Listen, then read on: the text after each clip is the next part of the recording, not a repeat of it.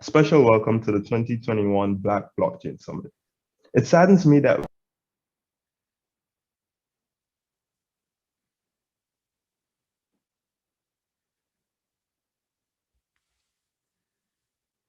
at Howard University.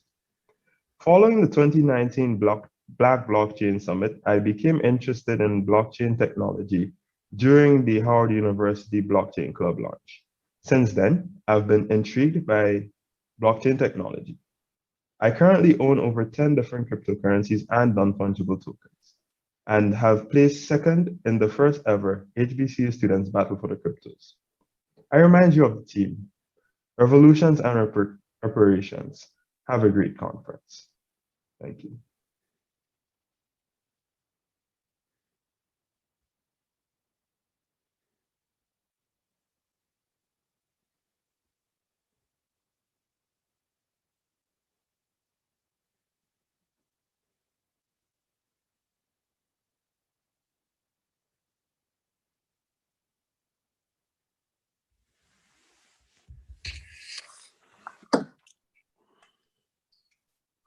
Hey, Gary. Hey. Hey, good brother. I think we're running a little behind. If you could just hold out on mute. We got like a couple little videos to show, and we'll be ready to rock. All right.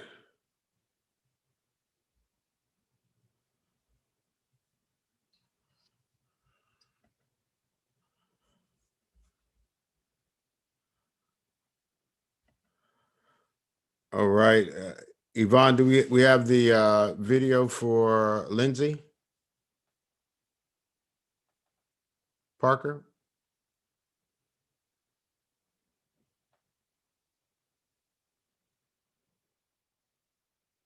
And welcome to the Black Blockchain Summit 2021. I am Todd Shern from the Howard University Computer Science Department. As an original Black Blockchain Summit producer, I am proud of the summit's growth in depth and breadth. Unfortunately, circumstances didn't allow planned in-person interaction on the Howard University campus. It remains an Yes, we do. Can we play Lindsay Parker?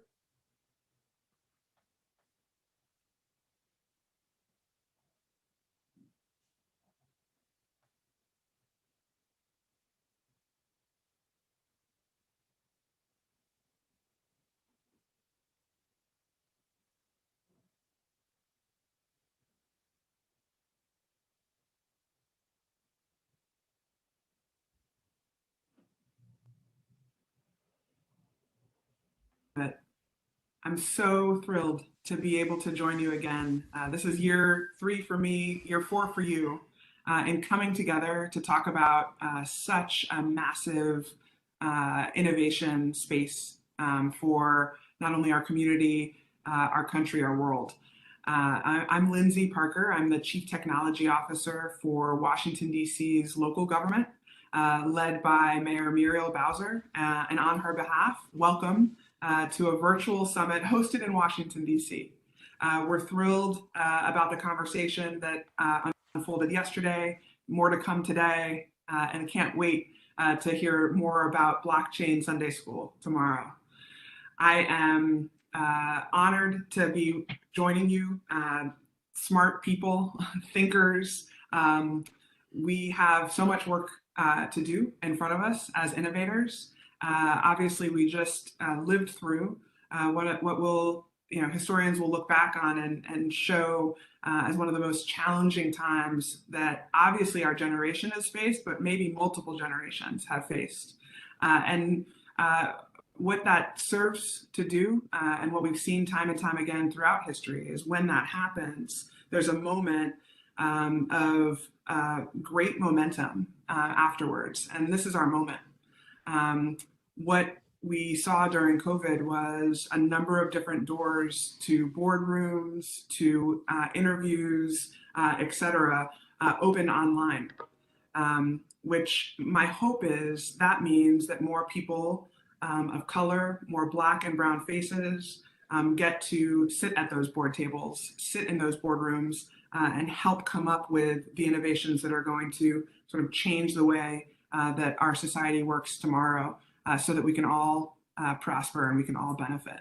And so the conversations that I look forward to hearing today are so critical to making sure that the innovations that we're thinking about today serve to promote inclusive outcomes that lift all, and can't wait to see what comes of it. This is an exciting time to be thinking, be innovating, be networking with one another, and know that here in Washington, D.C., that's exactly what we're doing. Mayor Bowser has charged us in thinking about how we're going to build back better.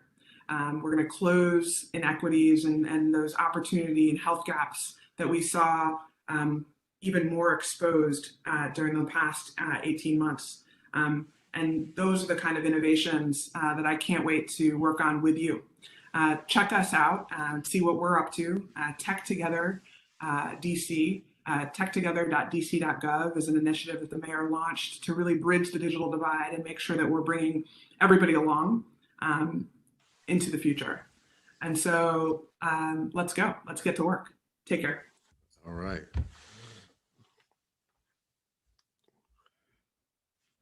All right. She said, let's go and get to work. I dig that. All right. So we got Sister Dreesen. Is Sister Dreesen up?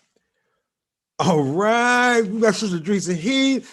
We got Brother Gary Hines. We're doing sounds of all kinds of blackness while making sure our reparations are right. You know what? I'm going to have both of y'all available, and just out of respect for time, because we want to make sure we move through this COVID era, as well as through this wonderful conference in a way that everybody can best use their time. I want to just pull together why and what the significance of having these two amazing, wonderful, beautiful Black folks on. Our theme this year is reparations and revolutions. It actually was a theme like 2 years ago that we used, and it still is a relevant theme, especially today, dealing with so many of the issues that we're facing.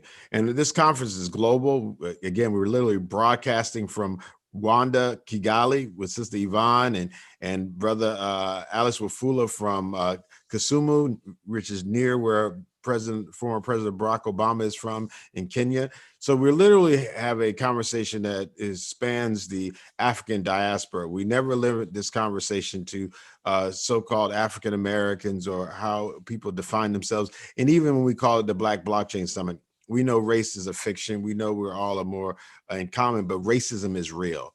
Colonialism has been real. White supremacist ideology is real.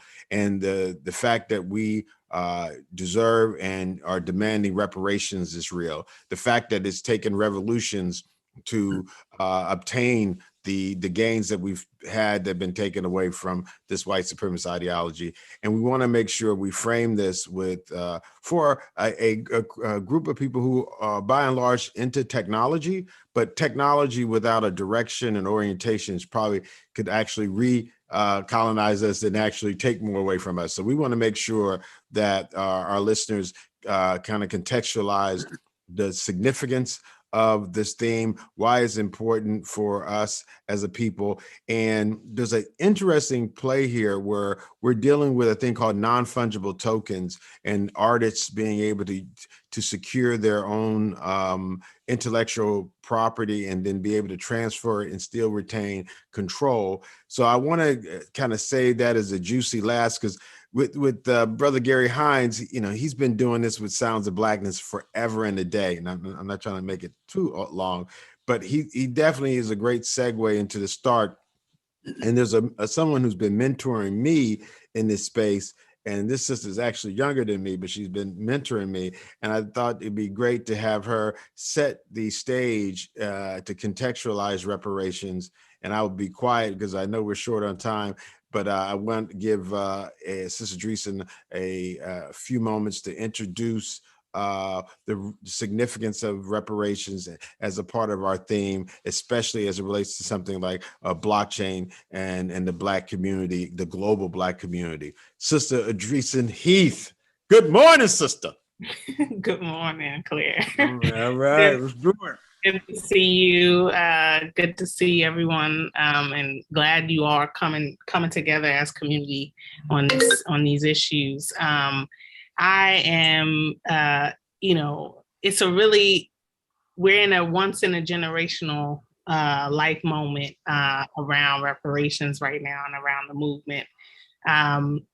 It's become, sure, more mainstream, but we know we've been fighting for this since even before emancipation, and all the possibilities of what that would look like. When I think of the space I'm in today, and I'm thinking about the Freedmen's Bureau and how that was a tool of access to wealth, for a short while, as other people. There was land settled out of that, but other people were denied access of that process, but then it was destroyed altogether. How do we ensure and maybe even have a digitized model of the Freedmen's Bureau that's controlled by us, for us? When we talk about the ills and the continuing legacy of enslavement in the US and globally, we're talking about the manifestations, the evolutions of enslavement in prison labor, in incarceration altogether. When you think about pretrial incarceration and how we're overpopulating carceral systems anyway, but how pretrial incarceration alone keeps people in jail who have not been convicted of any crime, and is disproportionately us. It's based on wealth. It contributes to this system of subordination and exploitation, but it also leads to tools, technological tools like algorithms that have been naturally and designed to be racially biased, that don't predict whether people are going to actually commit a new crime. They rather predict a new arrest through this carceral system. When we think about how mass incarceration, over-incarceration of people, and the use of isolation as a quote unquote rehabilitative measure, how that's caused psychological, economic, and social, political damage on our people, our opportunity to participate. And so how about the as well as but how about the thing you were teaching me about the UN and the fact that this issue of reparations has been actually identified and actually included as a part of the conversation as it relates to what we as human beings globally should expect out of the world? I think so many of our folks need to understand there's an international context to this issue. Absolutely. So in international human rights law, the right to reparation, the right to remedy is well defined. And a number of member states in the UN are a party to two treaties, one established in 1966 that covers political and civil rights, and another covenant, dealing with the elimination of discrimination from 1965. This is precedent by, the international human rights law community that says if a violation by a government occurs, a gross violation like enslavement, a gross violation like sexual violence, serious violations like racialized segregation, acts of racial discrimination like extrajudicial killings of Black people by the police.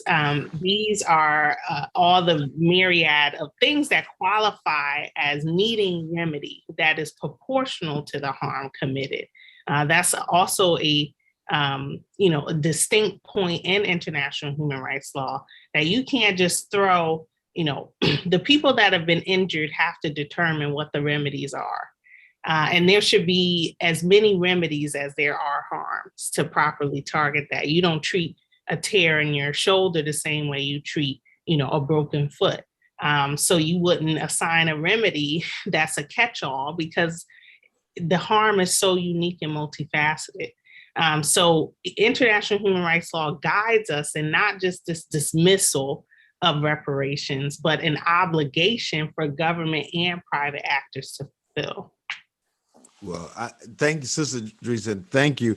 Now, I did, and again, this is I'm about to push it too far, but I even see this thing with the Nuremberg trials, where after the Nazis did the horrible things to our Jewish brothers and sisters, there were people held accountable. And in a global sense, there's never been an accountance of colonization, the 500 years of literally destroying it. They oftentimes talk about who we are as if we gained something from being in the United States, as opposed to saying that we had civilizations that were disrupted by this wicked form of predatory or capital, or however you want to describe it. But it's almost like you see the legacy of it there. Since there was an accountance to a degree with Nuremberg, people know that these behaviors are wrong.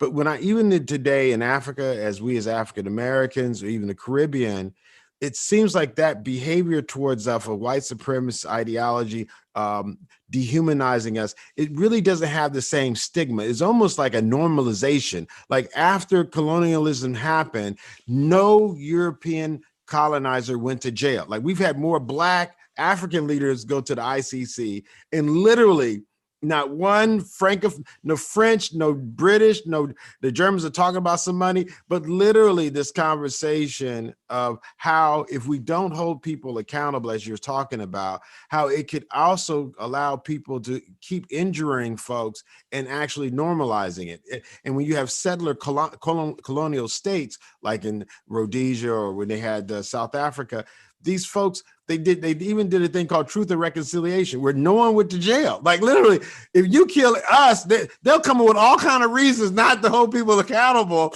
and say that's justice. But literally, most of the folks who've gone to jail in America, disproportionately, I mean, have been us, even though the people who've actually perpetrated and created these environments have never been held accountable for this wicked context of that we are living in literally right now, which is probably the most dysfunctional in the sense of, global warming, pollution. Like if this thing really worked, if white supremacy actually worked, maybe we wouldn't argue, but literally the world is about to explode due to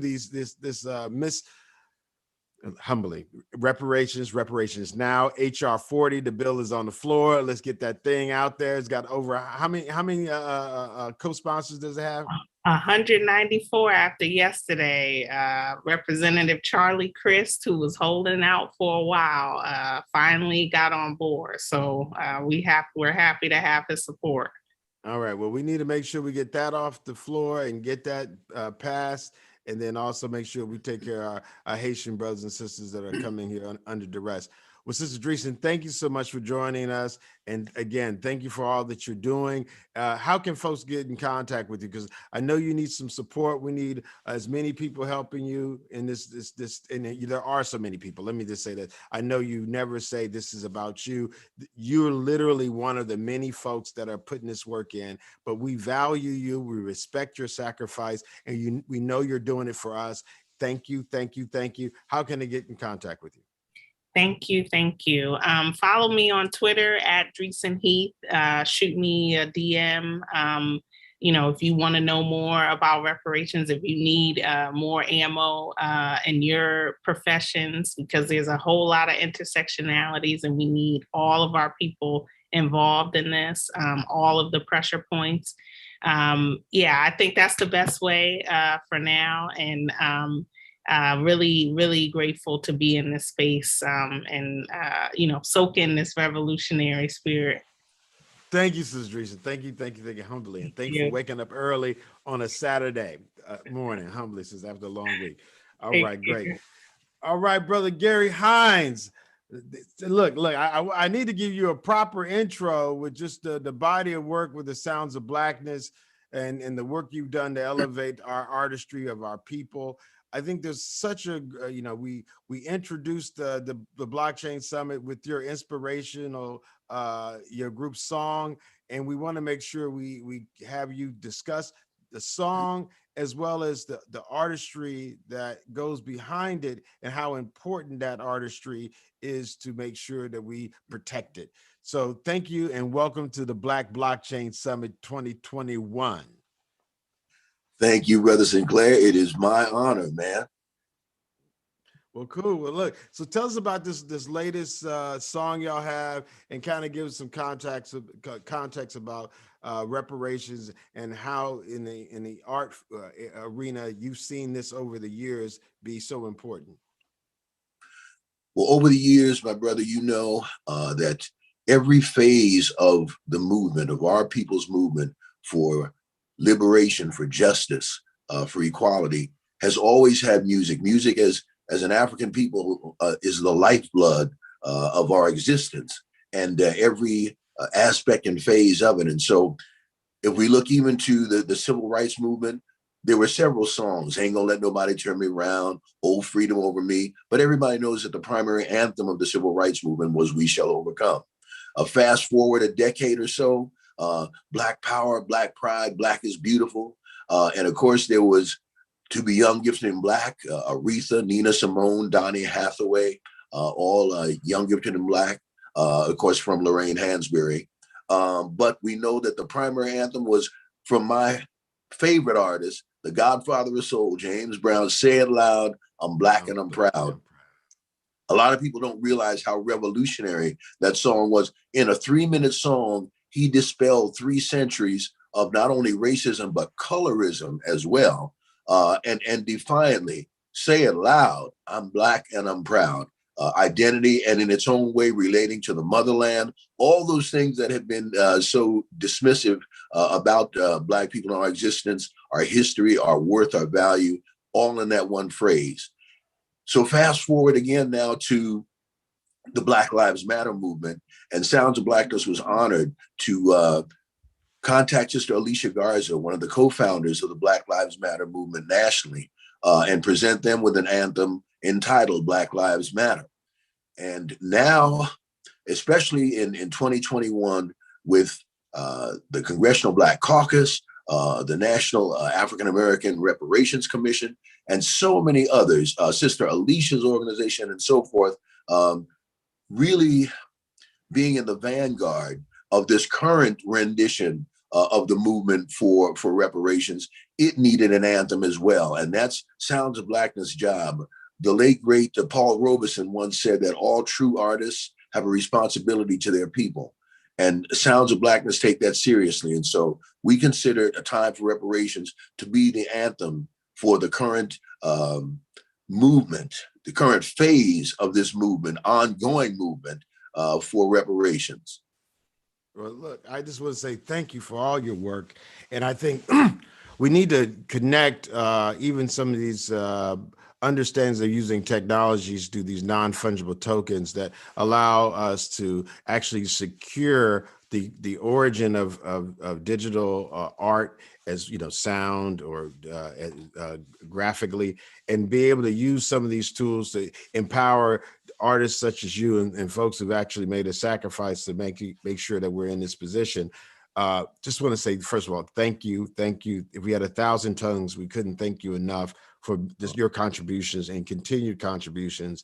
And if we could have had this thing in live in color, we would have had you right there with your amazing voice and amazing group of folks, brother. You would have, I'm trying to MC, you would have put the C in the M and made it a master and a ceremony. I'm making this thing I'm gonna find another acronym for MC, but humbly, thank you for joining us today, and thank you for your contributions to this reparations struggle locally and globally. And again, you know, if you have any last words you want to share with these wonderful tech folks who are celebrating the Black Blockchain Summit's masterful content, what would you say to these young brothers and sisters who are literally in the trenches of technology, making a difference for our community? I would say to apply everything that you're about and being in those technology trenches, apply it to our people, to the movement, and specifically to this movement for reparations. So you can do that. You don't have to come out of your lane to make a difference in the movement. I think that's a mistake a lot of people make or presume kind of, well, what else do I have to do? No, within your lane, with whatever you're doing, there needs to be a consciousness element to it and apply it to the movement. To the struggle.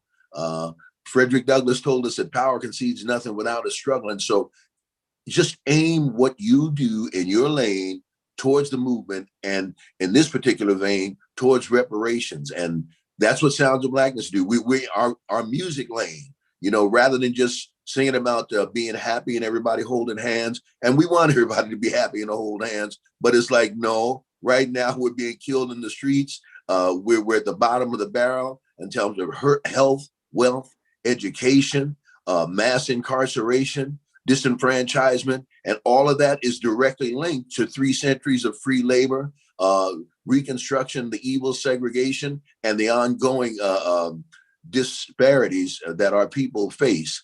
So reparations is something that we all just need to be in our lane about. Sounds of Blackness is in our lane, and we want everybody to just join the movement. Go ahead, support the video, go to YouTube, send it to people, just to embrace and engage them and inspire them to be part of the movement for reparations. Awesome. Again, thank you so much, Big Brother Hines. Thank you so much. And now we're about to go to Sister Nana Kua for our libations, to give our regards to our one God and our ancestors that have come before us to allow us this opportunity. Thank you, good brother Gary. And Sister Nana Kua, appreciate you waiting so patiently. I know the ancestors probably don't wait. I'm not going to get into that one. I'm just opening up a bad can. Okay, so go ahead, Sister Akua. Uh-oh, we can't hear you, Sister Akua. Uh-oh, we got the mute going. Yes, unmuting is important. Good morning. Thank you for having me again. Thankfully, I've already poured libation, so the ancestors did not have to wait. So let me formally pour. I am Nana Akua. I am a traditional priest in the Akan Akom tradition, so I will present this libation in Tree and in English. Okay.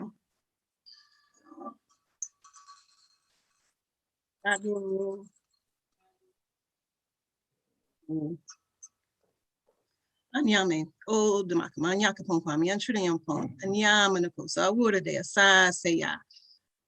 Oh, Nana Tigray Bajan sa, Nana Kofi and sa, Nana Kumi and sa, Nana Surgeon and sa, Nana Tano sa, Nana Densio and sa, Nana Dadi Kofi and sa, all the Loa, all the Netaru, all the Orisha, Beji and sa, all the enlightened, elevated ancestors in Sa, Neo, this is your drink.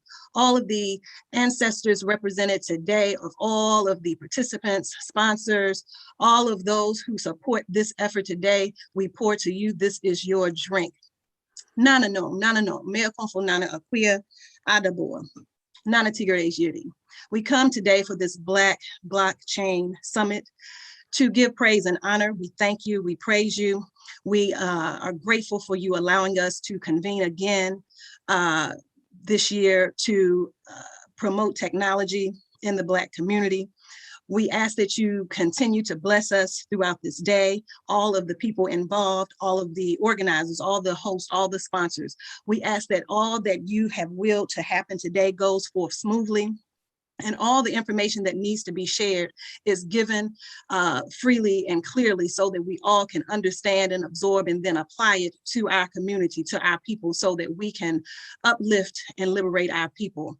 We ask that you continue to hear our prayers, bless us abundantly, and allow us to do all that we are put here to do. And if we veer off track, we ask that you allow us to get back on the path, that you gently place us back on our path. And so we give thanks in all the ways we know how, and we say Madasi, we say Ashe, we say Amen. Ashe.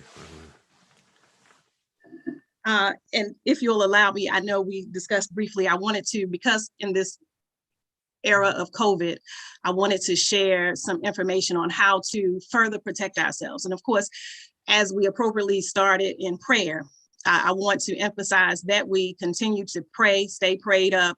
There is one God, but throughout the planet, there are many ways in which to worship that being. There are many languages in which we recognize and worship, and many names that we maybe refer to Almighty God.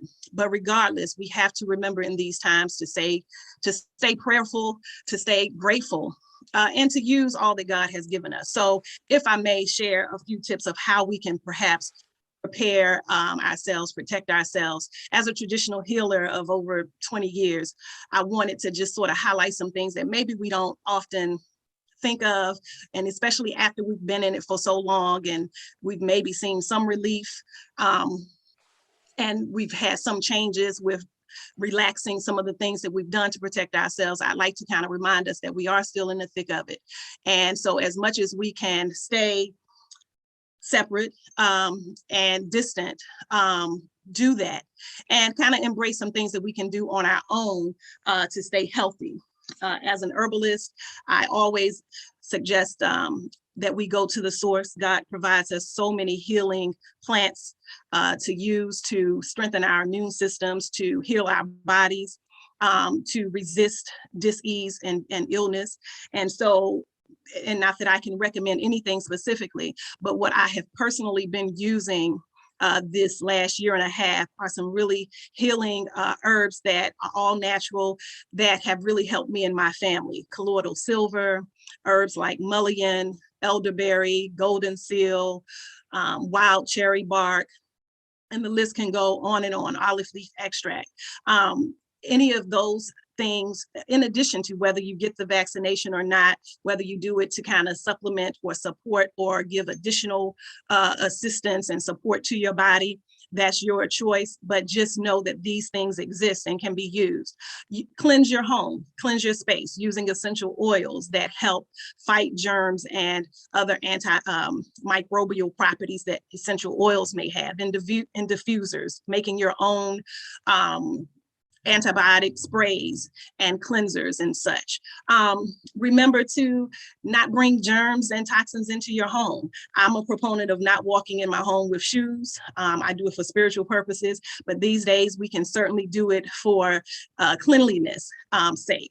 So removing your shoes, cleansing spiritually and cleansing physically your space, not sitting on your bedding or your personal sofas and space where you lay with outside clothes. We may have to increase how we cleanse and wash things more frequently than maybe we used to. Remembering to not only wash our hands, but to wash our face, our nose, our eyes, our ears, anything that can kind of come in contact with these toxins. We have to remember to do those things as well. Cleansing our space with sage, with copal, with frankincense and myrrh. All of the things that we maybe do ceremonially, but also doing it as a protective thing daily. Deep cleansing breath, going outside. We've fortunately always been able to do that. Outside has been a so-called safe space during this time, but do that routinely. Get fresh air, get natural sunshine, get vitamin D that most of us these days seem to be lacking or deficient in. And take deep cleansing breaths. Do conscious breathing. Even though God gives us the ability to breathe without consciously thinking about it, do it consciously to strengthen our lungs and to expel toxins from the lungs. So these are the things that we can do, and remain grateful, you know, and despite whatever adversities, whatever despair we're facing, always have a heart of gratitude. Keep a gratitude journal. Think positively, speak love and power to ourselves, to others. Do all that we can do to keep our spirits up. And know that we will win. We love you here at I Love Black People, at Bill Murray, and all of the other sponsors and supporters of this event. But just know that you can win. Never give up. We love you. We love you. We love you. And thank you for joining us today, and have a wonderful, wonderful summit. Thank you for everyone who's participating and who's joining us now and later today and tomorrow. And so I bid you good health and peace, and have a wonderful, wonderful summit. All right, Sister Nana Kaur, my leader. Thank you, good sister. Amazing, amazing. Thank you, thank you. HU, and we're in the building, you know, so thank you so much. And I think we need to definitely take her words to heart. And again, in this time where we have so many things going on, let's know that we're here for a purpose. And as she connected us in a way that allows us to know we have power. We have the power, and it's in our hands to make those decisions deliberately. Deliberate things are being done oftentimes to hurt us. We need to do deliberate things to protect our loved ones and ourselves. With that being said, we talked a lot about reparations. We're about to bring on some of that revolution bring on some of that amazingness that we only know from our good brother, my brother, your brother, good brother, Isaiah Jackson, who does it so well, who been doing it well, who makes sure we hear about what our people are doing in this space and are never left out. Our brother Isaiah, happily married, happily making babies. He's combating the COVID, making more babies. We're gonna be more populated, not repopulated. We're actually gonna make it happen. I see he got his crypto OG hat on. In the trenches still. He's a vet. He's an active duty. He's active duty. Go ahead, active duty. Isaiah, is you. We got your topics right. Look, whatever marching orders you give me, we right there with it, period. Or I might do one of those. I don't know how they do it, but you know I'm gonna give you one of these. So go ahead, sir. My brother. Likewise. Isaiah. A writer, author, a creator, an educator, inventor. Daddy, he all those things. So I don't know if he go by Poppy or Daddy. I know you got one of those on you. So again, I'm not going to take too much of your time, but I just got excited seeing you, brother. Oh, yes, sir. Likewise. Good seeing you too, Brother Sinclair. Glad to be here at the Black Blockchain Summit 2021. Early this morning on Saturday, definitely excited to talk about why kids need Bitcoin. And if we're talking about reparations and revolutions in this conference, one of the things that is revolutionary is the fact that we are passing down this wealth to our kids and to further generations, because what's the point of what we're doing now if we can't pass it down to the generations after us to continue what we started? So I'm going to bring up my presentation now. I won't hold you all too long, but just want to discuss why kids need Bitcoin. So let me pull that up for us now. And again, my title for today for my presentation is Why Kids Need Bitcoin, and a little bit about myself. My name is Isaiah Jackson, as Sinclair has stated before in that great opening. I'm the author of Bitcoin in Black America 1 and 2, also the co-host of the Gentlemen of Crypto Daily Show, the longest running podcast in the crypto industry. I'm also a board member for Innovative Learning, which is a Bitcoin summer camp where I taught kids ages 9 through 15 this summer in July. Also, shout out to Naja Roberts, who also has her Crypto Kids Camp in Inglewood, California. So 2 camps on 2 different coasts, getting it started. And I'm also, as Sinclair stated, the father of an 11-month-old girl. And my daughter, Gigi, has definitely tired me out as a father. First go around, love her to death. But once she came, one of the things that I started to take very seriously was how can I pass down this wealth to her and to any other future children, and then teach them how to do the same. And our agenda for today is, first, we'll talk about why Bitcoin is for everyone, what kids need to learn, how to teach Bitcoin to your kids, and then lastly, securing our future. So let's jump right into it. First things first, we need to understand that no child under the age of 12 has lived in a world without Bitcoin. So this technology is something that will proliferate through the school system and through our kids' minds in their daily life, no matter what we think. If you think it's outdated tech, if you think that you don't understand something, doesn't matter. Kids catch on and pick it up very fast. And we have to remember that Bitcoin is not racist, it's not sexist, it's not classist, but it's also not ageist, meaning that no kid should not have the ability to enter into the financial world or learn about it because of their age. And we need to understand that Bitcoin is for everyone, which is why it was created. And age should not limit your financial access. No matter how old you are, learning about financial literacy is important. I wish I knew about financial literacy and how the world worked money-wise when I was a kid. Did not get that education, but definitely can pass it down. Financial literacy should start early. Learning it later is fine. You can pick it up, but if you learn at an early age, you can skip over a lot of the mistakes myself and others that I know have made. And the future of finance will be built with kids' imagination. I've already come to terms with the fact that I've been in the market now almost 10 years. We're the old guys and old gals at this point. This is us talking about the good old days of Bitcoin. Like, man, I remember I used to have to copy and paste my public key. That's going to be us in a few years. So kids are going to develop the things that are going to innovate our world. So we might as well start with them early. The 21st century economy will be digital, period. There is no going backwards. We're not, reverting back to old technologies. This is it. And we need to get ahead of it now because we did sort of miss the internet age and a lot of the value we could have got out of that. getting kids prepared for what's coming, because as we know, tech moves very fast. I don't know about anybody else, but in the crypto market, if you see something that has happened, usually 2 or 3 months later, there's a new innovation on top of that, or something that's competing with it, because it happens really fast in this market. So kids need to be almost prepared for stuff that hasn't been invented yet. So the base layer of it being technology is a good start. And kids grew up in a digital world. So it's not something that is foreign to them. They grew up in a world with video games, with iPads. Most kids, they've had a phone in their face taking pictures since they were born. So they are born in a digital world. They understand what's going on. My nephew plays Roblox, he plays Fortnite, he understands digital worlds, he understands digital money and digital tokens. So this is not something that is new to them, but rather enhances what they already know. And because we know Bitcoin is for everyone, one of the aspects is that it is familiar. Like I just stated before, digital currencies have been in video games and phone apps for years. And again, if kids are 7, 8, 9 years old and already picking up on that, then they can learn about digital money as well.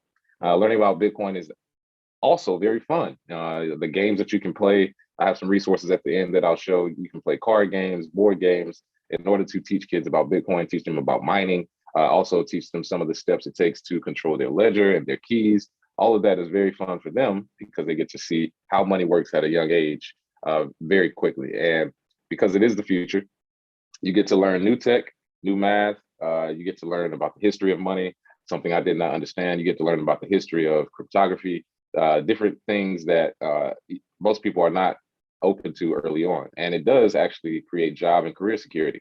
My child, as well as others who have young kids, I can guarantee you, if you're teaching your kids blockchain tech at this point, by the age of 18, they'll be well ahead of their peers as far as how they will progress in the world. So because Bitcoin is the future, it is important that we teach that. And as a family, as a father, my wife, anybody else who has a family, you need to understand that this is not just for you. It's very selfish to think that you're going to take your Bitcoin to the grave with you. That is probably the most selfish thing you can do.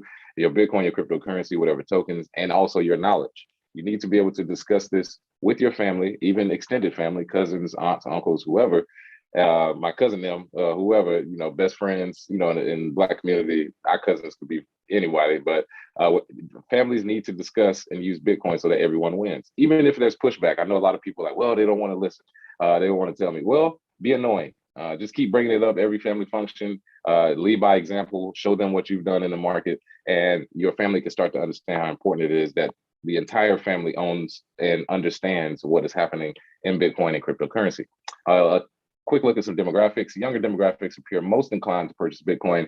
55% of those aged 18 to 34 said they are very or somewhat likely to purchase Bitcoin in the next 5 years, compared to 26% of those aged 35%. So we're talking about almost double the interest for kids aged 18 to 34. And I would go so far to say that that is even more for kids under the age of 18. If you talk about the trends of how much more adoption there will be, if it's 55% for that group, I'm guessing 80, 90% for those under that age in the next 5 years, simply because Bitcoin will be too popular at that point and too mainstream to ignore.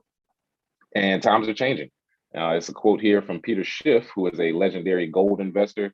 Back in September 8th of last year, he actually stated on Twitter, whose advice do you want to follow? A 57-year-old experienced investor / business owner who's been an investment professional for over 30 years, or an 18-year-old college freshman who's never even had a job? And the 18-year-old freshman he was discussing was his son, Spencer Schiff, who entered into the Bitcoin space. And since that quote, September 8th, 2020, Peter Schiff's gold investment is now down 7%, and little old 18-year-old Spencer Schiff's Bitcoin investment is 296% increase in percentage value. And even though I don't like to get into numbers too much with how much is value, it is an important part of what scarcity means, how decentralized finance works. And because Bitcoin has grown over that time, Spencer Schiff is actually a better investor than his father from a number standpoint. So times are changing. You have to understand the old way of thinking. A lot of people who are his age or his age of thinking, who still think that gold is going to, be the store value of the future, they're starting to get punished for it. And that is something that we need to understand with kids. Even if you don't understand it, that you can say, man, these kids are crazy. What are they doing?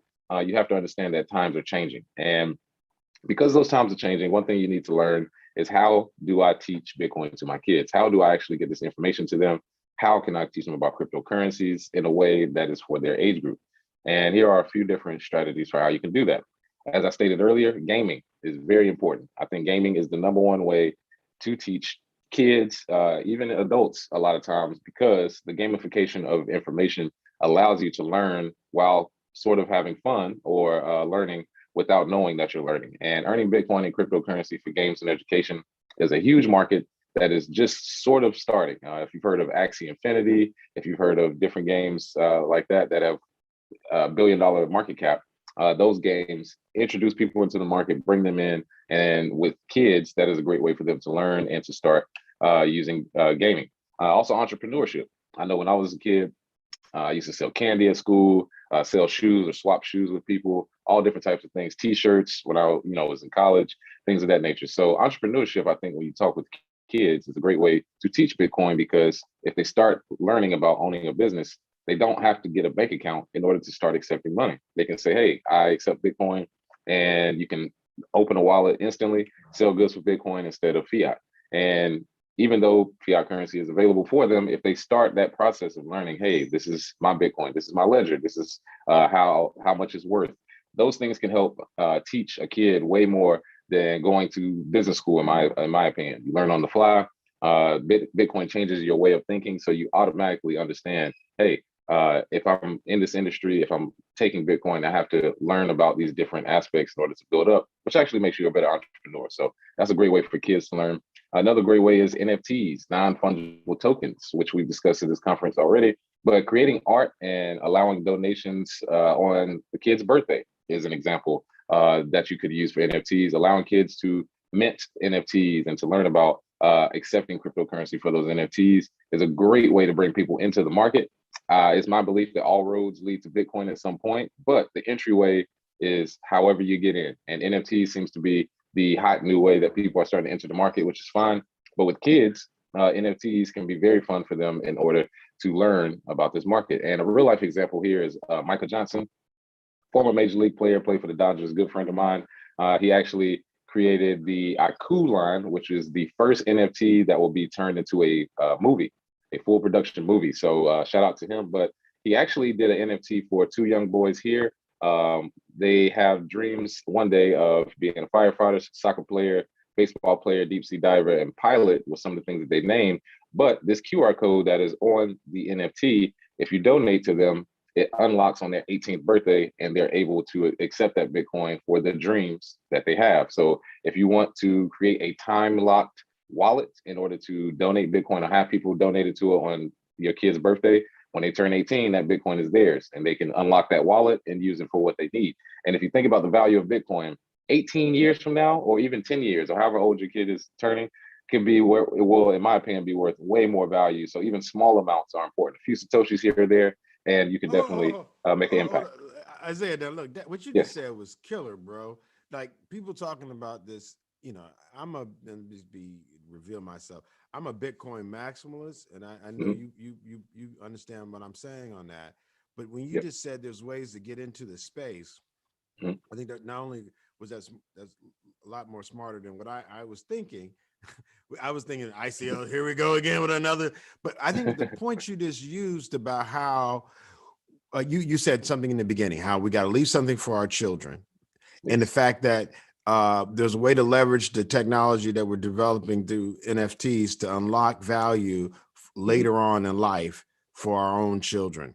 Can you just kind of, again, for the folks who are picking up what I'm putting down, being able to leave something, being able to lock something for a particular person in a particular date. Can you speak to that? Just like, just a quick 30 seconds, or I could just be making your, okay. I'm not trying to disrupt what you were saying, but can you connect that? Absolutely. So if you meant an NFT, there's something you can create called a time-locked wallet, and you can set that time lock for any amount of time you want. It can be 1 year, 5 years, 10 years, however old. So when you have that time-locked wallet, that QR code that's attached with it, anybody who has this QR code, even for those of you watching right now, you can scan this QR code, donate to this wallet, and the kids that this was created for, they can actually access this Bitcoin when they turn 18 or whenever they turn whatever age is predetermined, which for them was 18. So NFTs allow you to take your value and pass it down through generations, doing things you already do. You give your kids money for their birthday anyway. Your family gives them money anyway. Start to turn that into them giving them Bitcoin. And it also teaches, again, Bitcoin changes your mindset, teaches delayed gratification. Instead of your kid getting a bunch of gifts, they can get half of those gifts and then Bitcoin. So then they can say, hey, I understand this was for my 11th birthday, but this is for later. And delayed gratification is something that's very needed in our community, I believe, simply because a lot of times kids, as soon as they get money, they want to spend it quick. With Bitcoin, because it is a little bit harder, it delays gratification and allows you to start a savings account that they can't touch. So that is big for our community, I believe. Did that answer it, Sinclair? Yeah, humbly. And I wouldn't try, and I ain't gonna do no more like funny style. So go, please. Oh yeah, no problem. I only got a little bit left, definitely. But I appreciate the question because I'm sure some other people were thinking, huh, that's a thing? Yes, technology is moving very fast, people. So a few more ways of how can you teach Bitcoin. Summer camps, as I stated earlier, I teach the summer camp in Charlotte. Naja Roberts teaches a summer camp in Inglewood, California. We have more summer camps that are popping up around the country. Hopefully in different cities, we can take that curriculum. But that's a great way to teach school age kids about Bitcoin because it probably will not be in public schools for a while. And even if it is, it'll be such a small amount, it'll be a part of some financial literacy programs. So summer camps are a great external way to teach kids. Also tech development, teaching your kids tech early. As we all know, the earlier the better. Smart contract, decentralized application development, start there so that they already start building smart contracts. And then by the time they're older, they'll be basically, professionals at a young age to the point where they can build smart contracts with the best of them. And also financial education. With Bitcoin, you can start to keep a track of a ledger and start accounting. Of course, you can do that with a centralized source with cash or whatnot, but with kids, they can't have bank accounts. They can't really keep up with, what's going on in a bank account at 7 years old, but they can look at a Bitcoin ledger. They can view, the actual blockchain and say, hey, this is a transaction. This is, the hash rate. This is exactly where it went. This is the block. All these things can be taught using financial education because this is the financial use case of the future. So I'm going to teach them now. Again, this is a real life example. These are some of the kids that were at the very first inaugural camp in Charlotte, North Carolina. And a couple more things of how to teach Bitcoin, college Bitcoin groups. And I think I'll be working with you, Sinclair, on this, having blockchain groups at your local school alma mater. My goal is to have a blockchain group at every single historically Black college and university in America. There's about 105 historically Black colleges and universities in America. If we can get each of them funding to get started, I believe that will help with the proliferation of Bitcoin and cryptocurrency education throughout the entire country.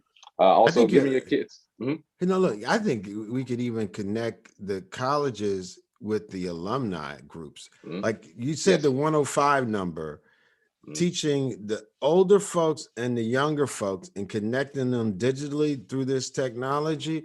That could be like an interesting, and the reason I'm going to say this, we're right now doing a program we're putting together for Dr. Harris, who's one of the people who actually got his start. He passed away. And we're doing a activity where we're asking alumni from Howard to do math tutoring to get more brothers and sisters into this. It could be blockchain, it could be any open source, it could be all these technologies, but getting them more involved.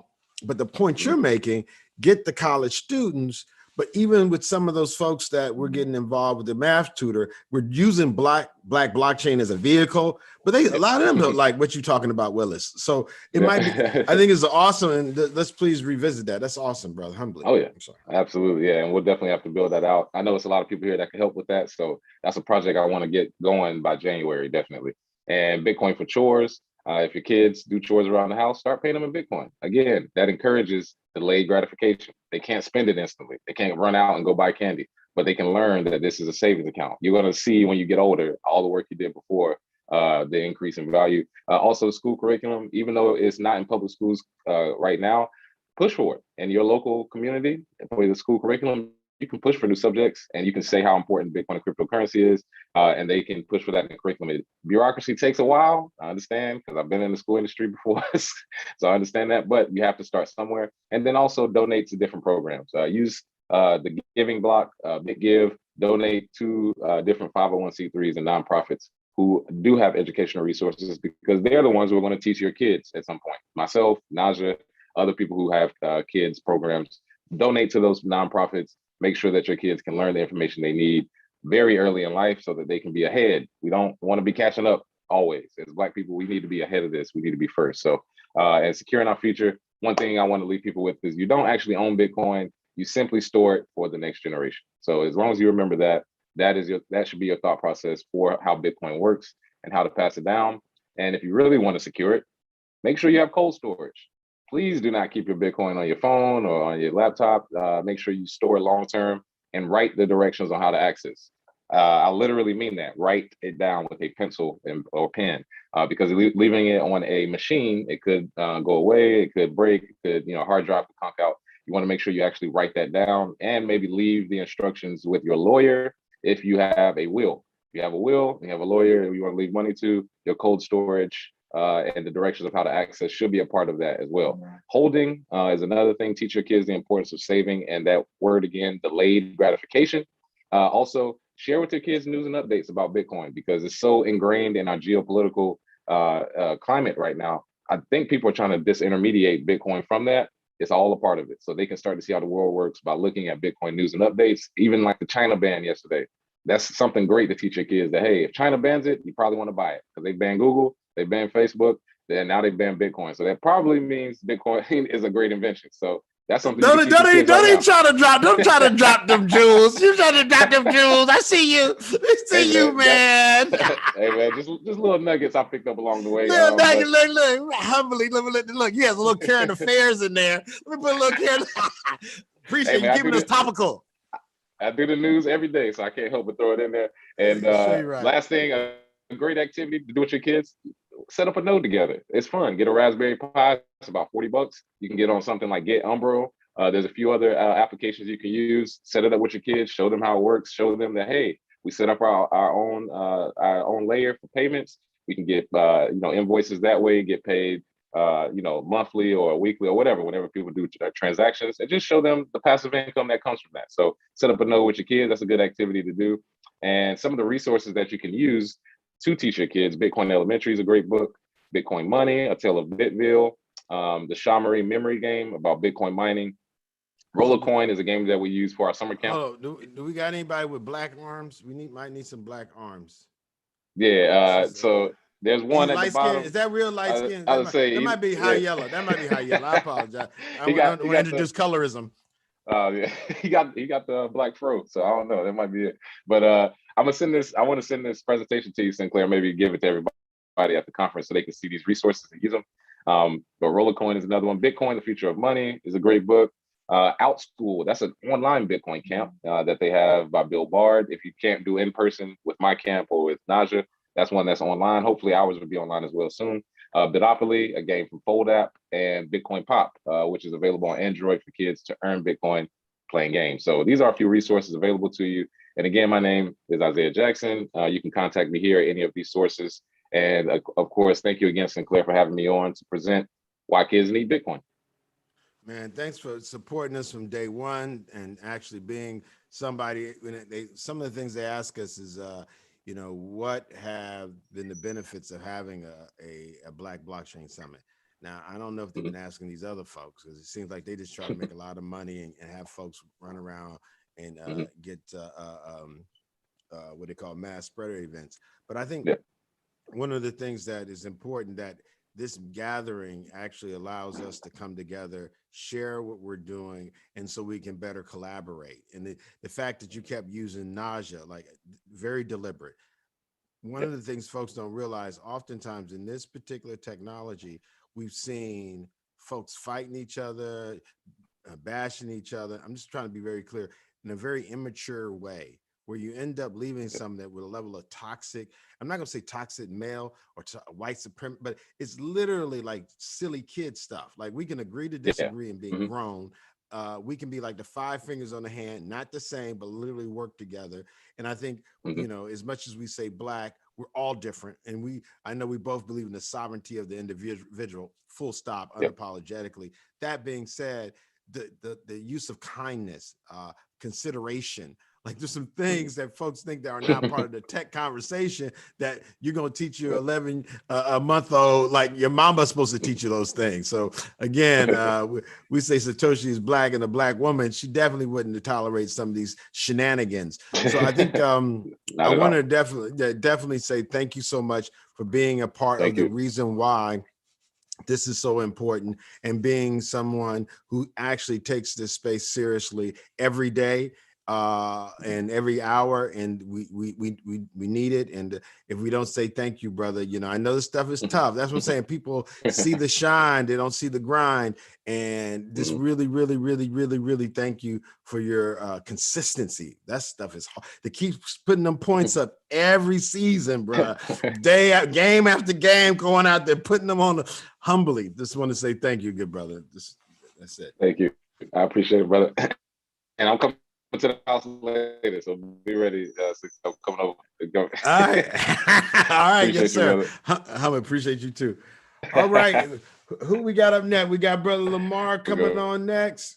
What we got, brother? Oh, got a little audio. Big brother Lamar Wilson. Dun dun dun dun dun dun dun dun dun dun dun dun dun dun dun dun dun dun dun dun. Come on, look, here we go. We got Big Brother Lamar, our brother that holds it up, holds it down. They can't stop him. He's unstoppable. They may throw all kinds of things at him.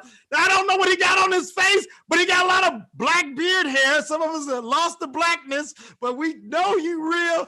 Thank you, Brother Lamar. Look, I know you've been through it. You got a story.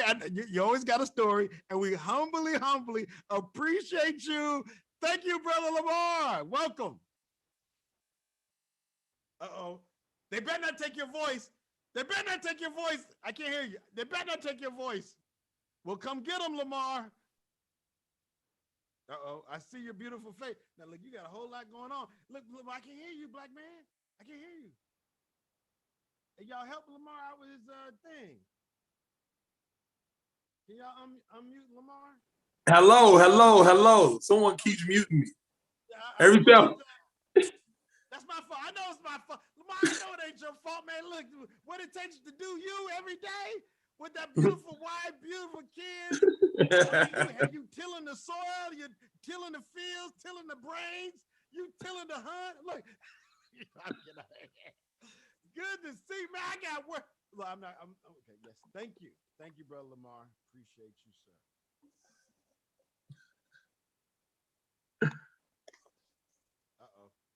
Can you hear me still? I know. We ain't gonna cut you off again. Lamar, like you said, look, we try to put you through some extra stuff. So humbly, bro, thank you for coming on. You know, we always have topics for these sessions, but with you, your topic is just a placeholder. You get to talk about whatever, whenever you want to. I still remember our first conference, and I was wondering if we're gonna have some hitters on there, because at the end of the day, a lot of these Europeans didn't want to show up. So I said, look, we got our own heroes. We got our own, he ain't got a cape on today. He got something else on today, but we got our own superheroes. We got Brother Lamar, who was already FIFA wallets. Like, he was an OG, somebody who literally at these conferences where it might have been about 10 black folks and 8 of them was serving coffee. So, you know, it was literally a tough day, and you was looking for somebody else. And good Brother Lamar always with a level of joy, bro. I think what you do is you bring joy to technology that's not often found anywhere in science. When people talk about it, they talk about math, they talk about the difficult classes. You literally bring joy open sourcely, like open to all of us to enjoy without any barriers. Thank you. Praise God. Alhamdulillah for you, Brother Lamar. If I could kiss you on the eyeball, I'd kiss you on both. Now, just had to say that out loud. Yeah, I love you, brother. Yeah. I love you. Yeah, I mean, I know you told me, and what is this, the 4th? This is the 4th annual, isn't it? 4th one, but we're going to go for 5 with your support. That's why we had to do it virtual. We want 5. We don't want to stop at 4. They had 4, and it was a super spreader and all that. Right. We're going for 5, okay? We don't have the best and brightest minds in one spot, and it is all bad. We're going for 5, bro.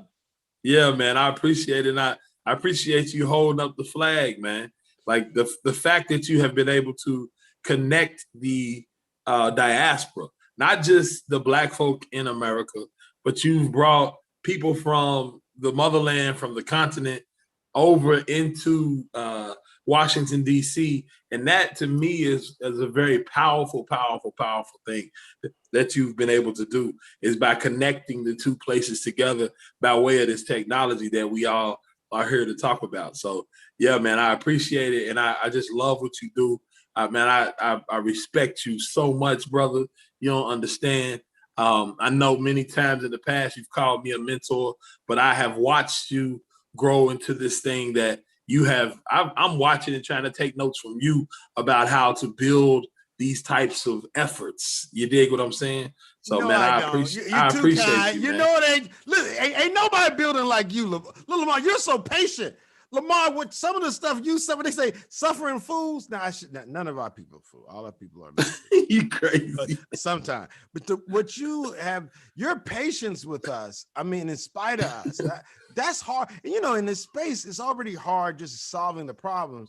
Your ability to bring people together and respect their humanity, no matter who they are, is just, and actually meet them where they are and take them someplace better in tech. I'm just trying to say, to do that without tech, to do that as a businessman or a businesswoman, okay, great. But to do this in a technology that is still in its infancy and to actually attract people instead of turning them off, making this so approachable and doing it in a way. And look, you got a family, you got the wife, kid, like you doing the full house, like, yes, sir. Humbly. Yeah, thank you, man. For your kind. And look, let me do a shout out to John. John Caranger couldn't be here, and John Caranger as a co-host, co-sponsor, co-conspirator, co-collaborator, definitely. And I love the connection. And we definitely, his project I think is super awesome. And we're gonna honor him tonight. I mean, you know, he's gonna get the award anyway.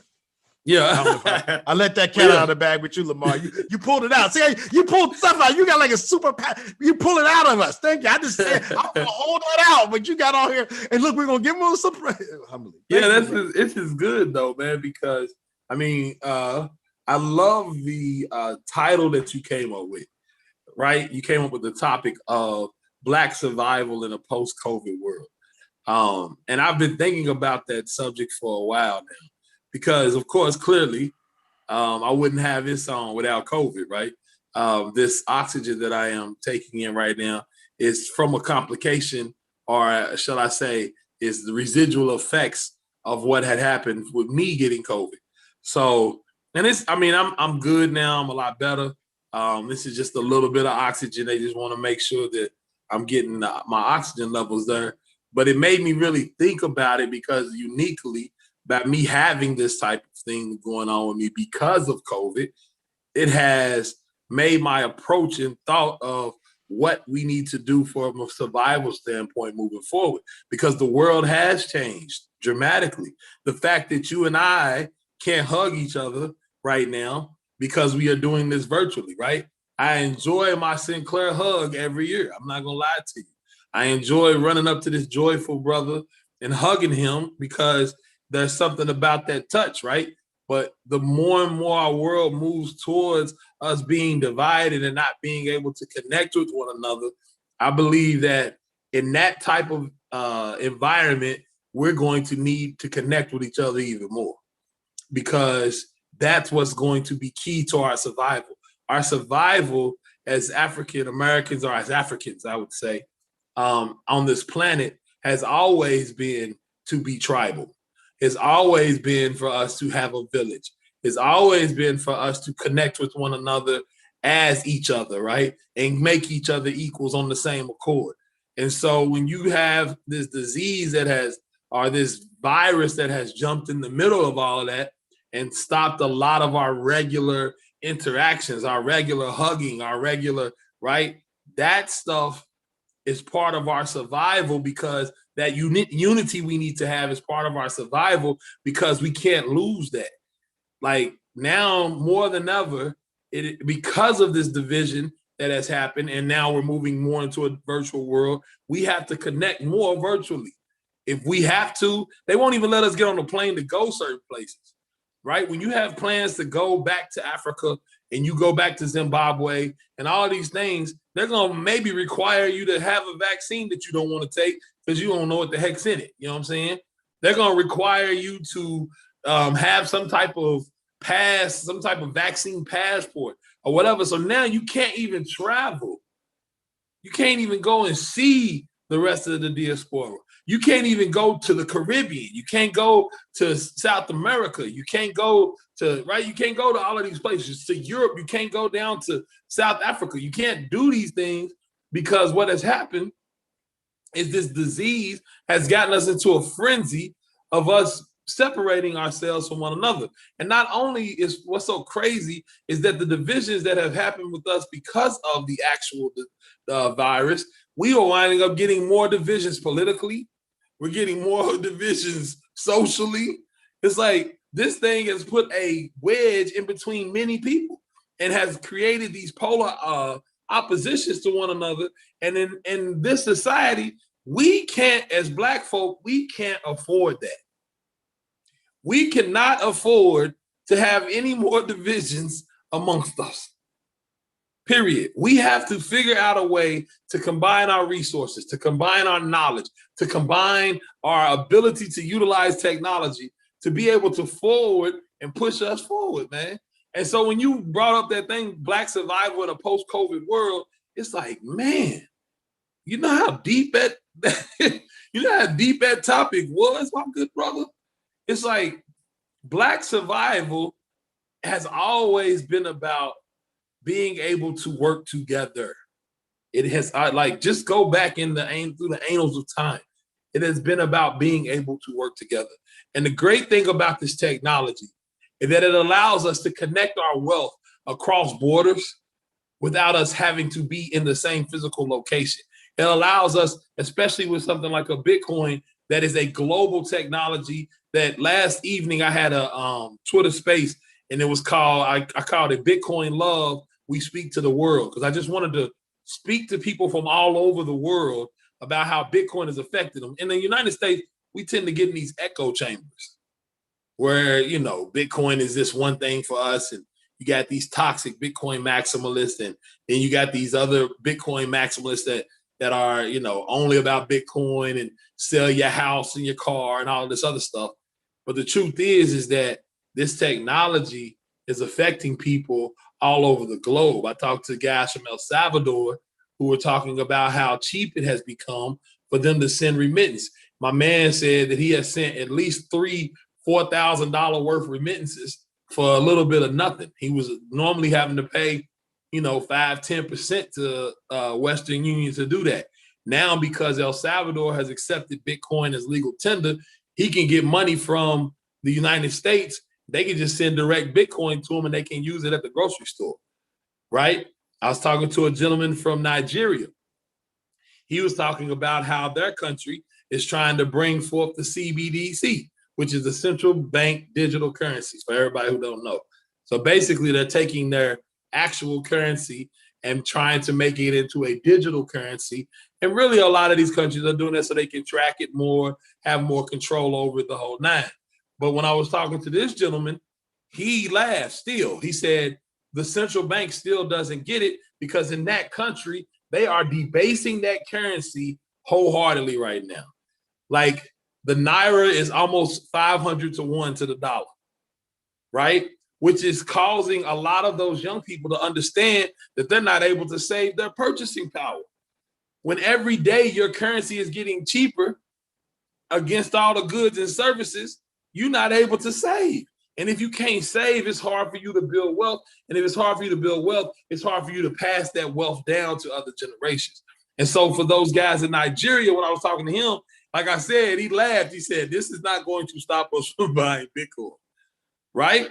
Because in that country for him, it's more than just, oh, I'm just using this for me to just make a little money, right? For them, this is like, this is the only way I can save my time that I've worked hard for.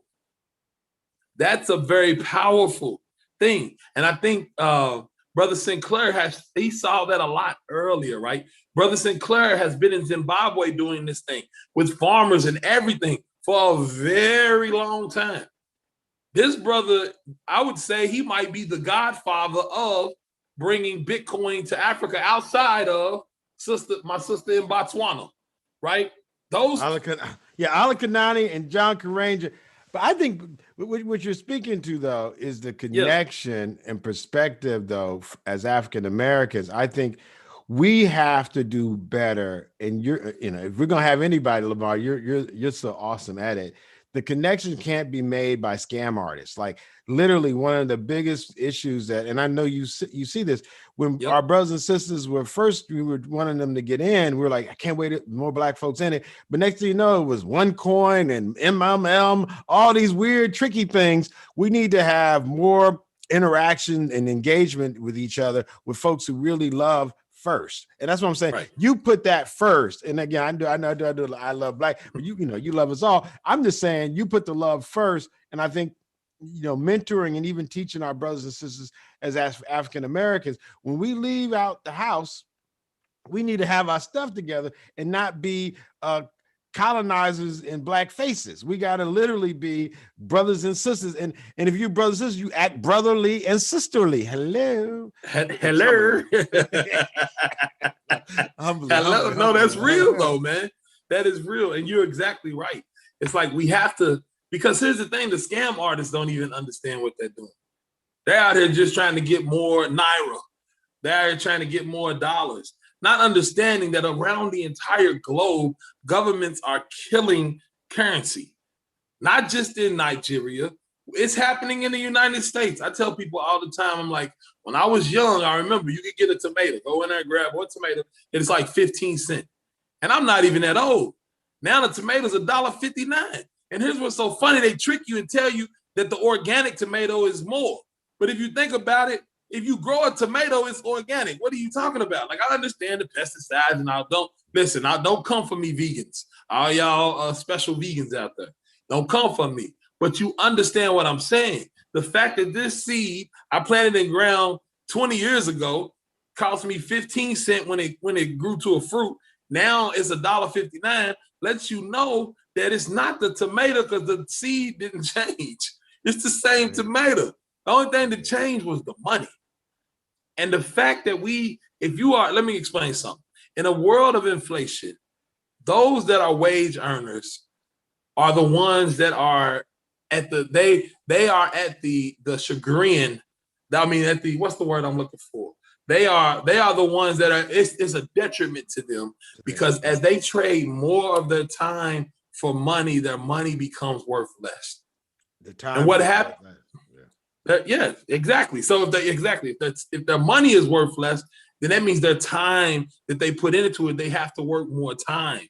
And you wonder why our ancestors, even though we may have been poor, right? We may have not had as much. My granddaddy went out and my grandmother was able to stay at home, right? Like, think about that. She was able to hold her whole house down with 6 kids in that bad boy. Right? Because the money, you see what I'm saying? Lamar, we coming towards the end, not end. We got a little bit more time, but I wanted to get in and this, and some folks gonna probably think I'm disrespectful with this because everybody's like, oh, this is a Black Blockchain Summit. But because it is Black Blockchain Summit, we're gonna bring up farming because agriculture is fundamental to life. So we ain't gonna get too spooky with this. Could you please talk to us? Because the reason I'm saying talk to us, the fact that you're so sincerely a maker in the digital open source space and blockchain, like this is not a hustle. This is like what you do, you create, okay? And also being in the agriculture space. Now, again, I'm only saying it in the sense of I've done this abroad in Zimbabwe and Dominican Republic. I haven't done it in the States. You've been doing some stuff in the States. Some of it's experimental, meaning like you're going through the phase that everything goes through. Could you please maybe make a link to that? Because I think that's empowering.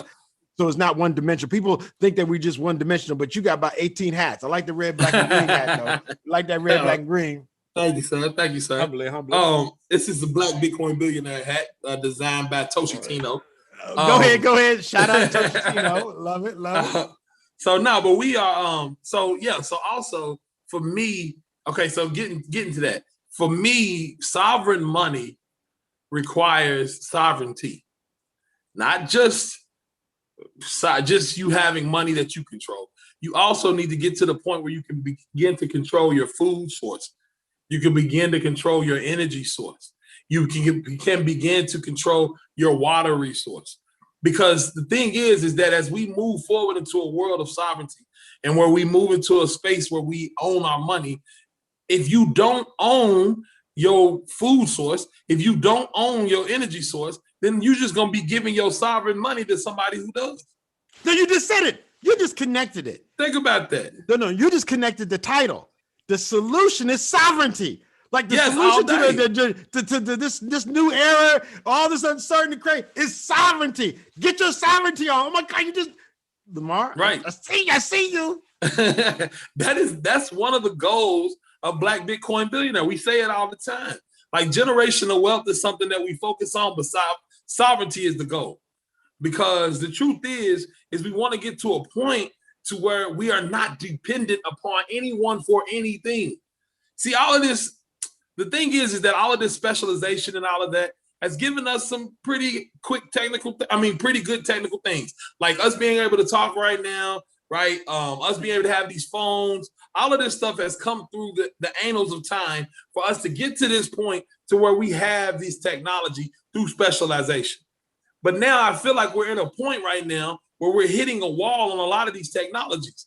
When you look at your iPhone, the only reason why you pay whoever's paying it, another $800-900 is because they add another camera to it. Nothing else changed on your iPhone. You understand what I'm saying? So technology is plateauing for a lot of these things because we are in a world of abundance at this moment. So if we're in a world of abundance, now we need to figure out how to take that abundance and become more independent. And that independence requires us to start gaining other skills that takes us back to a time before all of the iPhones and everything. And those people who wind up getting those skills, because I'm telling you right now, a lot of the jobs and things that we as African Americans in this country have, they're going to go the way of the robot. They're going to go the way of automation. And so if that happens, right, you don't want to be on the outside looking in. You want to be in a field where there's either, listen, here's what's so funny, in a field where there's either software or in a field where there's food. Right? Because you want to be able to get yourself out of a situation of being dependent upon an entity that doesn't even need you anymore. See, that's the thing that we are running ourselves into by not making sure we go back to those hard skills, the skills that Booker T. Washington was trying to give everybody. All right, cast your bucket down. That's the thing. Like, we got to go back to those types of skills because those types of skills in a world of division are going to make us more independent and a lot more powerful and allow us to survive because those skills allow us to go and build community with one another that are self-sovereign and that are completely independent. So, yeah, man, I know I got about 2 more minutes. I didn't even know if I was going to be able to fill this whole block, excuse me. So, me being able to take your time. Yeah. Me being able to even get that out, man. I appreciate you, brother Sinclair, man. And I can't wait till we get back together where I can give you a big old hug, man. I enjoy you, your wife. Like, I enjoy I hate that I'm not in DC right now. Like, I really, really wanted to be in DC, man. Bro, let me say one more time though, bro. When we got on the phone, listen, we were battling the conversation about Howard had just and Howard's been good to us. So shout out to Howard University, Dr. Todd Shern, Dr. Harris, rest in peace. And they had shut down some of their freshman orientation. We didn't even get Howard University booked. That's why we had TBA for so long until the beginning of August. And this is all, you know how it is, putting the event together, putting stuff together and running your startup. Like, we trying to raise like some money. Like, we're doing all this stuff from a startup part and doing this. And then when I started hearing people being sick, bruh, like you too important. Like, man, you better keep your black behind in Kentucky. Like, if I see you in DC, bro, look, like on everything, like it's on man, site. bruh, that right? Like, we gotta get to the 5 years. Like, we gotta celebrate, and we gotta make deliberate decisions now to make those things deliberately happen later. So Yes, I'm just sir. doing my best, you know, to be a I appreciate your leadership, brother. No, your leadership. This is fellowship. If your leaders are out there, you know they're gladiators and they'll slay any dragon or bear or lion. You guys tell David, look, David, we'll be right here. You go ahead and stay where you are. We'll chill out. It's okay. That's what we got to do. That's fellowship. A lot of folks want to be leaders. Look, this is good. I told you, I'm good fellowship, bro. I appreciate it, Brother Sinclair, man. But yeah, I appreciate your leadership and you keeping this thing going. I think it is very important to be intentional about Black faces in these types of places. And I think that you've always been intentional about that since the day I met you. I always tell the story of me seeing you with being as Pan-African as anybody could ever be at a Bitcoin conference. And I just was like, man, this brother is making me smile. You made me smile from ear to ear the whole rest of the day, man. And I appreciate you, man, for just being uniquely and humbly who you are, bro. So yeah, man, thank you for having me again. Hopefully we served it well on this virtual call. Right. And you know you're a hitter. You're always a hitter, bro. Always a hitter. And thank you, bro. Lamar, man, you put us on your back that first year, bro. We had look. You know, this year we put Erica Alexander because we're so grateful. This is Deirdre McIntyre hooked us up. But bro, Lamar, we had you on every flight, and Lamar Wilson and Big Lamar. Like, bro, we had you. Look, you see the system. We was gonna put a wig on. You listen. We had you rocking. Everything was like. What are you talking about? You know, what was it? Kawanda? What was the? Tell me this. Oh, we got to go. Golly, I was about to just give me this. But yeah, listen. But yeah, thank you, man. I know y'all got another one coming up, but thank you. And thank your staff and everybody who's working there, man. Y'all keep it going. I can't wait till next year, brother. And I definitely will talk to you sometime soon. We always talking. But yeah, man. See you later, man. Thank you. Peace and love. Give my regards to your wonderful wife, brother. Humbly. Yes, sir. See you guys later, man. And continue the conference. I'll be tuning in. All right. Thank you, Lamar. See you, man. And, we got Sister Deirdre waiting in the wings to do the moderation for the Black Nation. Power to the people. All right, let's get ready to rumble. Deirdre, look, first of all, before we get anything going, I'm gonna go ahead and get exit stage left probably for some type of little I'm over 50 years old break. But just thank you, sister. Thank you for, I'm going to be better in our relationship because you've been like Sister Satoshi yourself. You've been giving it up and been sharing so much with this community. And you've been putting us in front and center on so much that you do. You know, we got to respect that more. We got to make sure there's no gender biases or weirdnesses in it. Our sisters we come from a society, as you could teach us, that we never had a problem, you know, that these Europeans, so many of us as Black men are not acting as our natural selves. We're acting out our colonizers' behavior. We're trying to imitate the colonial masters' behavior. We got to like separate ourselves from that madness. And I think your work, your continued dedication and thoughtfulness, your ability to communicate complicated things very simply, your ability to share so much with us, the fact you have patience. I talk about Lamar. He got says that you deal with a lot of shenanigans and folks with all kind of flimly. So I think really in so many ways, we're just so grateful. I see you got your Sora about to come on. So if y'all do some of that DST, that's the one for me. I'm with you on that too. Crimson and Cream, make them scream. But my point is, thank you, sister, so much. I'm gonna get off the stage and let you hold it down on this thing here. Now let you look. The stage is yours. It's not even was. I was just keeping it warm for you, humbly, with the utmost humility, sister. So watch me mute myself. I ain't gonna let you mute. I'm gonna mute myself. Well, you don't want to hear the response back. Well, I'm so excited to be here. I mean, this is the 4th annual, pandemic doesn't mean a thing. the fourth annual Black Blockchain Summit. I was grateful to be invited for the first one, and Sinclair knows, of all people, knows that I was resistant in coming. I was like, conference? What? This thing is new. You having a Black conference already? No, sister, you gotta be here. No, sister, you gotta be here. No, sister, you gotta be here. I'm so glad because it was a turning point for me.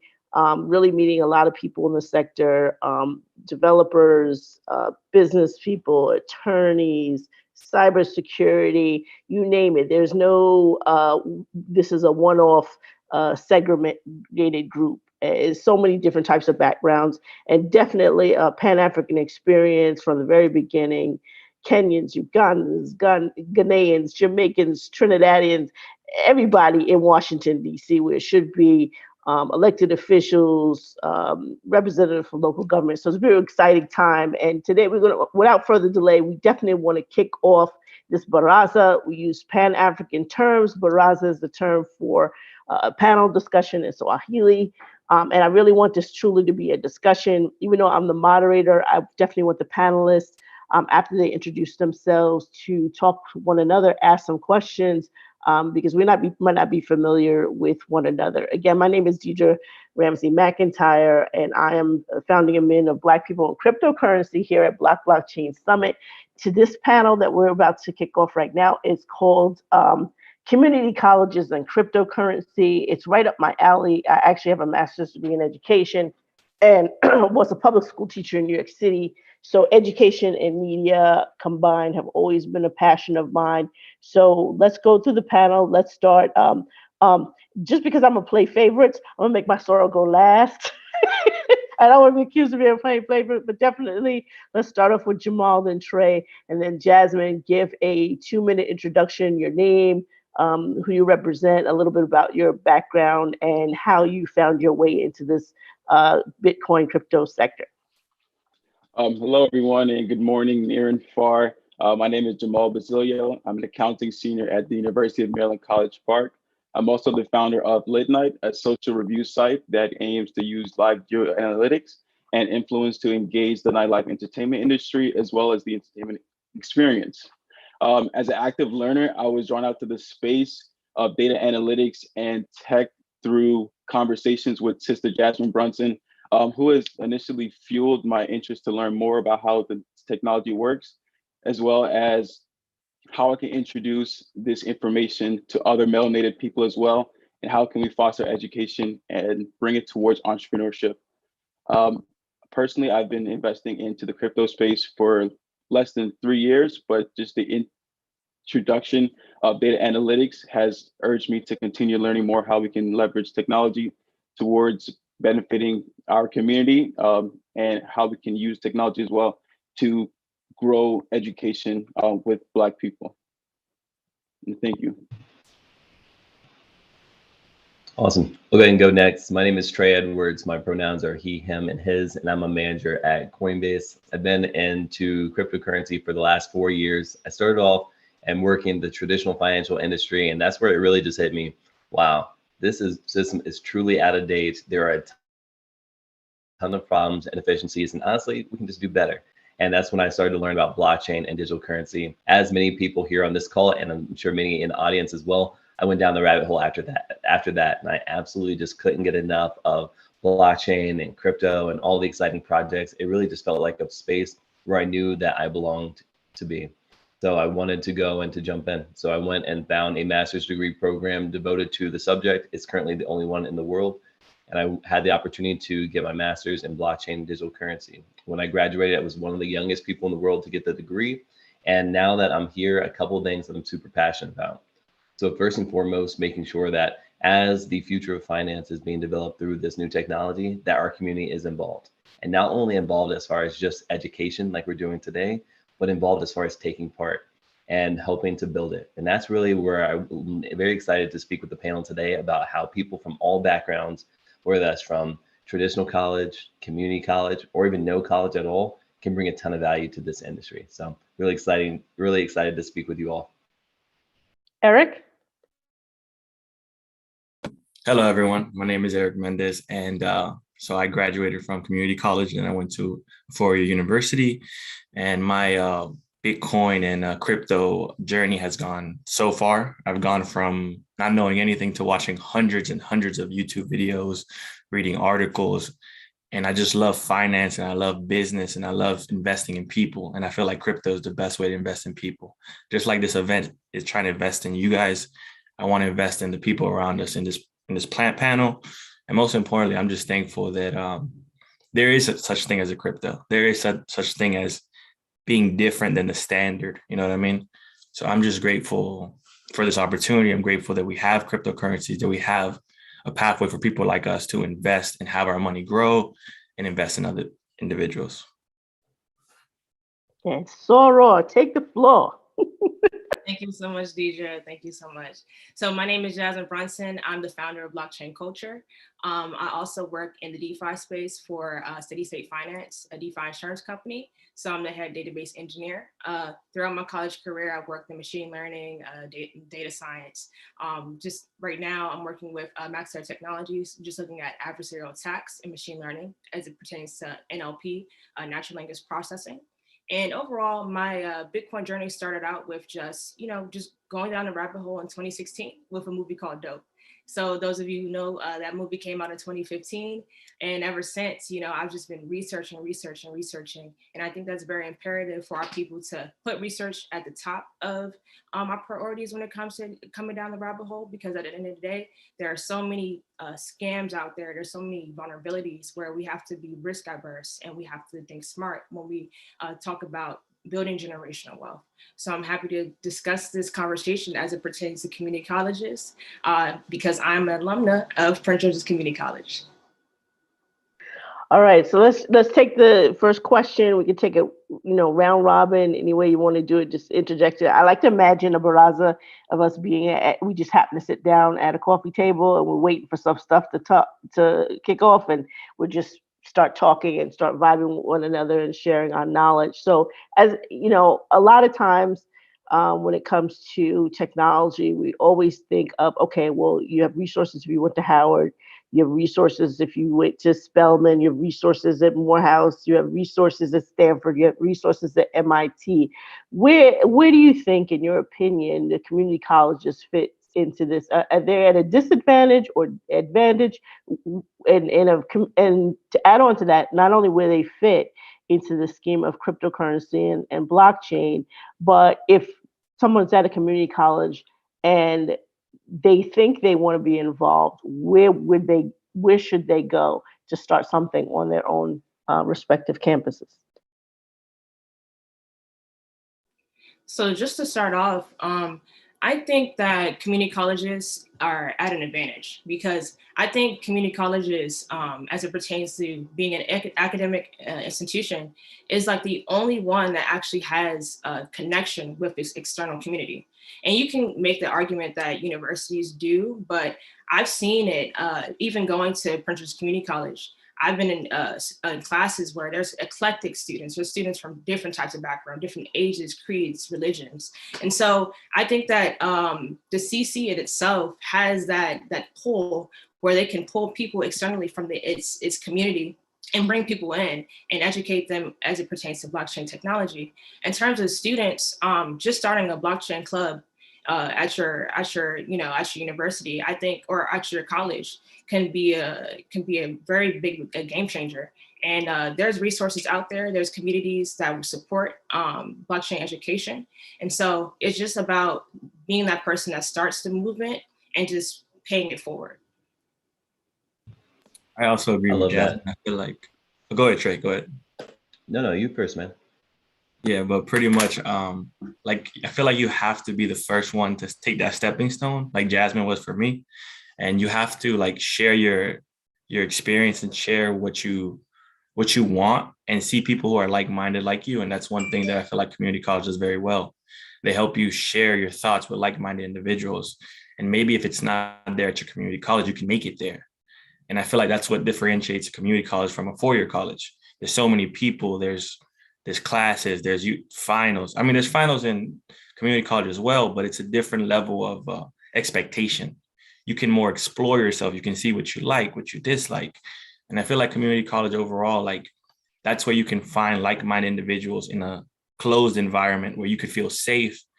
And, hopefully you find those people. And if you don't, you network and you try your best to find those people or go to the places you want to go. Absolutely love that. And I think to one thing that I love about cryptocurrency and about blockchain is that anyone can start building on top of it. You don't have to go and ask permission from some university. You don't have to go and ask permission from some big company.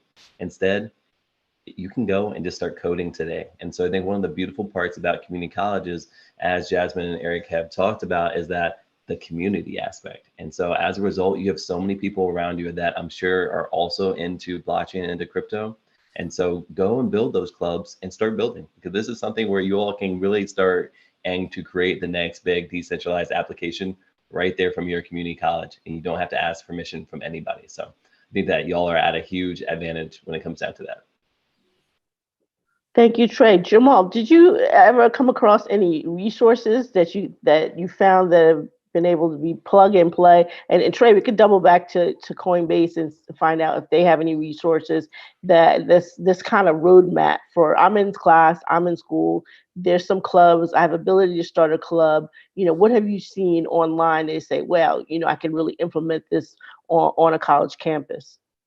I think one of the greatest utilizations is the internet and Internet of Things, because being a community college student, you're in a campus full of individuals that range from 16 all the way to 60. You have people that are working part-time, full-time, and students that are full-time, as well as different programs available at night and in the morning. So one thing that I did when I was at Prince George's Community College was starting the Caribbean Student Association, because I felt that we needed a community of students there, and they didn't have the drive to continue it from the past presidency. That created community for us to not only work with students at George Mason, but also George Washington, students at Towson, and all around the DC metropolitan area. Within technology and cryptocurrency and blockchain, there is no necessary program available at PGCC that entails the education and learning or the community of building such diaspora. So this leaves an open area for like-minded individuals like us to come in and bridge the gap and lobby for these types of clubs, even starting those clubs. I even see myself back there currently finishing up a couple courses for my CPA requirements. And I see that there is need for a community because students are coming in and they're leaving out. So if you create the platform, not necessarily being in person, but it could be virtual as a clubhouse or a party room or chat room where students can come online after their courses, after work, after activities, and still be in the community where we can share ideas, work on projects, be in incubators, and just foster a virtual meeting space that's acceptable and efficient for one another. Yeah, one of the things that, and I'll definitely talk to Jasmine about this too. There are a lot of resources online that are targeting university level. Black people in cryptocurrency, we're an ambassador for one of those networks called Mousebelt. And Mousebelt has a number of startups associated with it, a number of mostly Silicon Valley, not mostly, but a large contingent of Silicon Valley startup founders in blockchain and crypto. And because of that, they built a website that allows people to take blockchain specific classes. And there's no fee for clubs to join their network. If you have no experience hosting a blockchain club, they have data and materials on what other clubs are doing and how to learn some basics. And they certainly encourage collaboration. So I know in the Washington, D.C. area, I think it's George Mason has a Mousebelt associated chapter. But then again, you're not limited to that, because I noticed that a lot of the college clubs that have programming, they may use Mousebelt, and then they may use another group called Ben, and they may use GBA. They're using a wealth of different organizations' resources to kind of give students and get students engaged, and getting like micro funding for even what is Bitcoin, what is blockchain type events from the startup founders that have been funded within the system. So definitely keep Mousebelt, Ben, Government Blockchain Association on your radar. Trader, do you have anything to add? Yeah, a couple of things that I would add to this as far as ways that people that are at community colleges and maybe that you know a couple of others that are into crypto, things that you can start building today. So for example, NFTs have become a very hot and pressing topic here in the industry. People local in the communities, I think that one thing that hasn't been explored yet is local NFTs. Like right now it's very digital, but I think that there is going to be a very big scene in the future for people to create NFTs specific to their communities. In this example, for your community colleges. And so I think that that's an opportunity for people to get ahead of the market and to go and to start creating that value here today. There's also the ability within cryptocurrency to create your own social tokens. There's even a company named TryRoll, or you can just go to tryroll.com. And it's created by a Black founder, and it allows for anyone, anywhere to create their own cryptocurrency with just a couple clicks of a button, no technical or coding knowledge needed. And so that's another opportunity for people to go and to create cryptocurrency and to interact with it in their local community and to really start to bring other people on board. So those are a couple of resources if anyone is out there looking for ways that they can start building today.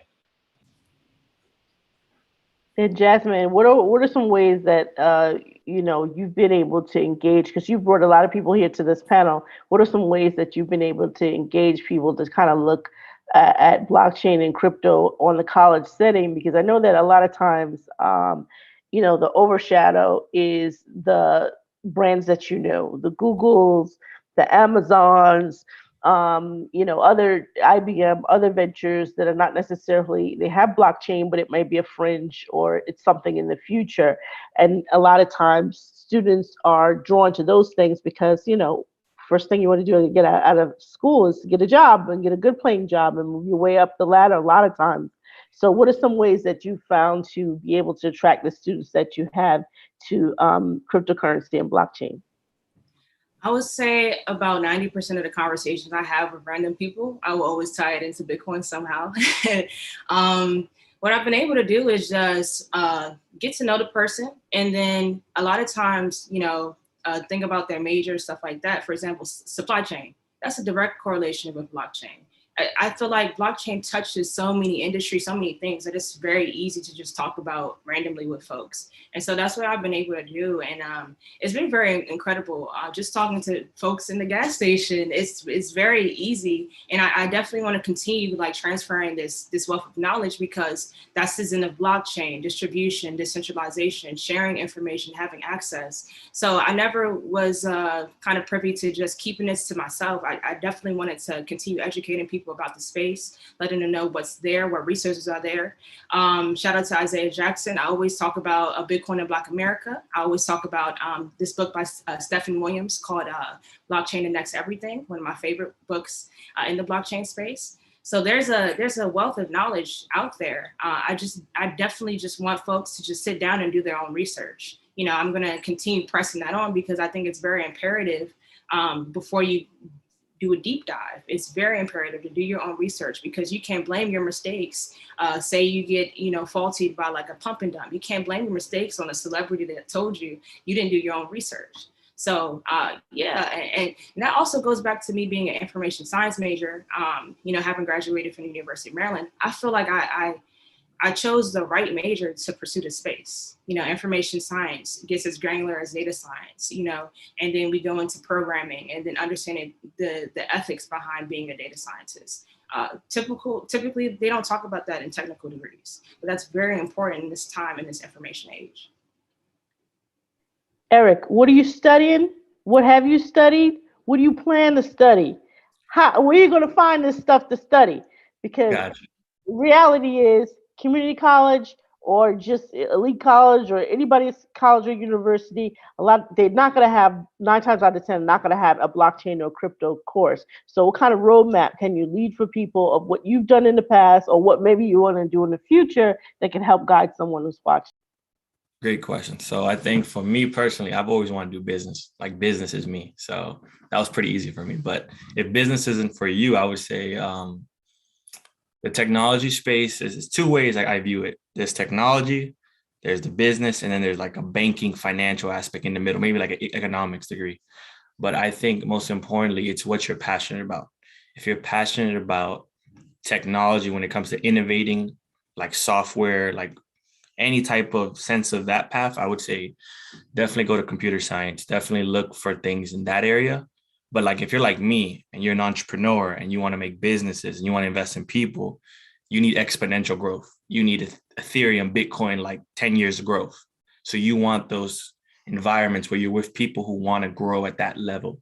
So maybe it's not like a bachelor's degree you're looking for, but a community. My community was Southern Management Leadership Program, which Jamal and Jasmine were also a part of. And pretty much they put you in a like-minded group where you're being told to solve like maybe case studies, or you're being told to solve like little problems during class, and you build relationships with people who also want that same path as you. So in my opinion, a bachelor's degree is perfect. Like a centered bachelor's degree is perfect, but more so, what other programs, what other fellowships are you joining? Where are you tying your talents with with the resources you have available?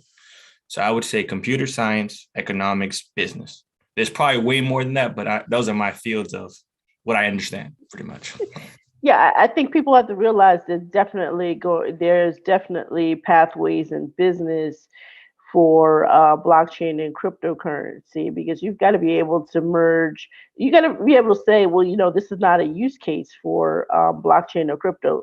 So if you understand what the advantages are to blockchain and crypto, you can also tell someone, this is better served by a centralized solution, but this is better served by blockchain or crypto. And you're going to need people knowledgeable beyond the networking capacity, the programming, and those type of elements to be able to come and bring their knowledge. So you need the intellectual property attorneys, you need just all sorts of different facets coming to the table. And one of the programs that Mousebelt has is actually a business blockchain track for those who are in the business sector, because there are ways in which you can improve business systems as well using a DAO structure.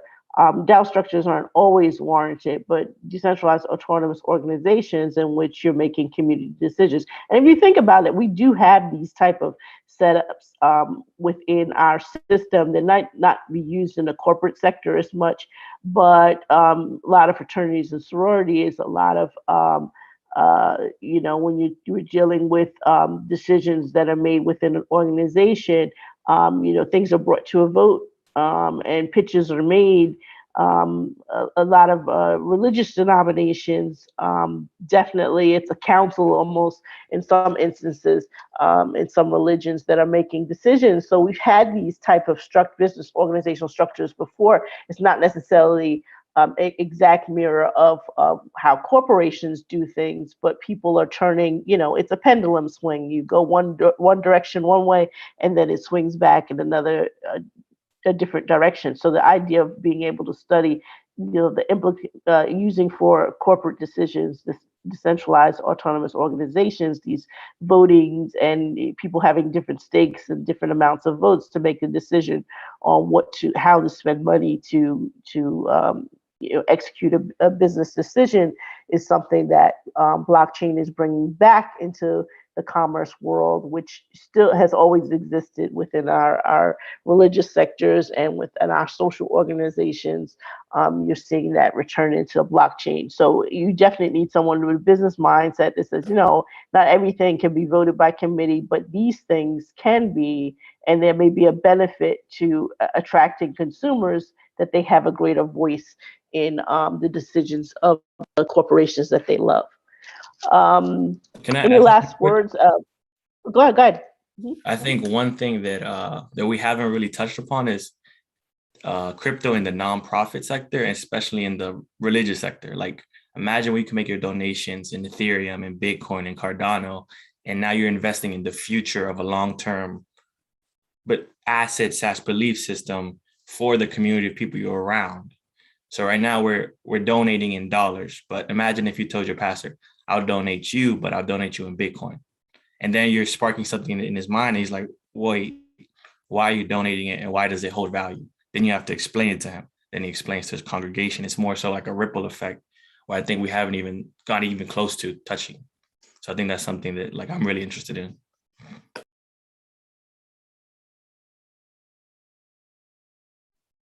Okay, Trey, do you have anything to add? Yes. So one last thing that I want to say before we go is when I was first getting started in crypto, it was a little intimidating. I think that it was intimidating first from the standpoint of there is so much to know about this technology and it's hard to wrap your head around, and it can be difficult to know about how do I get started both with just like investing safely, but also contributing and adding value to the industry. I think one of the reasons why I ended up getting my master's degree in retrospect is because I thought that I didn't have the skills or the education needed to go and start working in crypto. Let me tell you, as much as I love my master's degree program, I was wrong. And what I mean by that is that you today, by having a community college degree, you do have the skills necessary to start bringing value to this industry. You do have the skills necessary to start working at a company like Coinbase or any of the other big players. So I want for you all to take away from this that you belong here in this space, you can add value. And if you're interested in learning more, either about careers here at Coinbase or anywhere else, I'm happy to give advice and to plug you into opportunities. I'm most responsive on Twitter, just at Trey Edwards 919, and I'm more than happy to help. So I want to make sure that people know that we're here for you if you need anything at all. Jamal, do you want to share some closing comments and some ways in which people can reach out to you and and even ask? I would even add an ask, because I think a lot of times we like to talk about, this is what we're working on and this is what I can offer. But if you're in search of something as well, definitely put that out there as well. Yes, I'll say as we close up our end is our push for education. Yesterday we mentioned the need for promoting hard skills and digital literacy and the urgency of bridging the borders to learning. And I think that this is mainly for higher education professors and those interested in investing into education of African Americans and community colleges as well. And even to Brother Isaiah Jackson, of including project-based learning assignments and entrepreneurship incubators. That's something that I found was very useful for when I was at community college and at 4-year, which paid for some of my startup funds as well as for my education. And this is just to drive the hands-on learning and to create a different learning style for individuals like ourselves, and be more in a welcoming space to be more vocal, to decide ideas, solve real world problems, and investigating topics of issues that instead of having another group solve, we're solving ourselves. So we can solve our own problems using blockchain technology while funding it through cryptocurrency and growing one another as our generations grow. I see my little sister, she's 10, 11 years old, and she's already interested in investing in cryptocurrency. She's an artist and interested in making her own NFTs. So as we educate one another, it's gonna drive learning and more creative space to keep this community growing. It's only a one starting standpoint. I've only been in the area for about 2-3 years, but just the energy that I feel, just being in the presence of other like-minded individuals and with the growth of creating wealth and generational wealth for one another is the most exciting thing. I thank you for the opportunity to be here today. You can find me at LinkedIn, Jamal Basilio, or my email, jamalbasilio@gmail.com. I'm opening to investors into my startup as well as other ideas and interests of how to utilize blockchain technology in app development. So thank you and enjoy. Eric? First, I want to thank you guys for inviting me. Thank you guys for having me talk. But I think my closing remarks would be to just explore. Ignorance is power in this space. I'm learning every day. I feel like every time I learn something new in crypto, I'm a little slow, but it's okay because I'm learning at a pace which is fine for me. And for others, maybe they're like 5 years into it, but don't let that discourage you because we're still very early on in this space. And what we need to realize is that we don't know what's going to be the next thing until it comes.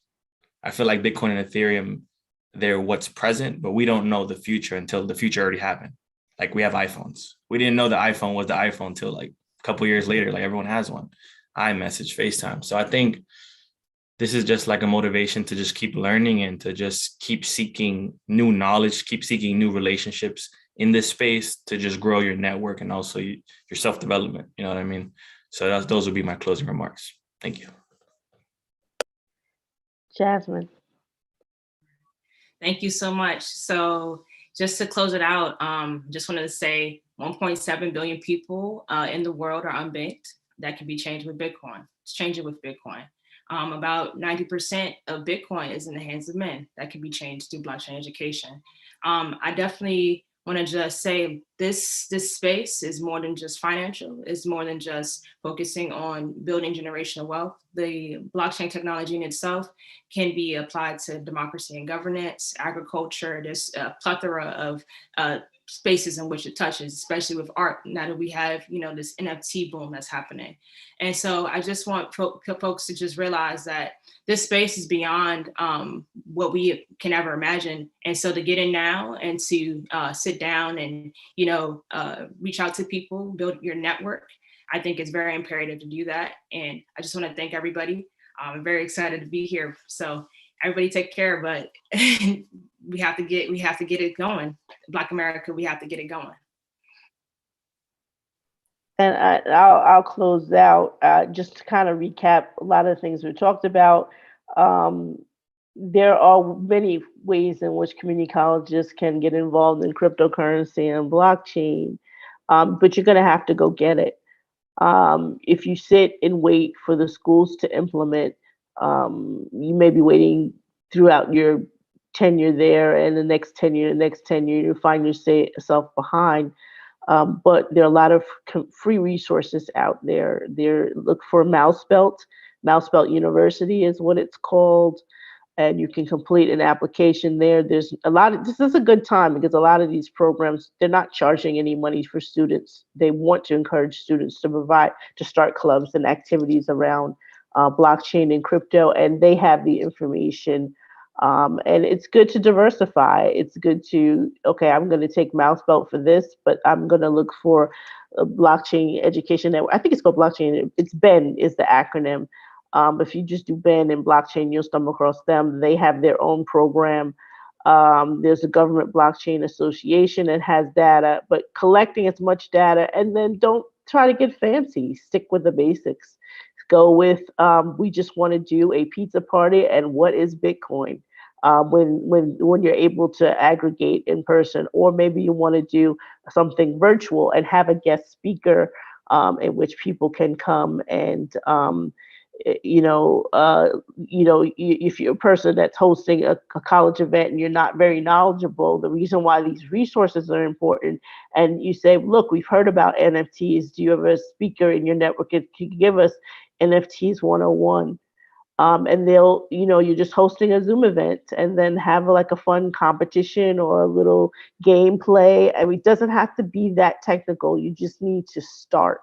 And then once you start learning, then you'll say, okay, you go to the next level, and you may say, okay, let's all take an online class together at Udemy, or some of the other online educational platforms that if you search, there's a lot of blockchain classes being offered. You need to look at who's giving the classes and what the topics are being covered. Look at the reviews, talk to someone who has taken the class before. They may have left a review. If you can find them, put in the legwork, and you can create the initial course offerings. I did this as myself as an undergraduate to some degree. I went to West Virginia University, and we did not have a major degree in Africana Studies. But there was an active Black Culture and Research Center that was on campus, and then we were basically gathering together and talking to the university, and they had plans. It's coming. But we did as much as we could. Then by the time my end of my sophomore year rolled around, they actually had a minor concentration, and I switched my minor at the last minute. So you can think of that in terms of blockchain and crypto. I know that, I don't know if Trey wants to say some last words, but Coinbase I believe has a learn area or a pay to earn area on the site. You can join together and go to Coinbase's site and figure out, what they're offering to learn. All the media outlets, CoinDesk, Cointelegraph, Coinbase. If you look for the little learn link, it might be buried, but that's free content that you can just pick and choose. I want to concentrate on the business component. Okay, let's do something here, and we can do it together. So, and then as you're going on, you can expand from there. Hey, you know what? Real quick, did you just hit it? First of all, just Deirdre, humbly, thank you. Sister Jasmine, shout out to you for even making this possible. It was your brainchild. You made this happen, and we gave it wings only because of you. Now, just to piggyback on what Sister Deirdre said, and definitely Trey with Coinbase, I'm sure they have some things, but Andreas Anopoulos could not speak this year. He gave us 25 things to give out, were like tutorials from his teachings. Like Andreas Anopoulos is like by far one of the most amazing. I came in on Max Kaiser, but he's more of a economist style. From a practical coder, developer, crypto person, Andreas Anopoulos is amazing.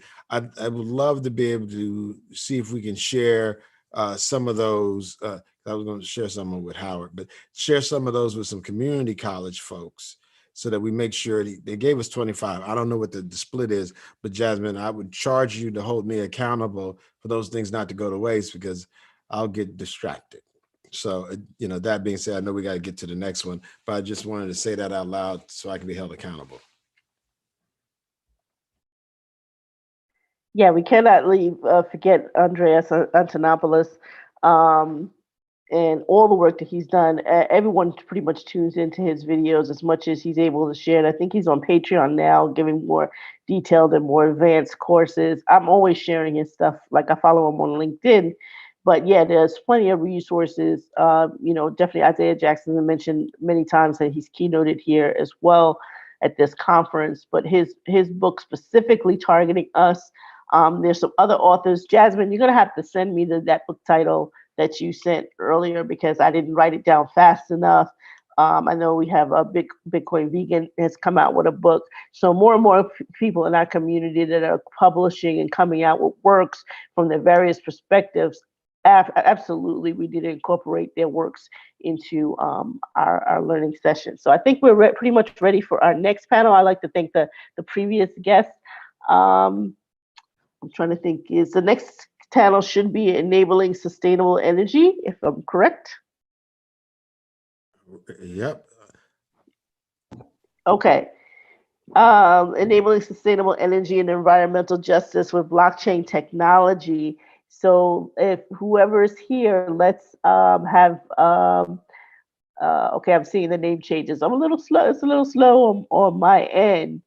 But yeah, that's definitely, we want to get into a lot of the how blockchain and crypto is connected to energy. We've been experiencing a lot of different types of weather changes and everything, and Bitcoin gets blamed for everything. It's because of those Bitcoin miners that apparently we're having all these flooding. So we will definitely want to talk about, is this myth true? Is it not true? And then, how is blockchain and crypto being able to thrive and help with business innovation and still remain sustainable to our environment? So without further ado, let's have some introductions. I can't really see everyone right here. Hold on one second. Just put it on gallery view because yes, we have a lot of people here today. So I saw Adrian pop in first, waiting patiently. So let's start with Adrian Olayinka. I'm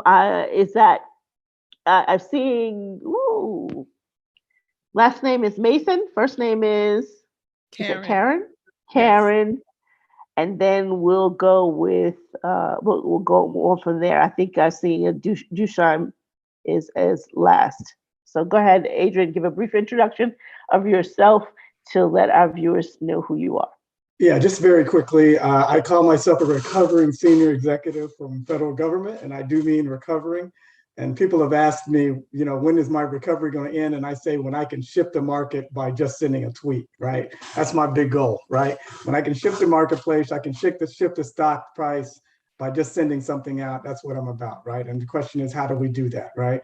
So my background is I was CIO for Federal Emergency Management Agency, FEMA, for 6 years during the most terrific time in the agency, although COVID may be trumping that now, but during the traumatic hurricane season of 2017, Hurricanes Harvey, Irma, and Maria, I led all of the IT and technology response and recovery operations for the agency at that time. Prior to that, I was with NASA Goddard as the NASA Goddard CIO, where I ran all mission operations networks for anything destined for space. So normally when you saw the little kids in the background with the president around them speaking to the International Space Station, that was really over my wires. And then I spent 3 years at National Weather Service as the National Weather Service CIO, where I managed and led all of the US rights and access to weather data, to include some of the supercomputing side and ensembles where we generated the national forecast and then pushed that down to local end to be refined by local forecasters. And then I began my career at Department of Energy, where I stayed there for 17 years. I led a lot of efforts around cybersecurity as well as environmental sustainment, and also started the environmental justice program with EPA way back when I first started and started talking to them with how do we engage state regulators and the like to look at cleanup strategies around minority populations and folks that are at risk and underserved. So that's a quick intro, and toss into the other panels. Hi, everyone. My name is Olayinka Odeniran. I am the founder of Black Women Blockchain Council, also known as BWBC. It's good to be here with everyone today. BWBC is a benefit organization that aims to educate as well as raise awareness about the blockchain technology. We also provide initiatives to promote Black women in this space. We actually started in 2018 solely because back then when there was the Bitcoin conference back in Miami, there was a large amount of speakers who were male.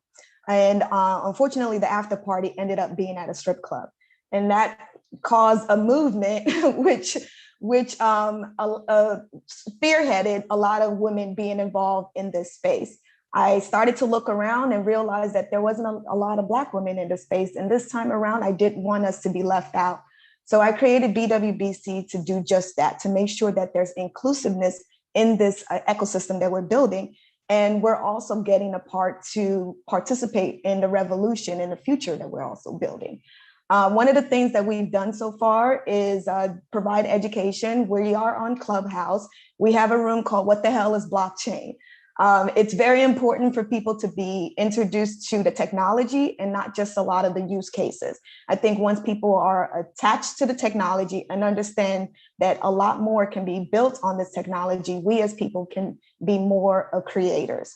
Another recent initiative that we've started is to increase the number of Black women blockchain developers in this space to 500,000 by the year 2030. As you guys are probably aware, there's a huge demand for blockchain developers, but there's a small supply. This is a way for us to be solution oriented and be involved in creating the future. So we're very proud of that. It's not just for Black women, it's also for Black men, and it's for the entire diaspora. We want to make sure that as a global community that we're all involved and we're all participating. There is 2 tracks to that program. One of the track is, of course, the developer track, and the other side is solution architects. So if you're an individual that's in your industry and you've heard the buzz that your corporation is interested in blockchain, you can sit at the table once you go through this track and be able to dictate and provide information on how to spearhead implementing this technology into the infrastructure. So we're very proud of that. We're excited, and we're very excited to be part of this panel. Thank you. Hi, I'm Karen Mason. I'm a surviving student, parent, and educator of the New York City Department of Miseducation. I teach web design, animation, digital photography, and AP computer science principles to high school students. I've developed a curriculum over the past 20 years that has earned my school, the Brooklyn Studio School, no less than $1 million in state funding. We have experimented with augmented reality via the HoloLens, and we're about to embark on NFT development in my digital photography class. I worked on making my department and my curriculum state certified, resulting in our students being accepted into top computer science and art schools in the country.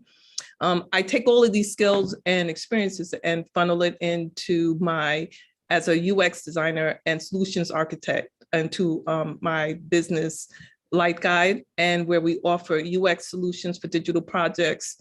And currently I'm working with musicians and artists, and we're creating an NFT experience.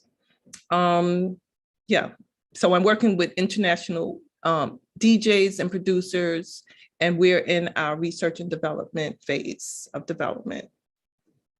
Yes, glad to be here. Great. Sorry about that. Great. Let's have Charles and then Professor Shern to close.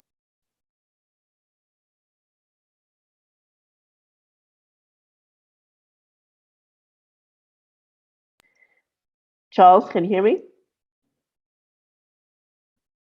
Let's go with Professor Shern, because I'm having some audio. I can't hear Charles at all. Professor Shern, please do an introduction. Hello, everyone. I'm Todd Shern from the Howard University Systems and Computer Science Department. And my role here is multifaceted, but it really is to bring awareness to the value that Howard and HBCUs could potentially play in many of the initiatives that have been discussed thus far. One of the initiatives that we are engaged in at Howard is with Melanin Solar, which is seeking to link solar generated power with a new token that is BTC linked. And so we're working with governments and the World Bank, and there's a need for power. World Bank has an initiative by 2030 to have most of the world's population be accessible to power. So we're trying to work to satisfy that, and using blockchain in two areas. First, obviously in the investment space, but then secondly, as this negotiation or this trinket for peer-to-peer energy trading. That's it. Thank you. And the last, thank you. The last introduction, Charles.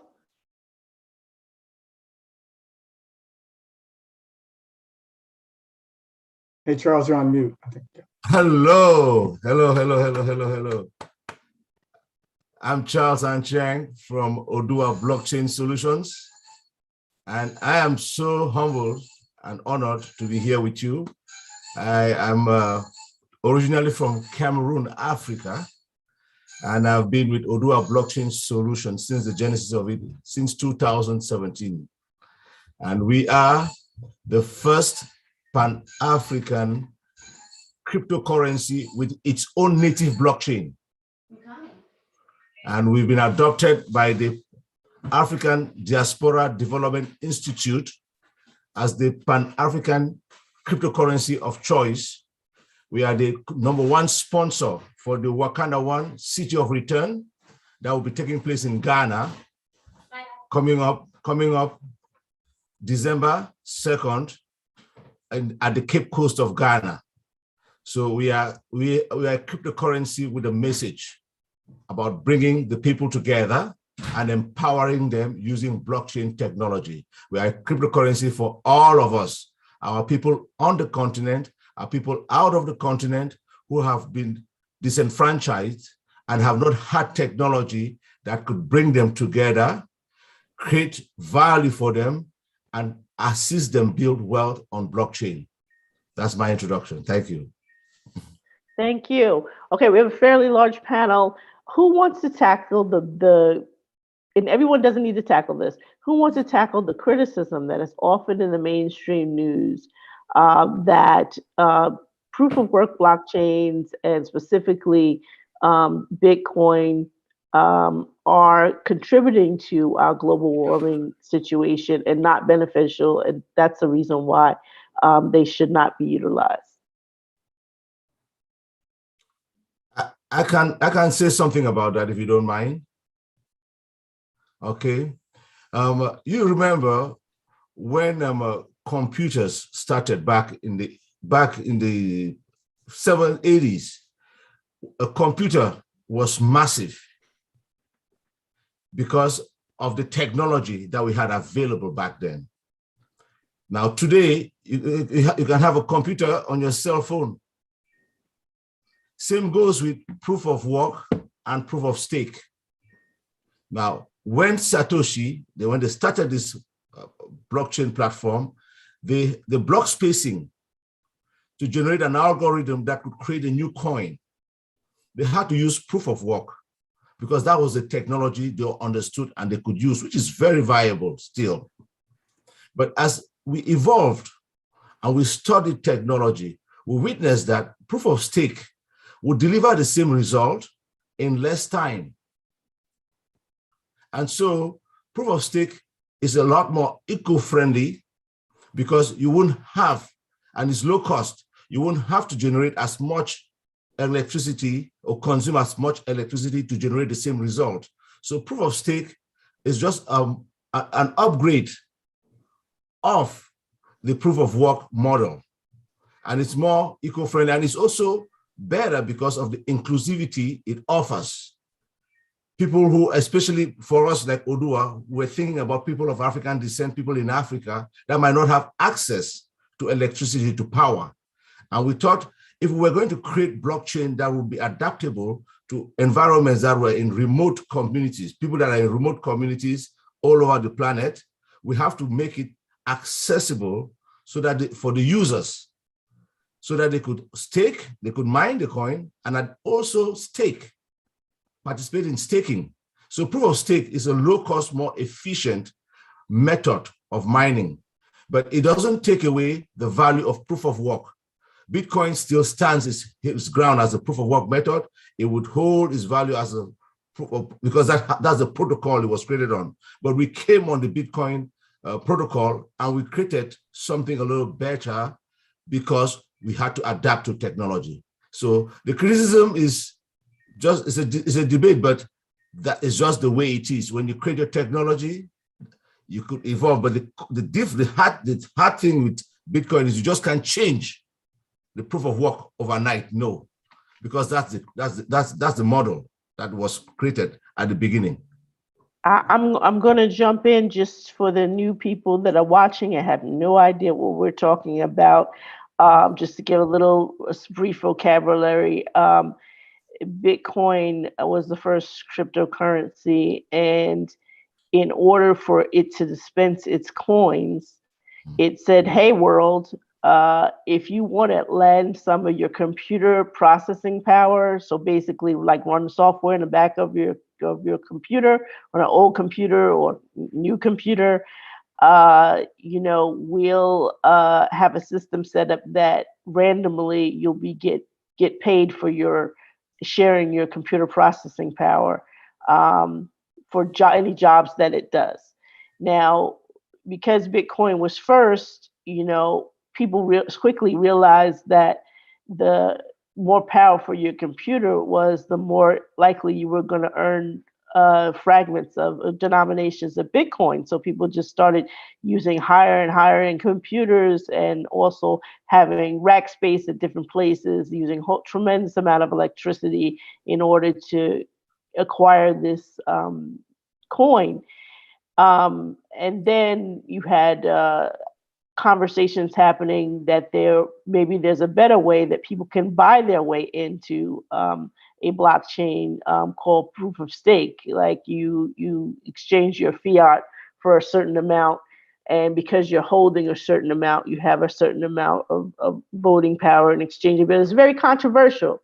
So, but the proof of stake system, you can, there are ways in which people can earn more cryptocurrency by locking it away. Think of it like an IRA or 401k type model implied into the blockchain network. And so a way of dispensing funds that everyone either gets some free because the producer of the coin is giving it away, called an airdrop, or you can buy your way into a chunk. And it's as controversial as saying all these different positions, proof of work versus proof of stake, is as controversial as saying the Cowboys are the best football team that ever lived. Some people believe that, some people don't. The New York Yankees are the best baseball team that ever existed. Some people believe that, some people don't. You know, the Williams sisters are the best tennis players. So we're getting into these at least these two models, and there's a hybrid in between. There are people that are doing proof of work that are more green energy, low processing power computers, and they're having it so that you can build a protocol on top that has staking, so independent things. Think of these things as like, you know, the blockchains are continents, but you could put little nations on them, so other protocols, and then within those little nations you can have little cities. So it's the same thing, just repurposed in the blockchain world, because everybody wants to customize and meet their community's financial needs. So does anybody have anything to add to that? Go ahead, Adrian. I mean, this is, you know, so I struggle with even that, you know, this conversation, because if you look at the percentage of what blockchain represents from the standpoint of technology, data centers worldwide, why are we even talking about this, right? This is misinformation. I mean, it's a political argument to actually prevent people from entering into the blockchain sort of industry, investigating it, because they realize it's going to be disruptive to many of these markets that we have. So I even struggle with even having the conversation. That's why you saw me smile when you asked it, even though I know it's out there. And one of the things is I run after my life in government, I've started a nonprofit called the Smart Tech Nexus Foundation, which empowers faith-based organizations for social service delivery at the distant end using technology, blockchain, geospatial, the whole bit of it.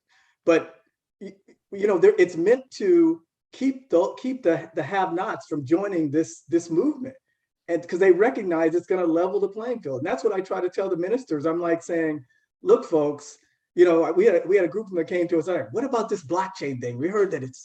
I was like, okay, number one, think about the amount of technology you use in your daily life, and you're trying to tell me that this little tool that, again, you can use on your phone, you can have your own rack at home, you can have, you know, your specific set of equipment that you can buy.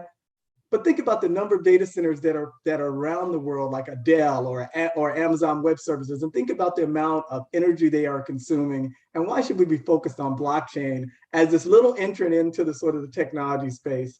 So we have to really, I want us to step back, and we also shouldn't react to nonsense, right? We can't make sense of nonsense. So I usually I like put it to the side and I move forward, right? Because I can't waste that much time on it because I have so many other things to do. That would be my comment. I 100% agree with Adrian. I'm shaking my head vigorously right now because he's saying nothing but the truth. He mentioned Amazon and stuff, but we also have the financial institutions.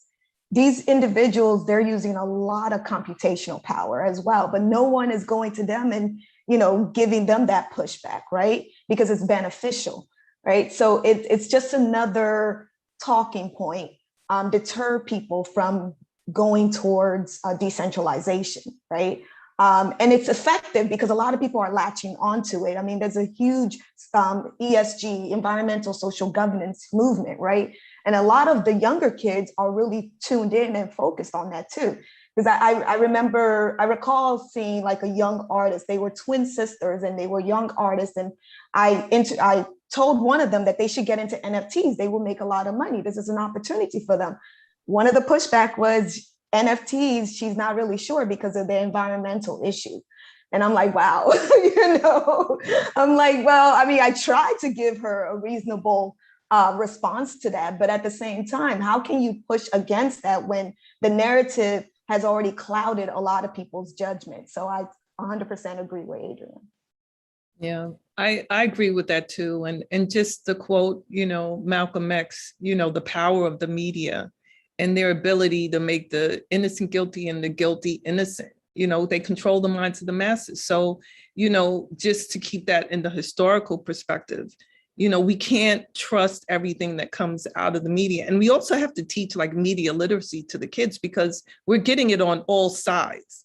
And what's for the best interest of this country is sometimes thwarted by the media, which is being paid off by corporations. And this country's being left behind. Worldwide, everyone's on this. And now we're behind because, you know, I guess banks and other corporations want to kind of hoard and control, you know, so. And, yeah, and Karen, to your point, our Black and Brown people are the farthest behind. Yes. I mean, even if you just take COVID-19 and the vaccine as I don't know where you are, anti-vax, vax, but the whole bunch of misinformation, I mean, it just tells you the power that media has on our young people's minds today, right? And we really have to be, like you said, wise consumers of information. And we're not teaching critical thinking enough in our HBCUs. And Todd, I'll get to you too on some of the HBCU stuff I'm doing as well. But I mean, we have to really begin to teach that as a skill set. You don't necessarily have to agree, but you at least have to be able to discern in a reasonable way. And right now, the sources that come out, you know, they automatically trust them, right? And so you have to, and we know that there is disinformation out there, misinformation being populated throughout our networks, throughout our Facebook page, throughout all of our Twitter accounts. All of that stuff is happening, right? And so we have to really begin to educate our young folks as quickly and as soon as possible, and make them wise consumers of information. And that's very difficult in this stance right now. So it really starts at home, and many people don't have that presence at home to even have that conversation, right? So we got to figure a way. Right, and I know even for me, in my computer science class, like teaching coding, you know, in all aspects, it's like I always tell my students that it increases your problem solving muscle, you know, and you become much more critical thinker. And a lot of times, because the whole curriculum around the country has minimized critical thinking, so now we elect who we elect and we accept information without questioning it, because we don't even have, just like you said, Adrian, we don't have the skill set. I also want to speak to the fact that this discussion that we're having right now about the environmental issues with Bitcoin really started from Elon Musk, right? An influencer who decided to use that as a way for him to move into Dogecoin and out of Bitcoin. Prior to that, I mean, nothing has changed since the time he purchased Bitcoin to the time he said all of a sudden, you know, the environmental issue is a big factor for him to transition out. Nothing has really changed. There was always that component there, but all of a sudden it didn't serve his best interest, right? And now he's pushing Dogecoin, right? So it all goes back into that critical thinking. Like, how does it benefit this person? Because he's now doing this to move money from one area to the other, and it definitely benefits him. And the irony of that is SpaceX. The fact that many of the people who kind of question, because we're not going with their particular crypto properties, many of the people who question whether or not Bitcoin is green, or, you know, any other blockchains coming along, why do we need more proof of work blockchains are green? They also shoot rockets into space and trying to get people to, which is like probably the most ungreen thing they could do.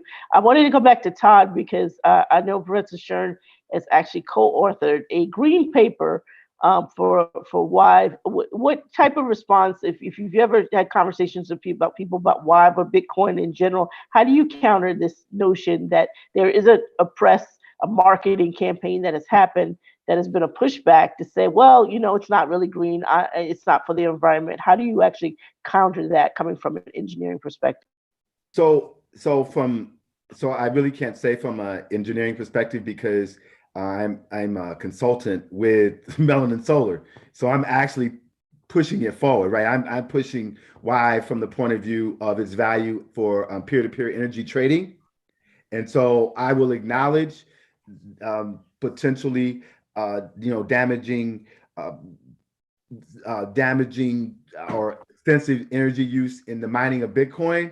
But from the perspective of our business, we're pushing the token as peer-to-peer trading currency. So what can I say?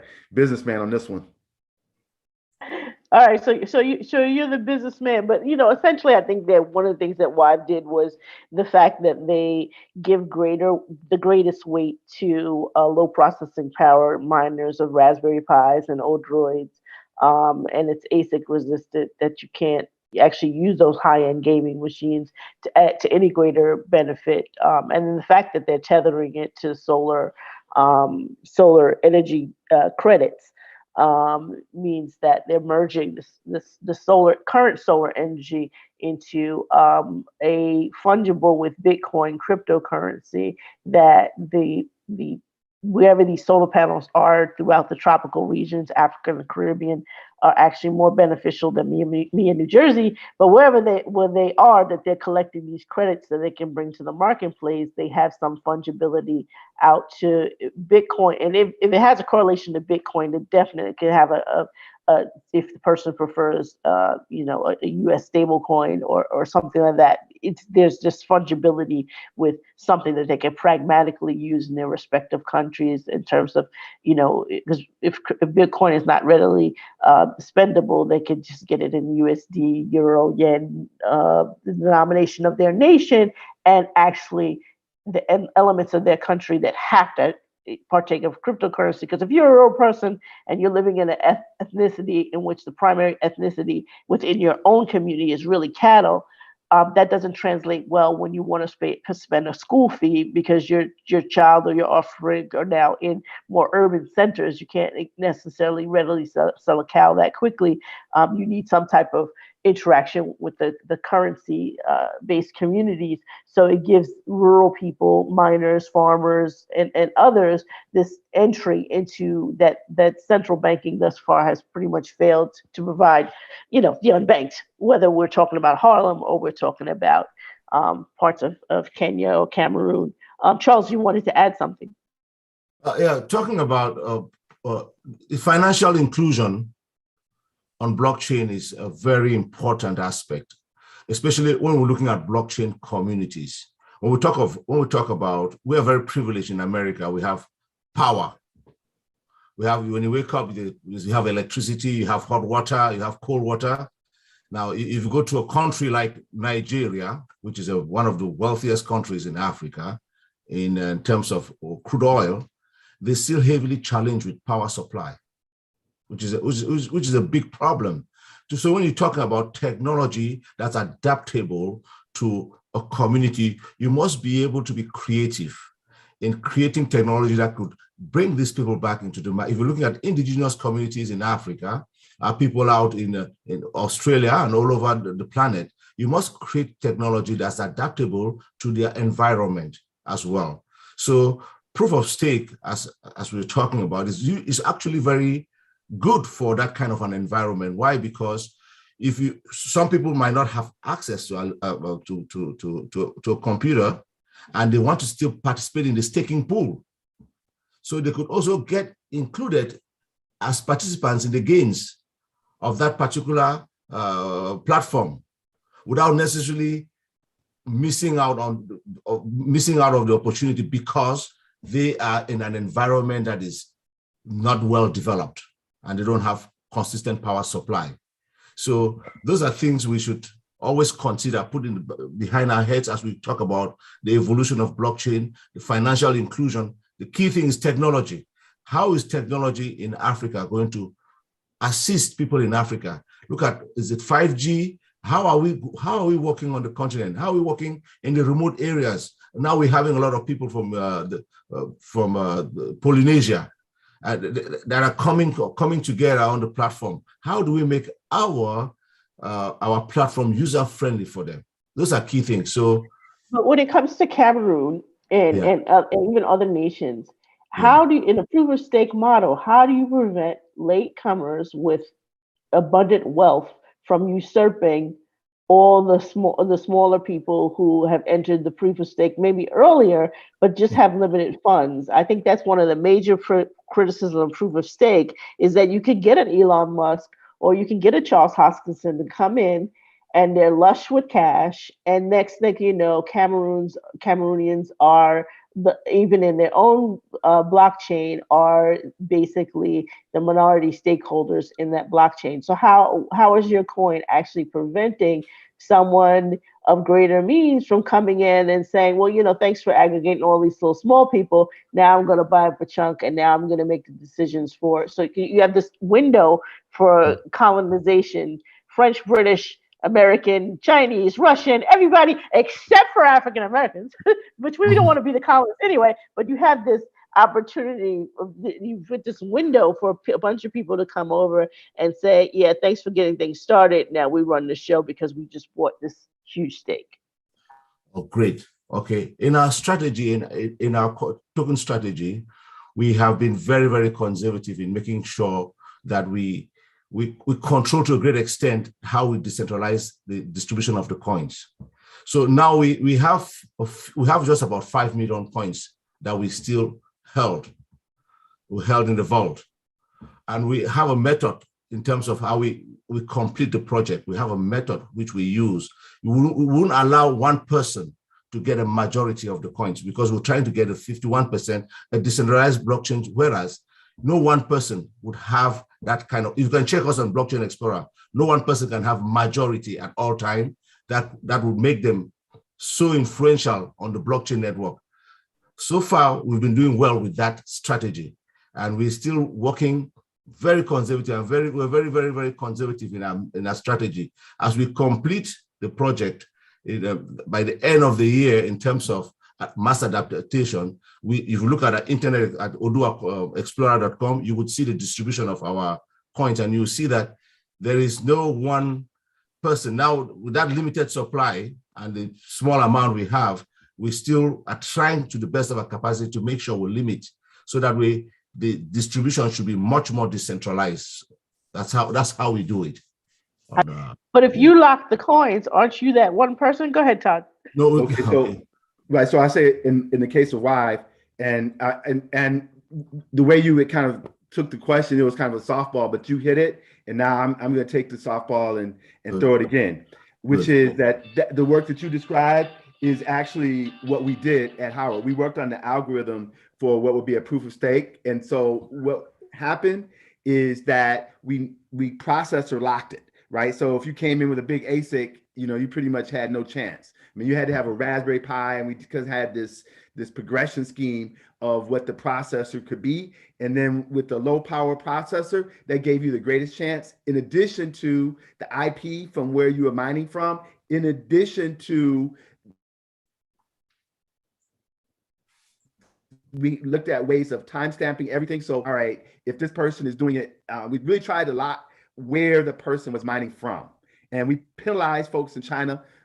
Fortunately, we penalized African Americans because we didn't know how to separate African Americans out. If you're in North America, how do we know whether you're Black or not? We don't. So we just kind of gave only a 10% chance. So to your point specifically, is that we addressed it algorithmically as best we could. Additionally, to your point, if someone comes in with a lot of cash with a low power mining operation that they want to run in Kenya, then they can play us as well. Wonderful. Wonderful. Wonderful. You know what? I'd like to go ahead. Sorry. Oh, yeah. I'm sorry. Todd, how do you account for VPNs? So that's a good question. And we actually don't. The way we do look at it is, unfortunately, if we're not able to make a decision of where you are, we kind of put you in this category of like low percentage of being able to get a coin. Because it's all percentage based. So it's like an algorithm, and then we put a percent on top of that. And so it doesn't really matter if you solve the problem, because your percent can be so low. And so if we're not able to pinpoint where you are, then we assume you aren't and put you in that pool. All right, we're pretty much out of time for this panel. The panel went really very quickly, and we're not going to solve the proof of stake versus proof of work debate. But as long as mindsets are moving forward to doing things conservatively, definitely, whether you're in Cameroon or whether, I think Wive is based fundamentally in on the African continent, but specifically in Kenya, there has to be thought to empowering the respective nations of Africa, empowering the respective nations, the people, and combating not only poverty, but building the middle class, to be able to bring industry to the respective countries, because that means something to us and as African Americans. And we can form these type of links across the board. So definitely want to thank, it was way too short. Want to thank our panelists for this presentation. We'll give a brief discussion on sustainability in terms of blockchain. Well, hopefully we put to rest the myth that even proof of work Bitcoin, the way it originally was, is infinitesimal compared to what the energy uses of central banking, and certainly, of course, to the space commercialization of the space program. In terms of, and then as things move forward, this idea of using renewable energy sources of solar, wind, damming, it's definitely going to affect all the computing industries as we move forward. So again, Todd, Karen, Olyenka, Adrian, and Charles, thank you for this panel presentation. Thank you. A few minutes. Okay, I think we're I hope I see you guys in Ghana. I hope to see you guys in Ghana in December. Oh, what's happening in Ghana in December? The African Diaspora Development Institute is hosting the African Trade Expo, Wakanda Trade Expo, at the Cape Coast in Ghana. One of the kings of Ghana has offered land, especially to African American people, to come back and become part of the Cape Coast. It's one of the key movements that's driving our people back to the continent for ownership of property in the city that will be built with our own vision as our people, with our own investment. So we're hoping that we could bring all the tech savvies from the US, from the Caribbean, from Africa, that we could all meet and exchange value on the continent. So we really look forward to seeing brilliant people like you on the continent, because we're saying that we together should build the Africa we want to see in the future. Yeah. Hey, Charles, can you send us, at least get that information out to us so we have it? Because I'll be more than happy to. Yeah. Okay, appreciate it. And I don't know if Deirdre and you can coordinate that or not, but it'd be great to have that information. Yeah, definitely send the information out. We actually have a little bit more time. So I know, Karen, you were trying to buzz in before earlier. Okay, there was something that you wanted to say on this issue. Well, it was just on, like, when I look at blockchain and how it's presented, you know, like if somebody was coming to look at this conference, it's kind of back end, you know, a lot of the information, and it could really kind of scare people off, and it can make us kind of, the whole construct is kind of elitist. And remember, our power as African people is that we were able to kind of embrace everyone and not turn everybody off. And so I think we have to have, like, maybe the role of education, also people or designers, UX designers and artists. And that's what I really like about the NFTs, is that now you start to have once you start getting the creative element as an African people, that's our strength. And that's where we can, when we combine the creativity with the technology, that's where we can make it more practical, and we're very practical people. Technology is just a tool. It is not the end goal.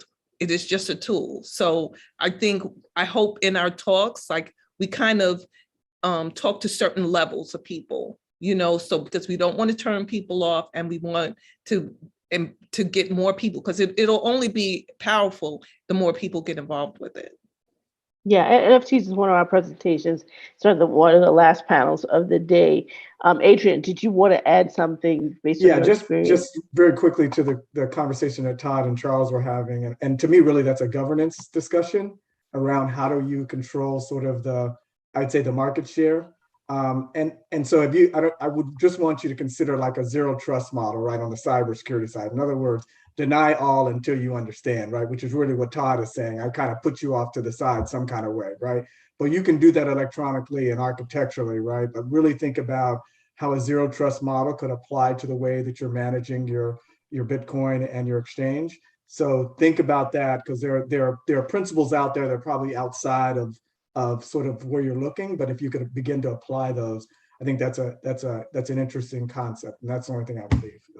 Adrian, can you explain the zero trust model? Yeah, it's really not. So, normally what you do on a network is you allow people to come in. You just grant them access, right? You may get a little bit of information from them. Zero trust really says, no, I deny you till I really understand who you are, and I actually send you through a couple of hoops. I put in place an actual automated process for me to clearly understand who you are and for you to actually make yourself visible to me. Because again, as Olayinka was saying, you could go with VPNs, you could have a cluster of machines behind a VPN. It looks like one little thing, but it's actually a monster, amount of compute behind that VPN, right? So that is going to happen, and that is the way that scientists have been, computing for years, right? That's their model. So we really need to think about how those different models could apply to the way that Bitcoin is being sort of rolled out to our community. And I'm really talking about our community because, again, Deirdre, I do agree that there is going to be this issue of how do you have market disruptors even within your environment, and they will either visibly make themselves present, or like you said, they'll slow walk you, right? And then automatically, next thing you know, there's somehow they're managing the way that your business is being conducted. So we have to always, I'm a security guy, so I always think about that context. But I'll send you guys some more information on zero trust and all that, but that's a big thing to kind of just consider.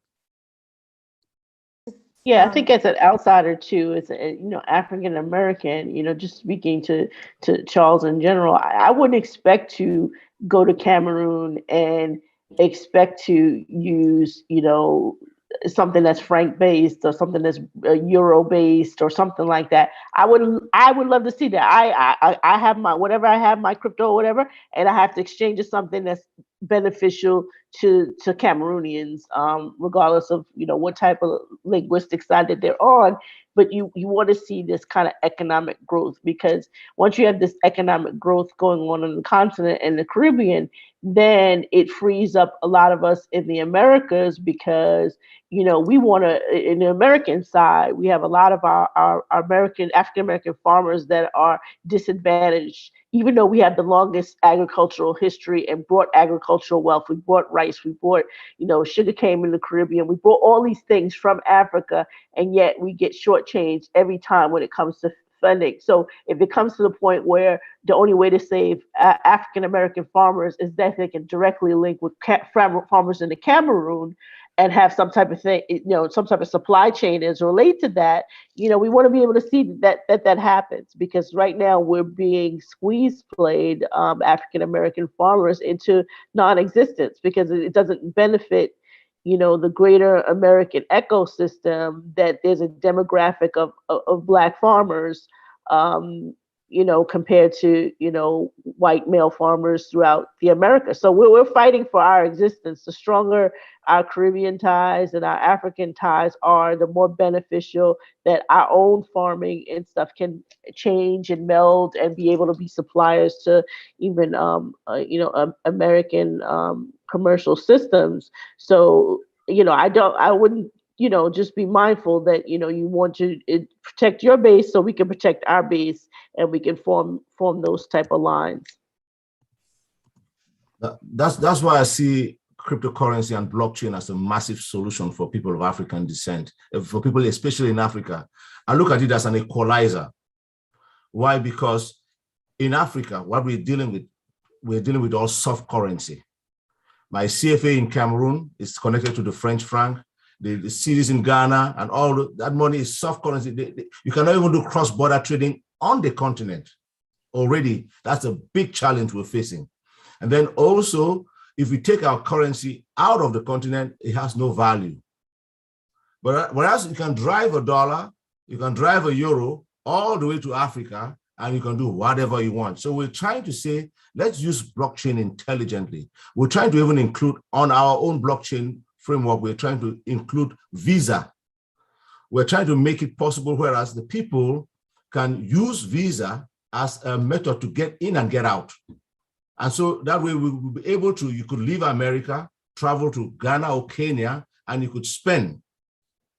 You could spend without necessarily going through the headaches that you had to go through because of the centralized manipulative measures that have been put in place to keep us divided and conquered using finance. So we are looking at those blockchain as a solution, and we're praying that Africa understands the value of blockchain as a solution for accountability of their assets and even for transactions moving forward. So that's where we're coming at this with our own, especially as a Black African blockchain platform. We're thinking we have to work together and bring all of our people, because our community is our power. We have the numbers. We have the numbers in the Caribbean. We have the numbers in Africa. Then we have the land. We want our people to come back to I want you to come to Africa, come to Cameroon, come to Ghana, come to those countries and build farms. Okay, with that, I want to close out the panel because I'm getting an alert that we're a little bit over time now when we were under time before. Thanks again to these panelists, and we're going to move on to the next panel. Thank you. Hey, Deirdre, can I say? Yes. Can I just give one thing? I want you to look at this infrastructure bill that the U.S. is putting out. There is so much. We talk about reparations. The reparations are in that bill. HBCUs, $45 billion sitting in that bill. So I'm telling you right now, we gotta be thinking about stop chasing money when money is actually in the budgets right now. So small businesses, you must engage and go in and run and get that money because there's money there. Absolutely. All right. All right. Thank you. Okay. Bye. Bye.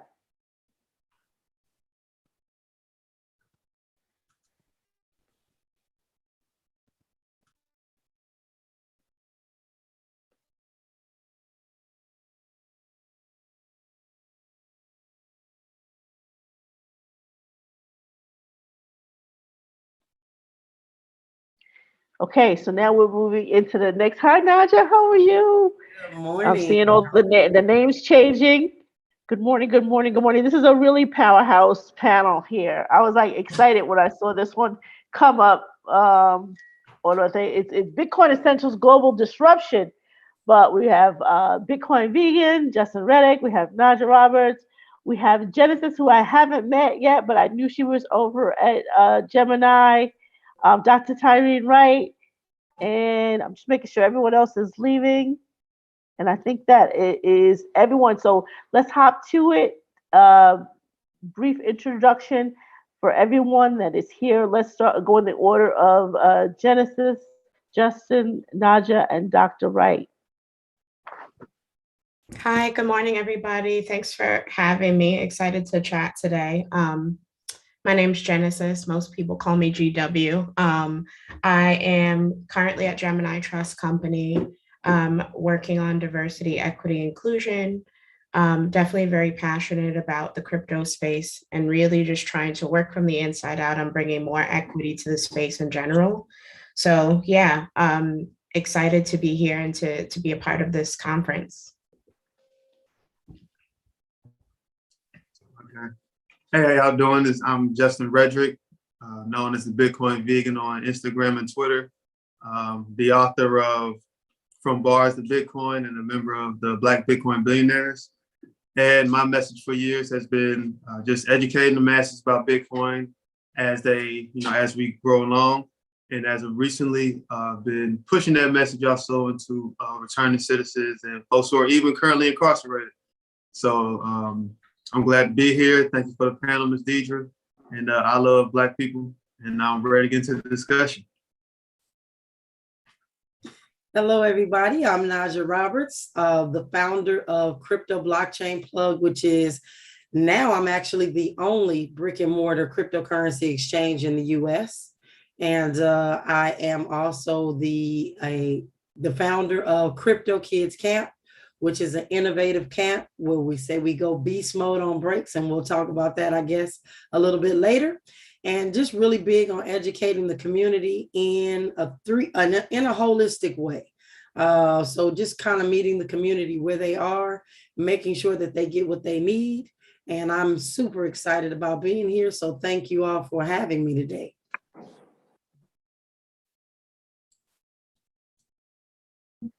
Dr.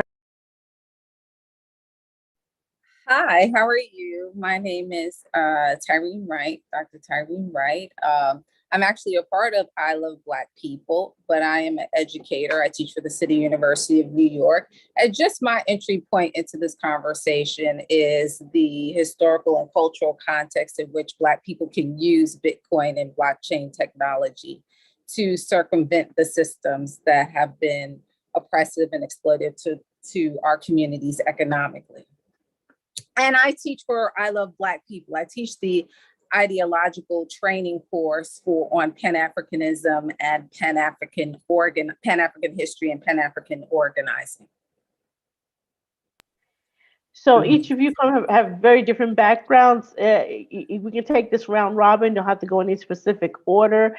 What's one way in which you think that Bitcoin is disrupting your respective ecosystem? What's one thing that you can put forward to share with someone saying, you know, because of Bitcoin or cryptocurrencies or blockchains, this is happening that hasn't happened before? I mean, essentially because of Bitcoin and the cryptocurrency blockchain, we now have access to uncontrolled wealth, and we have the access to spread that knowledge and wealth amongst our own people in any form or fashion we like. And we can also tell that it works.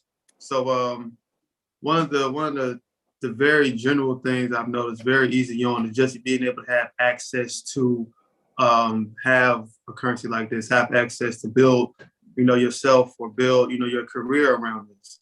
Just the access alone and have an opportunity to even participate. Is very, very key, because we've never had our foot in the door. And when we have our foot in the door, we can now start making better moves for ourselves further down the line.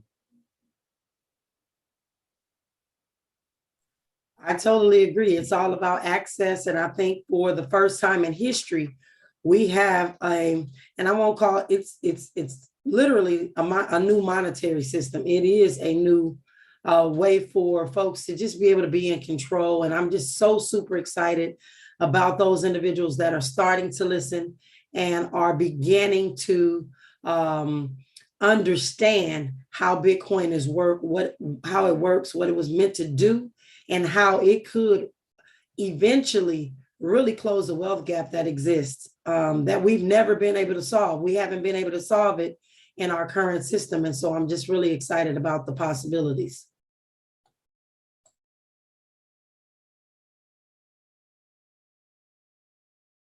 Genesis? Yeah, happy to dive in. I think like one of the interesting things that I observe is just thinking more broadly about the crypto space. There's been like recent data showing like really the enthusiasm of Black investors wanting to be involved in crypto. I think right now, looking at America, I think there's somewhere around 14 or 15% of Americans are invested in cryptocurrency.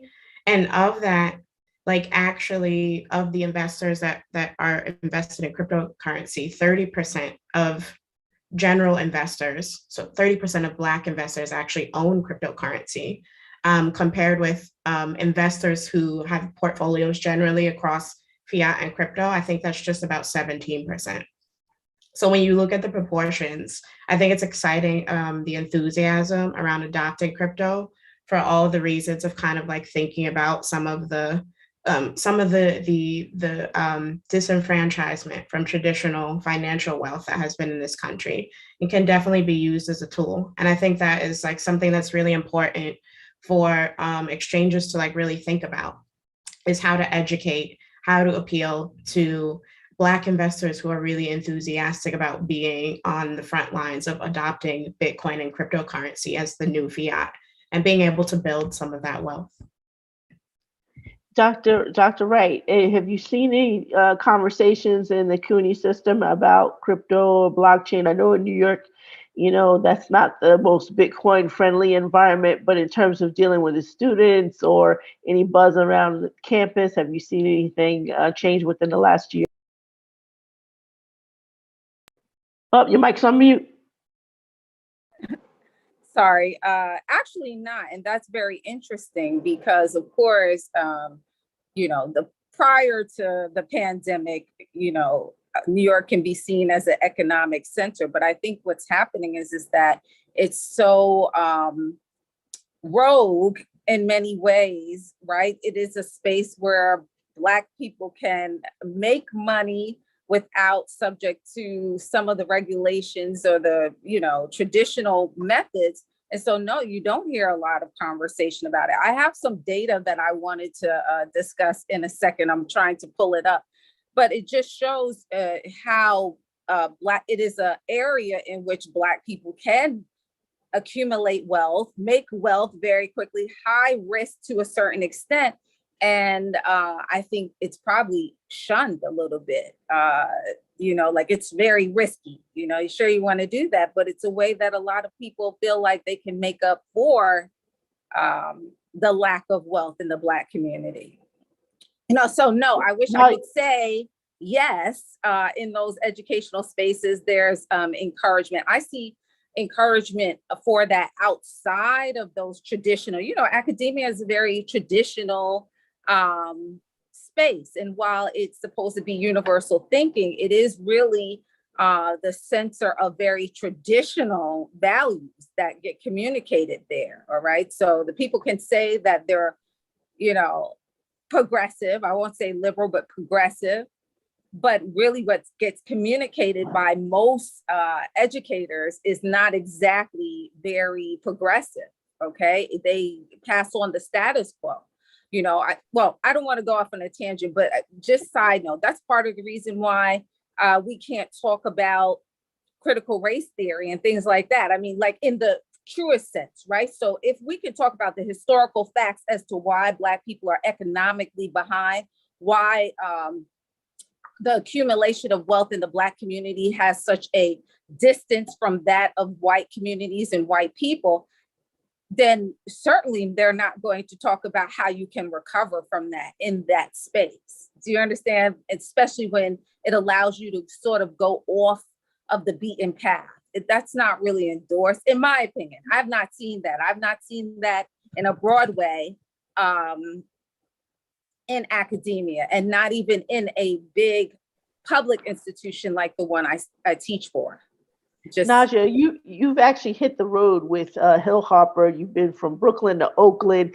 Were there any differences when you guys were on the street during the pandemic and talking to the Black community throughout the country? Were there any differences that you noticed in terms of people understanding what was happening within the Bitcoin space? Were you surprised by anything when you hit the road? Because you really were in people's faces during the pandemic.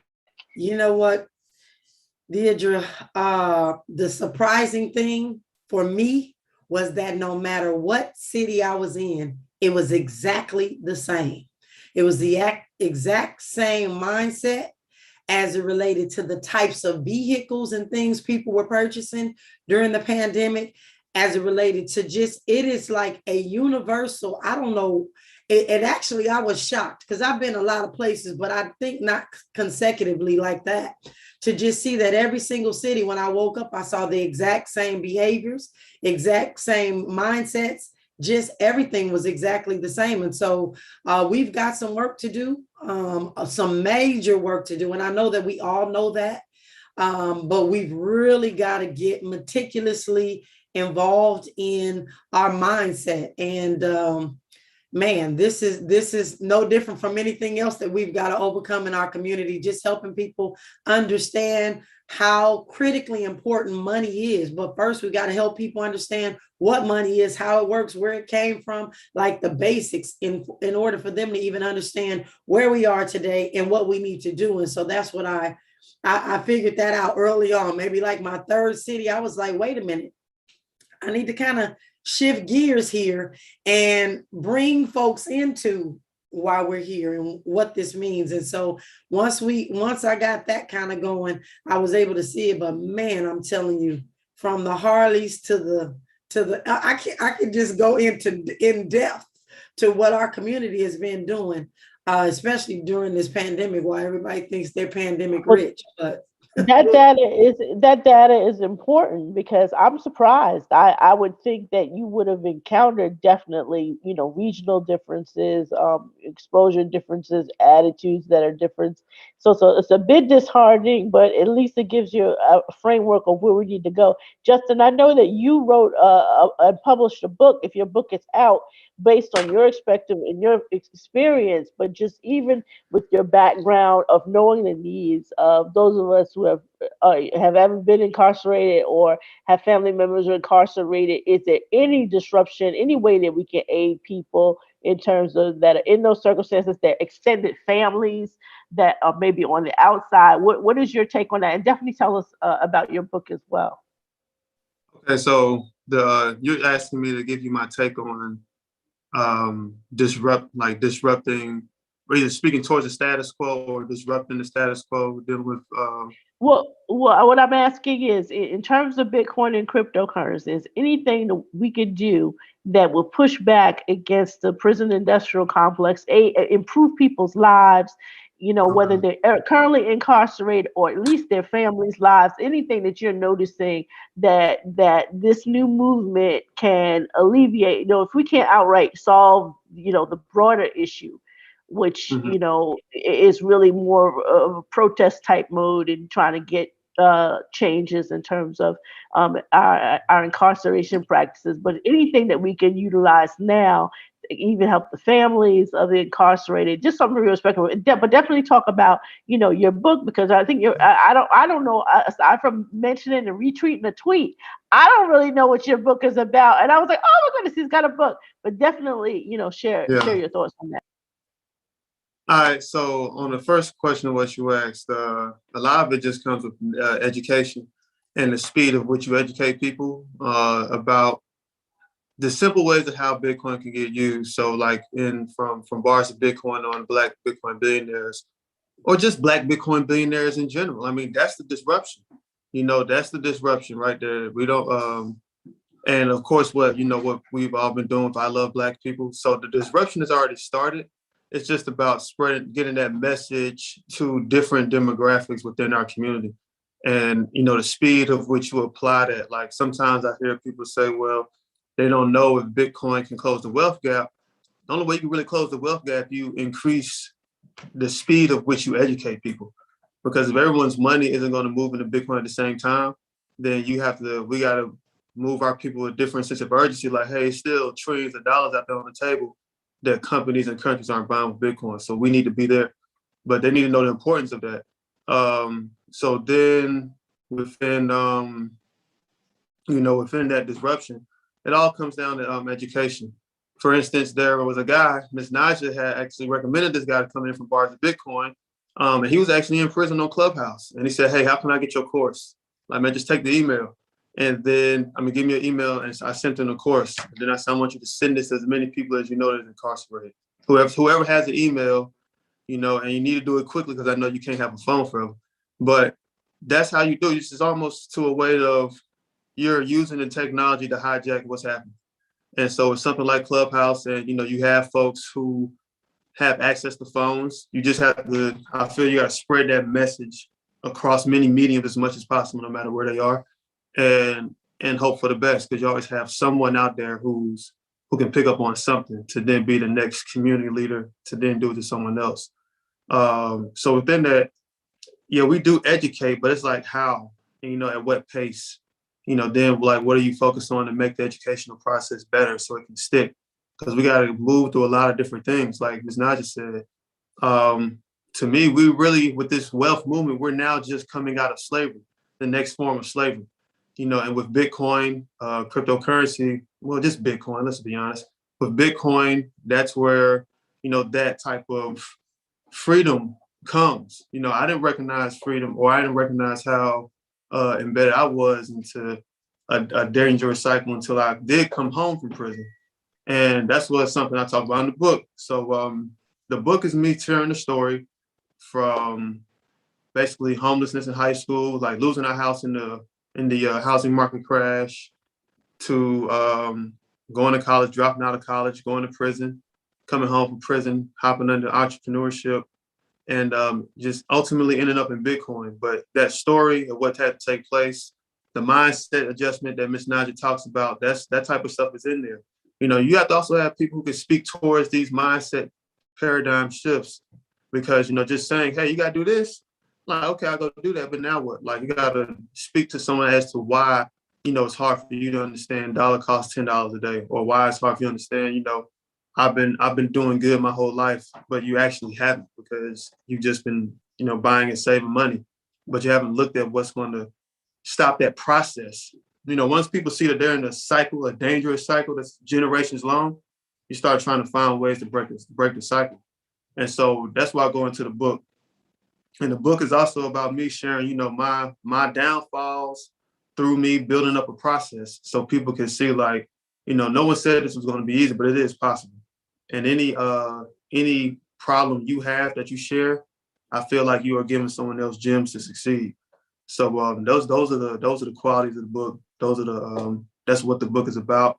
And it's just a big highlight of different learning experiences, even from the very first the Black Blockchain Summit we had in 2018. You know, I tell those stories. I tell what those learning experiences was like, because someone who feels like they don't have hope, we don't feel like we have hope as a people. You know, you see all the big billionaires talk about Bitcoin, but you, this is what it is. You hear people say how Bitcoin can change lives and help people economically, but you only see billionaires talk about it. So everyone can actually say how Bitcoin can change lives. Well, my book actually is going to tell you how that happened, and how, if you're looking for yourself to change your life with someone else, how that process can start taking place. Thank you, Justin. Genesis, you're at Gemini Exchange.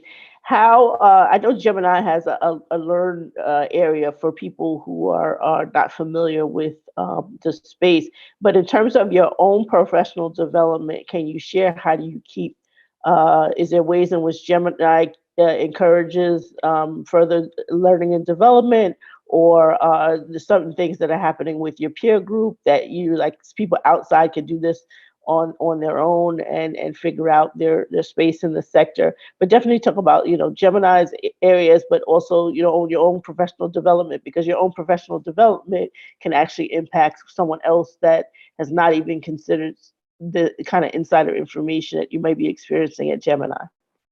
Yeah, so just like thinking about that more broadly, one of the things that I very much agree with is education as a big component of that. And I think, like, we, you know, in the ways that we try to connect with potential new investors is really providing those inroads, easy ways for people to kind of understand the technology, understand some of the safety, you know, because again, we talked a lot about risk and how people feel about diving into crypto, particularly Bitcoin. You know, I think a lot of the news you hear tends to be about the volatility. And so more of the education is about, like, really looking at how, you know, how people can kind of build that into that wealth. So an example of that, right, is like we have Cryptopedia that really kind of breaks it down, like, very simply, like, what are these concepts? And really it's from people who we asked to kind of really, who are really kind of a part of building this technology, to like really talk about it in an educational way. But even thinking about, like, simple ways to educate people as to how they can take an on-ramp to crypto is really important. So for example, I used to have conversations with people who are like, I don't have $50,000 to invest in one Bitcoin. And it's even telling people, hey, you know what, you can actually invest in it incrementally. You can buy a portion of Bitcoin or any altcoin, and you can put $5 into it.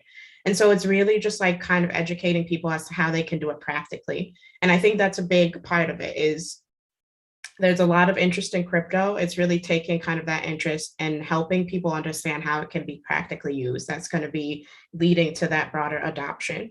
And so I think we like to hope to do that with education. I think one of the things that we also think is very important is to elevate voices in the space, particularly Black voices who are doing the work to educate the Black community about how they can use crypto to, you know, to really kind of try to build that wealth. So that's something that's really important to us, is creating those partnerships. You know, we recently were working with this amazing company, Crypto Tutors, who are very much invested in that. And so we're always looking for those partnerships to elevate those voices. And definitely we have work to do internally, right, to build that, to make sure that we're building that. That's also an important part of my mission, is making sure as we build the company that we need to do the job of like building, like companies like Gemini need to do a job of building exchanges and building teams that actually reflect the people that need to be empowered. So I always say, one of the things I want people to do, particularly Black people who are interested in crypto, is like try to come disrupt the space by helping us build these companies as well. I think like it's amazing. I think it's amazing that we are creating interesting spaces for people to be educated. But I also sometimes believe like it's really hard to put the burden only on people to create these spaces of wealth. And so companies like mine and other companies that are in the space and have this influence, I think they should relieve some of that burden by really growing within and making sure that diversity is important and leveraging that to find better ways to enable and empower all kinds of people to be able to use crypto to their advantage. So that's something that I think about. And when I think about professional development, it's like there's a myth that you have to like be very knowledgeable about crypto to kind of work in crypto. And it's not true. I think a lot of it is education. Some people are self-taught about and have dived into all of like the white papers and really learned about it.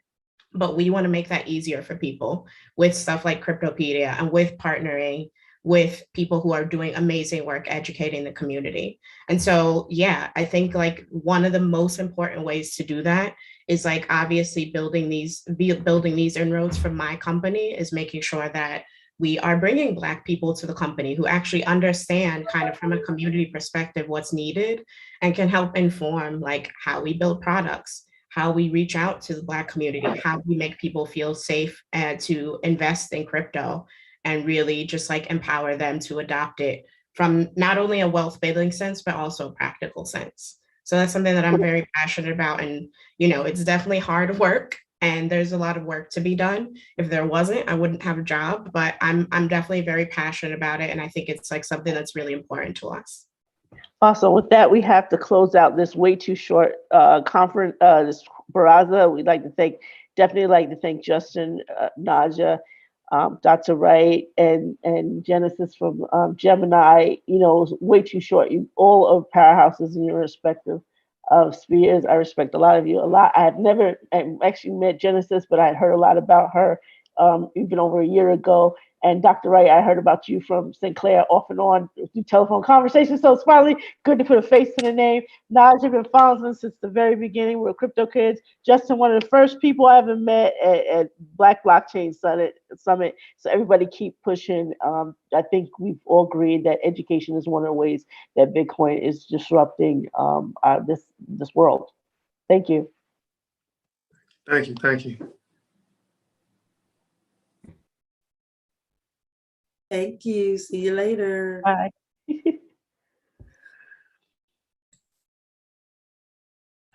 Okay, we're going to gear up for the next panel as people are closing out and the names are changing on my end. Again, this is Black Blockchain Summit 2021.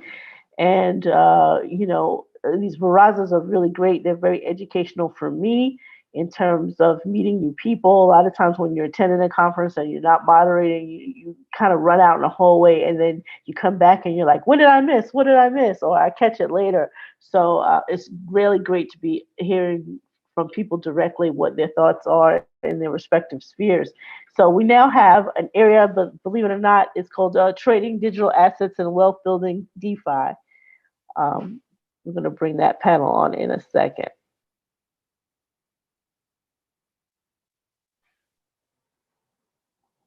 I think I see Enoch getting ready. I see Eric. I see you here. Let's see who else is here.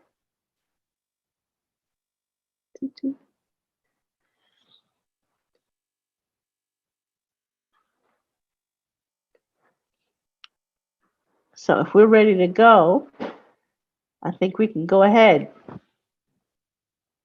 So again, a baraza again is a panel discussions. I like to keep my panel discussions really loose. So if people want to talk directly to each other, I'm just kind of here to remind people about time and to keep going. So without further ado, let's do our introductions. We have Enoch Antwi and we have Eric Latham. Enoch, you can go first. Give a brief, like 3-minute introduction about who you are and how you entered the crypto space, and something about I think it's called Dinar. If not, correct me in all my pronunciations. Go ahead, Enoch. Yes. Hello. How you doing? I'm the founder of Dinar. We're an app that allows businesses and individuals in Ghana to receive digital payments and buy crypto through mobile money and bank accounts. I've engaged with the Central Bank of Ghana. I've engaged with SEC in Ghana. I've been in several African countries. Before that, I was a commodities trader, import export. Before that, I was, trading currency derivatives. Ran a small fund when I was in college. So yeah, definitely.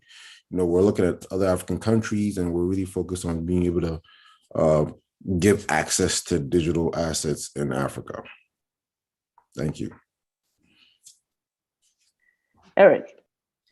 Hi guys, thanks for inviting me to the summit for the second year. I'm really excited.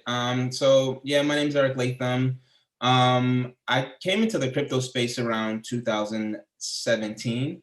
I really was just so you dip your toe in, and then you realize what Bitcoin is and what it can do really for oppressed people. And that's how I really got excited about it. Here in the US, we remember we had a very tumultuous summer last summer, and I created an organization called Bitcoin Volunteer Vote. And what that does is it encourages community building and wealth building on a broader scale. So what I do is I reward people for volunteering. So if you volunteer and speak about Bitcoin, you don't have to. You can go to the store on my website, bvvgiftcard.com, and you can exchange your volunteer hours for items in the store. Nothing in the store is available for sale. It's only available for exchange through volunteer hours. So what we seek to do is to reward Bitcoin, people who are excited about Bitcoin and people who volunteer. So if you haven't, and this is anywhere. The only thing you pay for is your shipping cost, and you do that with the Lightning invoice. That way, we teach people who aren't so familiar with Bitcoin to sort of force them to learn about it. So the goal is I have items in my store that are so cool that, and the only way to get it is through volunteering. That it forces you to, one, volunteer, and two, it forces you to learn about Bitcoin, because that's the only way to pay the shipping invoice. And so I just go out to communities that I feel can benefit from Bitcoin, which all communities can. And we promote, hey, you're already doing great things for your community and volunteering already. Why don't you get something for it? Trade your volunteer hours for some items in the store. Also, we have Philip join us. Philip, please give about 3-minute introduction about yourself and your company. Yeah, okay. An introduction of myself, right? Okay. My name is Philip Ajasare. Okay. My name is Philip Asare. I'm speaking from Ghana. I'm the founder of Blockchain Foundation, Dream Bitcoin Foundation. Now Blockchain Foundation Africa. We were the first organization to organize a blockchain conference in Ghana. That was 2014, so I can say the whole of Africa first before South Africa followed. Founder of BTC Ghana, Nano Momo, and a whole lot of blockchain related projects. And because I'm currently in Ghana here.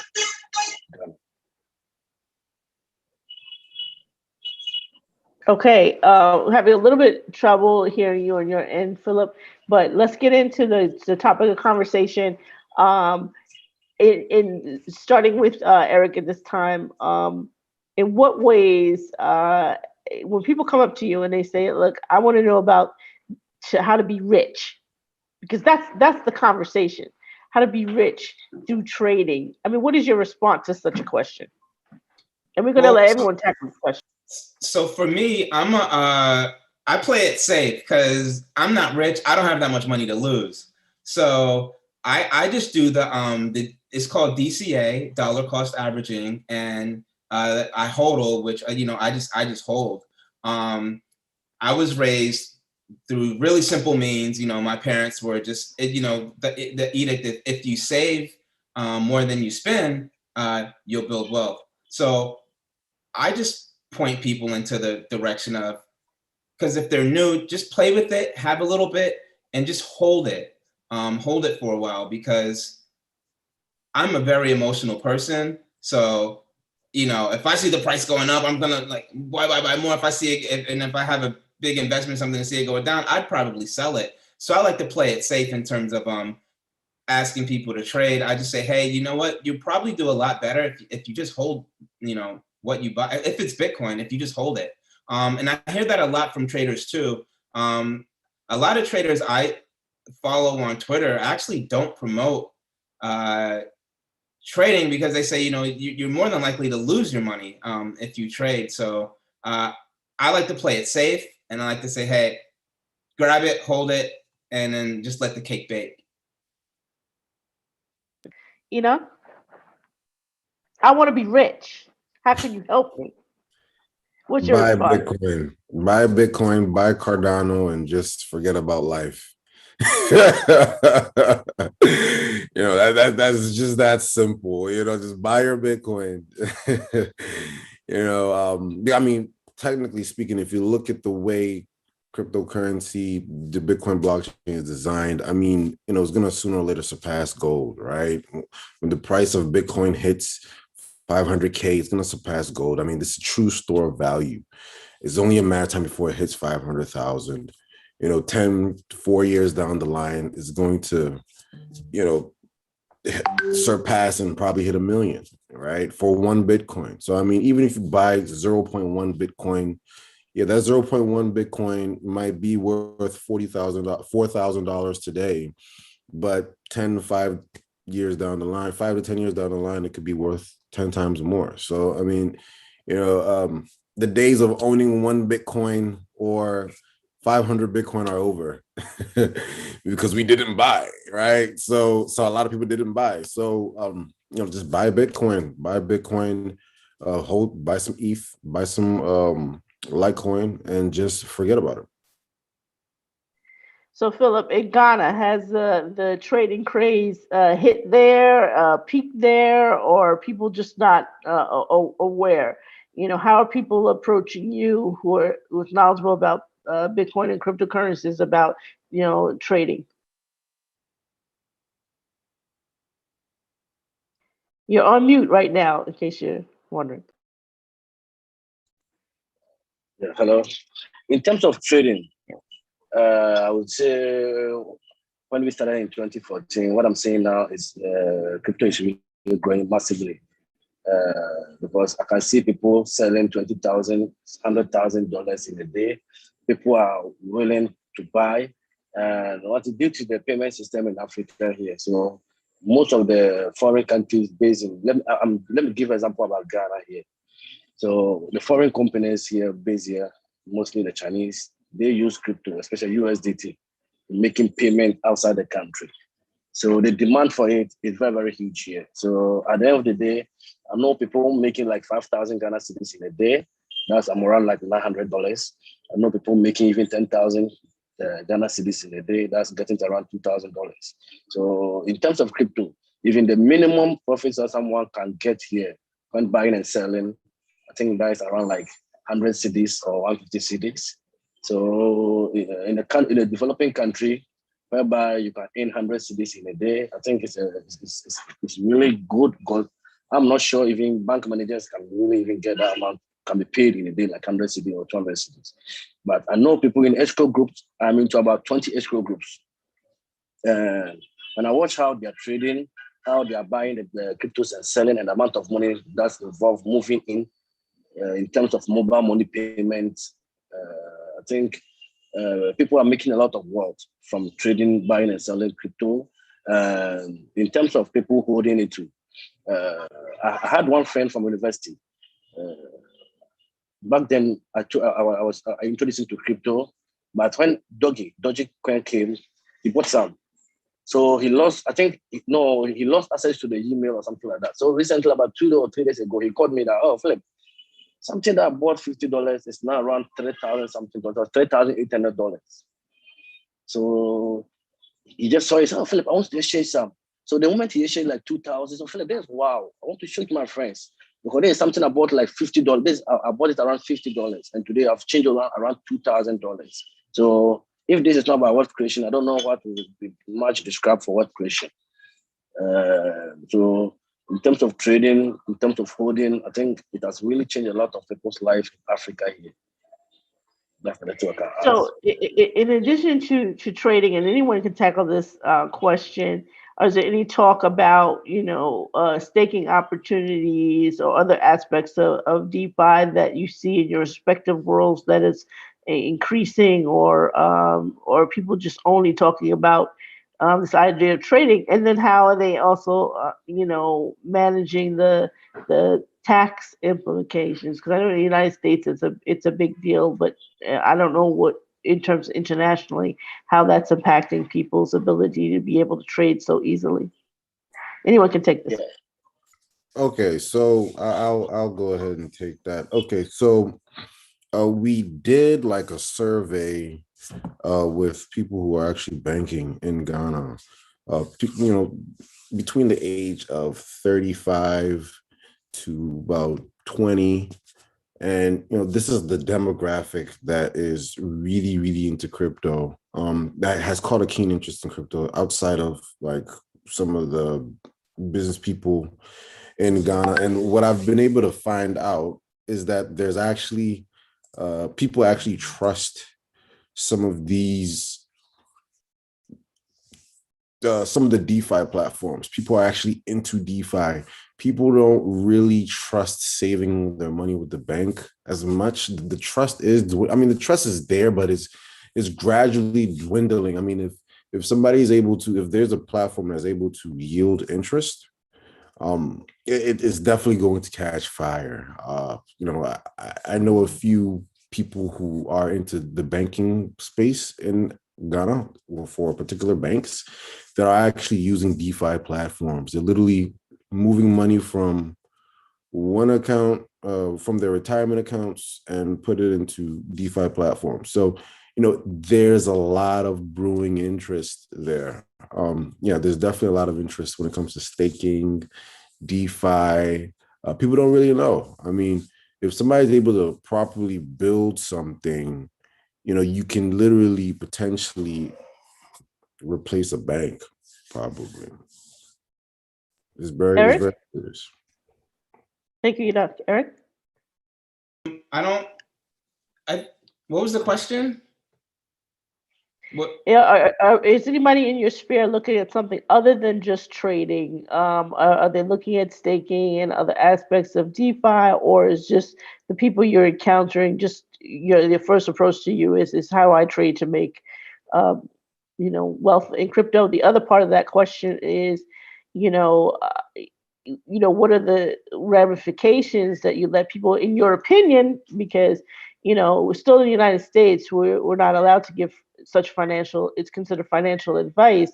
So, how are you guiding people to talk to, maybe if you're in the United States, professionals that are licensed to be able to give the financial advice? So yours is kind of 3-tiered, whereas theirs is more 2-tiered, in terms of looking at the broader picture of DeFi as a kind of, go slow, as you mentioned, versus trading outright in the ecosystem. Yeah, so my circle of people tend to be don't hold any crypto assets. The people I communicate with, I'm trying to just onboard them, period, to even dip their toe in the well. So people are very fearful of, what is this? This can't be real. There's no way I'm moving my money from, my retirement account into crypto. I think because in America, we do have the privilege of banking here. So it doesn't really make sense to Americans outright to use crypto when, you know, their retirement account, although it's only yielding 10% annually, they still are more comfortable with that system because crypto's so new to them. So for me, it's not so much about DeFi and trading and yield because that's such a huge step for them. For me, it's getting them to just hold Bitcoin, to just get through a dip and survive a dip and not freak out when Bitcoin drops 50%, you know, and get them to understand that actually buying the dip is the best thing you can do when Bitcoin goes down 50-40%, not to sell it. So I'm really in like the baby spoon feeding stage with the things I do, and I try to just get people really to buy it, and that's hard enough. My biggest seller is I was in the space since 2017.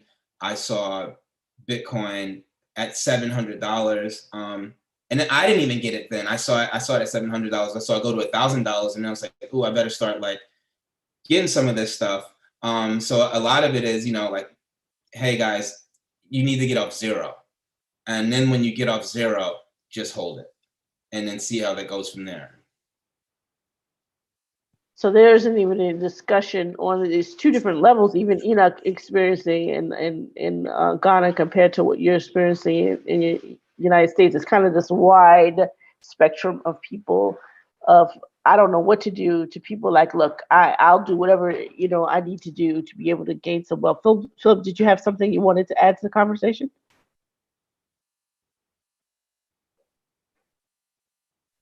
Philip?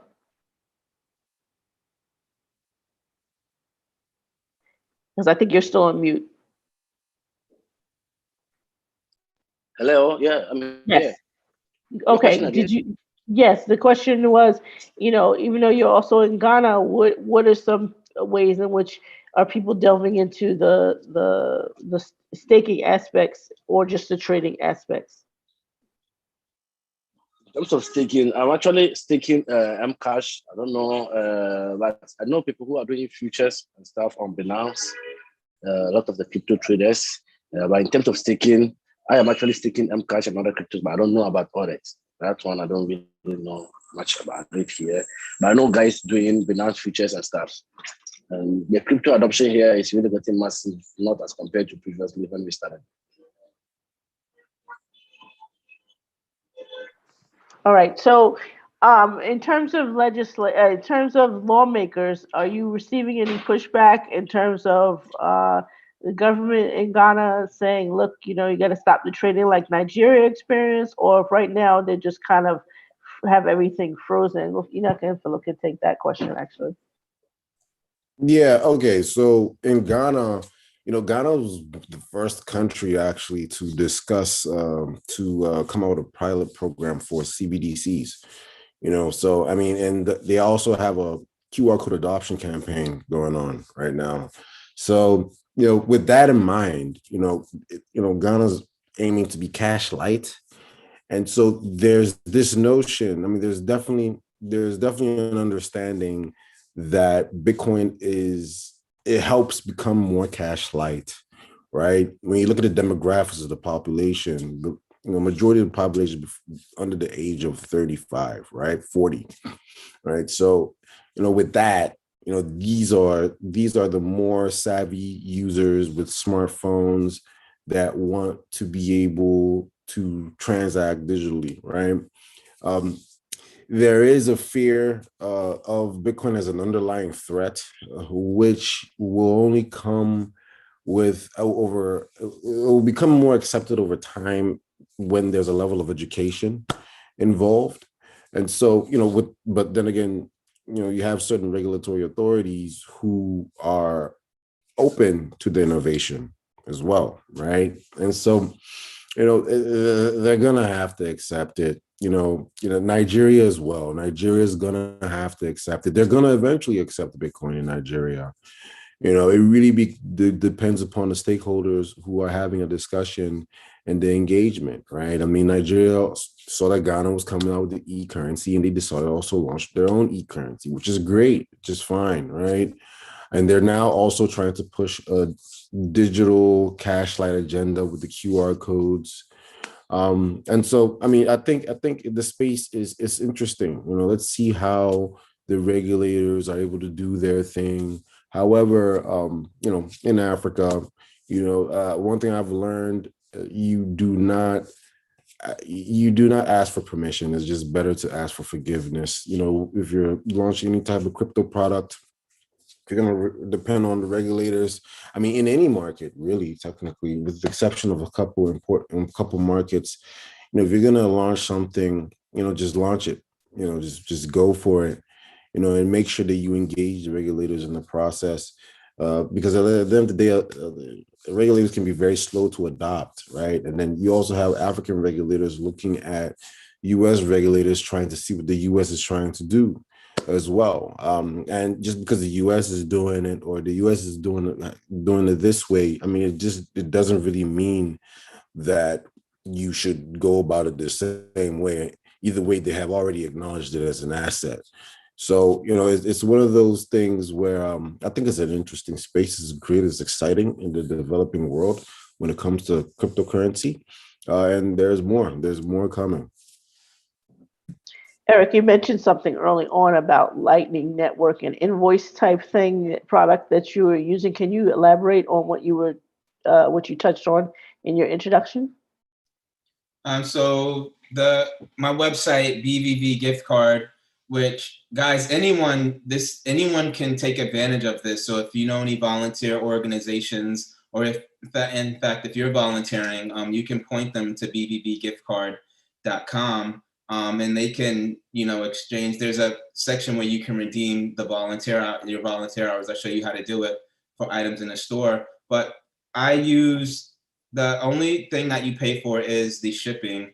And I just do that via a Lightning invoice. And then the individual essentially has to already know how to use Lightning, or they have to learn. That's the incentive of getting receiving the item on the store. It's sort of like it forces you.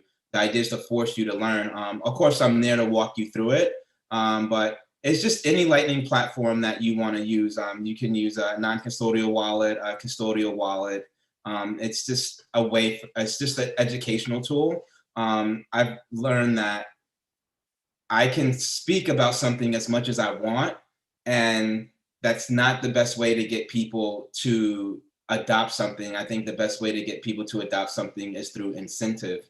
And so part of having cool items in the store is the incentive of, okay, the way for me to get this is to pay through the Lightning invoice. And I would just basically present you a Lightning invoice, and it's on you to learn how to use it. And then that way, not only do you get the item, not only did you volunteer in your community, not only did you learn about Bitcoin, but now you're learning how to use Lightning as well. So it's kind of like, so you provide links for people to first learn how to use it, and then how do you verify that people did the volunteer work that they said they did? And it's like, since two of our people, they're in Ghana, you know, can someone from Ghana use your network as well? And how do they verify they did the service work that? So we have we have a verification system where you post your experience on social media. Let's say you post on Twitter, and you post the tag to the organization that you volunteered with too, and you say, I volunteered X amount of hours with this organization. You can speak a little bit about what you did with the organization, and then the organization in your comments either like leaves a check symbol or verifies the number of hours that you put. They can put like a check emoji, or they can say, I co-sign the statement, or they can put a smiley face, but the organization has to comment in that post. And when the organization comments in that post, that therefore verifies that you actually did volunteer with that organization. And then from there, you can tag me in the post. And then from there, we just direct message with each other as to like what item you chose to pick in the store. And from there, I can determine what your address is and shipping, and then I can set up the Lightning invoice for you to pay for the shipping, and voila, you know. So you have all, where do you get your store things from? You have all like physical products that you have to have? They're all physical products, and the idea is to reach out to artists. I have artists contribute to the store, and I have individuals contribute things that they think are meaningful. I know all of us have something in our house that we love, but we just don't use. But it's cool, you know? And so it's those items that I ask participants to contribute to the store as well. So, you know, it's hard to let go of that thing, but it's a little easier to let it go if you know someone's going to be volunteering for it and you're contributing back to the community with it. Yeah, I think I could see where you have tremendous potential to actually, our NFT panel is like way later today, but just this idea of bundling crypto as a part of the gifts in NFTs, because if you're dealing with someone like Philip or Enoch that are in Ghana, they may have people that are volunteering to do something that can go through like a guild. It verifies this person, solves the KYC type thing. They can say that they, get the person to verify that they did the service work that they did, but it's not as beneficial to have the tangible gift as it is to have the crypto. That's kind of like, what transpired in the Philippines with Axie Infinity and Filipinos actually working to play these games on behalf of other people. But there was kind of a guild layer that's in between that kind of serves as, okay, this person is actually doing the gameplay. And you can see they're doing the gameplay, but this person is who they say that they are, and that this is the relationship that has established between the character owner and the thing. But I see this social potential. Phil, did you want to add anything to the conversation on your end in terms of, I don't think he's talking to someone at the moment, so we'll get back to him. Did you want to add something on your end in terms of where you see the future of trading? We have about 2 minutes left before the end of this panel, so you might be the last speaker on that in terms of the future, in terms of some directions that may be changing in terms of Ghana. Okay, so I'll talk in terms of Ghana, Africa, and globally. So crypto adoption is growing, right? And Lightning is also increasing the usage of crypto. And so now it's adding to that level of adoption. So now what's happening, the use case for Lightning is not going to be in developed markets. It's going to be in the emerging markets. That's where the places where there's high instability, that's where Lightning can succeed. I mean, we literally see the situation that occurred in El Salvador. The situation that occurred in El Salvador occurred and became the way it is because of Lightning, right? And Jack Dorsey is an investor in Lightning, right? And so the Lightning Labs, right? So now, because of the stakeholders are already involved, it's really created that foundation of adoption. And now that Bitcoin has reached its point that it is, to the point that is actually being used as legal tender by a government, it's going to continue to increase. In 10 days, 20% of El Salvador's population, about 17 to 20% of El Salvador's population had a Bitcoin wallet in 10 days after they legalized Bitcoin. That is huge. That is tremendous. So it's going to be a serious deal. Bitcoin will be a serious deal. Cryptocurrency will be a serious deal in the emerging world. And, just find a way to partake in the space.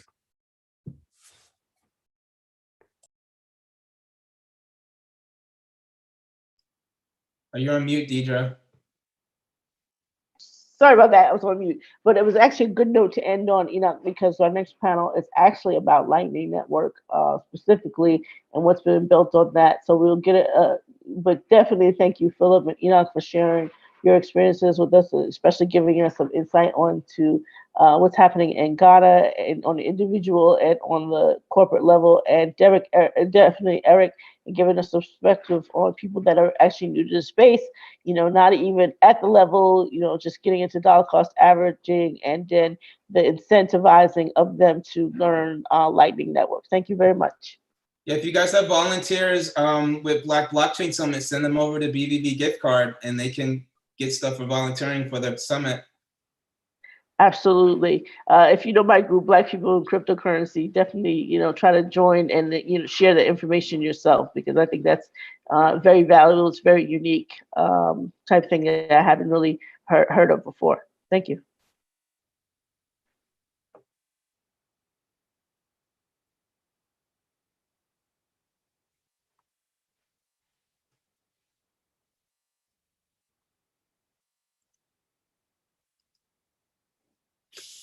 Oh, it's coming. Our next Raza, building on lightning at next levels. This is going to be very informative to me because I am lightning ignorant. So this is going to be a very fun panel. I know Sanjay has done some moderating also for Black Blockchain Summit. Hello, Now, see, hello. I was wondering with that email. Hello, I was wondering that email if Alex's email was like kind of the reverse. I was like, Zella, wait, who is that on the panel? That's on a Gmail address. I said, I wonder if it's Alex. All right. How are you doing? I'm doing fine. We're going to get started with building lightning at next levels. This is going to be very educational for me because, as I said before, I'm very new to lightning and kind of understanding what's transpiring and what that means.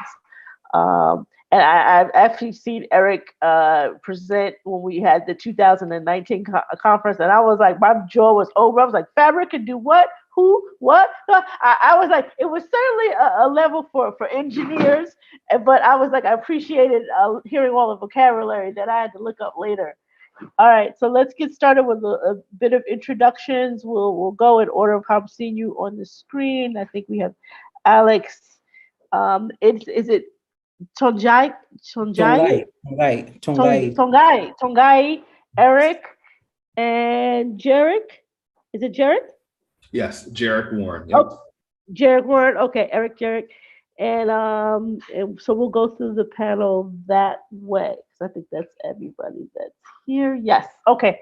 Go ahead, Alex. Give a 2-minute introduction of yourself and how you're connected to the topic. All right, thank you, Deidre. Yeah, so my name is Alex Ofula. I'm a full-time developer at I Love Black People, basically Bill Murray. So me and Tongai, it's been a couple of years now, we're involved in developing a mobile wallet for our company. And one of the integrations we did with that development was with adding a Lightning transaction. And the whole idea behind that was to we are trying to have remittances available from the African diaspora to Africa. And so we tried adding that integration to sort of really reduce the amount of times, the amount of time it takes to process transactions. So I guess that's basically how I'm connected to this. And for the rest of the panel, I think the best way to view me would be somebody who's developed in Lightning at a pretty early stage, but I don't develop on it a lot right now. So really that's where I'm coming from with this topic. Thank you.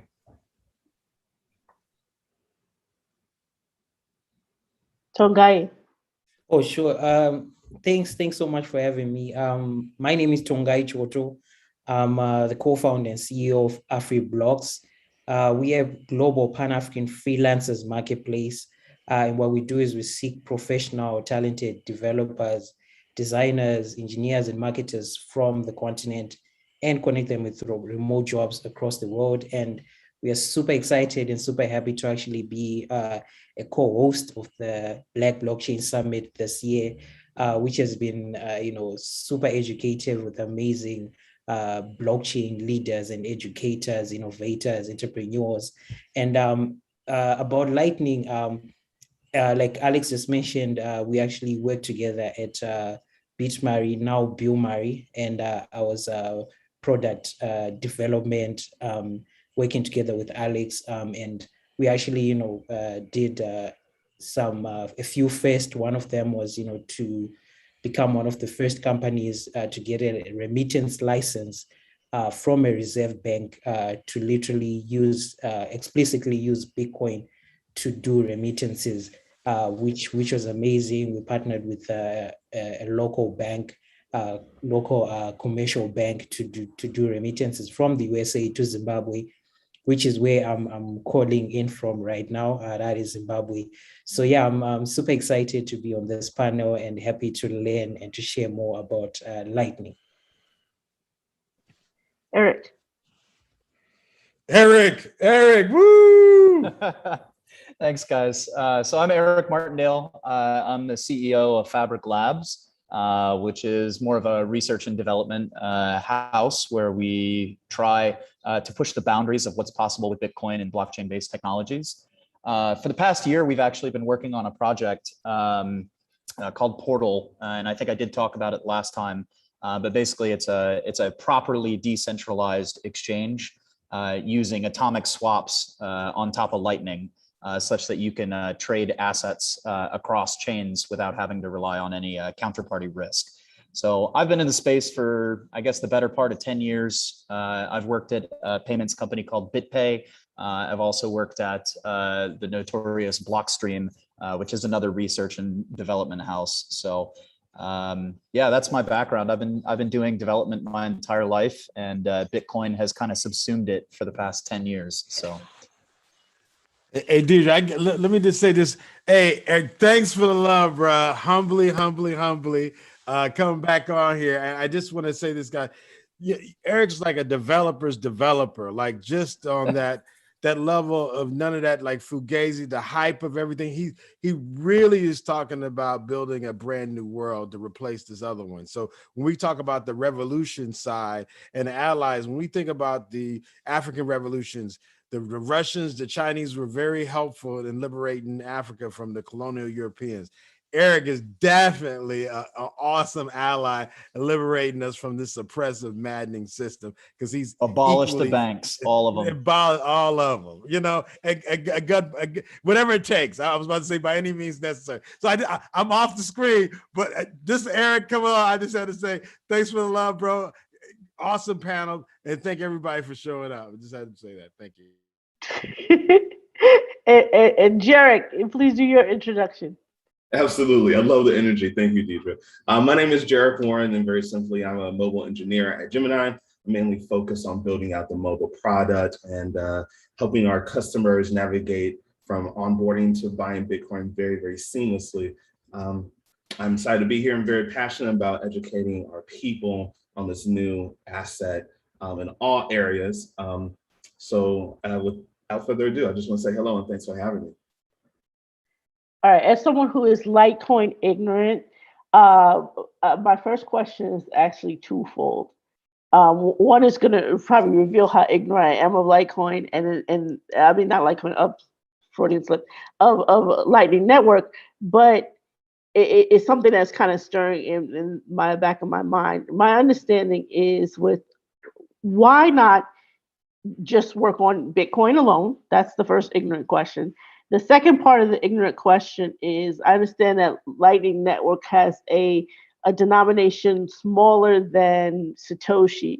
So if you have a denomination smaller than Satoshi, doesn't that just ruin the paradigm of the scarcity of Bitcoin in the first place and make it more like fiat? So you can all take this question, or so why not just build on Bitcoin proper to do whatever it is you need to do? And the other part of the question is, doesn't the added denomination to Lightning Network kind of just make it more analogous to fiat than it is to a scarce cryptocurrency? So I guess anyone could. Yeah, go ahead, Tongai. All right, sure. So I'll just start with the fact that Bitcoin is still an early technology. We're still in the very early stages, and I'm one person who has been developing on it, since 2015, and we've built a remittance platform, and we actually had a transaction from Nigeria to Zimbabwe using the Lightning Network as the first remittance transaction in the world, with Alex as well. So one thing with Lightning though is with Bitcoin though, the transaction numbers per second is really low. It can do 5 to 7 transactions per second, And if we compare that to, say, Visa, it does up to 65,000 transactions per second. So that is a problem that does not allow Bitcoin to scale to the extent that we want it to get. Because right now, Bitcoin is mostly being used as a store of value, speculators and things like that. And for it to get to the level where, for example, El Salvador is taking it, where people are actually able to use it on a daily basis, with fast transaction speeds. That's where the Bitcoin community say, let's build this layer on top of Bitcoin, which is called the Lightning Network. And what that layer allows is it allows the transaction number and the speed to grow exponentially, even up to 25 million transactions per second. And the reason being, people connect their nodes in the network, and the bigger the network is, the bigger the number of transactions that can occur per second. So that's Lightning is one of those solutions that is taking us in the right direction. People building on the blockchain, that's really a super early technology to say, now can we have more people participate and more people be able to use it. Eric, you want to add something? Yeah, I would talk about it from the 10-minute block time window, which plays into the question of how many transactions per second are possible. And I guess I kind of want to also dovetail it to your second question about it becoming more of a fiat type system. First of all, Bitcoin is kind of the ultimate stable coin. 1 Bitcoin is always equal to 1 Bitcoin. Just because we look at it in dollar prices every day and we see the price going up and down, that's still tying us to the old world. That's still tying us to the legacy fiat system. So as we suspect that Bitcoin will continue to increase in value over time, it might become the case that 1 Satoshi equals $1 in the real world. And so subsequently we'll want smaller and smaller denominations. Right, but at the end of the day, 1 Bitcoin is still equal to 1 Bitcoin. There's still 100 million Satoshis per Bitcoin. It just happens to be increasing in purchasing power. The reason to develop something like Lightning is going back to Ian Grigg's financial layers of financial cryptography, where you have accounting separated out from payments, and there's several other different layers. But really, it's two primary reasons. Bitcoin only settles once every 10 minutes.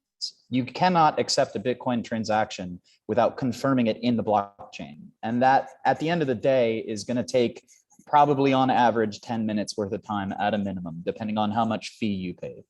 Whereas Lightning is a fundamentally different design. It is strictly peer-to-peer, and the transactions are already confirmed in the blockchain and come with a special type of what's called a hash lock, which makes it so that when I pay you, it's an instantaneous payment as opposed to waiting that 10 minutes. So it's a fundamentally different architecture that really brings Bitcoin into being that instantaneous payment that I think a lot of the early proponents of it advertised. Even though it wasn't instant, it wasn't free. Lightning brings it a lot closer to that, and a lot closer to being a tangible reality for being a payment solution. Alex, did you want to add something to the conversation? Yeah, I think I kind of like where Eric ended up, because like I remember like back in the days, it's better now, but back in the days you'll have like a lot of the development you'll do out and have to be paid from abroad. Like somebody will ask me before PayPal, bank was definitely out of the option because of the time. And most of us didn't have PayPal accounts, or if you did, you got paid. Local banks didn't take that. So like you'll just have money sitting around in PayPal. And you'll have people maybe do those transactions for you or on your behalf. So like, and when Bitcoin came, the thing that it really promised was, okay, so like transactions from country to country, really simple, really fast, and at an affordable fee. So I think once I got started with developing on Bitcoin, like I think for me, it kind of solved that issue of getting cross-border payments. Like I could relatively get payments from abroad faster than I got through any other platform. But after some time, I kind of got, okay, for me to have to wait maybe 30 minutes for a transaction to happen at a local level, like, say somebody within my country is paying me, kind of didn't make sense anymore. So I think that's where a platform like Lightning comes in, because like Eric said, it gives you that, like it's kind of pushing Bitcoin to like initially what people are promising about it, like really fast transactions at a very small fee. So for me, I see that's where Lightning is really coming in terms of why do we add this extra layer to the Bitcoin network. And Jarek, I think people, at least for those who are just regular consumers, think of Gemini in terms of just being a place where individuals can exchange fiat for crypto. But how is Gemini using Lightning in terms of, you know, any type of enterprise solutions, or is it just something that's running in the back end that we don't even know about? Yeah, sure. Thanks. Good question. So Gemini's main purpose is to empower the user and empower the individual. So in terms right now, we are not currently using Lightning. We're keeping an eye on it and making sure that, because we're an institution, we'll make sure that all the regulatory compliances and everything like that work for us before we bring something like that to market. So we're paying very close attention. But what I will add, and what everybody else was saying about Lightning Network, is that when you think about the Bitcoin protocol and payments that are on chain, Eric is right, it takes about 10 minutes. What Lightning does is that it allows you to move your payments off chain and allows you to transact very, very fast in what is called a payment channel. And as long as those payment channels are open, you are able to transfer money all the way across the world. For example, I could transfer USD dollars into Bitcoin, go all the way to El Salvador, and then get it in their native currency. And then it settles on the blockchain almost instantaneously. And so it's amazing. Jack Dorsey at Twitter has endorsed it. Lightning Labs is what he's been working on. There's a couple of apps out there. Strike comes to mind where you can integrate it as an API. And so to circle back to your question, Gemini is definitely paying attention to this. And currently right now, we don't have a solution for Lightning, but we're paying very close attention to that. Okay. Eric, you know, as a non-technical people who are like, okay, I know I want to do something, let's say hypothetical, international. Let's say I want, you know, I have a family member, which I do, that lives in the Caribbean, and they do, you know, phenomenal art. And, you know, I want to bring that art to American use case, but I'm a small business person where she's a small artist. You know, what are some turnkey solutions, or what can be used? Because there's an issue going from US dollar to, say, Trinidad and Tobago TT dollars, and having that type of interaction. What is some places that we should start looking at, small business people start looking at Lightning Network as some type of turnkey solution? Yeah, so it sounds like you're talking about two components here. One is the exchange to local currencies, and the other is sort of a turnkey drop-in solution for accepting payments. So there are a lot of just pure Bitcoin accepting services out there, but I generally refer people to BTC Pay, which supports both Lightning and native Bitcoin payments. It is an open source implementation that is compatible actually with BitPay if you prefer to have, you know, a company doing it. But they're like a self-hosted Shopify. They create little shopping carts for you. They generate Lightning invoices. So they make it very easy for the customer to make payments in both regular Bitcoin as well as Lightning. That's usually my number one recommendation. Of course, the ecosystem having been around for so long at this point, there's just too many to probably list.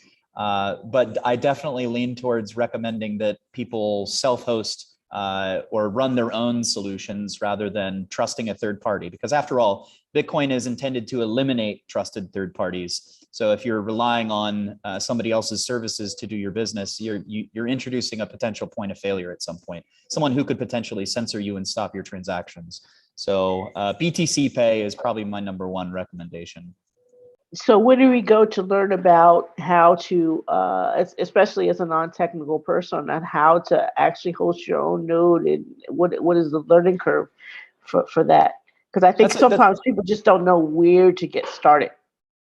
That's an extraordinary question, and I think that's a place where, you know, us as potentially the vanguard of this Bitcoin wave, you know, that somebody said earlier that we are still very early. helping your fellow neighbor and just reaching out and spreading knowledge, I think, is a good way to do it. But it's a rabbit hole, and it definitely takes time. I like to tell people not even a full education, but an education in the space on liberty and freedom, probably takes a good 2 years. You're gonna stumble at first, but you just got to keep trying, and you'll get it. And then ask a friend. I know Twitter maybe not the best place to have rational debate, but it certainly is a good place to find connections of people who can chime in and share their knowledge and help you out on your journey. Okay, Tongai, and also Alex too, because I know you're working on the remittance level with Bill Murray. So give us some insight on how what you've done in the past with Bill Murray can be utilized globally. Sure.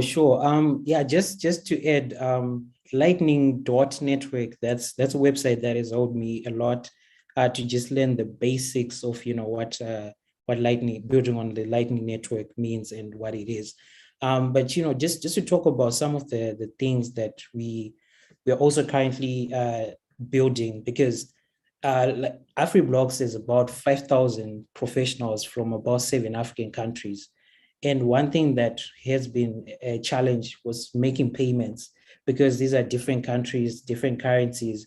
But for example, right now we have a UI UX developer in Nigeria, and Nigeria does not accept PayPal. And making a wire transfer doesn't make sense, because the payment for, say, a page is about $200. So wire transfer is super expensive. Western Union is super expensive. So we had to pay them using Bitcoin.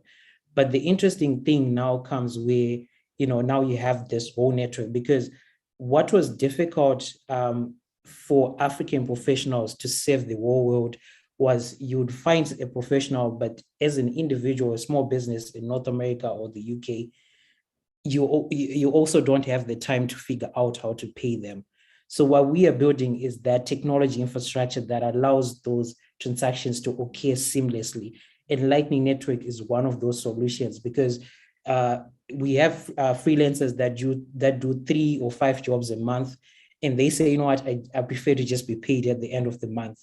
So that's where you can open a channel between, the platform and that professional in Ghana and in Zambia, and then they can be paid, instantly through that whole Lightning network.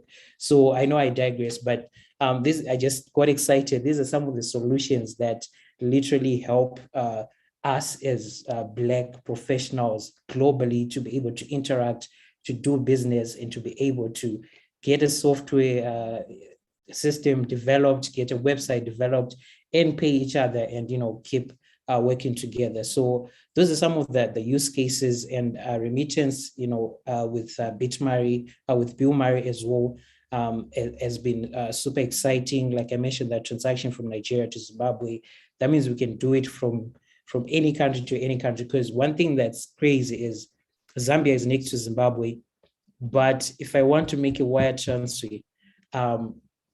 in the cloud, somewhere in the cloud, that transaction has to be approved via the SWIFT system, which is an American company, which is just mind-blowing. That sometimes you're like, okay, maybe I should have just drove to Zambia at the end of the day, because this transaction is being approved in the United States, but Zambia is next to us. So those are some of the things that Lightning Network would definitely help. And again, it goes to that adoption and that more people being able to participate globally. Alex, did you want to add something in terms of the education about the Lightning Network, in terms of how people can learn how to set up Lightning Network between their peers? Right. Yeah, I think for me as well, I think a lot of documentation resources I got was from the Lightning community. I think the URL is probably lightning.community. So a lot of resources around developer guide, where to start, how to move on from there. I think that's where I got a lot of the information from. Then there's also Jameson Loop. He has a lot of information around basically developing the Bitcoin space. And I think he has a specific section on his website with educational resources. So if you just visit his site, lopp.net, there's a Bitcoin resources section. So I also got a lot of really relevant, helpful information in terms of developing with the Lightning Network from there as well. What are some interesting enterprise cases, people experimenting with Lightning Network that are actually have some things that are in play that people might not know about, but they'll find fascinating? Jarek or Eric can take the question. Yeah, I'll try this for a second. I think one of the most amazing things about Lightning Network is the whole shift of thinking how people get paid for small tasks. Or for example, like Tongai just said, if you work 2-3 days, you want to get paid every single day. For example, for enterprises, streaming services, for example, you no longer have to subscribe to Wall Street Journal just to $45 a month to read the newspaper. Just use the article and just get charged 10 cents. HBO Max, no longer have to pay $9.99 a month, just pay for the movie that I want to see, stream for a little bit of time. There's a lot of different ways to kind of do some of these payments. And then also for remittance and paying bills and everything like that on different levels of enterprise. And I know that Eric has a little bit more, so I give him some time. Yeah, sure. I mean, I would say that there are two primary areas I'm most interested in right now. So my current company, Fabric, actually works on the first one, which is compute. So because Lightning allows you to make such small incremental payments, you can divide computer programs into smaller pieces and then pay peers to compute those portions of the program. You can think of this like Amazon Web Services or cloud hosting, but instead of having to trust, say, those big companies, you're actually trusting a network of peers, and you have cryptographically verifiable proof that they executed the program correctly, and they're able to lay claim to the payments that you outlaid for them. So that's what my company is doing currently, and I'm obviously very excited about that. The second, which is more of a research thing, and I think is slowly developing, is the energy idea. And again, this Lightning lends itself to very small incremental payments. So you might be able to imagine that your cell phone charger might make incremental Lightning payments to the wall on a sub-second or even a per joule basis, such that you are actually only paying for the power that you draw. And you can imagine in the future, devices exchanging energy, exchanging power, and paying each other as sort of a background thing that you don't even necessarily think about. But it's a nice way of actually enhancing the power grid as people can actually balance and distribute power more effectively. And Bitcoin mining plays into that, obviously. As we see Bitcoin mining become more and more decentralized in the sense that the technology gets closer and closer to hardware limits, and it ultimately will become cheaper and cheaper over time, you'll start to see all of this type of energy-focused infrastructure take place. And I think Lightning is really a no-brainer in terms of creating a network of energy and money-speaking devices that interoperate with one another.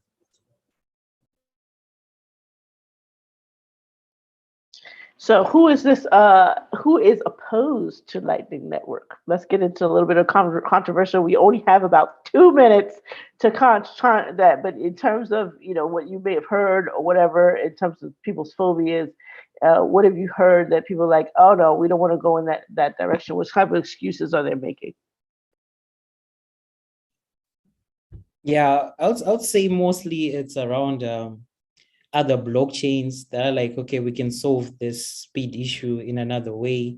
We can solve this scalability issue in another way. But I'm personally a Bitcoin maximalist, and I would rather solve on the Bitcoin blockchain than come up with another thing that presents their own challenges as well.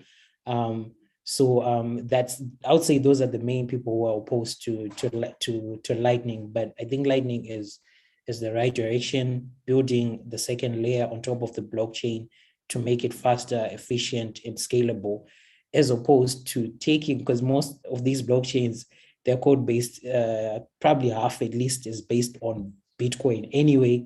So it makes sense for us to build on top of that Bitcoin blockchain as opposed to starting another blockchain.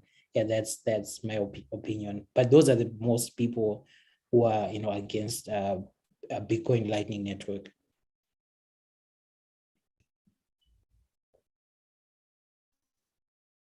Dieter, you're on mute. I thought it was going to be the banks that are going to be the most opposition. But Eric, you want to conclude with some final thoughts? We have like 1 6.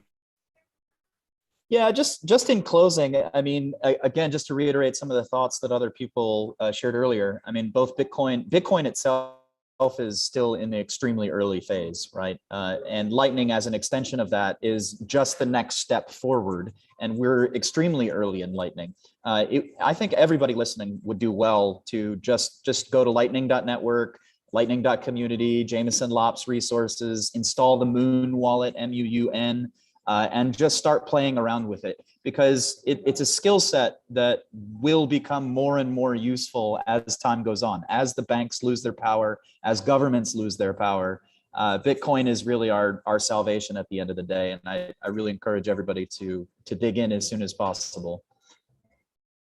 Absolutely, way too much, way too short of a time duration. I wrote down a lot of links from loop.net to BTC Pay to AfriBlocks to lightning.network to lightning.connect. I think it was community. Yeah, a lot of links. I definitely like to thank Alex of Bilmari and also Sangaye of AfriBlocks and Bilmari, Eric of Fabric. And Jarek, of course, of Gemini, for giving your insight. It's the real exciting times, and I'm looking forward to learning a lot. And hopefully, everyone watching is looking forward to delving into this micropayment solution, and that improves upon speed as well as costs and allows people to do business better and faster. Thank you. Great, thank you. Bye. Thank you.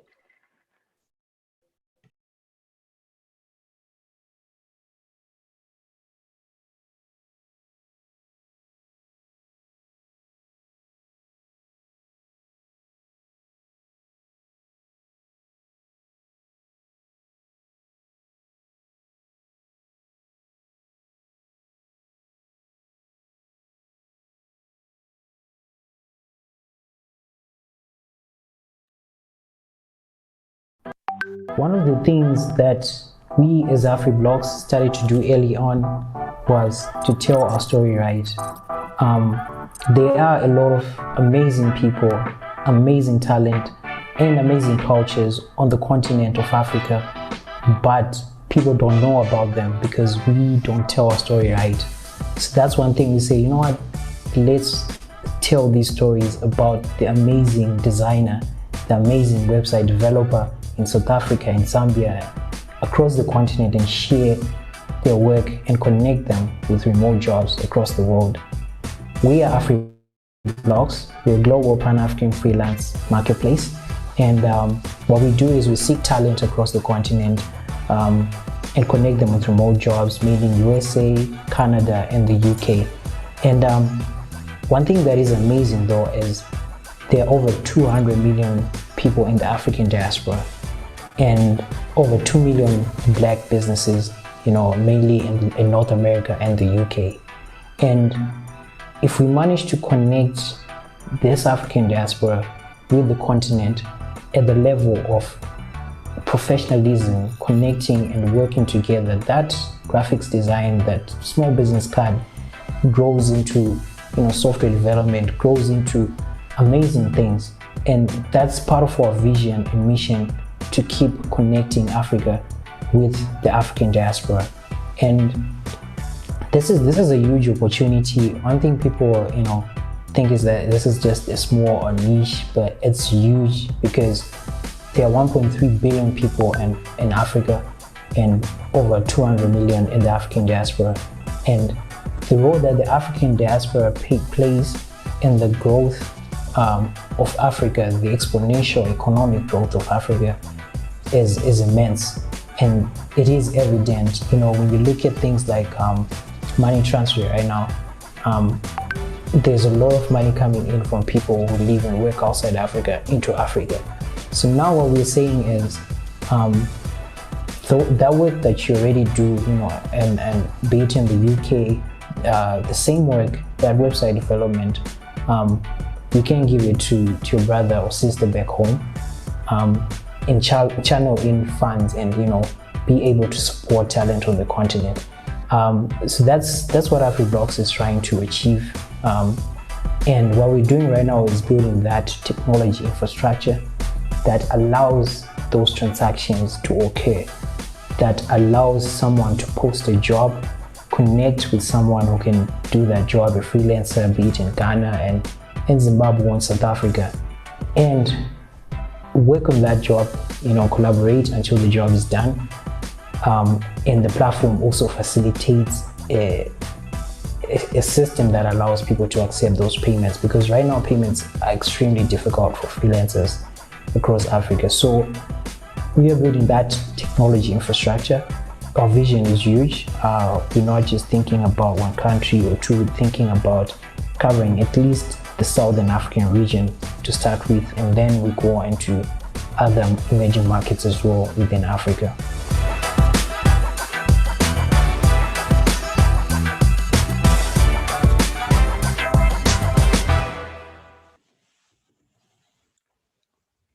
All right, Deidre, team, we got brother Justin coming on next.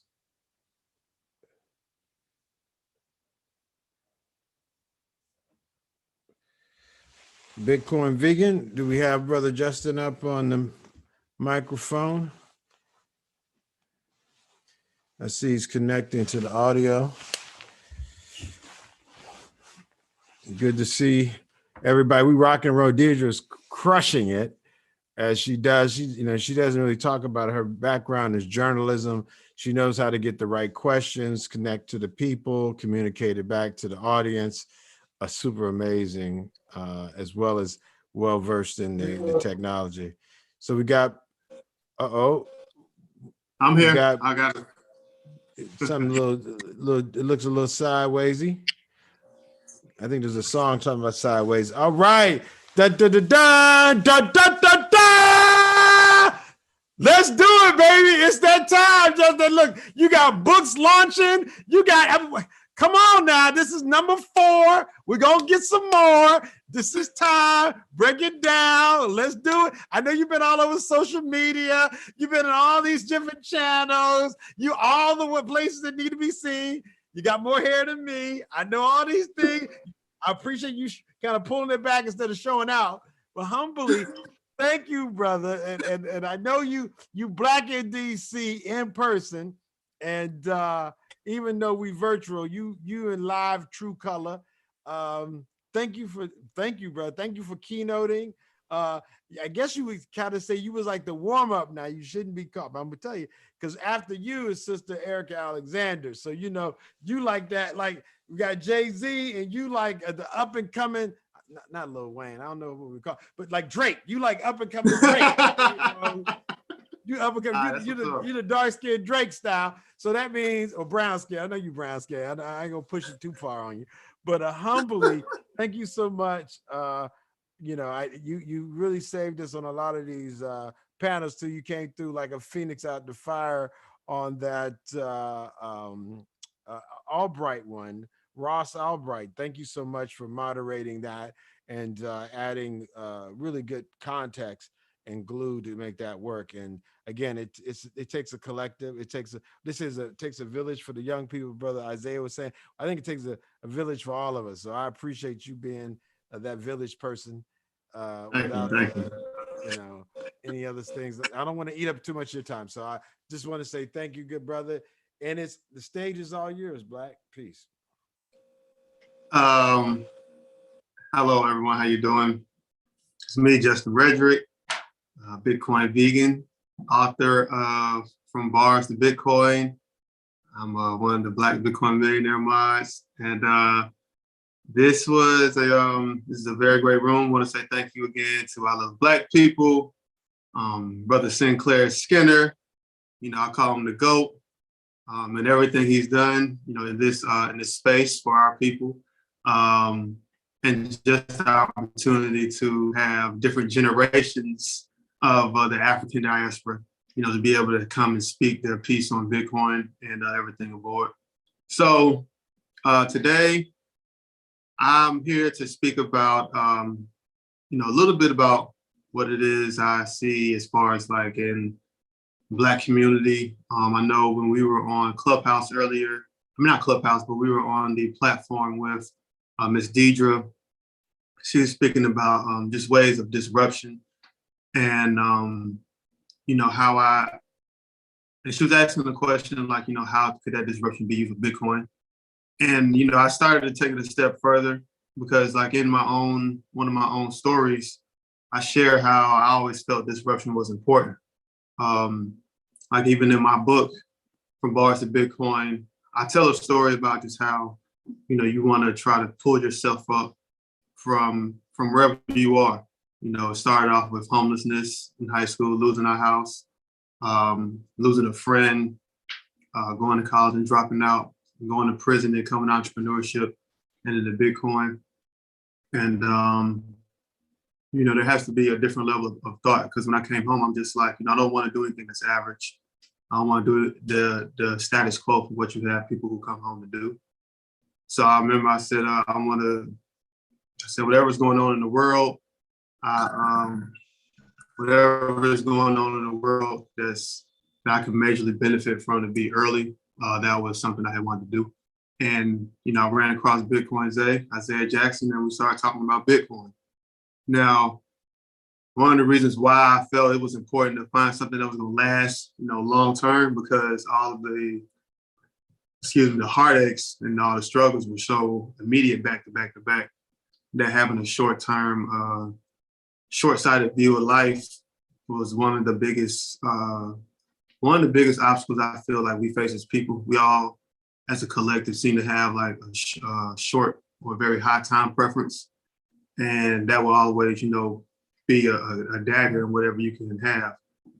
So I spoke about one is just see how that disruption can take place. And when you use disruption, I believe, like I was reading a book called Moonshots, and I think it's very vital that, Black people as a whole look for ways to start building in industries that are not yet seen, that aren't believed in too much, because that's where the real value comes. In my opinion, it seems like we're so far behind that we should look to build things for the future, like exponential things in the future. I remember me and Brother Sinclair were talking about just how, data could be used to track, like you could use the data to check if a woman is pregnant just by using keystrokes on the phone. So those are the type of industries I feel that we need to flood into now, even though it might take 5 or 10 years for it to be developed, because by then we would be able to have our foot into a market that is not even known yet. And so once people start coming to that market, they have to come to you first.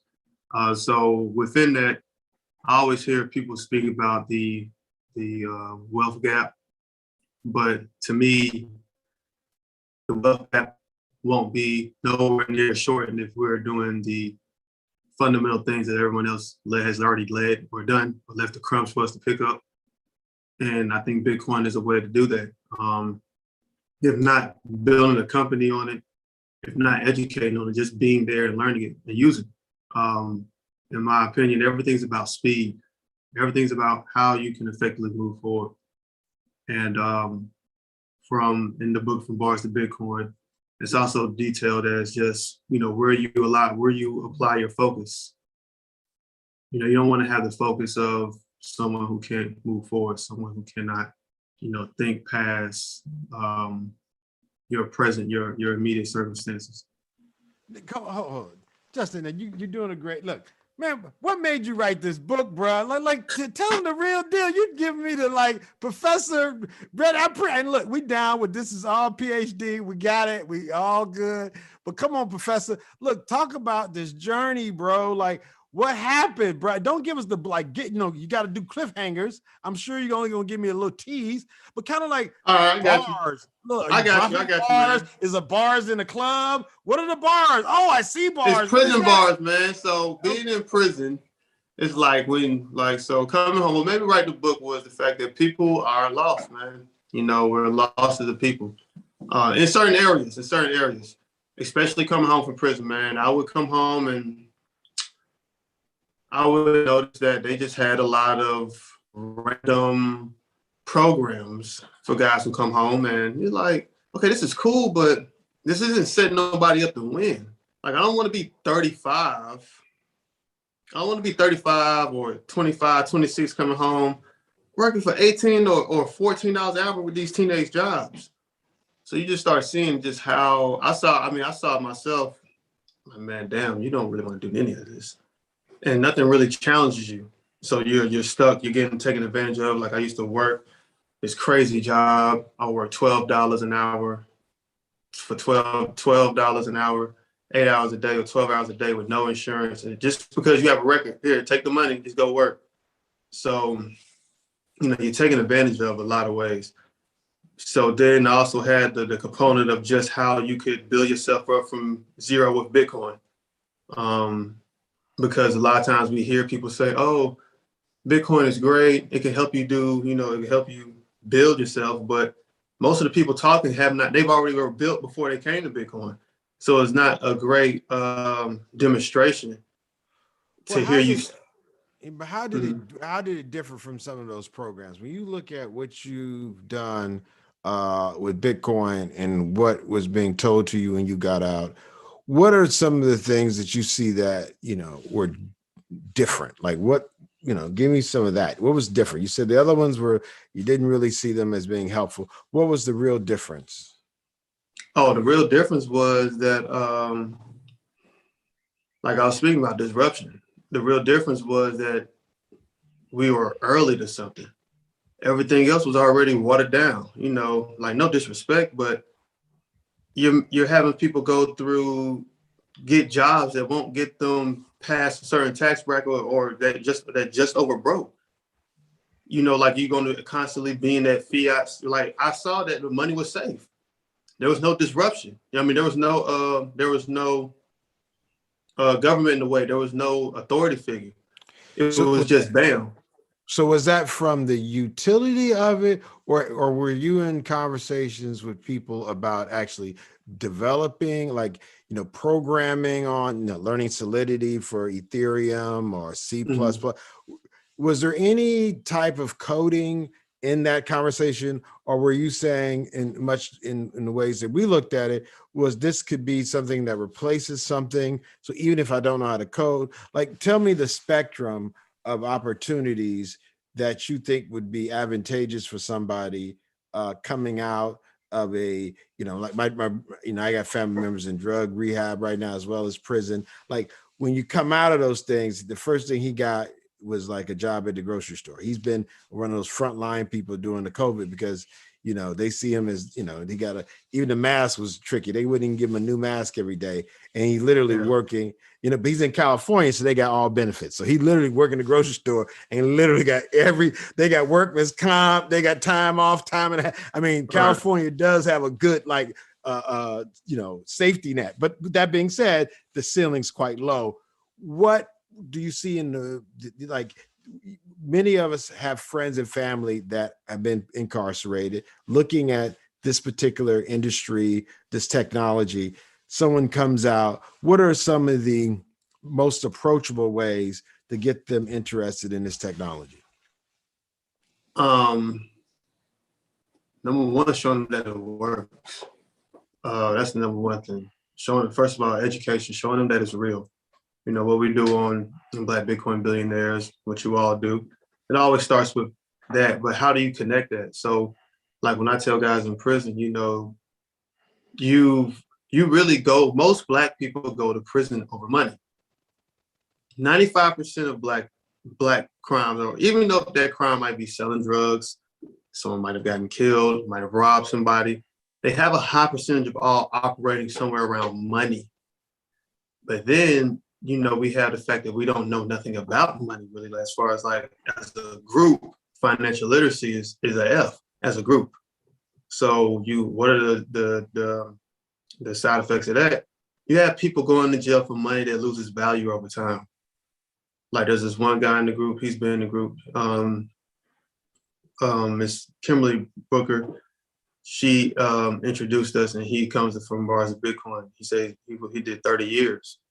And so he did 30 years from like 89 or to 80, 89, wherever, up until 2020. And it's like, all right, so what was the value of the dollar during that point in time? About 95, 96 cents. By the time he came home, the dollar was worth like 85 cents. So without having the real knowledge of money or what this is, you end up doing insane things for things that lose value. And you don't know that. So, I mean, it always starts with education, but like what type? And I think a lot of it has to do with opening folks' eyes to see like, yo, you're kind of wasting a lot of time on something that won't work. And, then you show them that there's a way to do it with Bitcoin. Now, within like, what do they go out and learn? Sometimes you gotta let that be on them. You might just want to do the finance thing, you might do the tech thing. Like I challenge the brothers to read Mastering Bitcoin 1, 2, and 3, and then pick what you like. Use your brain the way you know how. But the difference is like, it's the opportunity. There's no like past like just having a job, telling folks or following in that mediocrity, like, well, I just got a job. I got a job. It's like, yeah, but we need advancement now.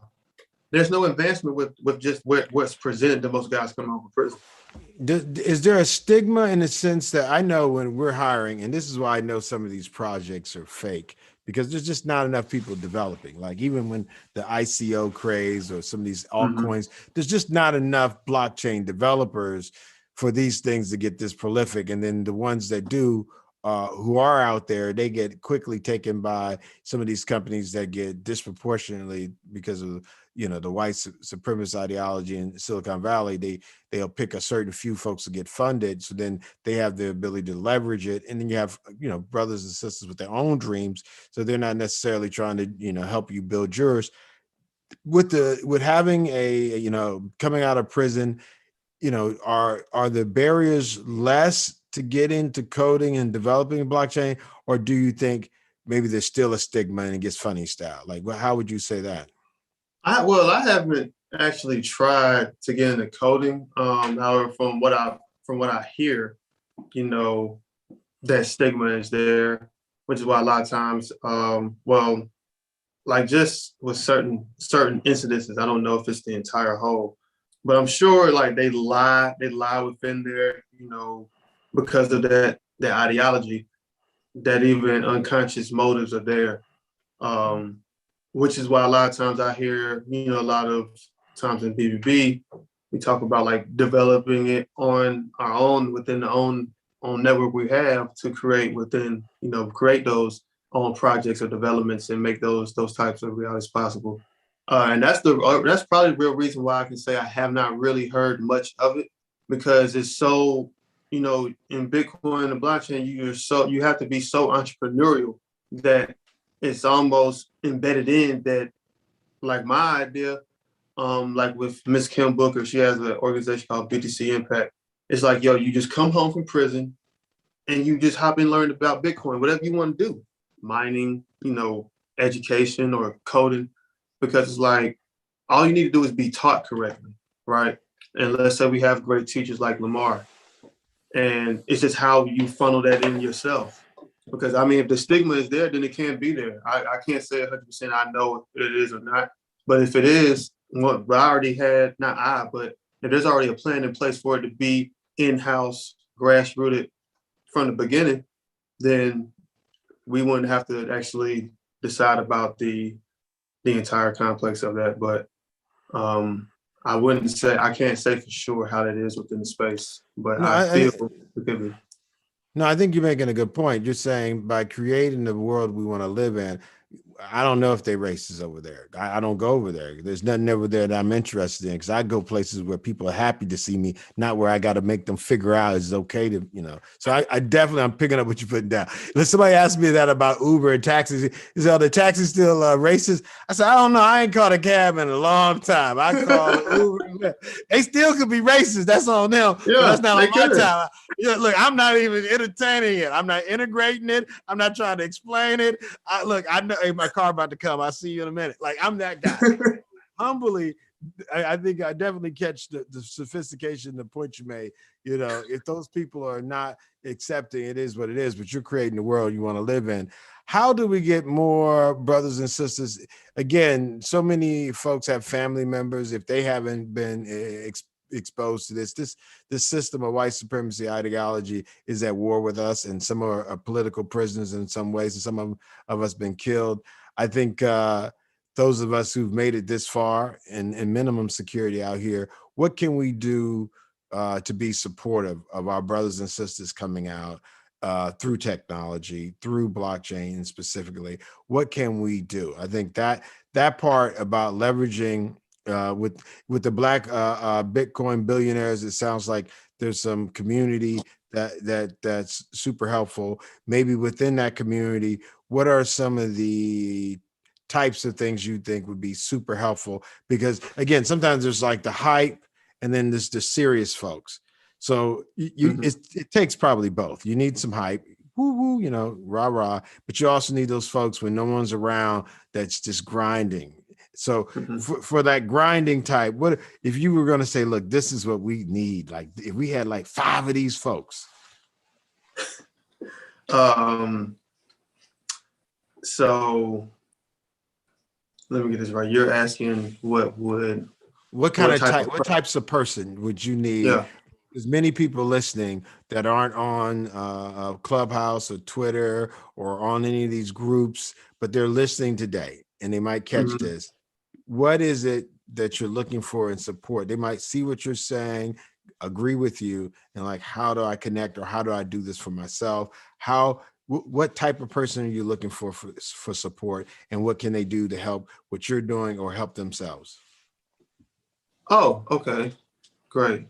So in supporting of, I guess, like what I do or what takes place in BBB, it would have to be someone who's number one, open to learn not just Bitcoin or anything, but learn what the issues are, you know, and if they are too deep, then just trust the fact that the people guiding the ship can understand. But as far as, you know, supporting brothers in that capacity, it could always come through, you know, levels of how they would like to, I guess, do business, or how would they want to, you know, leverage their resources to help. I think a lot of it can also deal with networking. You know, sometimes people have advantages to different networks to open doors quicker than you having to go, you know, through the regular rat race. But also, it always has to start out with generosity. You know what I mean? This is something you have to genuinely want to do. You know, not just say, hey, you know, I want to be down with this, that, and the third. And, you know, hey, someone might bring up the fact, okay, what about some sponsorships or this, that, however you want to help this movement. And, you know, if you're not able to reciprocate the value, you know, past like what you're speaking, then it's all right. But the just saying kind words without any real follow-up or action, those are the type of things that you don't want to happen. Those type of people, you know, you don't want to have, you know, come to your establishment. So that could be, let's say, for instance, how could that help?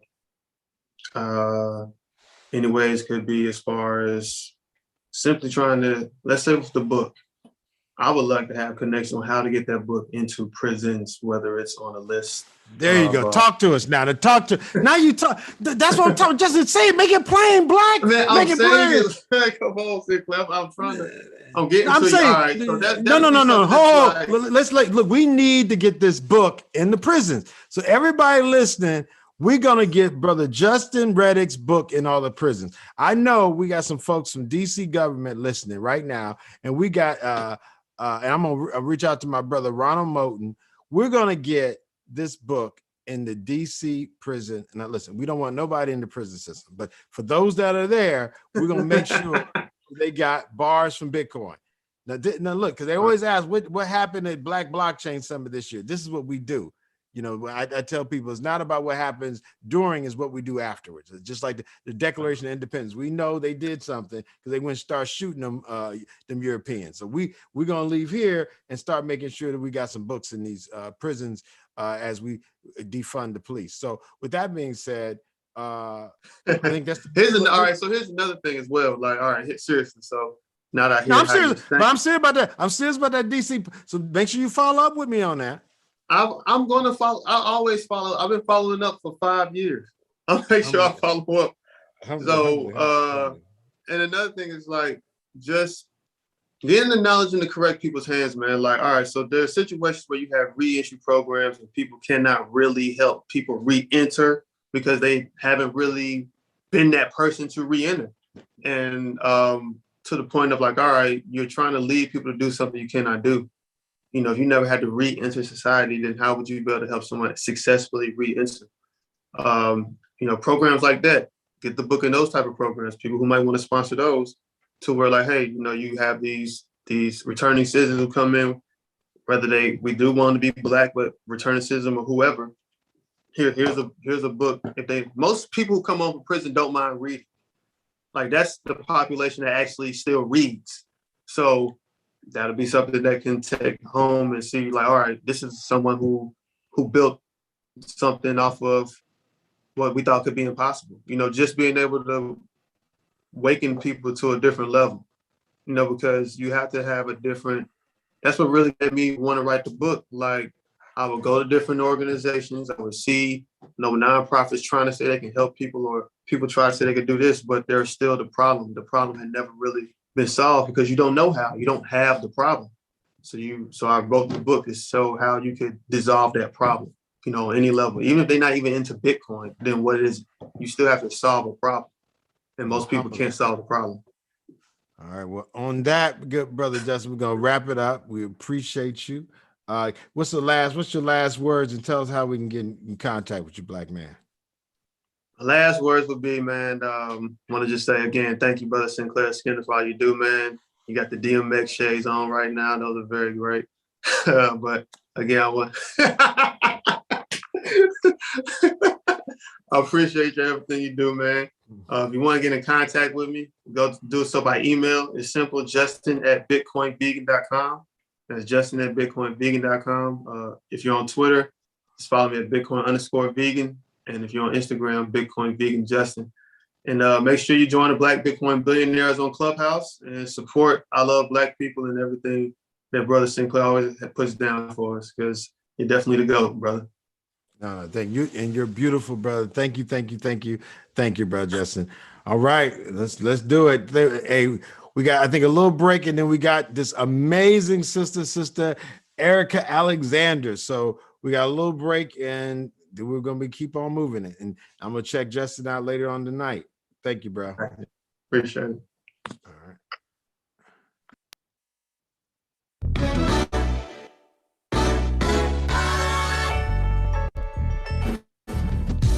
I Love Black People is a global community protecting Black people from racism and xenophobia. The purpose of our platform is to be a guide to Black-owned and Black-friendly businesses globally. We currently have thousands of business recommendations from 142 countries and 300 cities. Our platform focuses on 8 essential categories: legal, transportation, finance, health, education and childcare, beauty, accommodation, and food. With your help, we are creating a safer world and making our voices heard worldwide. Join our movement and recommend a business today. I love Black people. I love Black Please people. visit iloveblackpeople.com. Well, all right. Thank you, Sister Yvonne, all the way from Kigali, Rwanda. We got Sister Deirdre all the way from Jersey. And we have our amazing, dynamic sister, a 1969 baby, a award-winning, amazing entrepreneur, writer, filmmaker, actress, Erica Alexander the Great. Uh-oh. I think we got everybody on mute, or is it me? Uh-oh. You know, you get those moments and then all of a sudden, right? Hello? Uh-oh. All right. Yes, yes, yes. Thank you, Sister Erica Alexander the Great. Thank you, Sister. Look, I was doing my research on you. I'm a 1969 baby. When I saw you was 69, I knew why. I knew why we was in love with you going through college. We couldn't wait to see y'all. What? Crazy. Thank you. Good to see you too, brother. Look, and then we had Sister Dreesen Heath, who works with the reparations stuff, and we do a bunch of little activities around this HR 40. And she was talking, when I told her we had you on here, she's like, what? And then I had missed your podcast. I had missed the big payback, the big pay black. What? I was like, so I'm like getting you. You've been, and then you're about to do a documentary on reparations. I'm like literally, I was very narrow. It's the Black Blockchain Summit, the NFTs, and we had. But when I saw the expanded body of work, again, I'm eating into the time, but sis, I really want to prioritize this moment we have with you based on you, not based on the summit, because whatever you say or whatever topic you're doing, our literal theme is reparations and revolutions. Literally. So humbly, you're doing reparations and you've been revolutionary. Day one, 1969, baby. That's what we do. That's what we do. Gen X, what? Exactly. Look, through crack cocaine, through AIDS, now they done thrown the damn plague on us. Like all these wars, the Great Recession. Like they don't talk about our generation. Look, they don't talk, like we've been through it and there's no trophy. Where's the trophy? There's no trophy. First presidents, things like that. Absolutely. And we make it right. Erica, you 69. Was it November? I looked it up. I'm not gonna, put your business, but God bless. My wife was born November 18th. So you're like 17 or 19. I'm 19. Nice, you right after her. So God bless you, sister. What do we want to talk about? We all know who you are. You've been in our living rooms. Look, we saw movies, everything you do. We about that life. And thank you, Sister Deirdre, for just making this connection. And then your assistant, my people Pruitt's, like there was a lot of multi-layers. I just had to happen. Anyway, I digress. You are so funny. Well, thank you, number one, for inviting me on. And how is the summit going, by the way? Awesome. The only thing that was a little disheartening was that we had to go virtual. And this is our 4th year. And the only thing that made this probably different was that Black folks were able to come together and see each other and touch. So you know how we are, like that energy of having us all in a room where you might have been a nerd or you might have been somebody who thought you were crazy. And there was all these other cuckoo birds with you that can relate to you. Like it was so therapeutic, like really, it was like therapy. And then to not have it this year, we thought we were going to do hybrid. And then Howard was definitely being very vigilant with their freshman students. So they then said, look, we said, look, we don't want to get people sick. We want to get to 5. We want to have our 5th annual Black Blockchain Summit. So we don't want to have a whole bunch of mass spreading situations. So, but you coming here, you coming though has made this a highlight. They're gonna remember the 4th one. Sister Erica Alexander the Great was there. Period. Full stop. And she working it humbly. Thank you. Well, I love that the title is Reparation and Revolution. Obviously, I'm down with the revolution, born down with the revolution if I'm a 69 baby. Oh yeah. And I appreciate the 69 because I thought I was the only one who really dug being from 1969. I love that year. I find that a lot of people who are my peers who are about those years have accomplished a lot. And they seem to be multi-layered and multifaceted and multi-skilled. Because you're right, because of all of the things you mentioned, including, we have better ear palettes than anyone else. It's not surprising. So many of those, RZA, all these people created all sorts of really cool music. Latifah, who's a 70s baby just by 3 months. And, a lot of the real independent spirits came from there, but also great empathy.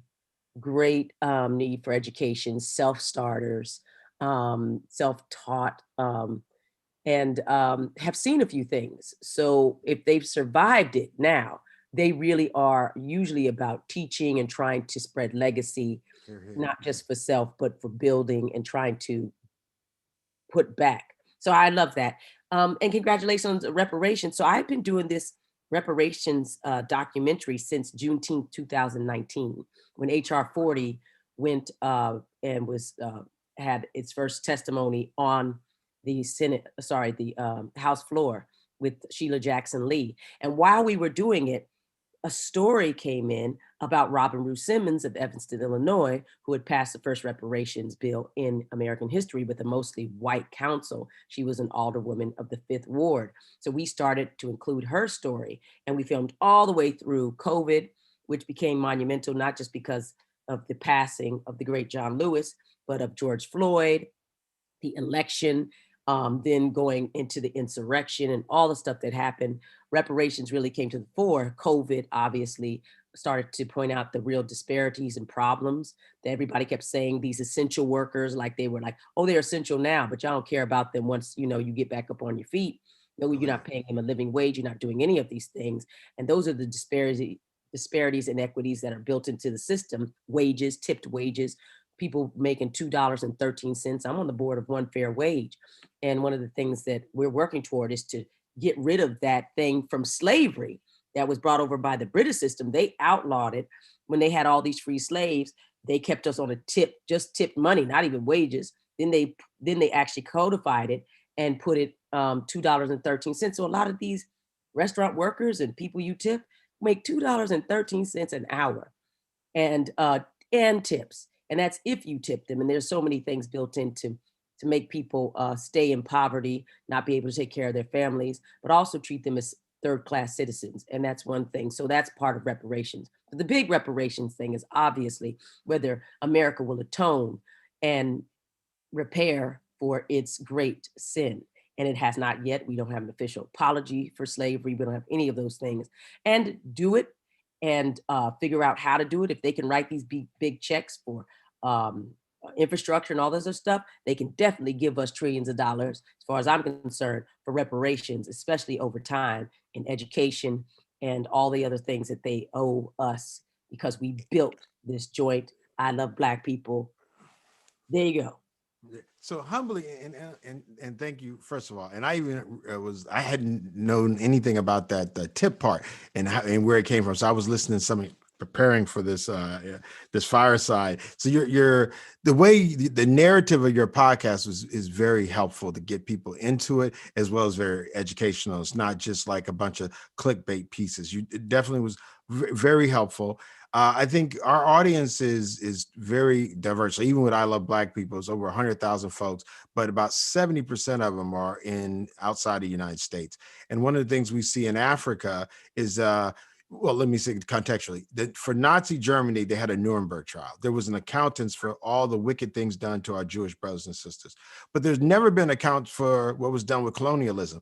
It's almost like a non-stated thing about, oh, maybe this was better. No, it wasn't. They just, communities were destroyed. Before we even came over here, we came from great communities. We had farms, we had the industry, got over here, and now we're over here, picking somebody's cotton. I think there's a context of reparations, a context of holding people accountable so that they can't keep hurting us and make it seem like no one went to prison for colonialism, like full stop. Like there's African leaders are going to prison now for corruption, blah, blah, but the corruption of colonialism, not one European colonizer ever went to, not one plantation owner went to, there's a theme of how that behavior still is not criminalized. But if you look at how anti-Semitism related to the Nuremberg trial, the treatment of Jewish, is clear. So I'm not trying to get into a weird conversation, but I'm just saying we need to be, I think when you push and make points of beyond just the cash payment, I do want them to cut my check, but beyond that, how we create a climate where it's okay to harm us. Because if you just wait some time, it'll go away. No, it won't go away, and we need to repair it. And for you to use your platforms and your artistry when we don't, HR 40 is actually on the floor. All we need is one more vote, and we still don't hear about that one more vote as much as some of these other things. What else are you working on? And again, I want to do NFTs, but when I saw you had so much of this, because many of our followers are in tech, but they don't have necessarily always the historical context. you're in art, but you bring all of that into a whole world view. It'd be great to make sure we get that in, because then we definitely want NFTs, concrete. We want all that, but we definitely want to see your body of work, please. Oh, well, thank you. And I just have to say a little something about what you're talking about, because that capitalist system you're talking about that they hold up, white people did not want African Americans freed or not to own anything. So they did a really good job of preventing the advancement or any implementation of any bill to help them or anything to help them. And that included instituting Jim Crow laws, as we know, white supremacy, terrorism, all that stuff, lynching, all the stealing they did, that destroyed the advancement of Black people for decades. And that's why we know the Great Migration took off and that everybody went to the North looking for more of a fair deal. They didn't get one. I mean, they were trying to get out under the immoral white boot that was targeting and destroying and oppressing the former slave people. They gave slave reparations to the former slaveholders, famously. And it's a disgusting thing to look and see people like I think it was that chef Paula, crying about what happened to her grandfather when slavery was over, and he sat up there and then he blew his brains out. I mean, whatever she was talking about, and she lost her show for it because it revealed her to be a sympathizer. It wasn't just about her family, that she really thought that, you know, those slaves leaving destroyed her family, and that we should see them as victims. And I think if there's a program of reparations, one of the biggest programs is to reform or look into the psychological aspects of white supremacy and how it is an illness, like James Baldwin said. And there needs to be reparations for Black people on a mental level, but for white folks, they have no idea that they're ill, that they've been raised in a sick system. So they think they're doing fine, but that's why they're able to perpetrate it upon all sorts of different new generations. So anyway, we didn't come to talk about that, but since But that it is definitely a part, because I think the transition, because the tools that we use could be technical tools. There's all kind of tools, yes. And the fact that you're utilizing a particular tool, even in, in the artistry, I saw you we got a little glimpse of you in Get Out.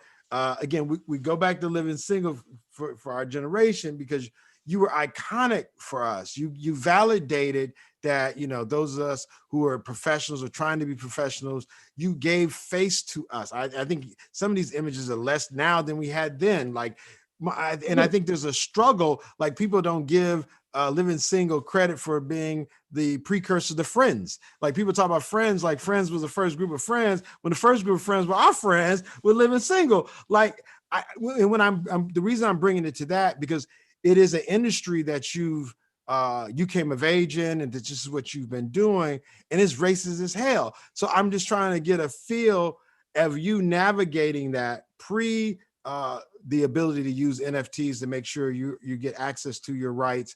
What is some of that particularly done? We had a brother from Sounds of Blackness, and Gary Hines, he just came with a song about reparations, and he's been in the music industry for like decades. So them trying to be able to secure their rights. And how do you see that as an artist and the struggle we've had since we've been alive in this space? Like this, because they'll often talk about the 40s and the 60s. You have a legitimate, like our generation has had we were the first generation that came of age with that promise that they're going to change something, and they reneged on. Like our parents grew up in a segregated world. We grew up in one that experimented with our integration. And my brothers, it was in and out of prison. I mean, the things they did to us and then blamed us, like we were the victim and the villain in every movie. Like, how do you get to be the villain and the victim? At least the villain gets to say, ha, ha, ha, ha. We got to be the loser and the loser. I was like, so how, with the art, how do you see the things that you struggled with, and some of the things that aren't talked about, like some of the things that you experienced in this industry? And again, I'm not trying to put you on the spot. I want you to reveal the things that feel comfortable, but I'm saying there's some unique things in the era that you were in, developing in, that there were some racist things that were very problematic, and how did you cope with them, and how do we leverage some of the things you're doing now as to inform the you that was you back then? Well, there's so many things that are in that one question that there's no time. There should be a whole series about it. But the industry of entertainment is one of the most corrupt and toxic industries to work in. It has famously been something that has lifted us up and given us sort of, prominence, things like that, but has at the same time taken our generational wealth away from us, and leveraged on the unseen force of white supremacy and, racist and biased and prejudiced systems to own us in different ways. And so you can go in the system and think, oh, I'm doing well, oh my God, you're famous, you got your song on the radio, you got all these other things. And then you find out that none of these people owned anything. They known themselves, they known their names. Prince famously, slave. We're trying to try to tell us something. And all the systemic things that happen inside of showbiz, and not just showbiz, but just inside of, the regular communities, is so much more noticeable as, we look at people like Michael Williams, rest his soul, Whitney Houston, Marvin Gaye, all these people who unfortunately their lives were cut short by drug use, stress. You see people dying of old age. You got DMX, all these people out here who just, Biz Markie, famously unhealthy.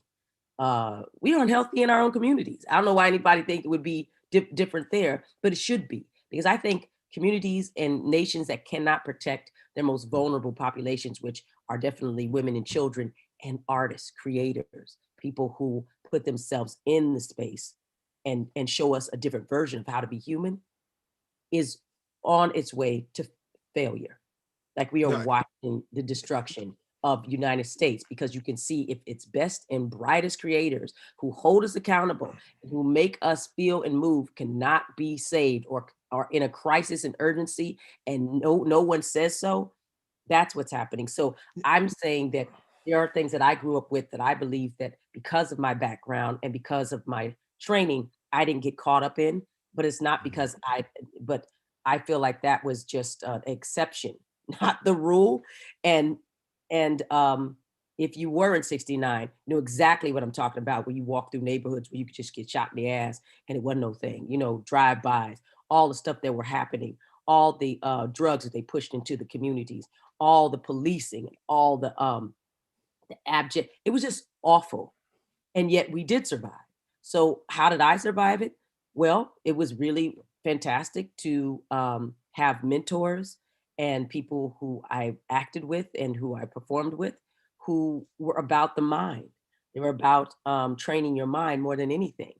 Not staying out, truly not hanging out was really smart. People say, we never see you, Eric. I said, well, I was never a hanger-outer, but it really kept me from creating bad habits and also getting my sleep. People say, oh, you look so young. I said, well, I am my age, but I tell you one thing, I didn't do half the things my peers did. They're exhausted. They're exhausted with stress. They're exhausted with all sorts of things that they did to their body to manufacture the entertainment you see. And then also, if I think about the entertainment business and how psychologically damaging it is and distressing to hear that no matter what you do or how good you are, it won't push you into the next level, that people won't take you seriously inside of these management companies and these agencies, and you'll be shut out of different opportunities, not because, again, your level of skill set and talent, is because you're not inside of something that they've decided whoever's in there are the people who get all the opportunities, and everybody outside has to fight for them. Chadwick Boseman and I were in the same agency, Green Agency. The reason why Chadwick was there, it's because he couldn't get representation anywhere else. And not that Green is a bad agency, it's a really wonderful boutique boutique agency. But the fact that he couldn't get any representation or anybody to take them seriously meant that he had to work outside the system of these huge agencies that own everything. And they manipulate their ownership of all the key people. And there's not that many people up in there to shut everybody else out. And you're lucky to get a supporting role. But then when he became a big star, he said, I'm not moving to another agency, even though I'm being courted. He said, y'all didn't want me, so I'm gonna build my career from here. And because he didn't want to abandon this Jewish man who said, I think you're great. I'm going to manage your career as an agent, and we're going to build on something. That was huge. Tessa Thompson was there at the time. All these people were there. And people don't know that this exists. And then they look at us and say, well, why don't you have Black management? Why don't you have Black agencies? There was nobody there. And the people who were the Black agents from Charles King and all, they were all in the big agencies, CAA and Endeavor and all that. And, you know, people act like it's us. I said, look, many of these people who so-called took a risk or chance on me, I appreciate it and I think I was talented, but wasn't no room at the end. This was what was offered. And so if you look and I say, why don't you build the management or agent that you know that you say should exist? And then why don't you work to get those relationships so we can get the opportunities that you say we should have and that you're able to get? But people don't know that there's multi-layered things that are happening all the time to hold people down. And you can see it in this world easily. But I say it really mimics what if you're experiencing it wherever you are, it's the same thing there. It's just more blatant and we can see it because it's more grotesque. So I think there should be studies and data analysis about it. And we should get into Congress and we talk about the monopolies and holding people back and find ways to support new players in that system, new executives, and hold people accountable, the studios, all of that, who just now nominated more Black people than ever in the Emmys. And none of them won the major awards. So there you go. It's still work. It's still a thing. So anyway, there you go. So this is amazing, of course. Is there an application, and I'm not asking you for the solution, but with the technologists and the folks who care about Black folks who follow Black Blockchain Summit, do you see, because I always with our application, we're doing a green book. A lot of people think that was a Black business directly, but it was actually Black friendly too. So it was about not dying and getting killed. So it could be a Mongolian doctor in Copenhagen. Is she going to treat you with dignity and respect? That's my doctor. With that being said, it's the same type of thing with trying to figure out how do we solve this problem with like Uber. People don't talk about it. The people who came up with Uber did not care about racism. But one of the most racist times as a 69 baby was literally trying to catch a cat. Literally when they kept. I overstand. Right. Right. So my point is literally, again, the people who came up with Lyft and rideshare innovation were not thinking about us, but it literally made that type of racism obsolete by and large. Are cabs still racist? I don't know. I don't even take them. I know I get Uber. So God bless them if they're not. They're just obsolete. They can't hurt me no more. Is there something, or because you did allude to there needs to be some analysis, are there any things that you see in the industry? Because NFT is a space and we're still experimenting with that really. It's really early technology. Is there anything else you see that could be made obsolete because it's that much better, that could be that much better than the system that's depending on these people who are gatekeepers? Or is that so weird of a question you need some time? Is there any system? All systems could be overhauled and destroyed and rebuilt. Every system. Monique talked about the algorithms within the streaming service that she said were racist, that had not made a true account of her viability and the market and the audience that she had built over decades. And that is a form of salary and paycheck inequity. When Lilly Ledbetter, who they signed the Lilly Ledbetter Act, Obama's first bill that he signed when he got there. It got there because many female Congress people, and my girl Hillary Clinton made sure it was on his desk because they had been pushing it forward all that time, and he was the first thing he signed. Lily Ledbetter was talking about being held back by this invisible thing that she couldn't get a raise or anything. It was all based on some sort of, again, whatever machinations they were doing behind. Well, that happens all the time. The people literally say, if you're Black, they've devalued you in these algorithms. These algorithms are made by people, humans. Go ahead. And so they have the same flaws as their human maker. It's like a Frankenstein monster. You know, people think the monster is Frankenstein. No, Frankenstein is the monster. Monster, that's his creation. Wow, I never made. Okay, yes, ma'am. Yes, ma'am. Go ahead. Right. Okay. And he comes like a Dybbuk to come and bring revenge upon the doctor who created him, who brought him back from the dead to suffer. And he's mad. That's the monster. Dr. Frankenstein is Frankenstein. And we ask ourselves about these systems. We need to talk about who built them and the types of inequities that are built into the system. And so we should have rallied around that. We should have talked about that, because if you talk about NFTs and these things that are in tech, if we bring our prejudices and bias inside of the system that we're trying to change things with, then we just recreated the same thing that we're dealing with out here. So I say that all these things need to be addressed. I created Color Farm Media, frankly, so I could have a different conversation about it. It's a 21st century entertainment, innovation and social impact company. We call ourselves the Motown of film, television, and tech. And we wanted to leverage our production skill set and our network to build and shape content through our activism and through, and build a better tomorrow that way. So how can we support that? So again, like you mentioned Charles King. Charles King, my frat brother. We both went to Howard together now, even though he went to Vanderbilt. Macro. So when you just said, it made me think about macro. What can we do to be supportive of your studio? Like what?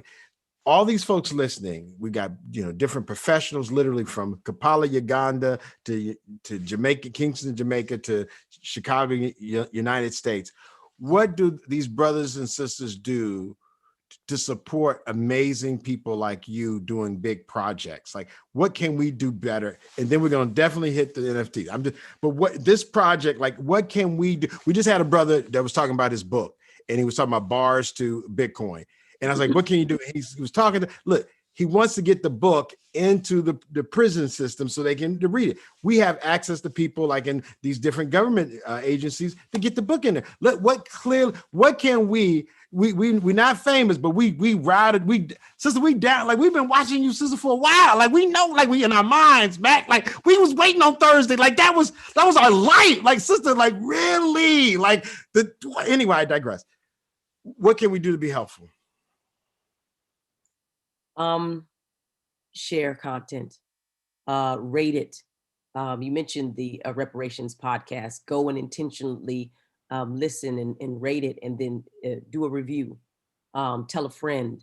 Go to Color Farm Media and sign up, and so we can keep our list, our email list, which is valuable. All these people are building all sorts of great, huge audiences on these really unique, innovative platforms, but you don't own them. If they want to take your entire Instagram crowd and just say, you start from zero, and suddenly something you built for 10 years on a platform is gone, and you have no way to get back to that audience.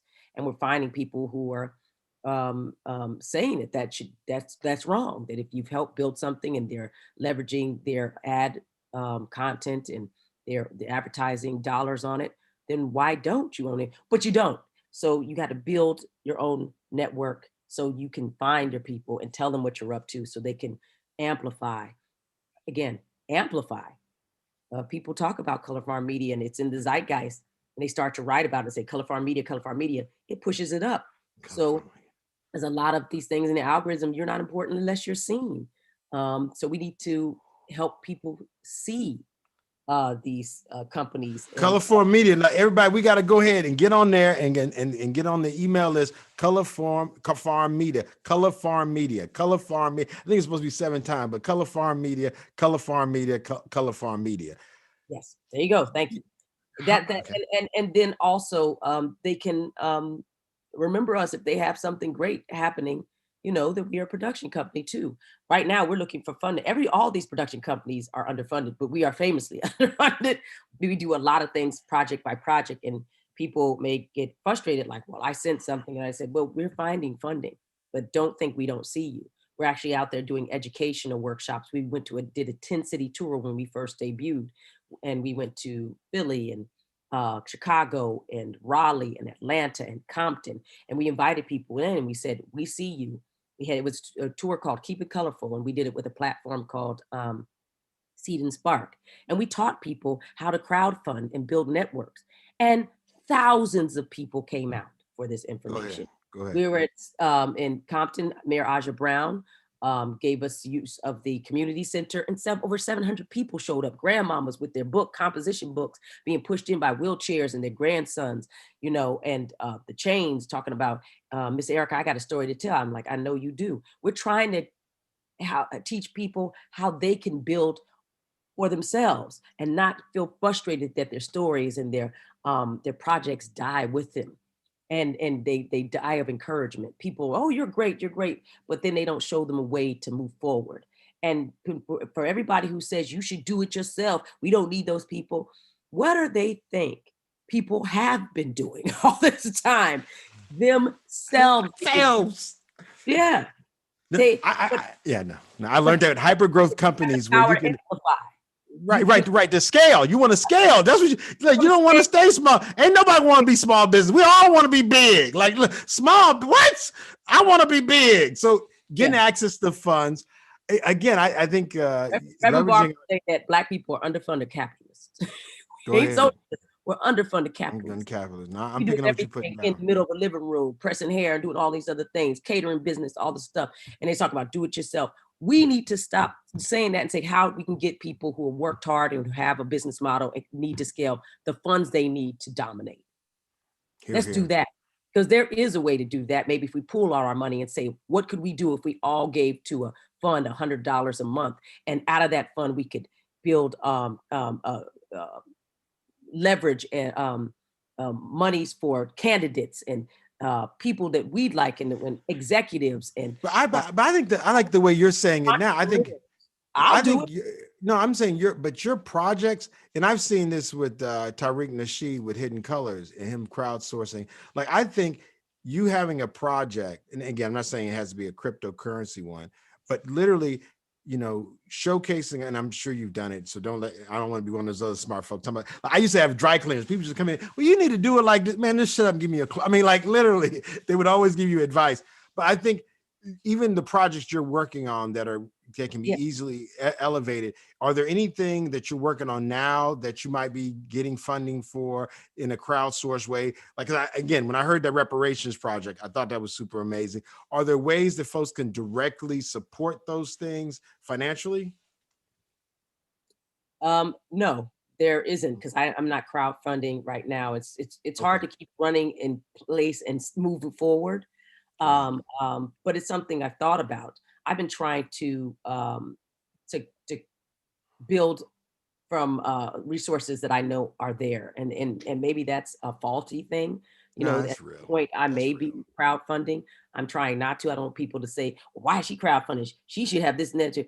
Well, if you see me crowdfunding, it's because I don't have access to those resources, but I still need to get this project. But what you see with Concrete Park, let's get to that. Yes, Concrete Park NFT bangers. The NFTs is something we did on our own. So near the end of the 90s, after living single, I had married a writer named Tony Puryear. Tony Puryear is the first African-American to write a movie that made over $100 million. And he wrote Eraser. And we were trying to do a science fiction series. And we went around everybody.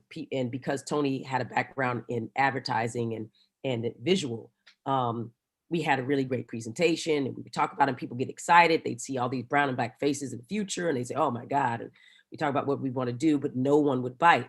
Went on for many years, and we tried to get meetings with executives and who had power, and we got in a meeting with an executive who was president of a very lucrative studio that was known for doing movies with Black people or niche content and being successful. And we start to pitch, and he stops us in the middle of our pitch and says, "Let me stop you right now." He says, "Black people don't like science fiction because they don't see themselves in the future." That's a quote. And we looked at him and he told us this story that he made him come to this conclusion, which was absurd and stupid. And Tony, who's very, very light skinned, people don't know that he's Black, but he's Malcolm and Martin, all in one, said, "Let me stop you right there." He said, "For Black people, the past is painful, the present precarious, but the future is free." He said, "We always create in the future because y'all took our past away from us, took our names, didn't give us anything.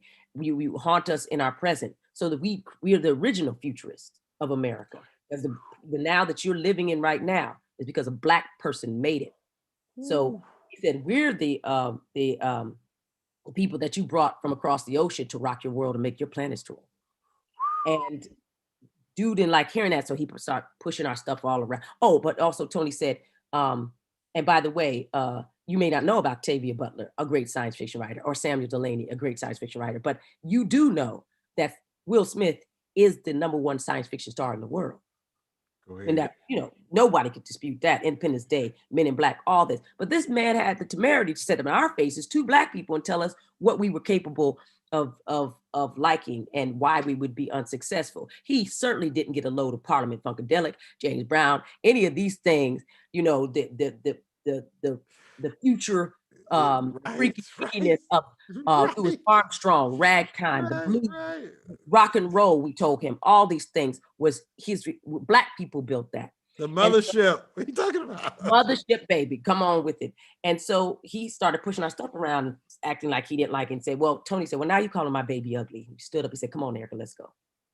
And we walked out of the office. We were walking through the atrium of this studio. And he said, "Fuck it, I'll draw it." And so he taught himself after 50 how to draw and illustrate comics. He sent a few of those panels to Mike Richardson. Mike Richardson is the person who created Dark Horse Comics. Dark Horse does Hellboy, Sin City, 300. He took one look at him and said, "I'd love to publish y'all." By the end of the year, we published our first imprint, our first issue of Concrete Park. And then within that year, we were Best American Comic. And then Forbes said later on that we were one of the best graphic novels in America. Now, this is before Black Panther started to do its thing. And a thing that had been planted seeds long ago by Jack King Kirby and Stan Lee suddenly comes after many iterations from the great Christopher Priest and Reginald Hudlin. It becomes, this thing, and we get a movie version. But there we are. Thanks for saying that. Thanks for saying those names. Even though I don't know, we gotta say their names. We gotta say their name. And I really, every time you keep doing that, there's I can feel the answers. Like when you're doing that, that is okay. I'm sorry. Yeah, but we gotta know who we owe our future to and our present, and people who are out there, as you say, who need to be supported and amplified. And they helped us. So we were going around with this new comic book. They were looking at us with the stink eye, like, what are these Hollywood people doing there? But they saw us show up over and over again at these Comic-Cons in the basement with them in Artist Alley, and be humble and be humbled. Nobody at our table for 3 days. We pack up our stuff, not sold a thing, but come back. And then after a while, you get 1 or 2 people saying, "What's that?" Black and white kids saying, "Oh, I like this." And then suddenly showing up as the characters. You build on that, but it took years and years when I wasn't working that much in Hollywood and went bankrupt and all these other things. I was building. So when people say, "What have you built yourself?" Concrete Park is what we built. We built that with what we knew 2 people could do it yourself, as a proof of concept of an idea that we could not get any traction with in Hollywood. And here's the setup for Concrete Park, just so people know. It's a vision of the future. What if Earth sent its poor, its underclass, its youth off to another planet? Would they recreate the tribalism, the racism and the hatred and the violence, or would they make something new? And we said that they were going to make something new, and that would be Concrete Park. And what you see with the NFTs now, and we sold out of all our comic books, the first and second print. We did 2 volumes of the graphic novel, and then we started then the whole comic book market collapsed. Nobody was buying comic books. All the comic book stores went out of business because of the internet. You make 2 separate, that's right, and then it had to be digital. But digital comic books are what? You get them and you can just give, that to anybody else. You're not really selling anything. It was like music. It was easy to replicate, And so NFTs come along. What's this? Non-fungible tokens. Suddenly we're like, well, what is that? Well, we're all about engagement. We did it our do-it-yourself thing. Our creative approach is a do-it-yourself business model. And so we're always looking for new ways to engage with our fans. So the sci-fi series about the future, we see NFTs as the future of getting cool Concrete Park collectibles into the hands of our fans. We met with the people at Curio, who does our collection, and they worked with us to create a really great program and edition of these collectible items. And then we dropped it. We said to people, collect the future, Concrete Park. And it sold out within a minute. Praise God. People who probably had never heard of Concrete Park bought it because they dug the art. Tony, who was, again, taught himself illustration after 50, created those things, and it was resonating with down the line with new players. And the next drop came out, and that sold out within minutes. And the next drop came out, and we sold out completely of all of them. So then Curio comes back and says, let's do another generative art program. People who don't know what about this, they should look it up. But Bored Ape Yacht Club are these apes that these tech So Cameron Winklevoss was talking about buying them. So Yeah. Gemini is one of our sponsors. So Cameron Winklevoss, he came last year. So I saw something about some ape. Now look, I ain't gonna lie, I like Cameron, but we had some with apes. I was like, look, I ain't gonna retweet this yet until I explore the ape conversation. I'm, double checking. I'm just double checking. So what's the ape thing about? Talk about the apes. Well, the apes are worth millions of dollars, any one of them. Wow. Hundreds of thousands of dollars, any one of them. And so I mean, every generation I feel goes under a transformation. And what you're seeing is something that the Impressionists or the Cubists or the Surrealists, all these people, they challenge representational art. And now people are challenging the idea of physical art. And for all of those moments, the canvases were in the physical space, right? So, but now digital art and its creators are ascending, and their presence challenges the status quo. So you got Curio, NFTs, and our edition, Concrete Park NFTs. They're the missing link. And I promise you, the future has arrived. But here's the best thing about it. We talk about generational wealth. These things that makes them special, and the Bored Ape Yacht Club, which people should look up, just these apes that are kind of weird, and each one of them is unique and encoded, that if you buy one, it knows you bought it, and it has a ledger that keeps you in the ledger. So the transfer to any one other person goes into that ledger. So it's stuff that you can now prove is the original thing that you bought. Everybody knows that art is about provenance and unique and rarity.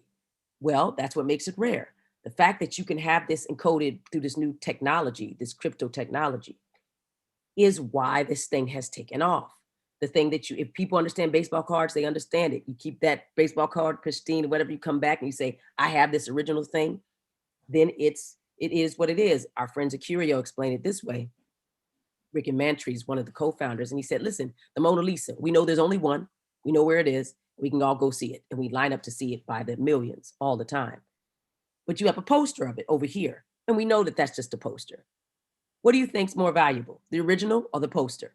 So people say, well, you could just take a Bored Ape and you could just have that Bored Ape. Sure, you could have a digital picture of it, but the real Bored Ape, out of that edition, someone has, and it's proof inside of the encoding that that person has it. So even though you come and say, oh, I want to buy that Bored Ape from you, they say, okay, I'll sell it to you. And that person's name goes in the ledger, when it was sold, where it was sold, the original person. But here's the best part about it. Basquiat and these types of people who sold their art, and at the time probably got a lot of money, $10,000, $20,000 for their canvas art. They were never in the cash flow of what that art could do later on. Somebody else would go years later and sell it for $2 million, $20 million. But Basquiat didn't get none of that, neither did any of his people, any of his mother's, brothers, sisters, or anything. He didn't have any children, but none of them. In this flow, this digital flow, the original creator is always in the cash flow, like a residual is coming to them. Any money that's made on the secondary market, they're part of it. It's built into the description. So suddenly, you're not outside of it. Suddenly, you're cutting out middlemen who would have taken that money. You're having a one-on-one engagement with the audience, showing them what you want, and they're having a community building thing. In the meantime, you're always within the cash flow. I'm sorry, that's going to change everything. No, I think that's amazing, because when we first got into smart contracts, we did it with women farmers in Zimbabwe. And the tricky part with contracts, but here's the tricky part. When you're dealing with the physical world, and people talk about like Tether, when they talk about these stable coins tied to a dollar. Yeah. Digital, blockchain is digital. So it's software. So as long as you stay digital, it's the master of the digital space. But once you leave the digital space to a space that's like real, is that dollar really there? Or did somebody count that dollar twice and said it was one time? Is that barrel of oil, because people used to talk about Venezuela, where they need to digitize and connect it to the barrel of oil. Well, they could count one barrel of oil 8 times. How would you know? And the same thing. That's a great, they're printing money right now. Let's be real. We don't do the gold standard anymore. You're right. And look, they found that money for the stimulus. Now they say they can't find it for us, but it showed up. Thank you. But what did they build that on? They built that on the promissory note of America. Go ahead. That's a reputational thing. So yes, it's going to take time for all these cryptocurrencies to settle down, but they've already been adopted in other countries as being real currencies, and inside of this space as being currency. Things are valuable because we say they're valuable. We're not valuable as Black people because people say we're not valuable. Go ahead. Ooh. If we start to value ourselves and project our value into our own space, into our own real life, then other people, we're forcing people to see our value. We are valuable. It's a price beyond rubies, an African American. 13% have been the biggest culture makers in world history, not American history, world history. You'd say anything that's had this much cultural significance, that everyone in the world is marching to their tune, rock and roll and hip hop. It didn't happen. The Egyptians. In spite of what they do. That's real. The diaspora is strong, but the African Americans are the strongest in the diaspora in terms of culture makers, and that's a fact. But we blended in all the things that we lost, that we thought we lost. It's in there: the drums, the samba, all these things you hear us do, the dance, all that storytelling. And we took our roots, our new roots, whether it's the echoes of the tribal natives, which are in our music, We were influenced by all those things. We were influenced by the pain and the suffering. We were influenced by Black boy joy, and the creation of not having anything made us build new things from samples and do what we could in the closet. And we did it from the beginning. Orphans like Armstrong built a whole new thing. So the only thing that America ever did original was jazz. And I'm telling you, who has done that with all the odds against us? So as far as I'm concerned, we need to get in this space and we need to own it. And you're right, you're asking great questions, and there are going to be questions asked, but we make our value. We say what's valuable in this world, and then it becomes so. All right. Look, one of our themes is Satoshi's Black. So look, we say only a Black woman would have gave us something this good and been able to share it without having to put her name all over everybody. So we definitely know Satoshi's Black and a Black woman. And they just did an unveiling of a faceless Satoshi in Hungary. Looked like a little white boy. So we're going to have a sister. It's going to be the faceless view of Satoshi Nakamura, and it's going to be a sister faceless. Okay, so we clear. I have the original pins. I have the Satoshi's Black, and I have one of the original pins from a few years ago. I love it. Thank you, sir. Look. My physical collection. All right, humbly, your physical.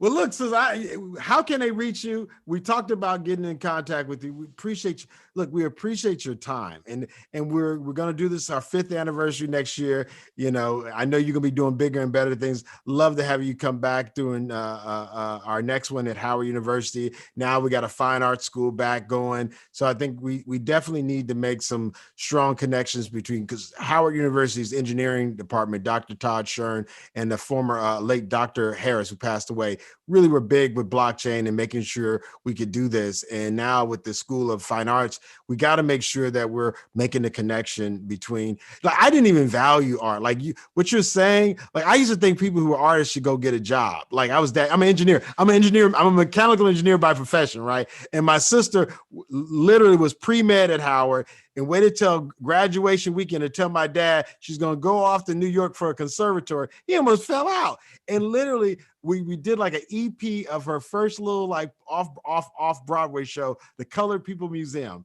And yeah. So it was then I realized, and you've already alluded to it, that without the artist, look, I can tell you how much something weighed. I can tell you how many it was, how dense it was, but you're going to be the one that actually captures the moment. Without you, without living single, without your body of work, the people would not have been able to. You've done a better job instead of an engineer telling our story collectively. And we have to control that storytelling. And like you said, protect. When you said protect, you said women, children, and the artists. I mean, that was so heavy. It was so heavy. Vulnerable. Those are our most vulnerable. Yeah, I when you said that, sister, we're gonna do better at that. And we're gonna step up. No. You've been doing your thing.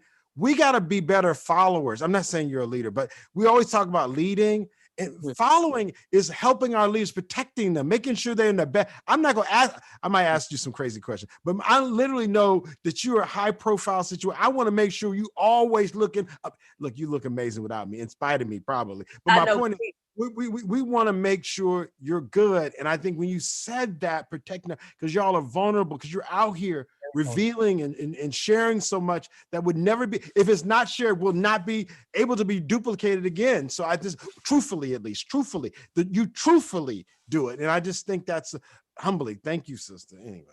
No, thank you. And I appreciate that you say that. There's a lot of people that need to be protected, and we need to support and amplify people like Reverend Barber of the Poor People's Campaign. Go ahead, show you Make sure that we're next door to him. I'm tired of seeing him go to jail. We need to go to jail. And he say, no, North Carolina. Yeah, I know. Sit that one out, Bishop. We got you. And be ready to fall in line. And Lord knows I don't want to be going to jail, but I'm figuring out how to get down there and help him. And he's a mentor of mine, and he talks a lot about the third Reconstruction. And here's what he says. He says, we're in the third Reconstruction, Sister Erica. He said the first one famously just after the Civil War ended, 8 years after that. Then the one after Martin Luther King's assassination. And he said, here we are in the third Reconstruction. And so if we all understand the third Reconstruction may be the last Reconstruction, then we're the architects of the third Reconstruction. We should take our work very seriously. Wherever you are is where it's at. And we shouldn't see ourselves outside of the flow, because all these things need to work in order to destroy that foundation that was never built on rock, and rebuild from the ground up, tear down the systems, hold people accountable, show up, make sure that we're sacrificing in the way that our ancestors sacrificed everything, whether it was Harriet who went back and forth to get people, all these, fantastic generals and warriors, but also take care of ourselves. We have an obligation to stay healthy so we can move forward. And we're dying off on our own with our eating habits and what we're not doing, going to the doctor and having these conversations that are difficult and scary. But yes, by having all sorts of issues, and we're dying disproportionately with this COVID situation. We can't play games with this. We have to make it. And we can't have lose by default. We've never done that. We're the 13% and we hold the moral high ground, but we're losing our edge. And so I want to say thank you for all that you're talking about. Let me just quickly tell the people that our drop happens on the September 28th. So you know, we're bringing 7,000 unique NFTs to our fans in the world's first officially licensed generative art NFT project. And it's called Bangers. And I hope people go check it out, tell a friend, buy one.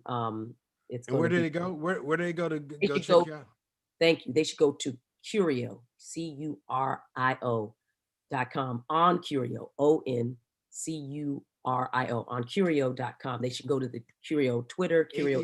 Yvonne, make sure you get that. Yvonne, make sure you put that in the thing, because I didn't write it down and she's looking at me, looking at you. And if I don't do better, I'm gonna do worse. So yeah, say one more time. Say one more. Say on Curio, CURIO, Curio.com.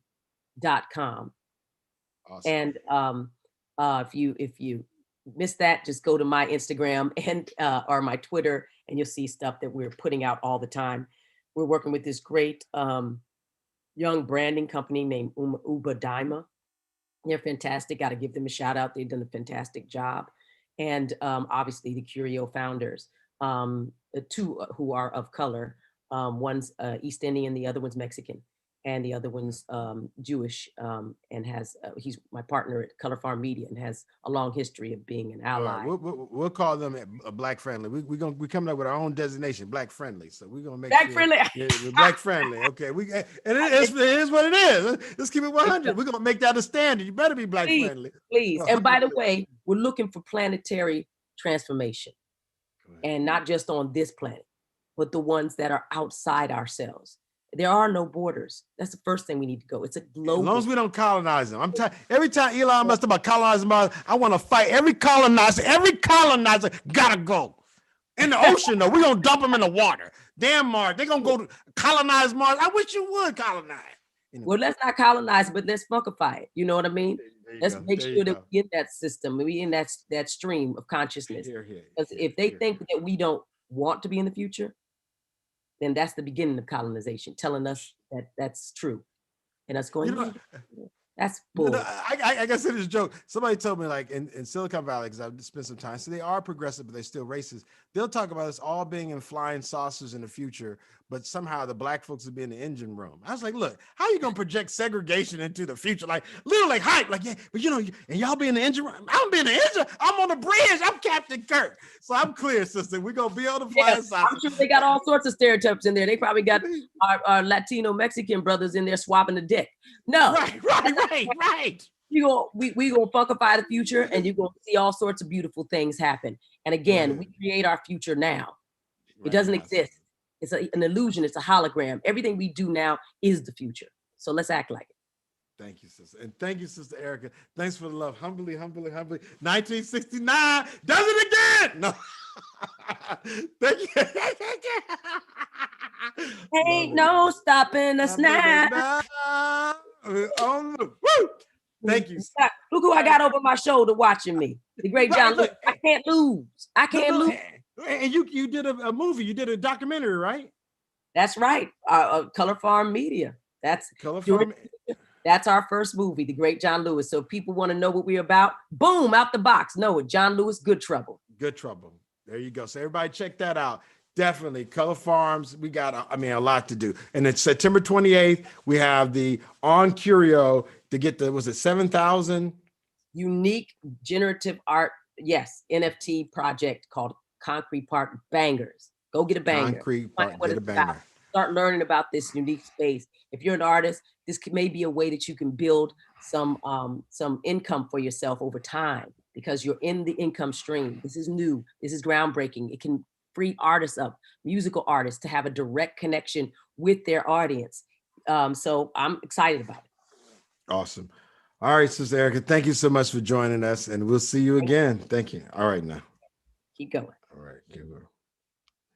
All right, Deidre, thank you, Sister McIntyre. Did I go over? I hope I didn't go over. Who was counting? Dude, you're the best, sis. I mean, just you're handling the conference. I'm just, I'm so, you making me look like a star. Like, well, how you know all them good people? Look, praise God, I'm doing live. Woo! So That was fun. That was fun to watch. You and Justin and you and Erica and whatever. And it's funny because I don't think y'all could see my comments because you were like, "Who knew we would have these connections?" I was like, "I knew." That's why I did the introduction. No, literally, this. I mean, again, I didn't even. You know how you get overwhelmed with everything going on. So anyway, but it literally was my relationship with you. I didn't want you to introduce me to somebody and me not follow up. And that really was it. But then when I started putting the dots together and then the stuff you was talking about, the reparations, I was like, Sister Erica Alexander is crushing it. And just again, the theme was, I mean, you knew. So you knew. Yeah, I And do. praise I God. do hit it off. And between with your ties to Howard and trying to bridge that gap between the entertainment sector, I mean, bottom line is Howard is very much bringing back the arts and everything like that. And they can't go separately. You have that beautiful engineering, that beautiful STEM building. You have those minds there. They have to connect and they have to intersect and have to be teaching each other so you can move forward.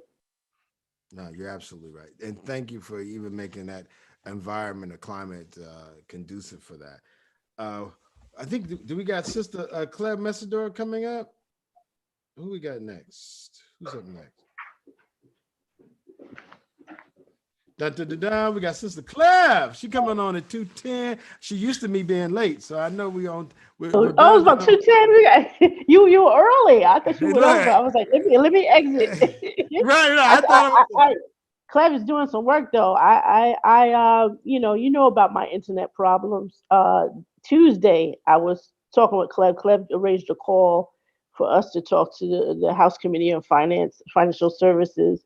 And it was just a brief, like she had us on point. She had a pre-meeting and she was like, this is how you convey your message. They don't have a lot of time. Follow this structure, get it done in 2 minutes. Let's do it. And I did that call with myself, Jamari, and Tavonia. We did the call, and like literally that next morning, my internet went out Wednesday morning, and I was like, "Oh my goodness, I got to do Black Function on Saturday." Look, it was perfect timing though. It was, mind you, it was just outside wires that were corroded. So when the Comcast finally came, and you could call cable service and they don't, they were like, see you next week. 2 days. See you next month. Right. And so he came and he was like, yeah, what's nothing with your modem, nothing internal. It's all external. Look, this corroded and corroded. All I have to do is change this wire. I was like, beautiful. I'm back on track. So it's the perfect window. But I like speaking with her, just dealing with that government sector, trying to get them educated. Because we talk about all this, the whole theme of this so far, almost every panel has been, everyone's touched on education. Education. People have to understand people's perspectives, their different lenses, what they value out of this new economy, what they're trying to bring forward, what they're trying to protect, what they're trying to make as an investment future on. And so she's been the key go-to person if you need to know what's going on. Yeah. And I'm not gonna put words in her mouth. And this is before she comes out. But I think also some of those folks who were in there so long come from a libertarian and more of a so-called conservative approach and didn't have the connections with these new Democrats. And I think Clev has been from New York City, DC, on the federal levels, her understanding and being a communication person, like literally like the mechanics of it is super. And then for her to be so early in the space, she literally wrote my first press release. I think it was 2014. I did a bio because I was going to Zimbabwe to speak in 2014, and Clem wrote my little bio piece. So literally, that's how far back, and that was super. And let me tell you, and for that particular presentation, I had just gone to Money 2020, and I saw Cameron Winklevoss and his brother. They did a presentation at Money 2020, and I literally took that actual presentation, changed a few things, and presented in Zimbabwe, right? So fast forward maybe a year or two later, I met him personally. And I said, look, man, I got to just tell you, because, I don't want this relationship, wherever it goes, I don't want to be built on no, Fugazi funny style. But look, I took your presentation from Money 2020 and borrowed some of it and replayed it in Zen. He said, I did the same thing, bro. Don't worry about it. So you engineers need us communicators. You need Clev, you need me, because your history has set this together. Right. Let the whole world hear that you need us. We definitely need cut the check, because you're gonna need it. So I was cutting pasting, not cutting checks. But anyway. Let me bow out. Talk to you later. All right, no doubt. So do we have Sister Clev Messidor on deck? Hello. HU? You know. Oh, I see you. We see you. Thank you, Sister Clev. Thank you, Sister Clev. Happy Saturday. Happy Saturday. Oh my God. Now listen, you were there in real life, real person, the first one, and before then. And I think I would be remiss, as much as you've been so helpful in my life, again, even traveling to Haiti to see you, like literally. And you probably were one of the first people to meet my wife in my circle of friends, because she didn't even have a visa. So my cleaners literally supported me when I was a dead, busted cleaner guy. You've always been amazing. I know I've had my ups and downs on this road, but you've definitely been a phoenix in the sun type thing. Thank you so much. And I think it's hard to kind of come to grips with some of the things that you do bring to the table, because they're so obfuscated by media, so obfuscated by headlines, that many people don't even understand what's behind the headlines. I would be remiss and probably disrespectful. I know there's things going on, particularly in our diaspora of Black people in Haiti. Again, I know you only got a short time to speak, but we definitely want you to share some of the things, because there's a lot of Fugazi folks, fake Red Crosses. Again, I'm not putting words in your mouth. There's a lot of people who exploit our pain, who use it to do some other things that are no good. And I think the intersection of technology and politics, these are all tools. None of these things are going to save us. We got to save ourselves. I think you embody what's possible in both, and having a knowledge of both, it makes you a multiple threat. I don't know what kind of, don't threaten me, right? Look, I know if I get out of hand, but my point is literally something that's very difficult for people to appreciate, because sometimes people watch CNN and then next thing you know, they're political experts, or somebody see a podcast, now they know everything. And I think, well, anyway, I'm starting to ramble, but please, I just want to welcome and have everybody who's listening welcome someone who's definitely fighting in our corner when we don't even know it. I don't know if she's a cut woman or she's a gladiator in the ring, but she's swinging and making sure we got our Vaseline on our faces. With that being said, I want to introduce my sister, your sister, our sister, the good sister, Clev Messidor. Clev Messidor. Thank you. Oh my goodness. Well, thank you, Sinclair, for that awesome introduction.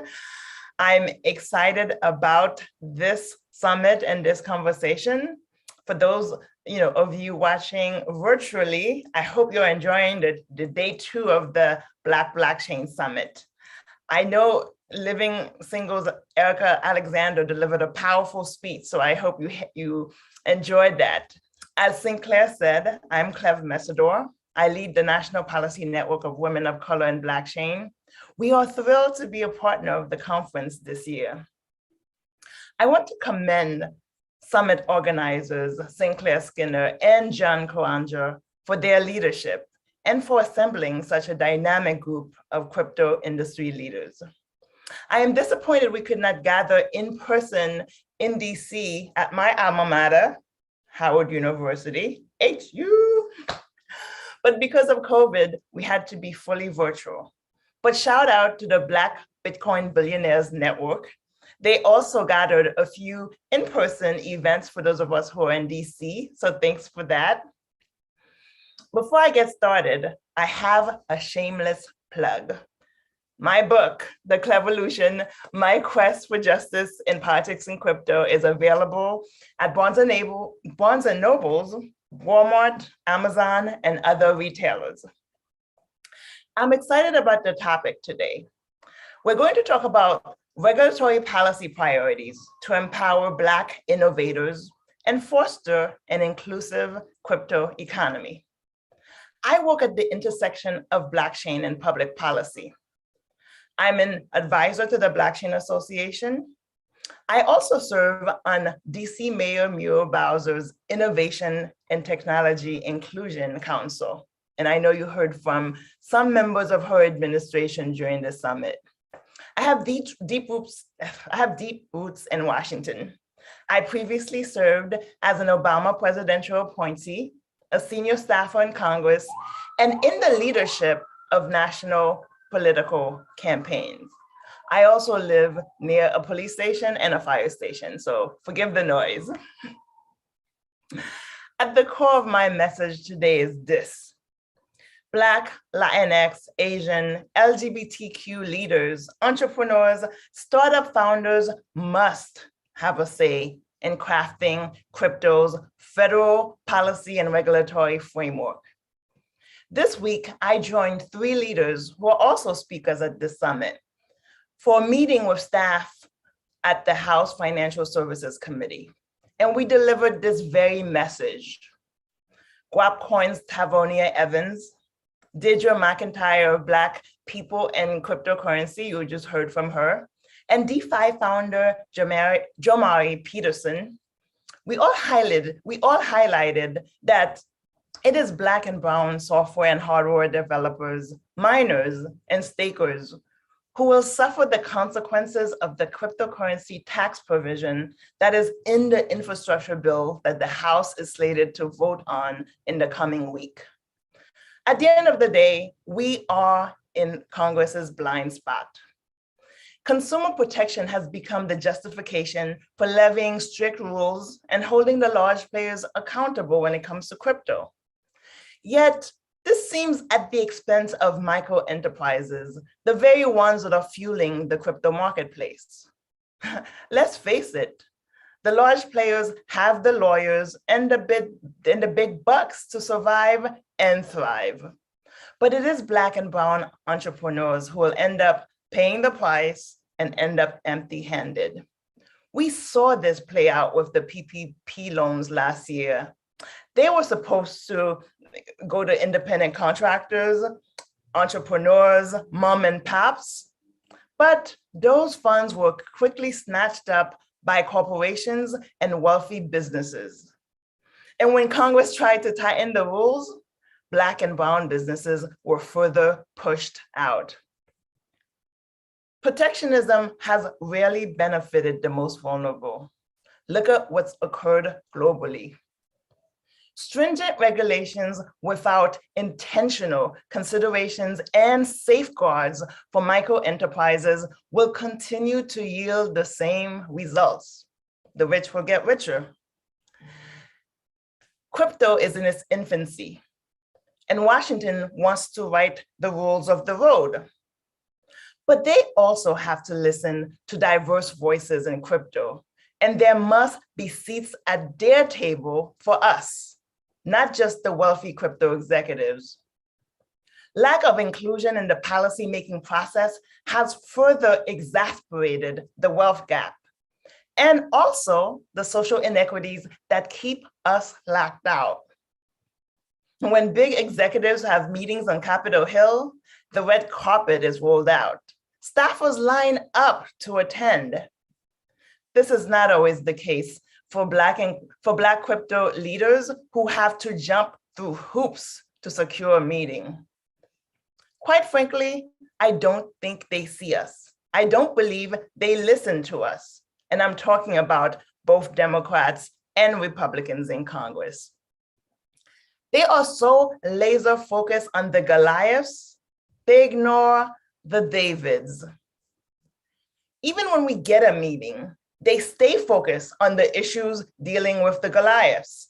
They use our time to get our insights about how to address the Goliaths. I want to scream, your quarrel is not with us. Give us our time. We want equal time.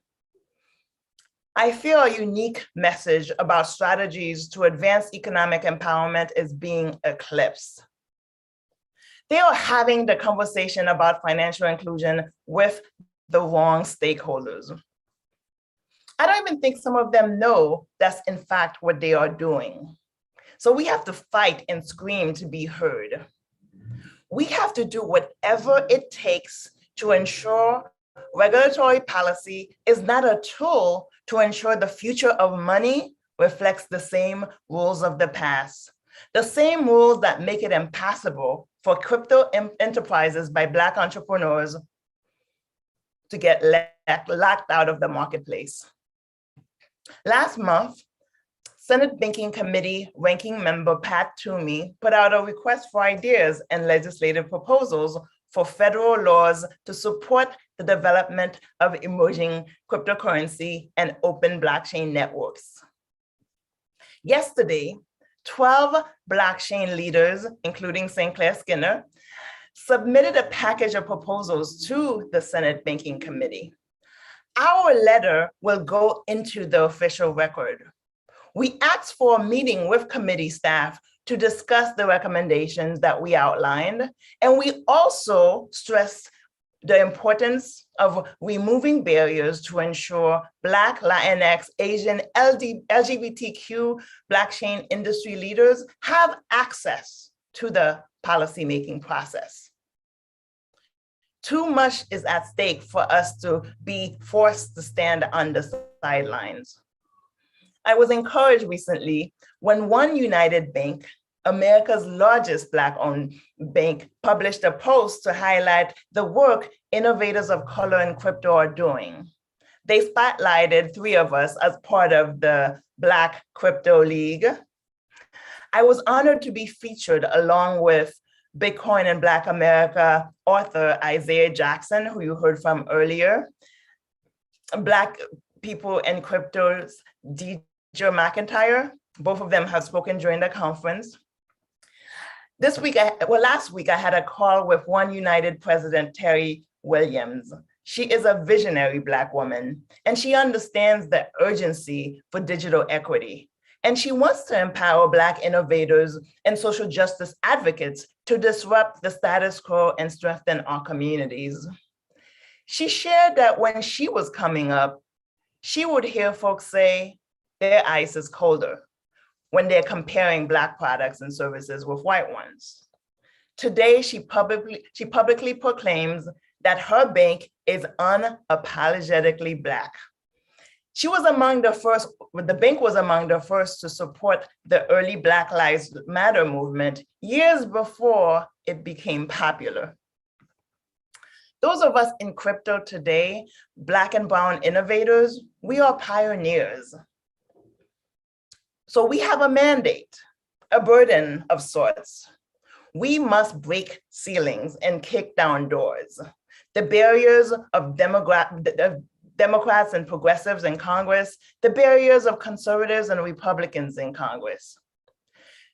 That is the only way we can forge a path, create a pipeline so that Black, Latinx, Asian, LGBTQ people are producers, not just consumers in the crypto economy. Demographics of the US marketplace is more diverse than ever. Innovators of color are fueling the growing blockchain and cryptocurrency industry. Although we are omitted from the headlines, we continue to drive the NFT boom, the growth of DeFi, and mainstream consumer adoption. I discussed this week during an NPR segment about how crypto is going mainstream. It was on the show of Disrupted, hosted by Dr. Kalila Brown-Dean. She highlighted a recent Harris poll that shows that Black, Latinx, Asian individuals are leading the nation in adoption, and are looking to crypto as an alternative to the traditional financial system. A USA Today article about the poll noted that while only 11% of white Americans report owning cryptos, 23% of Black Americans and 17% of Hispanic Americans own such assets. Awareness of crypto, they continued, is also much higher among people of color.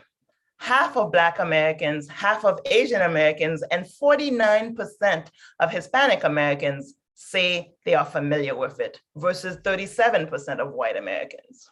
So that illustrates we are leveraging this technology. It also illustrates that we need consumer protections, but we have to do that in an equitable manner that does not push Black people out of crypto. Blockchain companies with billion-dollar valuations have made inroads, important inroads, but it is micro enterprises led by innovators of color that are building the products and services to dismantle the long-standing economic inequities here in America. There is no question that blockchain's borderless nature has paved the way for a myriad of products to help the 1.7 billion adults across the globe who are unbanked or underbanked. But the impact to the 55 million in the US has not been as robust. Black, Latinx, Asian, LGBTQ entrepreneurs and startup founders are filling this gap and jumpstarting the cryptocurrency marketplace. Yet we are largely absent from the Washington policy debate. As I've said, we are uniquely positioned to advise Congress about issues like financial literacy, consumer protections, workforce training, access to capital for micro enterprises, and closing the digital divide with digital infrastructure. These are top priorities for mainstream Americans. But Washington needs to expand access and broaden the public policy conversation. Too often, it is old data sets, old rules, old standards, which are not inclusive, that inform decisions.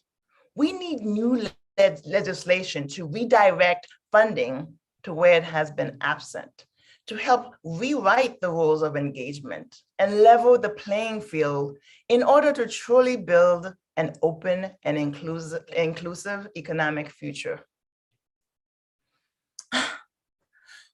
The House, let's face it, right? In the US House, CBC members are engaged, but they are cool to crypto and they have concerns. That's why they need to hear from us.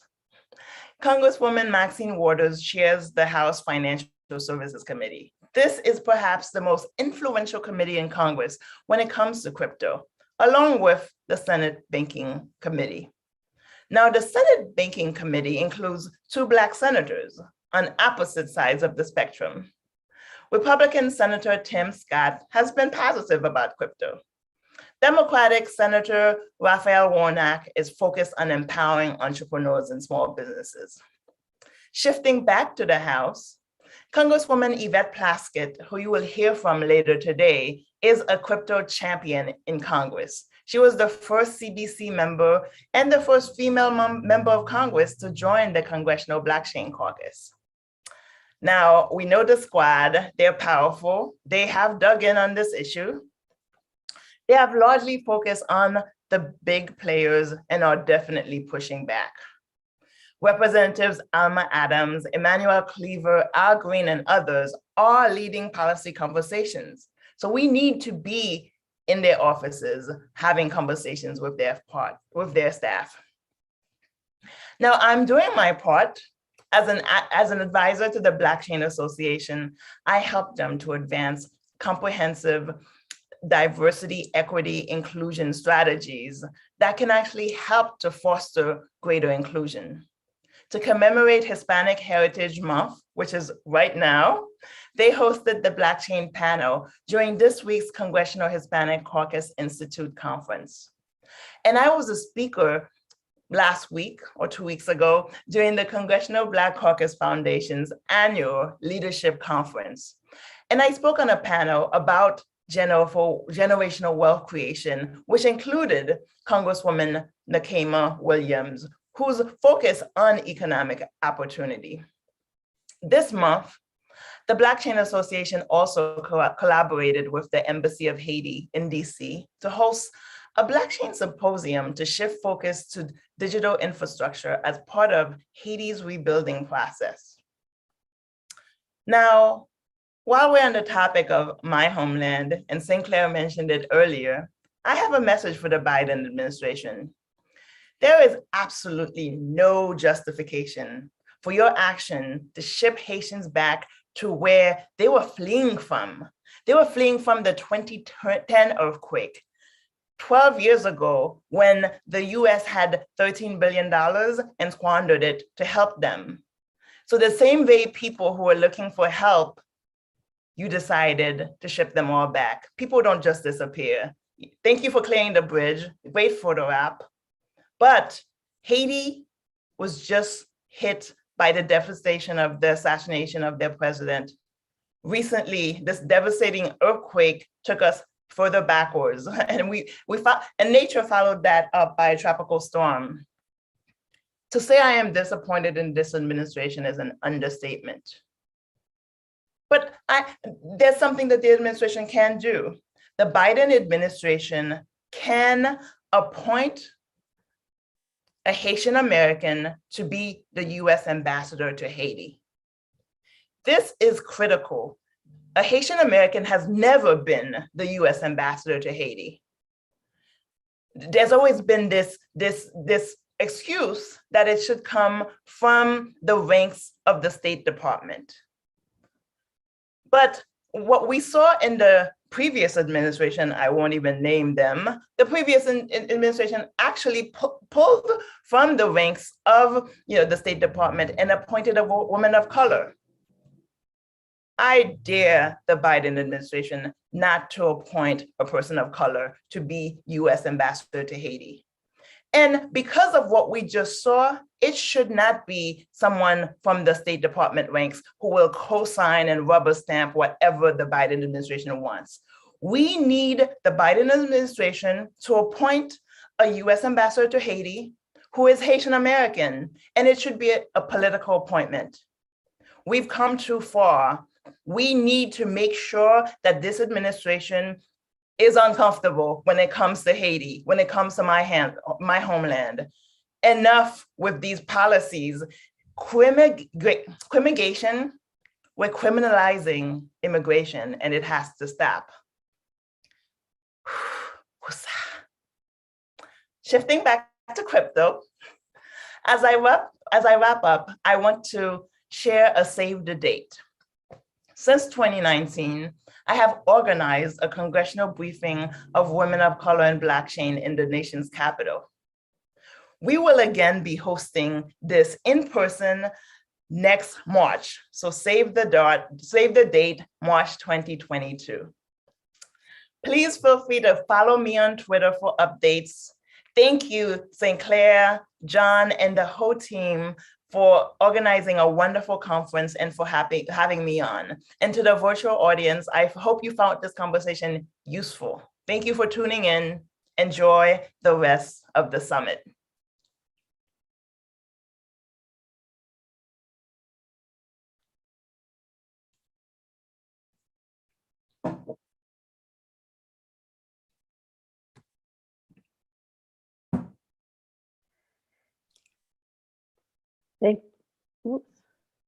Thank you, Clev. I was actually just waiting for Sinclair to chime back in, but he must have stepped away for a moment.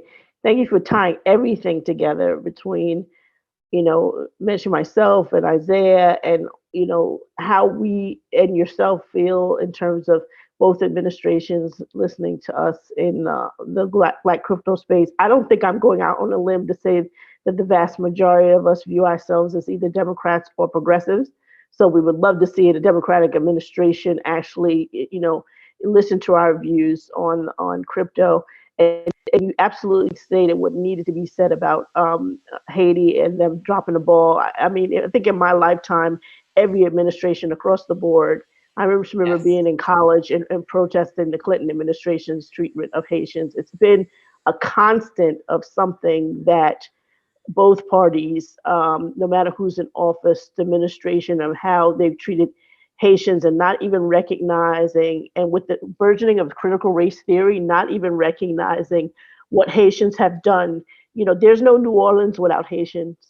There's no Chicago without Haitians. Growing up, in New York and just, New York City being, kind of melting pot of the Great Migration, which my parents were a part of, and then people from the Caribbean diaspora and then African diaspora, we're talked about collectively. I just remember one time working in technology, and a very good friend of mine, she's still a very good friend of mine. When you happen to be the lone Black face, sometimes in technology, you hear things because they're comfortable with you. And then they go, oh.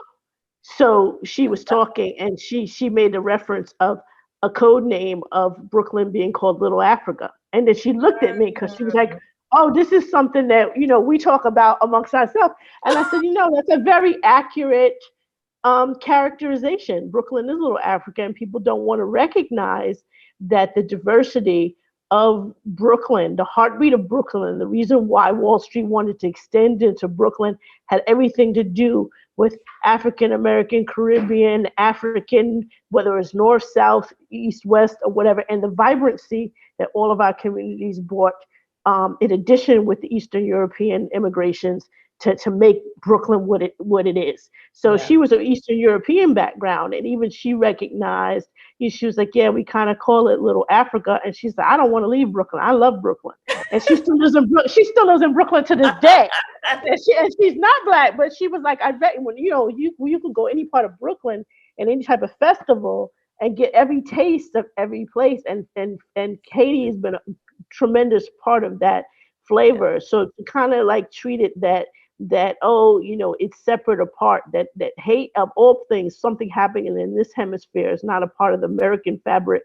And it can be extended to our Latinx brothers and sisters too. We essentially, when we're eating American foods, the draw of American foods is actually African and Native American, and that Native American is Latinx and Caribbean. It's that fusion almost before European.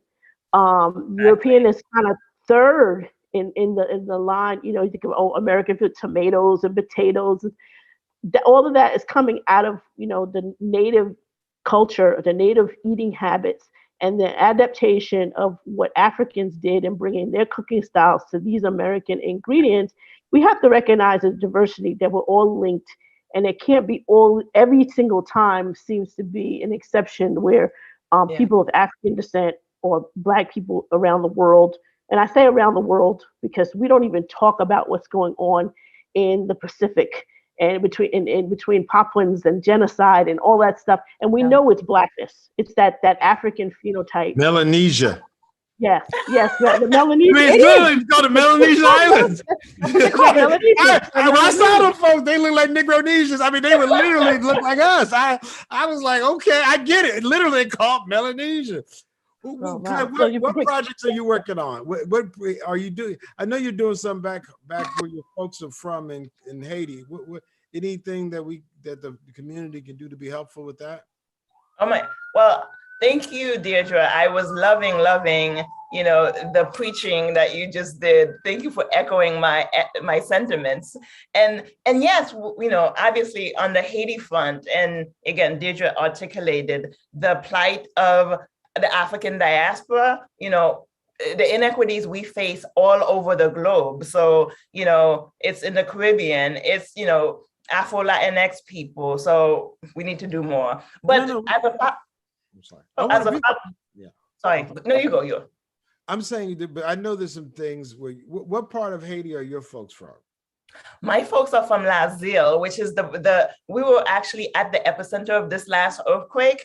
We are, in the southern tip, it's this department called the NEEP department. So my little town of Lazille is actually 2 hours up a mountain. So we're part of these upper mountain communities. This little town is about 35,000 people, and it's one of those things where I'm actually planning a trip to Haiti for October, and I need to find air transport once I get to Port-au-Prince just to get to my hometown. It's that remote. Like, we are, again, in the blind spot of even, the Haiti. President Mateli was the first in modern history to actually go to Lazille, in terms of, so, but our community was devastated and impacted. And for all of you listening, all of the money you sent to the Red Cross and all of these, NGOs, never gonna get to us. They don't have operations there. We're not even part of their priority issues that their funding goes to. So, for those of us who are from Lazille, we're mobilizing because we know we're going to have to deal with the immediate relief needs, but also the long term. The church, which is the anchor of the community, was destroyed. The hospital that we built and Cuba sent doctors for, the only thing left standing is the emergency room, and half of the homes were destroyed. So we need to build them to be able to sustain climate change, because we know Haiti's gonna suffer more and more earthquakes, hurricanes, tropical storms, and we have to be prepared. All right, so is there any way we can be helpful in those Lazille? How you say it? Lazille? My tongue is so colonized.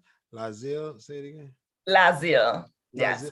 How can we be helpful, or is there a way we can be helpful? Yes. So there's a Lazille network that I'm a part of. So I'm happy to connect folks with, but I'm actually working with an organization, a more established organization called Haiti Development Institute, HDI, Haiti Development Institute. So their board chair spoke at the Embassy of Haiti event. Their president is Pierre Noel in Haiti. And again, all Haitian owned. For those of you out there, I only deal with Haitians when they come to aid. All of the NGOs, they just compete with Haitians to get funding to help Haiti. And we're the only ones left standing after they leave. So Haiti Development Institute is an organization that has a website. We also again, have a GoFundMe for the Lazille network just to help out. But in terms of this current issue on the Texas border, people need to go to the Haitian Bridge Alliance.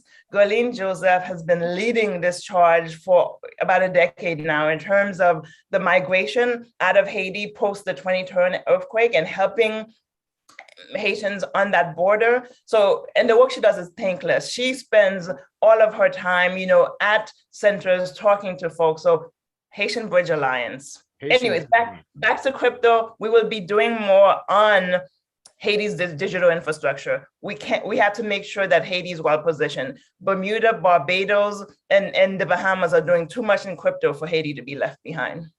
All right, hear, amen, hallelujah. Right. Yeah, I don't think we talk enough about ex-American, Haitian American being that link. We're just so comfortable with white organizations, Red Cross and everything. It's not the first time I've heard that echoed.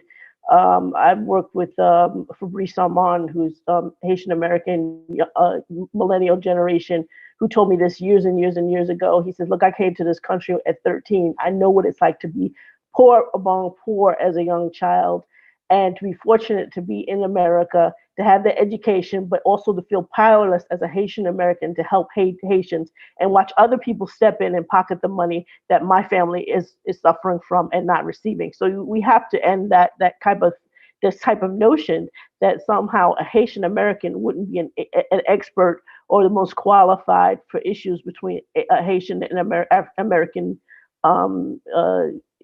solutions. So I'm glad you're speaking to that. Yeah, humbly. Have they had any Haitian American ambassadors to Haiti before? Well, you missed my last remarks, and Sinclair and I have talked about this. I actually, fired shots fired to the Biden administration and dared them not to appoint a Haitian American as ambassador. Enough is enough. It's never been done. Even the previous president, again, whom I should not I don't even utter his name, appointed a woman of color from the State Department. But we can't afford a rubber stamp. It can't come from State Department ranks.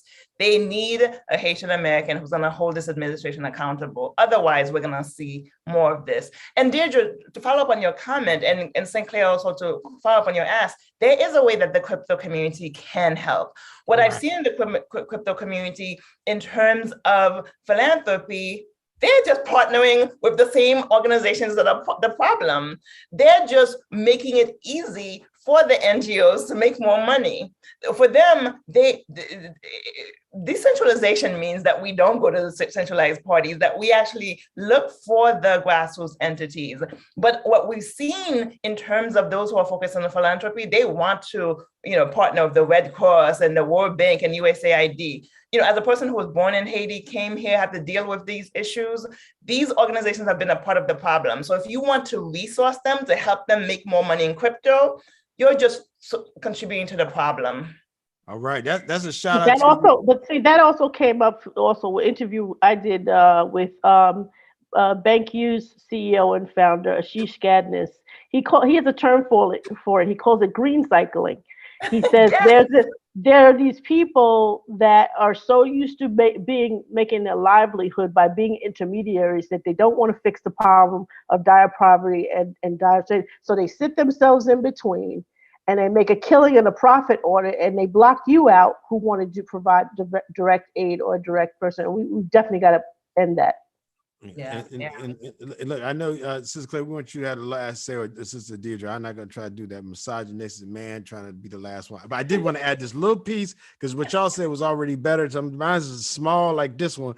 Literally, these folks who say they're allies have to correct themselves. You just made a point. Stop giving to these centralized bloodsuckers. And this is to all our crypto, so-called allies, how you want to call yourself. You down with Black folks, and you keep giving to them same folks, whooping and abusing and misleading folks. Yeah. You're part of the problem too. So we're very clear that we as a community in crypto, if everybody's trying to post whatever they post, stop going back to those folks who doing those bad things and blood sucking and rent seeking and extracting as third parties. Let's decentralize the crypto, get the help to those who deserve it. And there's got to be with three people. One of y'all got to have the last word, so it doesn't look like I'm trying to do that male talk. Go ahead, Claire. I'll share the last word. There's a lot of Haitian Americans, members of the Haitian diaspora in crypto, and we are planning a delegation trip to Haiti next year. Hopefully there'll be a new president in place. The plan is to meet with the central bank, to meet with the department, the Ministry of Commerce, the Ministry of, Tourism. And so we're actually going to work with the Caribbean Blockchain Alliance. And so we'd love to have Black innovators in crypto join us for that trip. It's going to be a listening trip to connect with, the Haitian policymakers, but also to meet with the entrepreneurs who really are leading the space in Haiti. So stay tuned. Awesome. Thanks.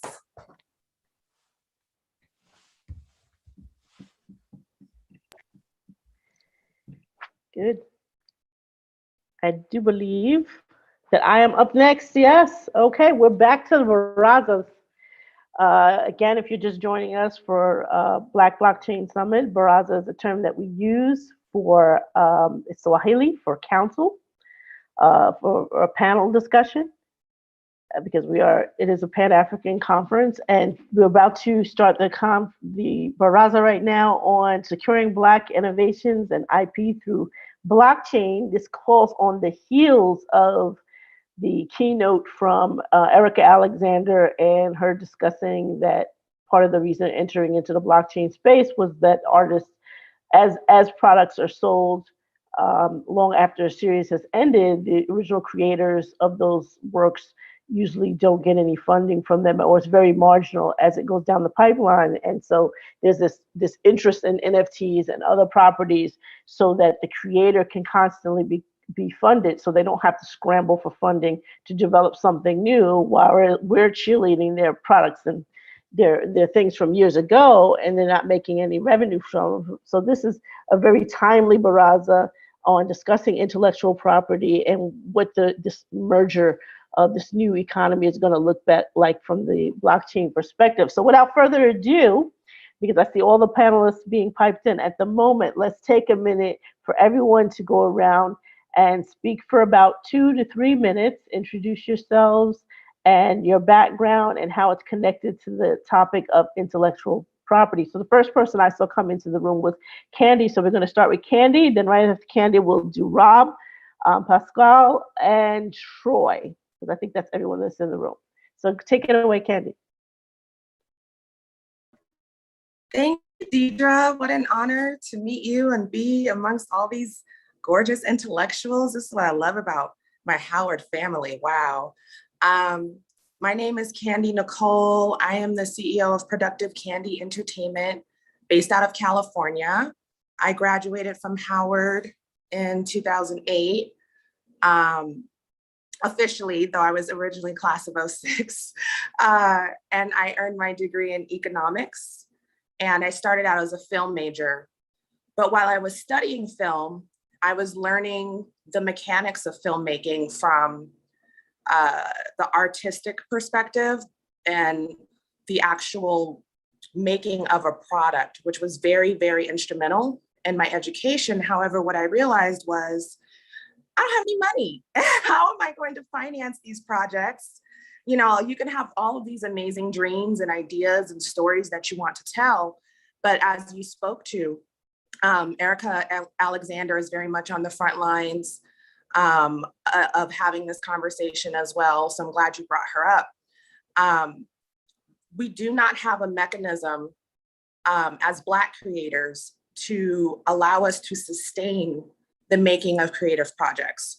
So you might be lucky and know someone who has enough money to help you fund a project, but then it's done. You can't sustain yourself to be able to make another one or to follow up. I'm even seeing huge instances of very, very expensive projects such as Underground, where they might get a season out, they might even get 2 seasons out.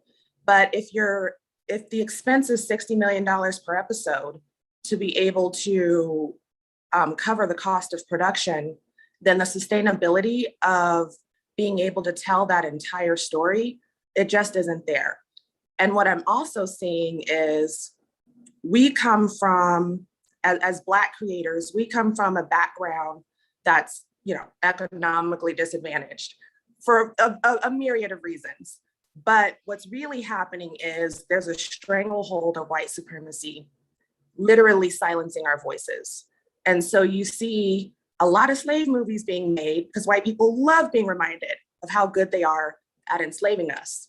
But what they don't like to see is stories told from a perspective that actually empowers a narrative in which Black people are freeing ourselves.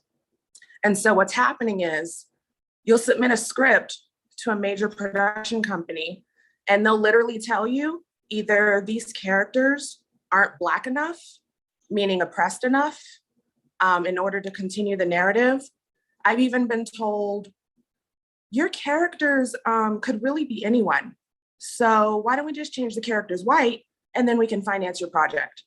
And so I really see blockchain technology as a solution to empower me, to empower other filmmakers and storytellers and creators to break through the financial barriers that exist, which is really where the stronghold is, and allow us to actually tell stories from a perspective that gives us a wide range of humanity.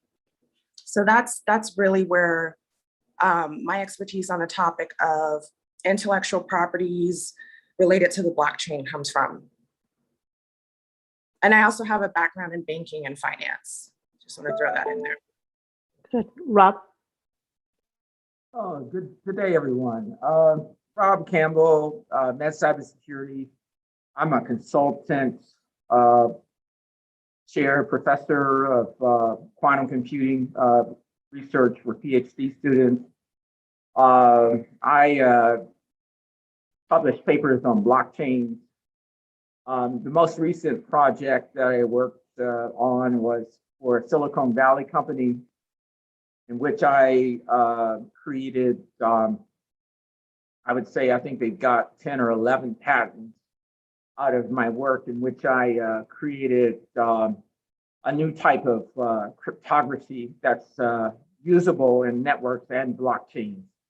So I worked quite a bit, 7 days a week for a moment, with these attorneys out of Silicon Valley, just about 7 days a week at times.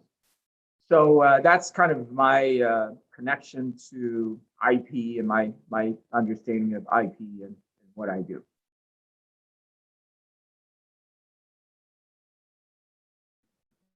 Pascal? And Hello, then Troy right Deirdre. after. Hello, everyone. I'm really happy to be here. I don't have any direct relation to the IP sector. I'm more on the blockchain side. I'm an engineer by nature, a software engineer. And currently at the moment, I'm the CEO of Cancer Finance. It's a neobank that is backed by the blockchain, and we're focused on the African market. But I think areas where I can add some interesting views are maybe looking at things from the startup's perspective. What does it mean to protect IP, especially from the very early stages when you do not have funding, right?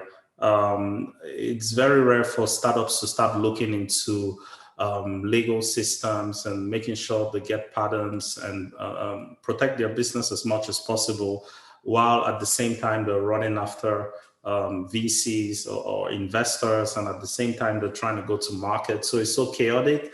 Maybe I can bring some of that to the discussion.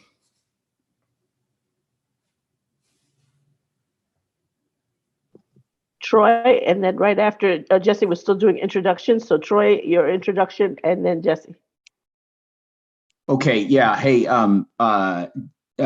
Deidre, the one thing I would ask next time is that I get to go first on the introductions, because I'm like the least impressive person on this panel by like an order of magnitude, and it really highlights it when you go toward the end. So just going forward, that would be nice. So look, I'm a partner at a law firm, Perkins Coie, practicing in Silicon Valley. We're very active in, in the blockchain technology. I'm obviously interested in, ways that, our community can and should be taking advantage of, that technology. Both, I mean, my main business is on the corporate side. So I represent companies and founders and investors, in kind of corporate transactions, and we've got a ton of experience in the blockchain space, and it's just I really am happy to be at this conference. I'm happy to see more and more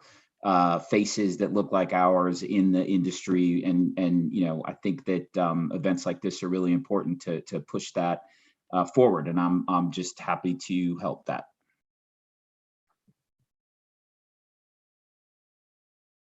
And Jesse. Good afternoon, everyone. I'm Jesse Fenty. I'm an intellectual property attorney in Washington, D.C. I've known Sinclair for some time, since our time at Howard University Engineering School. This is my third time speaking at the Black Blockchain Summit. The first couple of times I spoke about just the power of blockchain for the community, but also to note how the larger community, the big companies, the Capital Ones, the banks and different IBMs and so on have, even though we see it as an empowerment mechanism for us, they're also the big companies see it, and they're using it, and they're getting a lot of patents and trademarks. So my main focus is I'd like to see our people get more patents and trademarks. I'm a big champion of intellectual property. I know there's an aspect of IP for the blockchain, and we can talk about that, I guess. But I'm really a big proponent of us creating our own property. I mean, the blockchain is one way to do it, but I mean, traditional patents and trademarks are still a very powerful way of doing that, and that's something I promote. So look forward to talking to you all today about those topics. All right, let's talk about the elephant in the room, because I want to hear Ram, just jump in when you can, because it's really supposed to be like almost like a coffee table type discussion. The elephant in the room is that no matter what industry we're talking about, and technology and crypto is no exception, Black startups are the least or non-funded. So in the context of being the least and non-funded, but still innovating, what are the resources for startup founders or individuals to be able to protect their intellectual property that is not going to end up them forking over that which they innovated? So anyone can chime in and tackle that.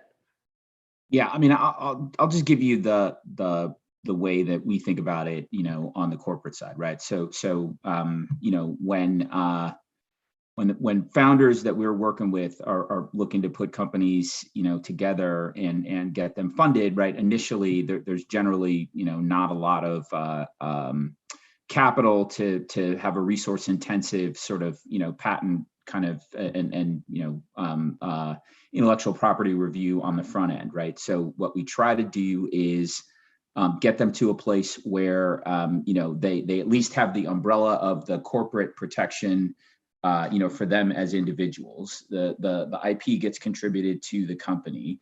To the extent that it's patentable technology, you can get provisional patents on file, for a pretty reasonable cost, which just, it doesn't give you the full protection of a granted patent, but it does, put a stake in the ground for a year to give you, time to run. And in that time, really what you're trying to do is build something that will attract investor interest, so that you then have the capital to pursue, the things that Jesse was talking about earlier, and be able to kind of close that loop. But on the front end, it's what you can do without a lot of money is just sort of keep a trade secret around it, right? So you're not disclosing it broadly. Everybody that you're communicating with, you're using NDAs, and then the provisional patent process. Okay, so just to, kind of be devil's advocate there. Now, here's a flaw in the traditional system. If I'm taking something from a corporate perspective, and I'm a person that has a lot of money and likes to control everything, I could say, okay, well, startup founder Pasquale, tell me how your innovation works. Okay, I need to see a demo. I need to see the specs. I've signed your NDA. I'm helping you out, Pasquale. I'm going to help you because you don't know anything. You don't even know it costs a lot of money. I'm going to help you to get a provisional patent, and you try to search for funding for a year, and then a year and a day later, he runs out of time. His provisional patent is worth squat, and then that corporation now is he basically forked over everything, just trying to convince somebody to help him fundamentally, because he's an engineer. He knows how things work, but in terms of the law and controlling what it works, and next thing you know, the corporation has what he innovated. I mean, we see this repeatedly happen, and we've seen it happening since day one, the real McCoy and all that kind of stuff like that. And it's actually happening in crypto also. We have cases where people, I've actually written about people who have actually, basically given everything to a VC with the lure, the dangling carrot that I'm going to introduce you to so-and-so. And I know I can introduce him because you saw me on TV with that person. And then next thing you know,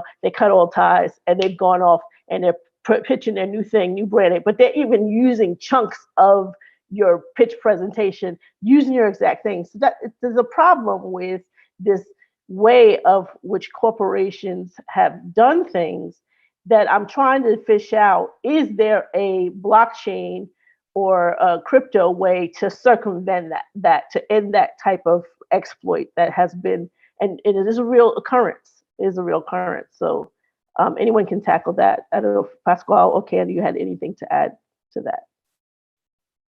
I've had that experience with my intellectual property being stolen by someone I did have an NDA with, and they came after one of our shows that had some pretty major headliners, and they pretended as though they were doing us a favor.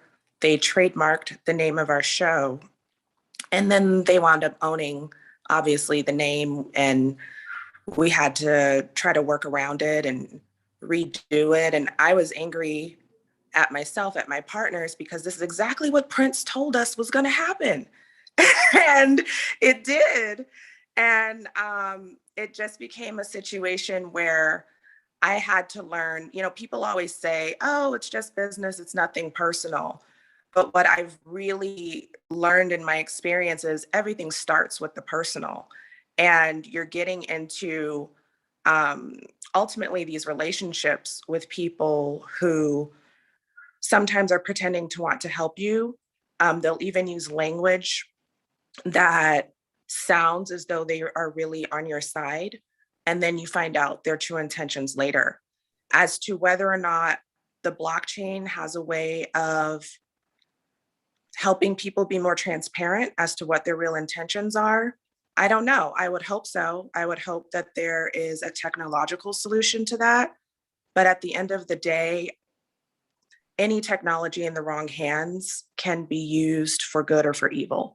So blockchain is most likely going to fall along that same pattern.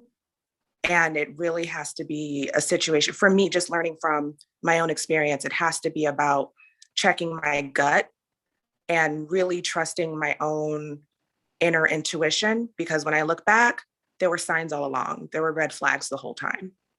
So what I think it's a great question, Deidre, and I think this is certainly the topic of this panel, is whether the topic is whether blockchain can replace the traditional patent and trademark system. I think that's kind of what it gets at, and I think people think so because you can, because a blockchain can't be tampered with, and it's a record and so on. But when I look at it as an attorney, what's missing in the blockchain, what's missing to have the ability to replace the traditional IP system, is the enforcement.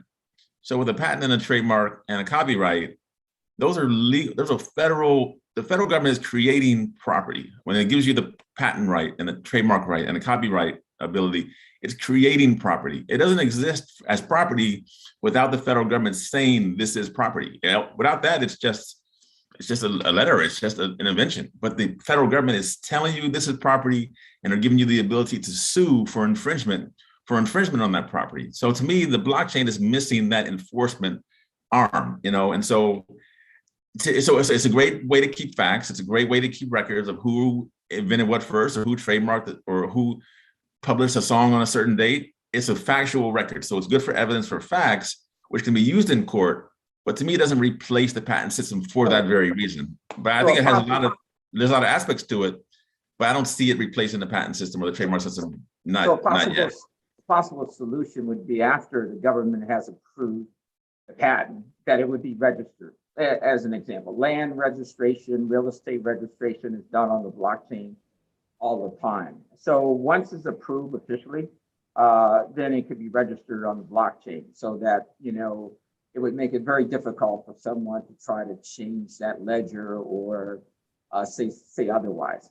Now, it's registered on the patent system. It's registered by the federal government as a patent. They have the official records to say this is a patent, and it's granted on October 21st, 1992. That's the official record. I mean, so it's one additional layer, and I think they can work together. And then the patent office themselves, they could adopt blockchain for their own records. So they could adopt blockchain, so it wouldn't be competing with the patent office, because the patent office could easily adopt it as one more way. So I'm not saying, so I think there's this notion out there that it could somehow replace the patent system. I don't see it right now. But see, Jesse, now you're making a case. You're making a case for why software developers like Pasquale, many of them, and I'm not saying Pasquale. I'm going to ask him his opinion in a minute.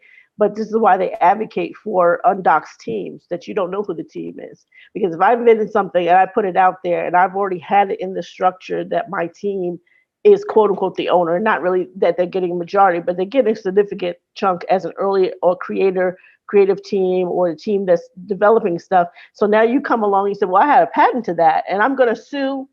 Who are you going to sue? You don't even know who it is. So you're, by saying that this is a flaw that we have in the intellectual property system, but the benefit is that, well, you can sue, but we're saying that intellectual property climate, the culture, and it's not everyone, but it's a significant number of people, and especially when it comes to Black people, people of color, with anything other than cisgendered white men, the fact that we're being victimized is kind of like a, oh, well scenario. It's business, it's whatever. So now you have on the software end, you have a situation where people can develop products and protocols on the blockchain, but maybe I'm not even going to tell you who the team is. I'm going to just work on the dev end, get it out there, have different random teams marketing. They don't know who it is. They're getting these bounties. They're interfacing with the network. Now what's the scenario? What's the circumstance? Now you kind of, because there's no clear solution to this IP, travesty that as continually victimizes Black people and a whole bunch of other isms of people.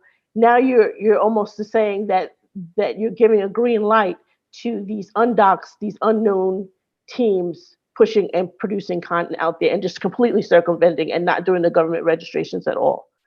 Would you agree or disagree with that statement? Well, I mean, there's a lot in what you said. I mean, a patent can be always invalidated later on. There's a whole big thing about invalidating patents, that someone comes before to say that something was in the public record ahead of time. I mean, there's a lot to what you said. In terms of victimizing the Black community, I think, I don't want to hog the mic, but I think, like Troy made some comments. To me, it's education. So I do a lot of education work with the National Society of Black Engineers, teaching IP to the engineers. So a lot of it is education. I mean, it's not only that Black people get victimized, white people get victimized, Asian people get victimized. I mean, the uneducated and unpowerful will always get victimized. I mean, that's just a part of the system, the world that we're living in. And so you can, forums like this, or we're out there to educate people and network and do things, but you can never stop victimization. I mean, that just goes on all the time, but you can inform people and educate. You know how the traditional system works, and you try to find alternatives, and you do both. It's not always one or the other. It's what you said was very powerful, but then the traditional system is also very powerful. And so you can't, there's the mainstream and there's the fringe, and you can't, it's not one or the other. Maybe it's both. Yeah. Yeah, I think I think essentially that it is the belief that even though Sinclair differs and says Satoshi is a Black woman, but it is a belief that Bitcoin is born from the victimization of white men of other white men. But on a scale of victimization, Black people are victimized more than even the least of white men. There's a certain amount of privilege in that. So my thing is, how do you save the current system, or how do you merge the current system in what that incentivizes developers like Pasquale and others to actually integrate with the current system versus going rogue and renegade? Because the message that I'm receiving from, and Troy can correct me in a minute, and then I definitely want to get to Pasquale because he hasn't had a chance to speak. But you're saying, well, victimization is par for the course, so live with it.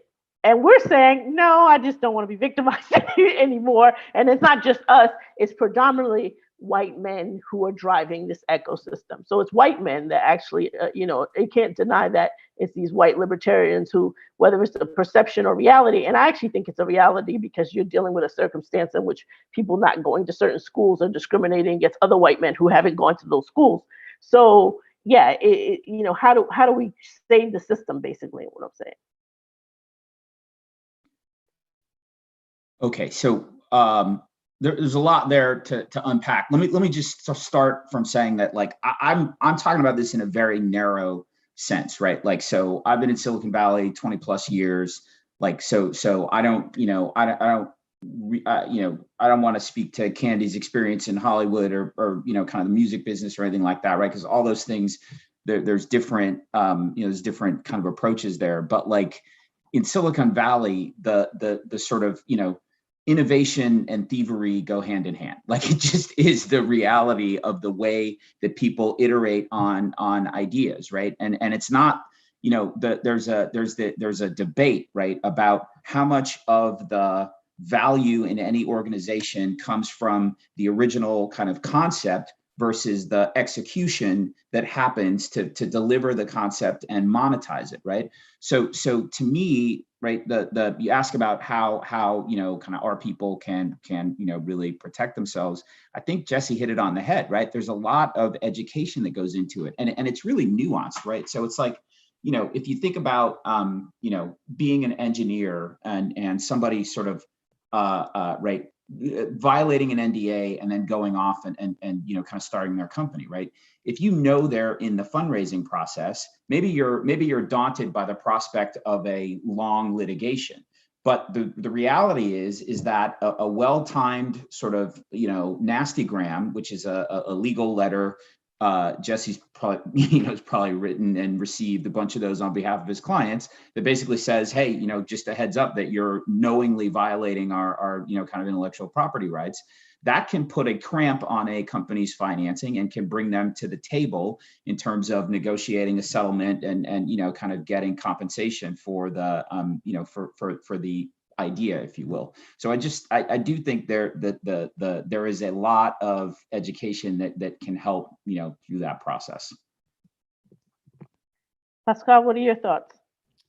Yeah, I mean, just a few things. We've been in a fundraising mode in the last 4 months. So there's definitely, I mean, I would speak to a lot of startups like myself, meaning Black founders or African founders of African descent. We kind of feel a lot of vulnerability because first you have one struggle, which is in order for your business to grow or your idea to grow or take it to the next level, you need funding. But in order to convince those that hold the largest amount of venture capital, you have to be willing to expose yourself, right? And to be honest with you, like Jesse, Troy, and Rob mentioned, we don't know what we're exposing ourselves to. We don't have the knowledge or education of how we can actually treat that relationship, right, to make sure that we're not absorbing any risk. And to be honest, it's quite difficult. There's no straight answer to it. I can speak to what a lot of startups are doing now. We are adopting a lot of the open, I would say open software concept, where basically people come together and they work together. There isn't really a motive to privatize the innovation. There's more of a motive to create a community of people that are going to keep building on it, right? That's kind of a way to not get stuck in the realms of trying to build and at the same time protect. To be honest with you, I think that's where a lot of the founders like myself are geared towards. Maybe it might be generational as well. We're looking at things like, why should I have this innovation and keep it in my pocket? Why I can, expose it and it could be millions of people working on it, right? And at that point, yeah, there's still some intellectual property factors that might come up, but you're not in a position where you're as compromised as someone that is trying to privatize it as much. But I think I agree with Jesse 100%. It's all about education, honestly. And I think the challenge we face in our community is and this is actually something which a question I was going to ask the panel, because I think it would help a lot of startups out there, because we do have innovative people in our communities. In the last 4 months, especially being in Africa for about 2 months, I've seen all sorts of innovation. And I would really like to ask the panel, what resources are out there, right, at the minimum, where technical founders can start their journey towards understanding, how do I protect myself in this journey of expanding my business and at the same time not trying to expose it to people that might take advantage of it? We have about 2 minutes. So who wants to tackle that? Well, there's not a lot. So I work in this space. I work in the IP education space, and I started a nonprofit called Endless IP, ENDLSIP, to start to do this. And I went to a few conferences around the country, and even the white folks know, they know that this isn't taught across the country. So there's a big dearth. There's a big a gap in knowledge. I mean, so in my opinion, patent law. So I'm an engineer and an attorney, and to me, like patent law should be taught in engineering school, but it isn't.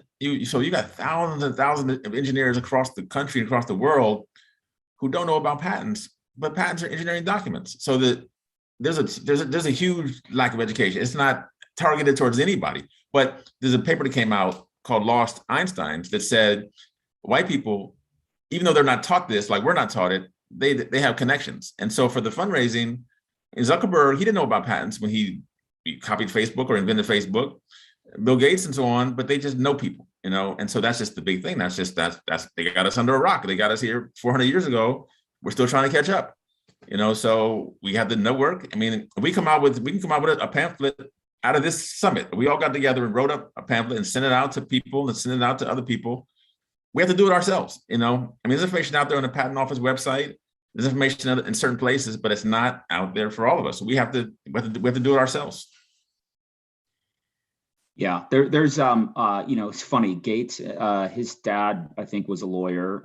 You know, when Zuckerberg went to Harvard, right? You can't throw a rock without hitting a lawyer at that place. So it's, you know, they had you know, they were in environments where the lack of knowledge wasn't, you know, they had, you know, much they had opportunities. There's different incubator programs that you could look at. You know, one that we work with is the Founder Institute, where there will be a module on, you know, kind of protection of intellectual property as part of you know, their education process for you know, for founders. You know, and that's just one, but there's a bunch of them, you know, that are you know, right, pretty well known. Y Combinator is another one out in Silicon Valley. Like, so yeah, I mean, I'd encourage you to kind of look at those, because that might be a good way to both help you conceptualize these, you know, kind of the IP stuff, as well as help with fundraising. Thank you all. This was way too short. I will be touching base with a few of you behind the scenes as well, especially Rob, because I know someone in your quantum realm whose provisional parent is about to expire. So thank you all for contributing. I don't think we were able to solve it, but definitely if a takeaway is that a group of people get together and just write a primer, just with resources listing, nothing like a one-pager document that can be sent out or just made available to the Black Blockchain Summit website. It's as a total resource material. I think that would be helpful, because yeah, that's one of the areas that is a weak link, and people are afraid to talk because everyone seems to know someone who's had their intellectual property taken from them. So thank you all for your contributions. Thank you. Bye-bye. Thank you. Are we closing? Yeah, we're closing. We're about to start the next panel. We have like about a couple of seconds. Oh, I just wanted to throw out a little bit of caution when it comes to those incubator programs, only because there was a huge, HBO put out a big call saying that they were looking for Black writers. Because, oh, you know, theory goes, if we have more Black writers writing stories, then we have greater access to a Black perspective. So HBO launches this writing program. And if I hadn't had my Howard education and could read a contract, I would have had my intellectual property stolen. Because as I read it, I realized that in there was a clause that said just by submission alone, just by submitting my idea to them, they owned it. And that I would not be able to produce the project myself later, because it would then become property of HBO. And had I not read it and understood what I was giving up in order to get associated with this network, and then I found out later that they were in talks with Issa Rae at the same time, and what they were really doing was taking out the competition and making sure that they would be able to put her on a pedestal and make sure someone like me would not ever be able to be the other Issa, because there can only be one at a time, right? So I just wanted Huh? Yeah, one Denzel Washington, one There Issa. can only Yeah, be one at a it's been discussed. One at a time. Only taking one of you. That's Hollywood right. people, yeah, you can't trust them. I will say the Silicon Valley incubators don't do that. I don't know about that. I got some stuff. There's some reasons why I wrote some articles that I wrote with certain people at the time that I wrote them, so they could be time stamped. So then when those coming out of the VC funding came out with their product and say, see, that's a copy of what I wrote like 3 months ago. It's pervasive across all industries. I understand that. I've seen no difference between Silicon Valley and what Jenny was talking about. I see no difference. No, I'm just saying with respect to the incubator contracts very narrowly, because I've looked at them for, Y Combinator Founder Institute, like they do not take ownership of the intellectual property of the founders that participate. Yeah, but the VCs there fish and take. So what's the difference? There are VCs there that are fishing and taking from what came out of a Binance developer thing, and you gave everything away, including the farm, and it's hooked you with this VC, and then they go dark, like like a ghosting of a dating situation, and next thing you know, 3 months later, they're launching the exact same thing that came out 6 months ago at some of these incubators. And that, I mean, it's just a different way of doing the same business, which is bad business. So we definitely haven't solved the problem, but we definitely have to keep having these conversations.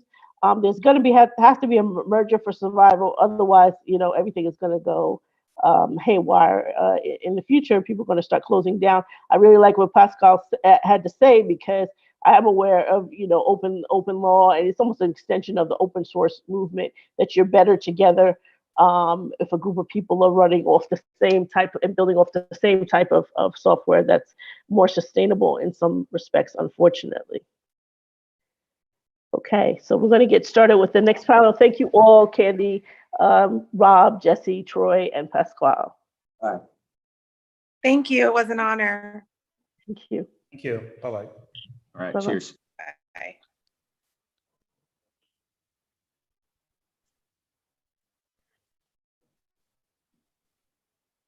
These panels are too short. Too short.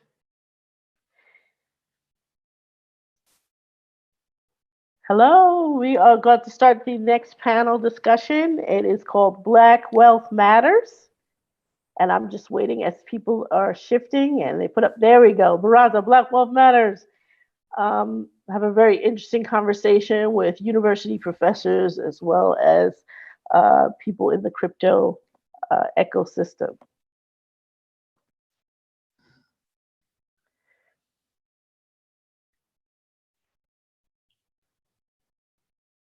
All right, I think we're ready to go. All right, so the next panel is with, let me make sure, 1, 2, 3, 4. 1, 2, 3, 4, 5. Okay, what we'll do is everyone take about 3 minutes and give some background information on yourself and how you are connected to the topic. We'll go in this order. I'm not gonna interrupt, so when one person finishes, the next person start. We're gonna go with Dr. Ball. We're gonna go with, is it Raven? Yes, it's Raven. Okay, Raven, Obi, and Terry, and then Beminette. Okay, there you go. Greetings, everybody. My name is Jared Ball. I'm a professor of Africana Studies and Media Studies at Morgan State University, author of The Myth and Propaganda of Black Buying Power, co-founder of Black Power Media, and host of I Mix What I Like, and it's a pleasure to be here. Hi, everybody. My name is Raven Moore. I'm a CPA in the state of Texas, and in the crypto, I'm big on education. I'm a partner at a company called Crypto EQ, and we provide unbiased cryptocurrency research. My name is Obi Agbuna Jr. I'm a journalist. I'm the U.S. correspondent to Zimbabwe's national newspaper, The Herald. I'm the U.S. correspondent to Southern African Times newspaper. I'm a children's playwright. I'm the co-founder of the Mass Emphasis Children's History and Theater Company, and I'm an African history teacher. I've been teaching for 31 years, primarily K through 12. And I am here at the invitation of one Mr. Sinclair Skinner. I'm Terry Friedline. I'm from the School of Social Work at the University of Michigan. And so I'm an educator and a researcher there on financial inclusion and banking and finance. And I'm looking forward to talking and learning with all of you this afternoon and appreciate the invitation. Yeah, I think that was everyone. I think someone was in the room that wasn't supposed to be in the room. So here's the elephant in the room. Does Black wealth even matter? Isn't money green? Isn't, a dollar, a Bitcoin? What does it actually matter? Who wants to take that?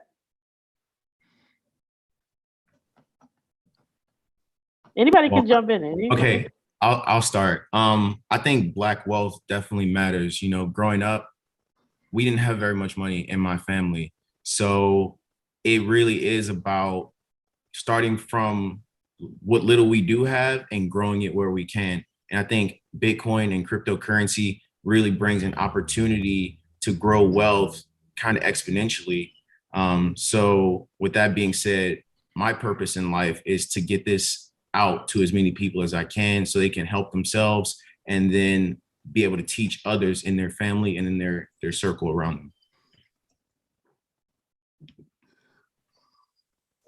So Black wealth certainly matters. It's just that Black people don't have any and are, through public policy and design, kept from accessing it, as are a majority of even white folks within a white supremacist capitalist society.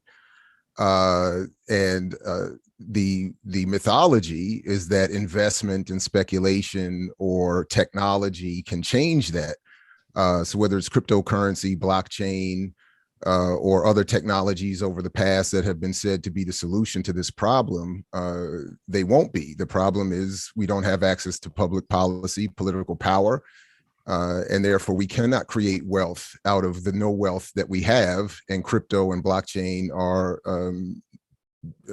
no different. They offer no pathway to changing any of that, despite a lot of what a lot of well-meaning people have said here today and have been saying over the last few years. This is part of the mythology that is meant to keep, in this case, Black people away from organizing for what is our only hope here, which is political power. Do you agree with that statement, Obi and Terry? I mean, is there no difference between aggregating fiat dollars and aggregating Bitcoin? Is there a benefit? Either one of you?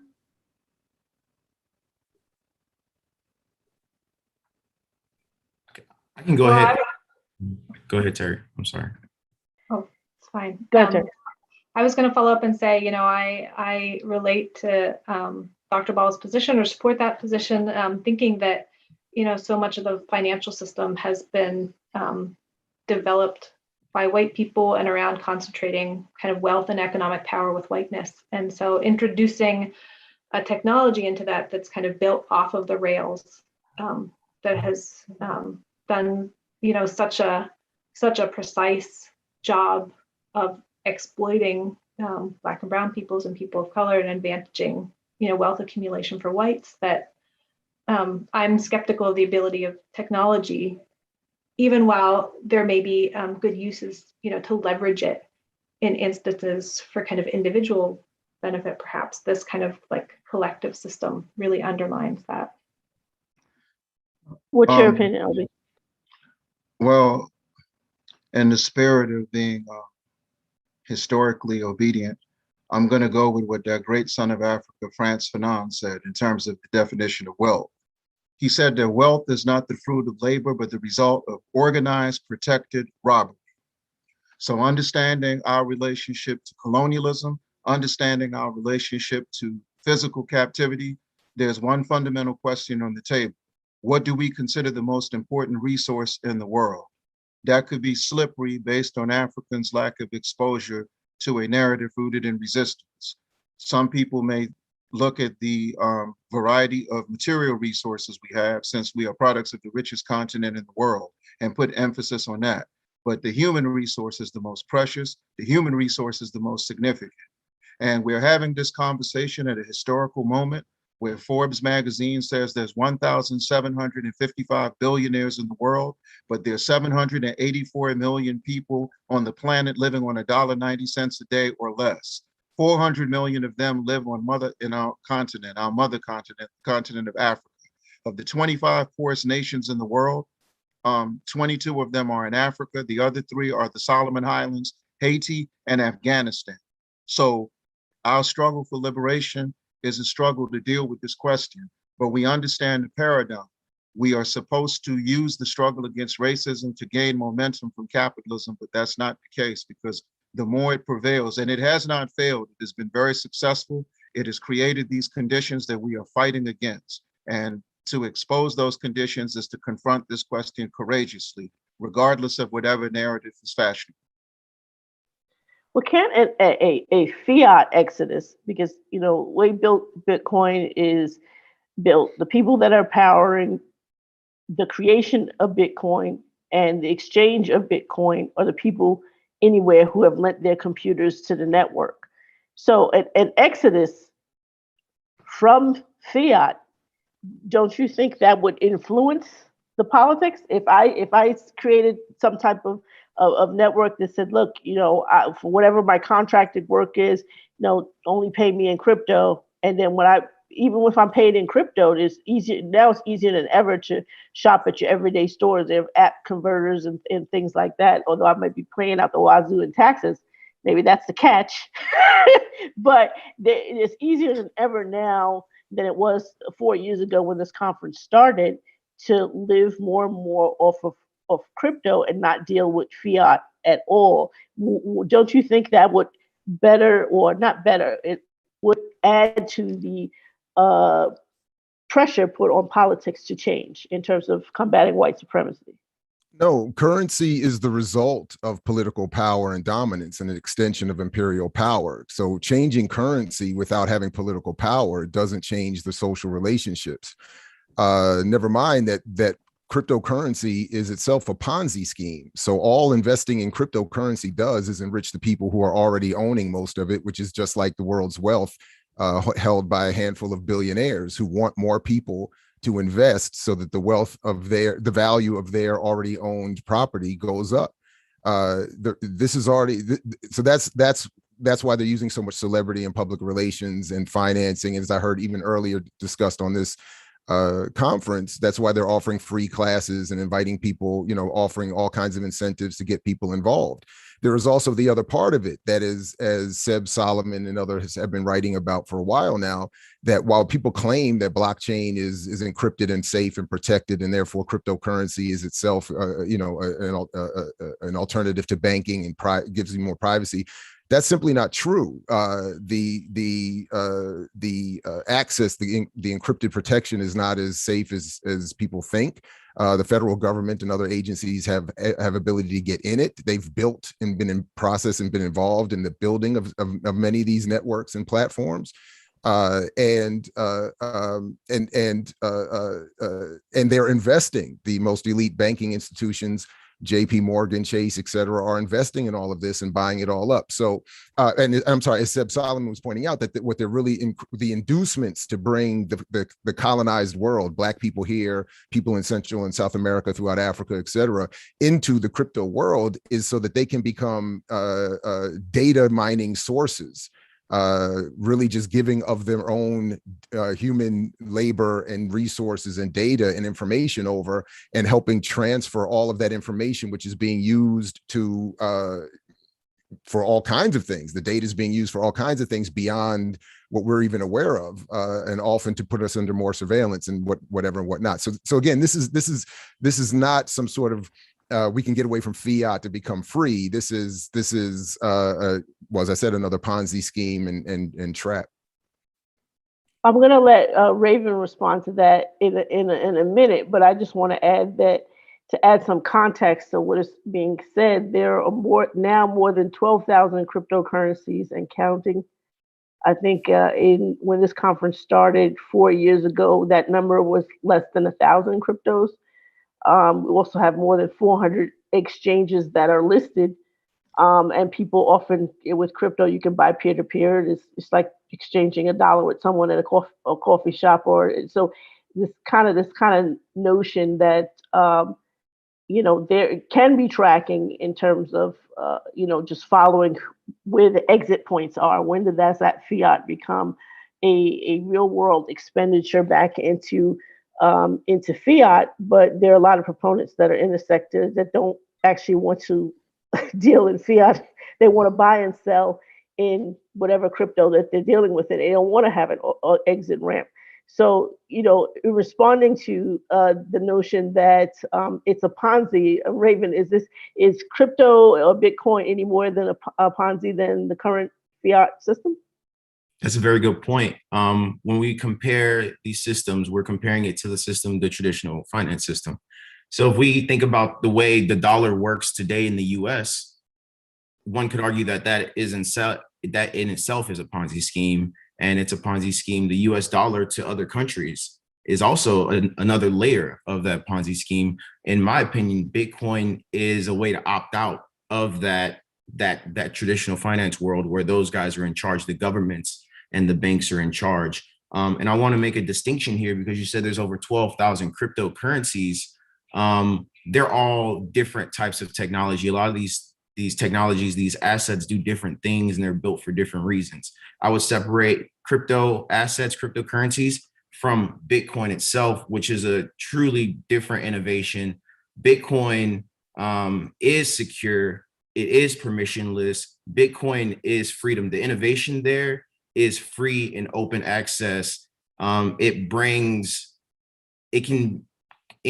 who may be unbanked can build their own bank. They can be their own bank. They can manage their own funds in the way that has not been available before. So I would really push you to do some research specifically on Bitcoin and definitely see how that can be a tool, a force for good in the world. And you talked about how some of these technologies can be used for tracking and for things like that.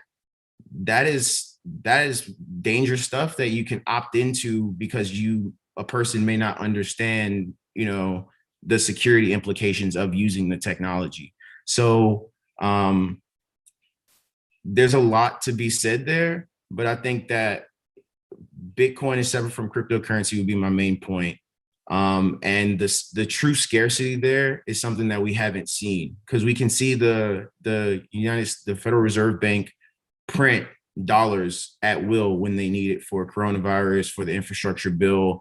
They say they're gonna, tax the rich to get it back, or they're gonna tax, cryptocurrency people, but that is potential future revenue that they may not be receiving. So this money thing that we're discussing, I think it's broken. The traditional money system is broken, and Bitcoin is a solution to a problem where the banks and the governments who were in control in the past are no longer in control. Bitcoin is the only system that I'm aware of that is truly open and free, using those words strict there. I think that there are genres, and I think it's important that you mentioned the genres. Bitcoin is the first in the decentralized, limited supply genre of pure blockchain cryptocurrencies. Dash and Litecoin actually also fall because the original Bitcoin core people, some of them defected to create other blockchains. As Bitcoin as a blockchain is open source. So there's a potential of even the decentralization of Bitcoin being having other blockchains that follow the exact same model for different reasons. They want to be separate from Bitcoin, but still integrate, still being fungible back to Bitcoin, or whether they want to be fungible to fiat or not. My question is, as the world, even the fiat world, becomes more digital, don't they have Bitcoin to thank for that?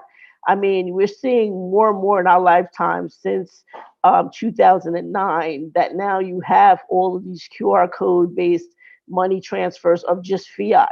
It's very more and more rare that people are walking around with straight cash anymore. Everything is digital. So my question to anyone who wants to take it, Terry, since I want to give equal time more people to speak, doesn't the fiat community owe a debt to the Bitcoin community for its recent innovations within the last, 13, 14 years?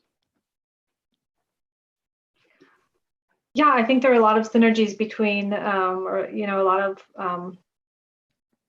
like learnings that happen, from kind of Bitcoin communities and how that can extend into, for example, financial inclusion spaces, when folks kind of in the policy and think tank and academic worlds that I've been connected to, when they, I think that they have adopted some of the language, right, from technologists in the Bitcoin space, and I think there's a hopefulness there that might not always play out, at least in these financial inclusion spaces, when oftentimes the same folks who are looking for banking access also don't have necessarily the same access to the technological tools, like high-speed internet or cell phone service, to be able to use the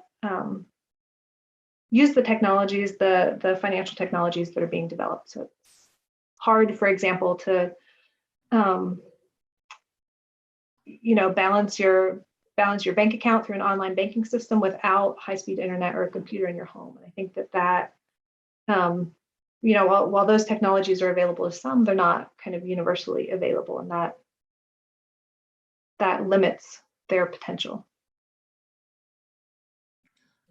I believe Sorry the about that, reason that, Obi. oh, okay. I believe that the reason that I was brought here is in the spirit of being an organizer and to offer some solutions. Back in 2007, we introduced Mr. Skinner to the Zimbabwe government. And since then, he has been using this tactic to deal with the sanctions on Zimbabwe, the Zimbabwe Democracy and Economic Recovery Act of 2001.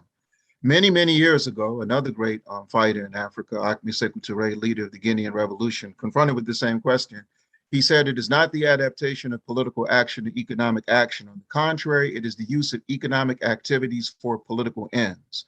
The way that you will distinguish yourself in this capacity is by the political activity you pursue with the resources that you're trying to generate." Right now, we know that the corona pandemic is one of the main issues in the world that everyone is struggling with. And you also know that the country that is at the face of eradicating this genocidal pandemic is Cuba. If you know anything about Cuba, you know about their healthcare system. You have focused on their work on the African continent. They have 4,000 doctors on the African continent performing a multitude of miracles. You remember 6 years ago where they went into Sierra Leone, they went into Guinea, they went into Liberia, and they dealt with the Ebola pandemic.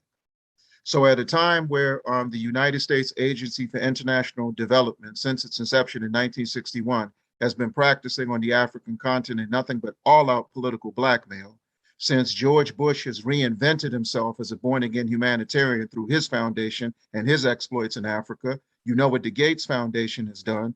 What we are suggesting that those of you in this particular space you can consider doing is you can take a look at the work that Cuba is doing on the African continent, and you can create a resource pool for their work on the African continent.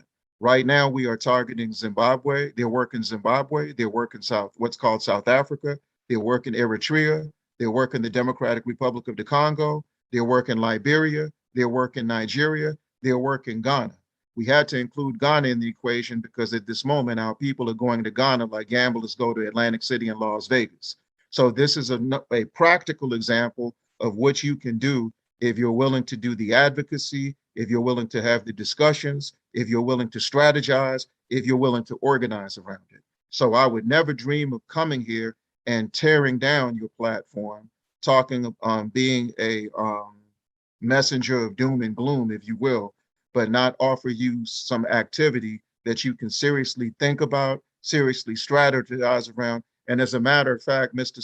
Skinner and I have been talking about figuring out a way how we can support the Cuban doctors in Zimbabwe, where they have over 100. So that, for me, it's about engaging your sector of our community and taking a look at what these resources can be, how they can be utilized to intensify our resistance. So based on my limited understanding in the scheme of the current economic paradigm in the world, I'm looking at how we can use these resources and provide our people an alternative to the United States Agency for International Development, to the National Democratic Institute, to the National Endowment for Democracy, and the International Republican Institute, as we have gone from what we call COINTELPRO to OINTELPRO, overt intelligence, making those four institutions the biggest threat to world peace and world stability on the planet at this historical moment. So, Dr. Ball, what, based on from your perspective, what would make our community wealthy if we were to stick with the current fiat system? You know, what are we doing wrong? We've been with this current fiat system since, you know, fiat was introduced into the Americas, so to speak, and we have not been able to acquire wealth within the current paradigm. So if it's not crypto, then what?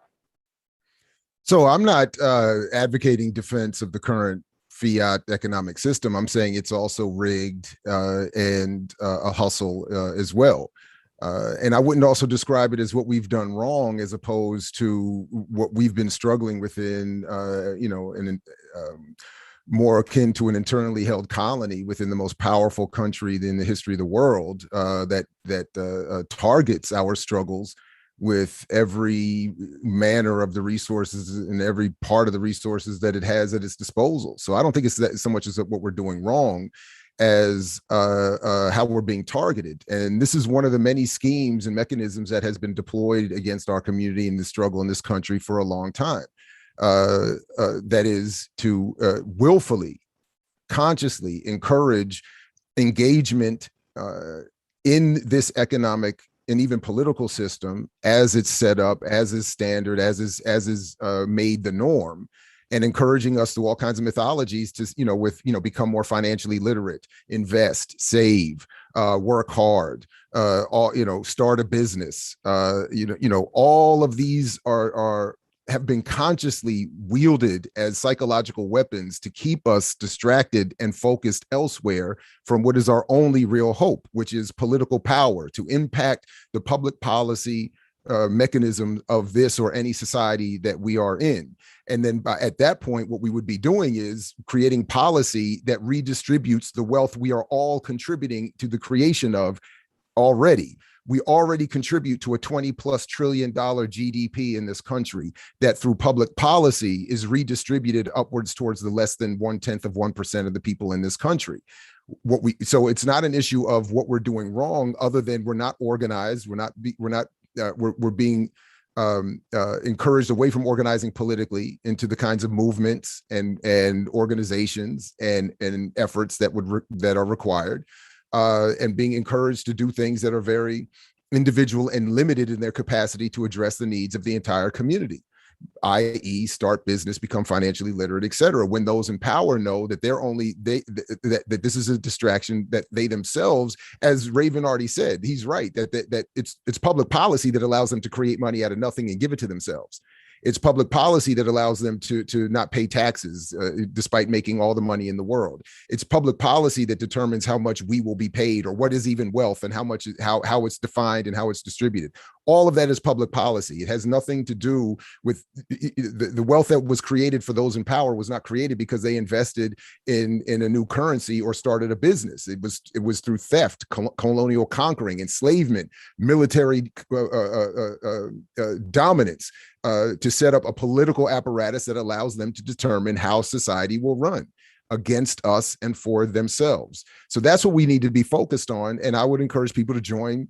So to a certain extent, I agree that if the goal, and this is the part I never hear in discussions about business, investing, or crypto and blockchain, if the goal is to create some pools of resources that can be used to impact a political struggle, I would agree with that and support that.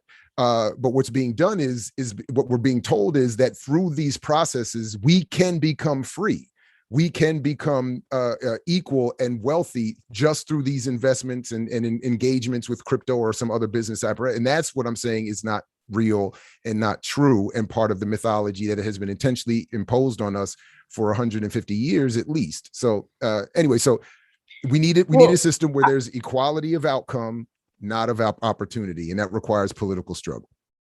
I have my thoughts, and I definitely want Terry and Raven to input after I give a few of my thoughts. But my thoughts is, I think narrowly you're looking at it from what is most marketed about crypto. Buy and hold because it's going to go up. It's an investment. that sort of thing. Whereas there are actual companies that we're not necessarily funded to build, but others are. So for instance, I did an interview with Ashish Gadnis, who is the CEO and founder of a company called Bank U. And all he did was he recognized the problem with the most impoverished in different countries of Africa, the miners, the farmers, the recyclers, not being considered a part of the supply chains, of corporate supply chains, even though what they were gathering and what they were doing would ultimately end up in a brand supply chain, such as Anheuser-Busch in making beer. Though the farmer that does that grain stuff is considered zero, not one. The SME, the small medium enterprise, is level one. So because they're level zero, they can't get bank accounts in their respective company. They're not even recognized. They can get plenty of all the loans they want, but they can't get bank accounts to help to get their compensation for what they're doing. So all he did was put a blockchain solution in between and said to the corporations, will you give them directly bank accounts and pay them directly for the amount of data they can provide on what they're providing at level zero? So if I'm collecting this amount of data and we know that the person that's a level one agrees that this is what they collected it, would you pay them? So the level ones don't have to pay them, the corporation said yes. So now you have circumstances where he can take the most impoverished of the world and get them whatever currency they want. And most of them are choosing fiat. So that's good news for the fiat world. Get them paid. Now that they have a currency, now they can flip and get bank accounts. they can pay bills and other types of things. And not to say that everyone has a bill, but they can do things like school fees. So they might not respectively have electricity or some type of utility in which they could do, but that school fee now denotes them paying something, and now they can get a regular old bank account. So it's almost like this ecosystem solves something that the traditional fiat world was unwilling to solve. I get all of that. It just doesn't lead to wealth. That's not a wealth producing. Becoming part of the supply chain and getting a bank account is not how communities build wealth. That's not going to change any. That has been going on for a long time. That's been part of the encouraged method of struggle in this country imposed on us when COINTELPRO wipes out our leaders and assassinates and exiles our leaders. They bring in new leadership that says, get us a contract from a corporation, get us into the supply chain, and a few more Black people in positions in that supply chain will do better, and then they can start to improve their conditions. That's not how. That's an old con. It goes back to my point about the data mining thing. They were being brought in to become human data miners. So all the data they're giving is is worth far more to those giving them a bank account than the wealth they'll be able to generate from that bank account. So that's all I'm saying. I fully understand. I think what's happening here is that people who engage in crypto and blockchain do so, I think, without a full comprehensive study and appreciation for how the economy and the global or national economy works. And they keep thinking that these are pathways to circumvent that economy, and it's not. Anyway, but Raven or Terry, do you have anything to add to the greater understanding of the potential of wealth bringing that Bitcoin and crypto can add? Yeah, I just want to start with, I think my argument is that crypto is like the equalizer, right? So it'll allow people in far out, very impoverished, as long as they have access to the internet or something, they can be doing complex financial transactions. They can do things now. They can leapfrog, the traditional banking system with, technology now that's very attainable. It's very easy to grasp for most people. And you talk about these aren't systems to build wealth. Well, crypto was invented, Bitcoin was invented about 12 years ago. It's worth over $1 trillion. That wealth is created through the security of the network. Like, because we know that the Bitcoin network, the longer it stays running, there has never been an issue with it. That is security, in that that's a place where people can store their wealth. For example, if you have to flee your country and you have to take all your wealth with you, it's very difficult to do that with something tangible like a gold, a cash, or anything like that. With this innovation here, cryptocurrency, someone is able to transfer that wealth with them on their person in full value, like the full amount of that. And it doesn't take up any space. It's digital, you know, it can be just a password.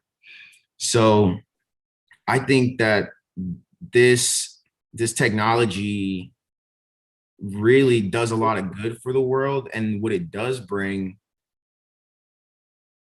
just at the basic level, is game changing. And there are very many more innovations to come. This is the first inning. And in my opinion, crypto has already changed the game, and we'll only see that over time. So just keep watching blockchain, keep watching Bitcoin. I think there's going to be so many innovations that you know, the whole world is going to be different because of this technology.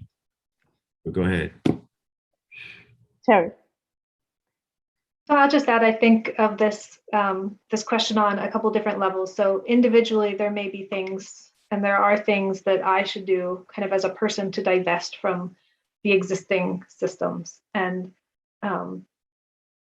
or like navigate through the exploitation that can happen from these systems. And then at the institutional level, I think that's where like building collective power and you know, redistributing wealth and reimagining, establishing new institutions, you know, is a important and necessary way forward. You know, when thinking about redistributing wealth and political and economic power. The examples that I can point to, I think, you know, like public banking, like solidarity economies that remove the linchpin of private shareholder profit, I think are promising at the like collective structural level for rethinking what those institutions might look like. But we may have, for example, you know, a case study in El Salvador, which recently kind of adopted Bitcoin as its legal tender. And so that's you know, an ongoing example, and we'll see how that plays out kind of as a currency kind of adopted at the national level, what that will mean for people in that country, and particularly people who are poor and marginalized there. Yeah, I think the issue with that is the on-ramp. I'll let you speak in a minute, Obi. It's the on-ramp for Ecuador. You know, the government is controlling the on and off ramp. So those of us in the crypto sector, you're really big on the term decentralization, as if to say, you know, how you get there is up to you. And it's not necessarily you have to go one way. You have to go one commercial way or one government way or limited commercial ways, because the American way of doing things is to say, look, we don't have what Ecuador is going to have. You don't have to go through the government. You can go through Coinbase, Gemini, and Uphold and some other, but none of us are usually those Coinbase. So it creates a kind of a similar paradigm. So it's just kind of like this way, this access to this crypto and this exchange of crypto, which I think in one of the earlier panels was addressed a little bit with the Lightning Network, which I'm not as familiar with, but this opportunity of being able to launch your own node within your peer group and saying, you know, okay, Terry and I, we're going to go into have our own node and we're going to interact directly with this one community in the Congo or something like that to aid them. And then we can go direct versus through these intermediaries and try to resolve a financial problem. So Obi, you wanted to comment? Once again, it's an extension of my second wave of comments. It comes down to what are the political objectives of one's economic activities? For example, when we come to talk about, like I said, I'm the US correspondent to Zimbabwe's national newspaper. Sir Richard Branson of Virgin Airlines is working with the Biden administration, working with the UK, working with the European Union to bring about a regime change in Zimbabwe, because he's already been plotting how to take over the industry of tourism. He put up $36 million back in 2006 to start a group called the Elders Group. Madiba Nelson Mandela was part of it. His wife, Gracia Marshall Mandela, was part of it. Kofi Annan was part of it. Jimmy Carter was part of it. And they tried to force their way into Zimbabwe. When Zimbabwe first came to power, when they were at the Lancaster House negotiations, their two liberation movements, Jesse Helms intercepted one of the agents in that process named Bishop Abel Missouriwa, brought him to Washington. He sat down with R.J. Reynolds and Philip Morris, and they let him know if he supported them taking over the tobacco industry in Zimbabwe, they would give him political backing. So R.J. Reynolds in North Carolina and Philip Morris are working for the overthrow of Zimbabwe. When Osagyefo Dr. Kwame Nkrumah came here, when Ghana changed their constitution and he went from prime minister to president, the people who tried to coerce him when he got here, he was here to talk about the hydroelectrical dam in Ghana, which was the first one built in Africa that not only provided electricity to Ghana, but to half of Benin and half of Togo. But the New York Cocoa Board of Trade wanted to speak to him about cocoa, and the Hershey family wanted to speak to him about cocoa. So they helped British intelligence and the Johnson administration overthrow him in Ghana. So once again, and when you talk about the Congo, you just mentioned the Congo, and we go back and remember the butchering of Patrice Lumumba, where John F. Kennedy said, don't assassinate him, but make sure he doesn't come back to power. And Eisenhower said, just eliminate him outright. We know about the role of the Democrats, the role of the Republicans, the role of the CIA, but we never bring up the role of CNP Telephone Company. They were involved. At this particular moment, there's a wicked white man on this planet causing all type of disturbances named George Soros. In Zimbabwe, he's financing 350 of the 400 civil society groups in Zimbabwe.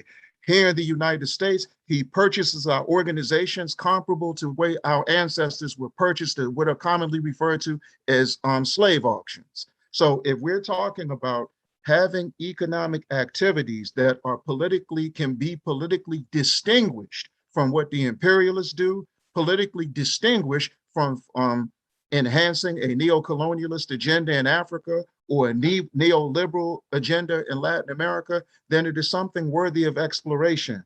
But those who engage in this economic activities, you must have an idea of the political sensibilities in the world. You must have a commitment to a fundamental change of the political dynamics in the world. That takes precedence over everything we're talking about. If not, all we're doing is making the mistake of propagating the notion that we're opting for comfortable exploitation. And that's why our people in the United States, when we talked about the fact that we're 70% of what is considered the world's extremely poor, we are 21% of the poor in this country, even though we're 12% of the population. So we're basically saying that it's better to be comfortably exploited in the United States and be free anywhere else. And lastly, what this forces you to do is target the countries that are in diametrical opposition to these type of things. So you look at Eritrea right now that has free education and free healthcare, and you see how the Biden administration is going after them.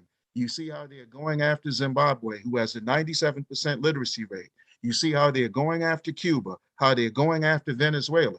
So all I'm saying is when we take a look at these things, we have to have the most advanced understanding of the world developments, but a track record of activity and service to position ourselves to make sure that we are not doing things to compromise the most militant forces on earth and not compromise future generations before they take their first steps and their first breath of air. So I think what you're saying is, our roadmap to wealth, or Black people's roadmap to wealth, or as Martin Luther King put it, the poor people's campaign of all type to wealth, we're combating actually three different forces. There's public policy, real quickly, there's but private business industry. I'm glad you brought that. But Dr. King was telling us to reach a level of understanding where we are fighting to eradicate poverty, not escape from poverty. Escaping from poverty is an individual thing. I can escape from poverty if I run a 4.3 in the 40-yard dash. I can escape poverty if I have a jump shot like Steph Curry. I can escape poverty if I rap like Nas or Lupe Fiasco. But the masses of my people will still be at the mercy of the capitalist system. We're not trying to escape it, we're trying to eliminate it. That's a good point. I think Bitcoin is a tool by which to do that. I don't think we could do that without this tool, Bitcoin. I don't know which, you listed a lot of different countries where, Zimbabwe, for instance, we were talking about that for a while.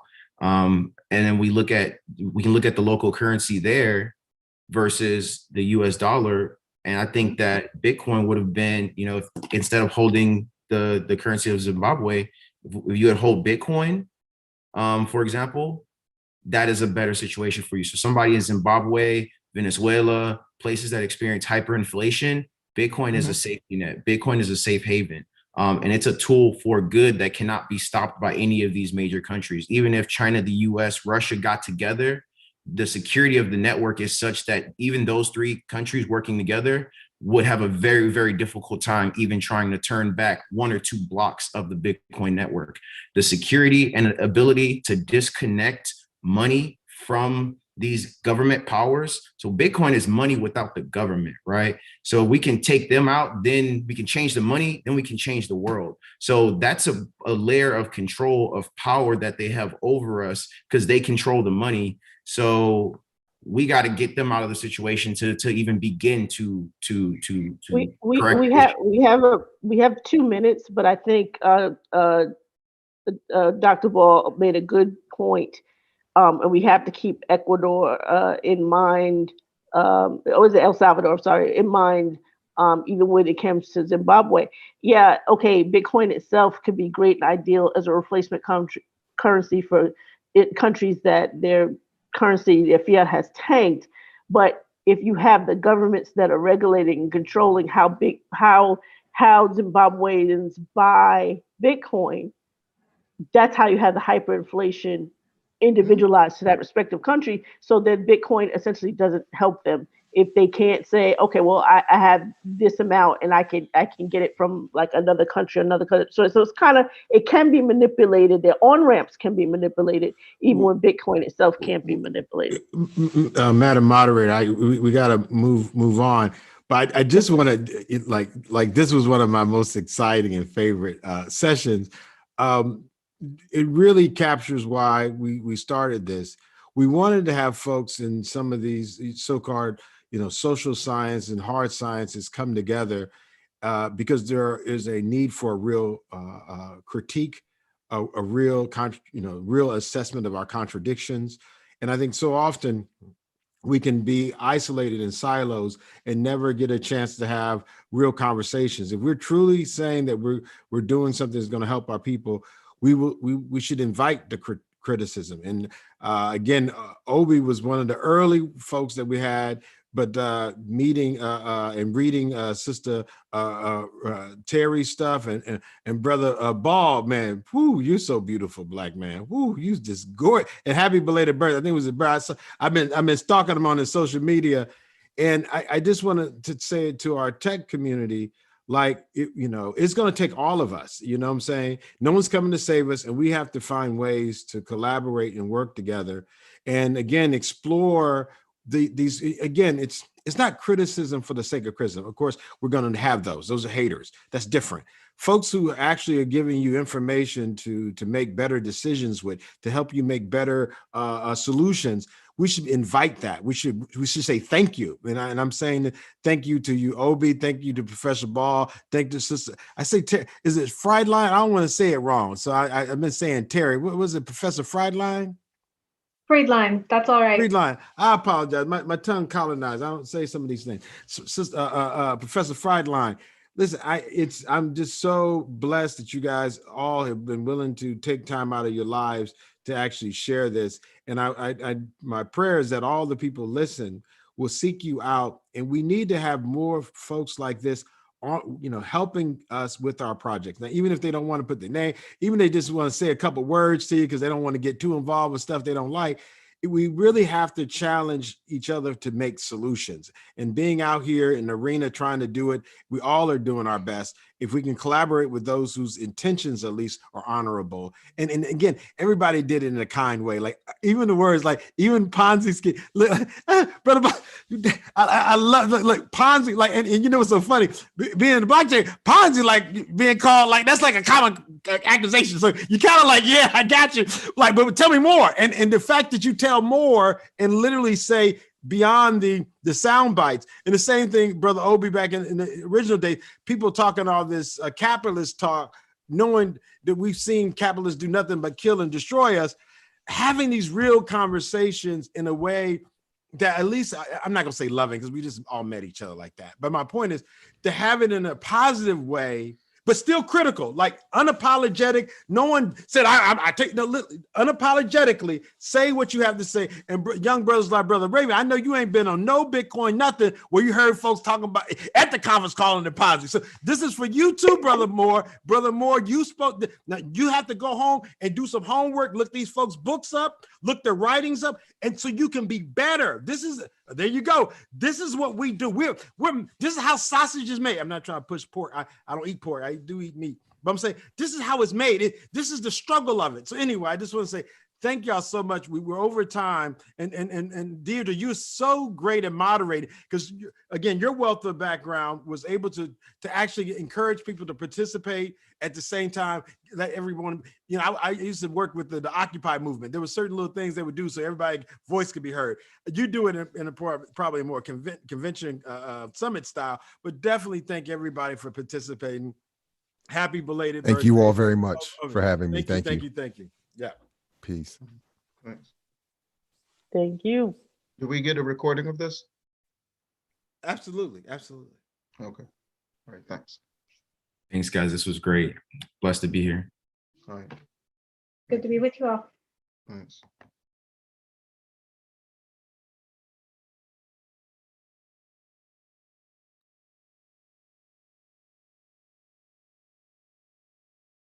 Hello, Black Blockchain Summit. It is so good to reconvene.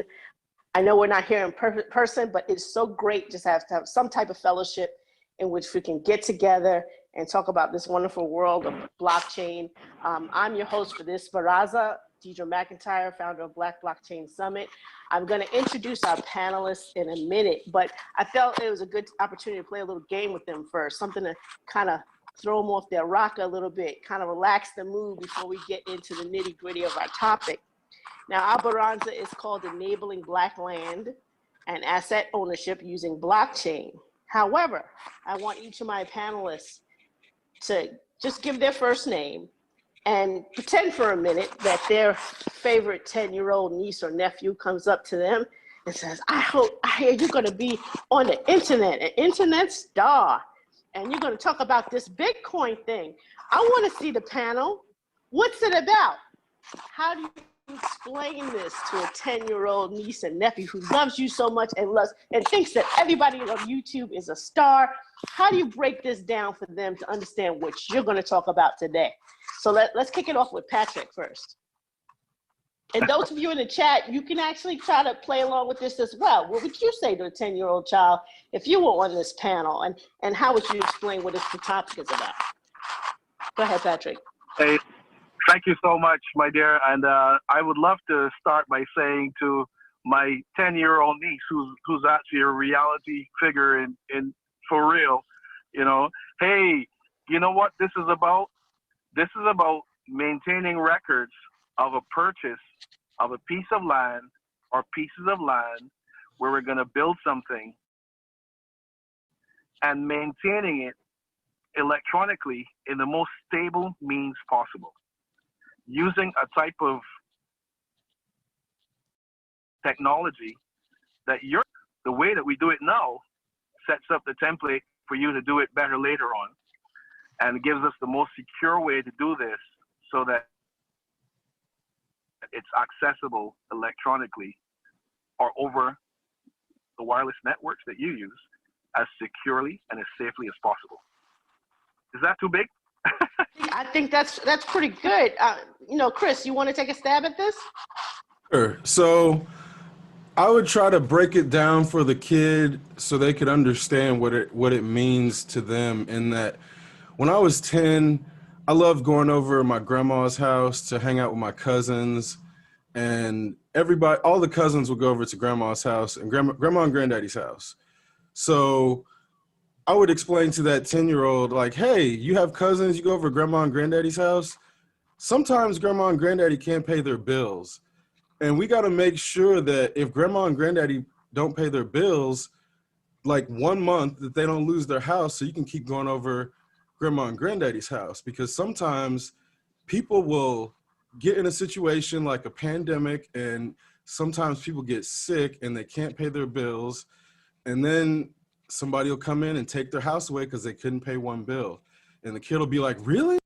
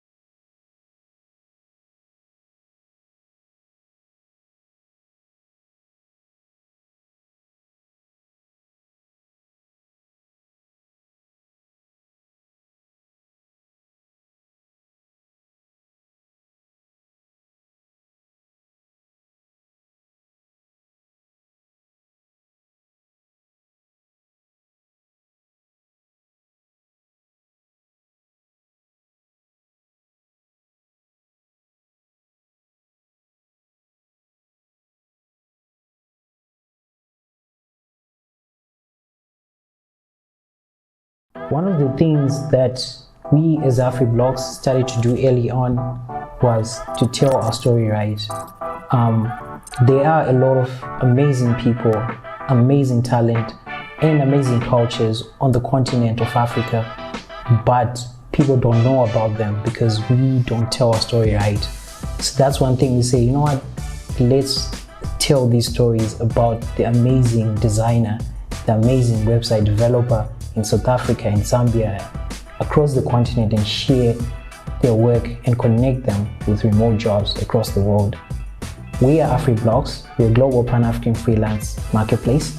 And what we do is we seek talent across the continent and connect them with remote jobs made in USA, Canada, and the UK. And one thing that is amazing though is there are over 200 million people in the African diaspora and over 2 million Black businesses, mainly in North America and the UK. And if we manage to connect this African diaspora with the continent at the level of professionalism, connecting and working together, that graphics design, that small business card grows into software development, grows into amazing things. And that's part of our vision and mission, to keep connecting Africa with the African diaspora. And this is a huge opportunity. One thing people think is that this is just a small niche, but it's huge because there are 1.3 billion people in Africa and over 200 million in the African diaspora. And the role that the African diaspora plays in the growth of Africa, the exponential economic growth of Africa, is immense. And it is evident, when you look at things like money transfer right now, there's a lot of money coming in from people who live and work outside Africa into Africa.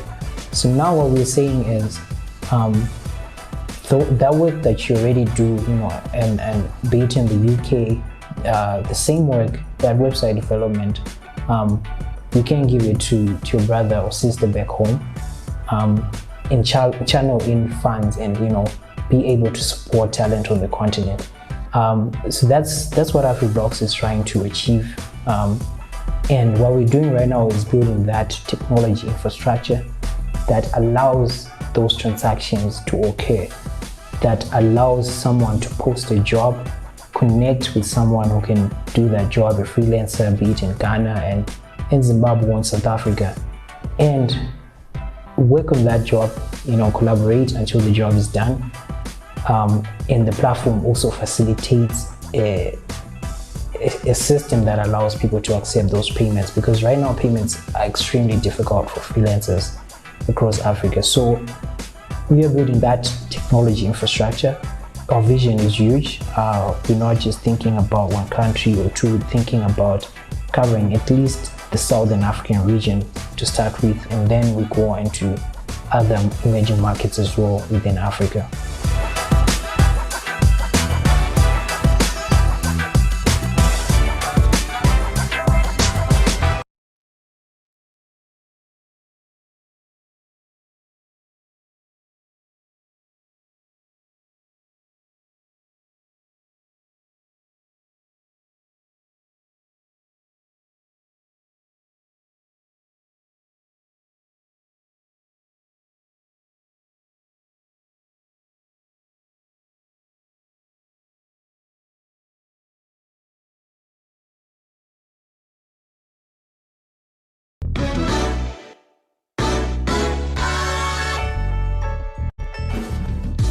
I Love Black People is a global community protecting Black people from racism and xenophobia. The purpose of our platform is to be a guide to Black-owned and Black-friendly businesses globally. We currently have thousands of business recommendations from 142 countries and 300 cities. Our platform focuses on 8 essential categories: legal, transportation, finance, health, education and childcare, beauty, accommodation, and food. With your help, we are creating a safer world and making our voices heard worldwide. Join our movement and recommend a business today. I love Black people. please visit iloveblackpeople.com.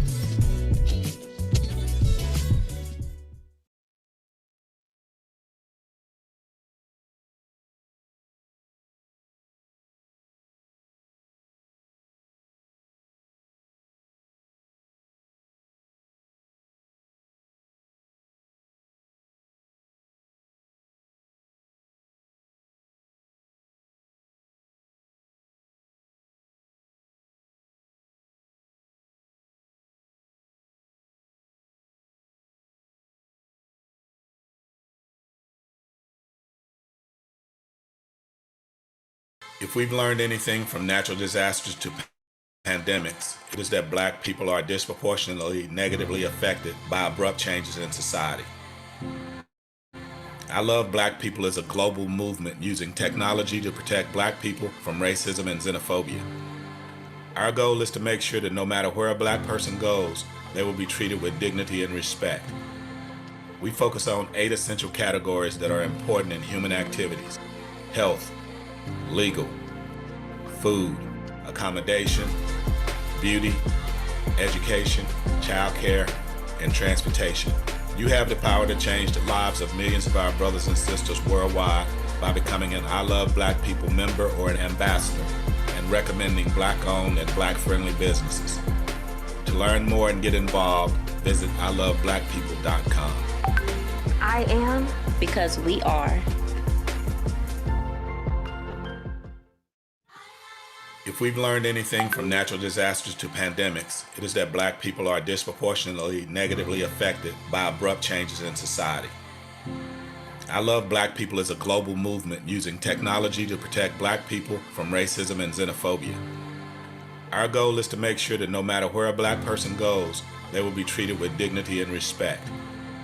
We focus on 8 essential categories that are important in human activities: health, legal, food, accommodation, beauty, education, childcare, and transportation. You have the power to change the lives of millions of our brothers and sisters worldwide by becoming an I Love Black People member or an ambassador and recommending Black-owned and Black-friendly businesses. To learn more and get involved, visit iloveblackpeople.com. I am because we are.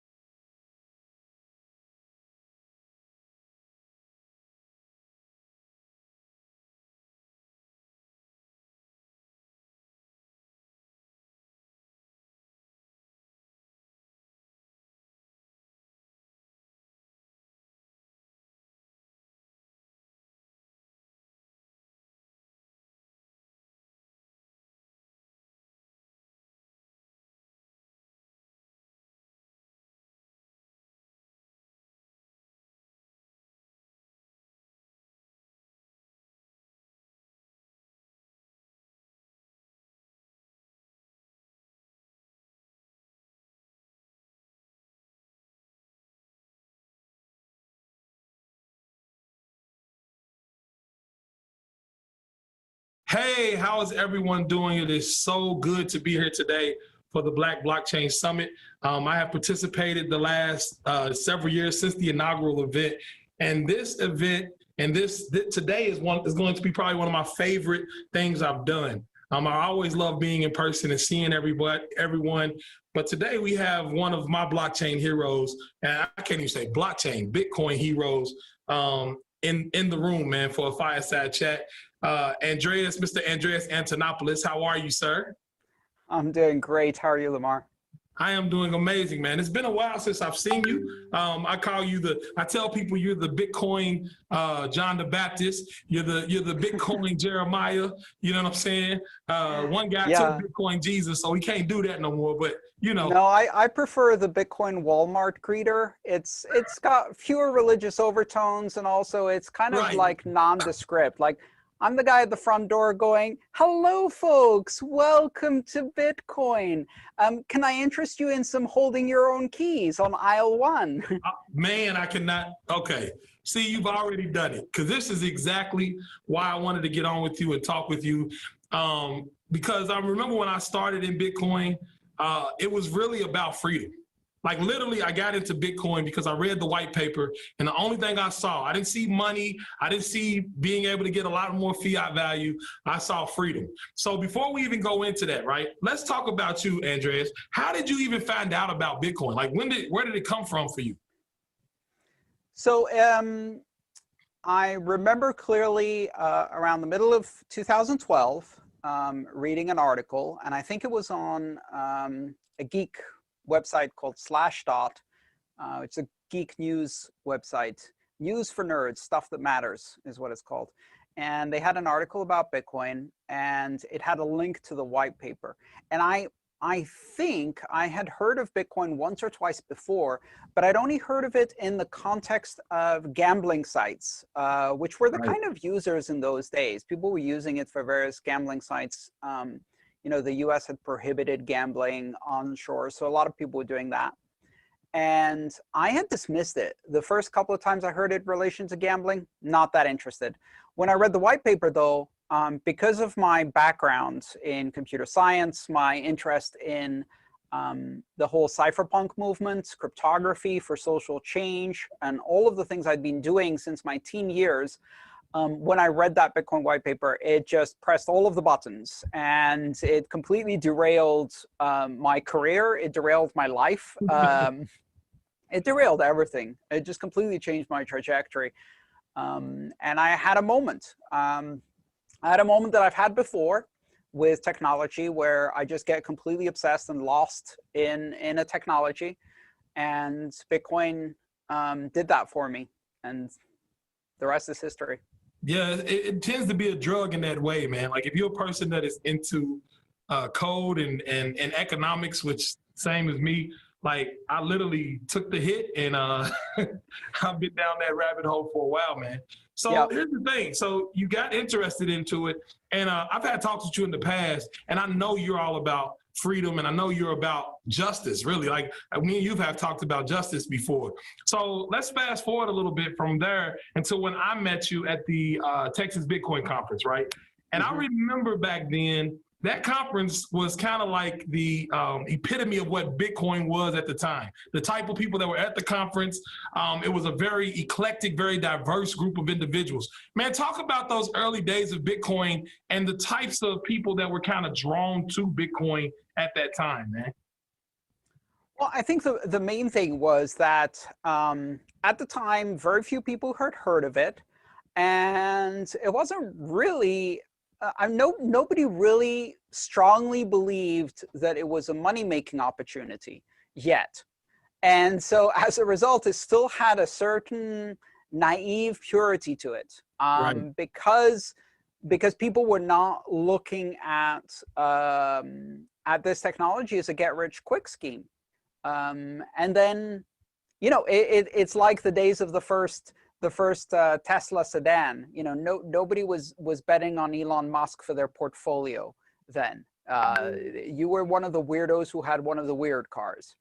Right. It wasn't a status symbol. And, you know, quite honestly, the community then was made of a bunch of weirdos who were ideologically inclined to this, either because of an interest in technology, an interest in different types of economics or politics. And it was a very ideological movement. And then after we saw a couple of very strong bull runs and bankers started getting interested in it and people started chasing the moonshot, then like any other thing that goes mainstream, it got diluted. The values got diluted. And a lot of people nowadays, they come because of the allure of a get-rich-quick scheme. And hopefully, we teach them enough to shift their perspective and understand why this is important for the world, what it means to bank the unbanked, to extend opportunity to billions of people who don't have it, and persuade them to stay for another reason.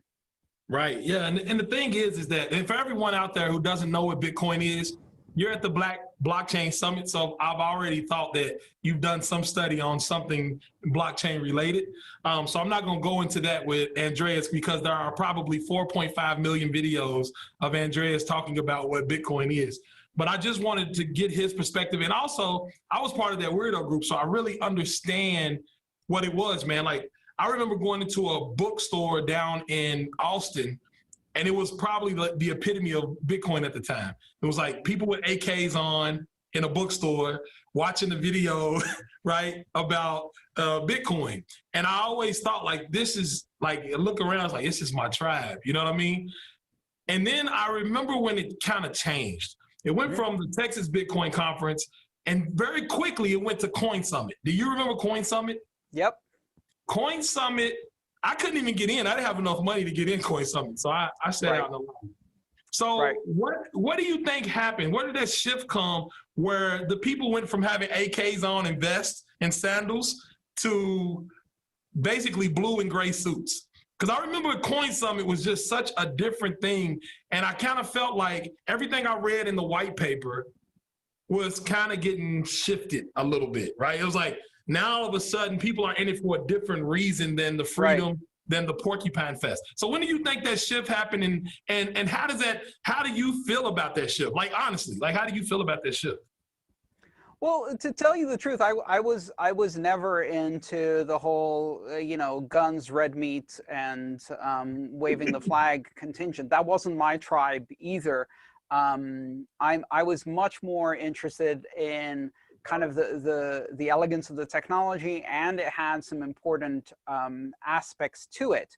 You know, today they call that social justice warrior, which, you know, I was unapologetically interested in social justice and creating fair structures. So not quite meshing with that crowd, right? So, you know, there's contingents to these political perspectives. There were a lot of right libertarians, and you know, I was more on the civil libertarian side of that equation. But regardless, you know, whether it was exactly the right tribe or not, I can tell you I certainly wasn't on the let's make some bankers even more rich than they already are contingent, which is the one that came about a year later.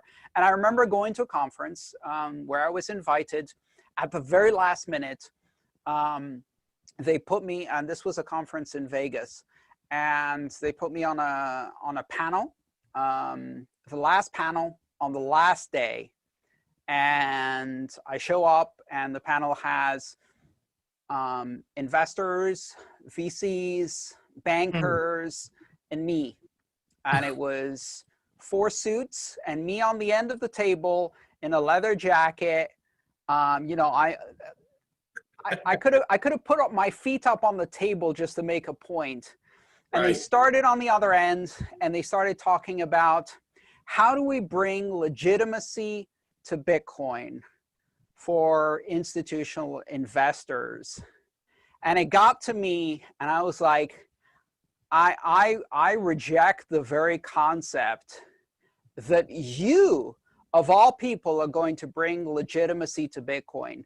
You who raided the Treasury, you who set up Ponzi schemes, you who have been defrauding investors for decades, you who work in a system that is corrupt from top to bottom, have the audacity to come and talk about legitimacy. We didn't ask for your approval, we don't need your permission, and we reject the very basis that you can bring legitimacy to a mathematical system of truth.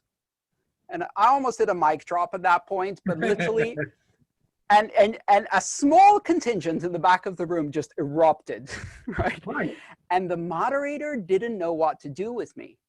They didn't know how to proceed from there because I just, kind of dropped a bomb in the middle of the whole conversation.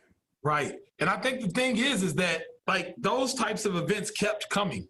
Yeah, right? Because absolutely. But it's funny because you can shift the conversation even like that. I mean, 3 questions in, people at the end of the table were going, well, we're not talking about legitimacy and doing bunny ears around it. So they no longer had kind of the audacity to continue along that line. Right. And they had to tone it down a bit. By the end of that panel, they left with literally their tails between their legs. And I realized at that point that we were in for a fight for kind of the soul of this system. Because before long, you're going to have demands for adding banking regulations, saying yes to the regulators, becoming respectable and legitimate, and doing KYC and AML and all of these other things, and basically turning Bitcoin into PayPal. That's basically the battle.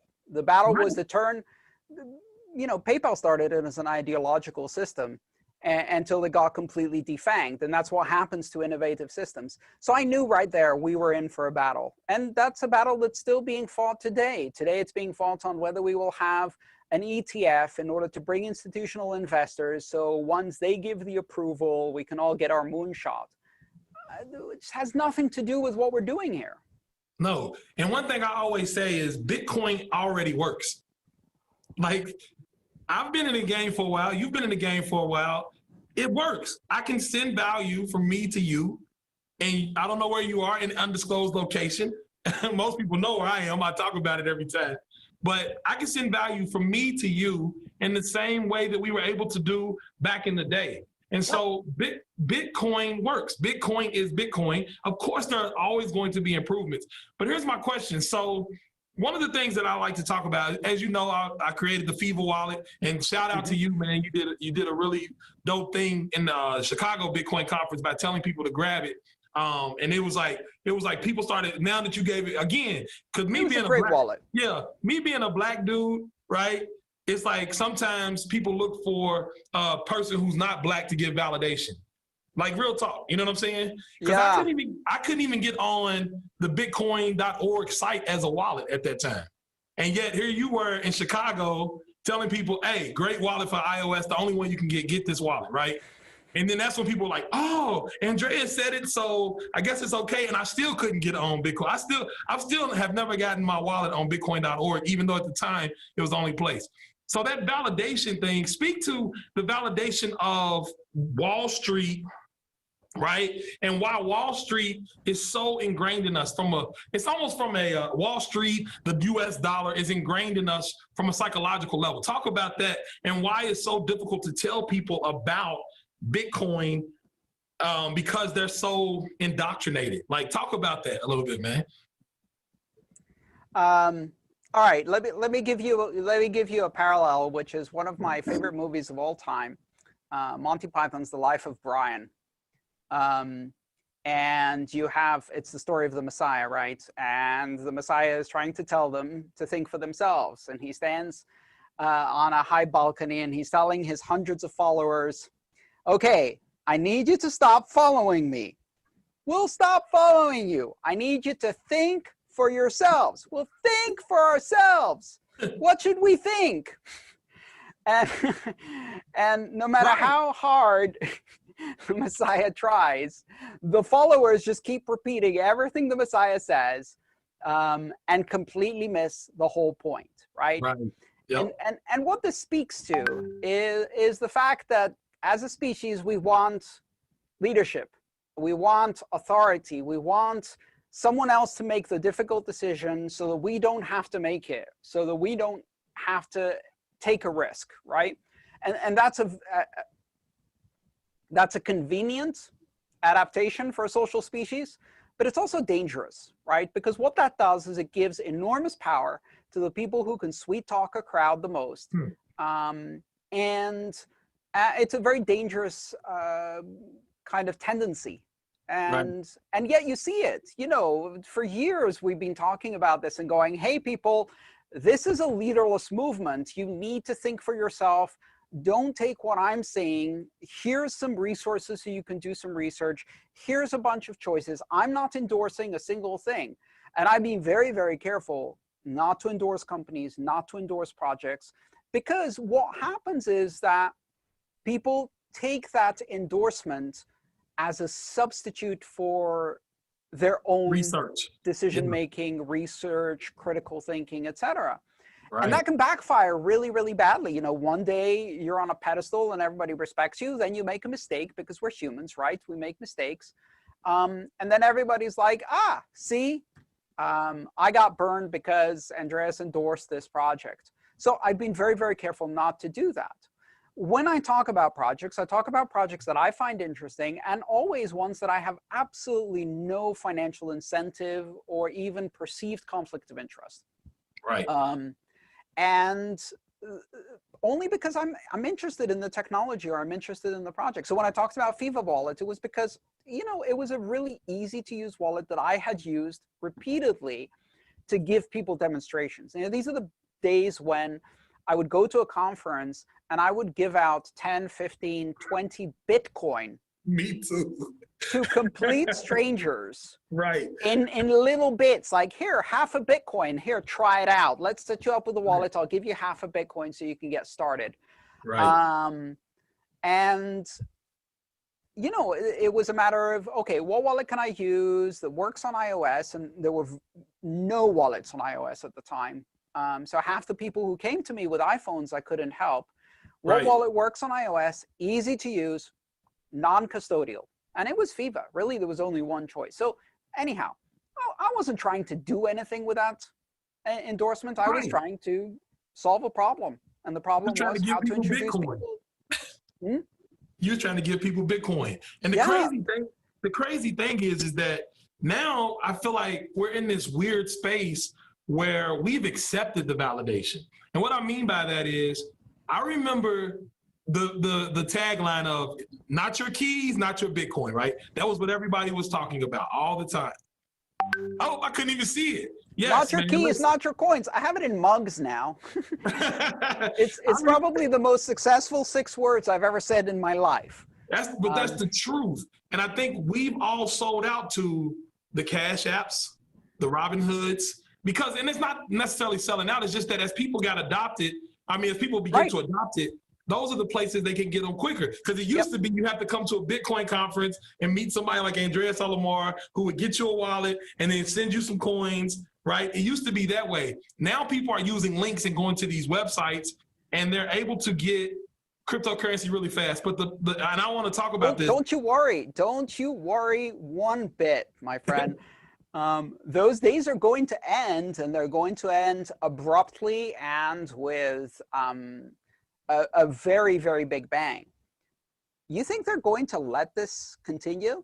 The reason that the Cash Apps and the Robin Hoods and all of these companies can play with Bitcoin now is because it's not important. It's not systemically threatening to the financial services industry.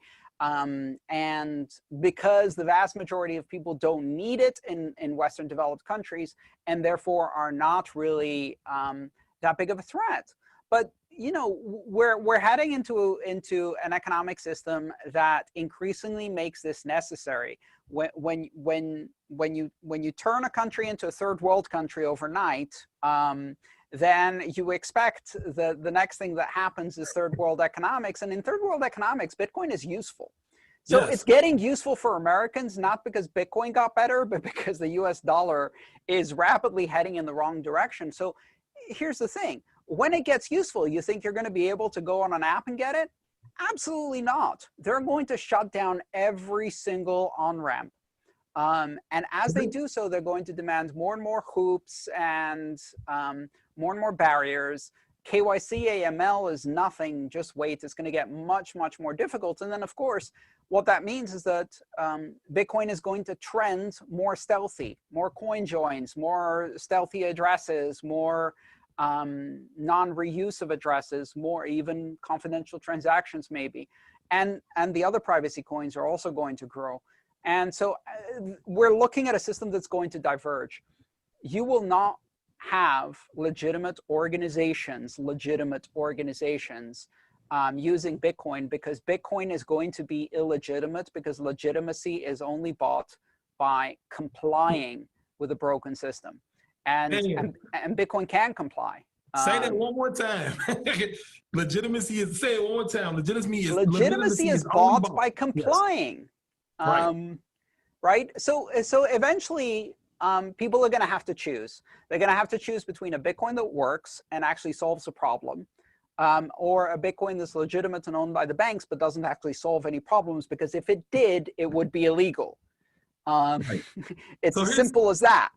So here's my theory. Here's my theory, right? Because I keep seeing this.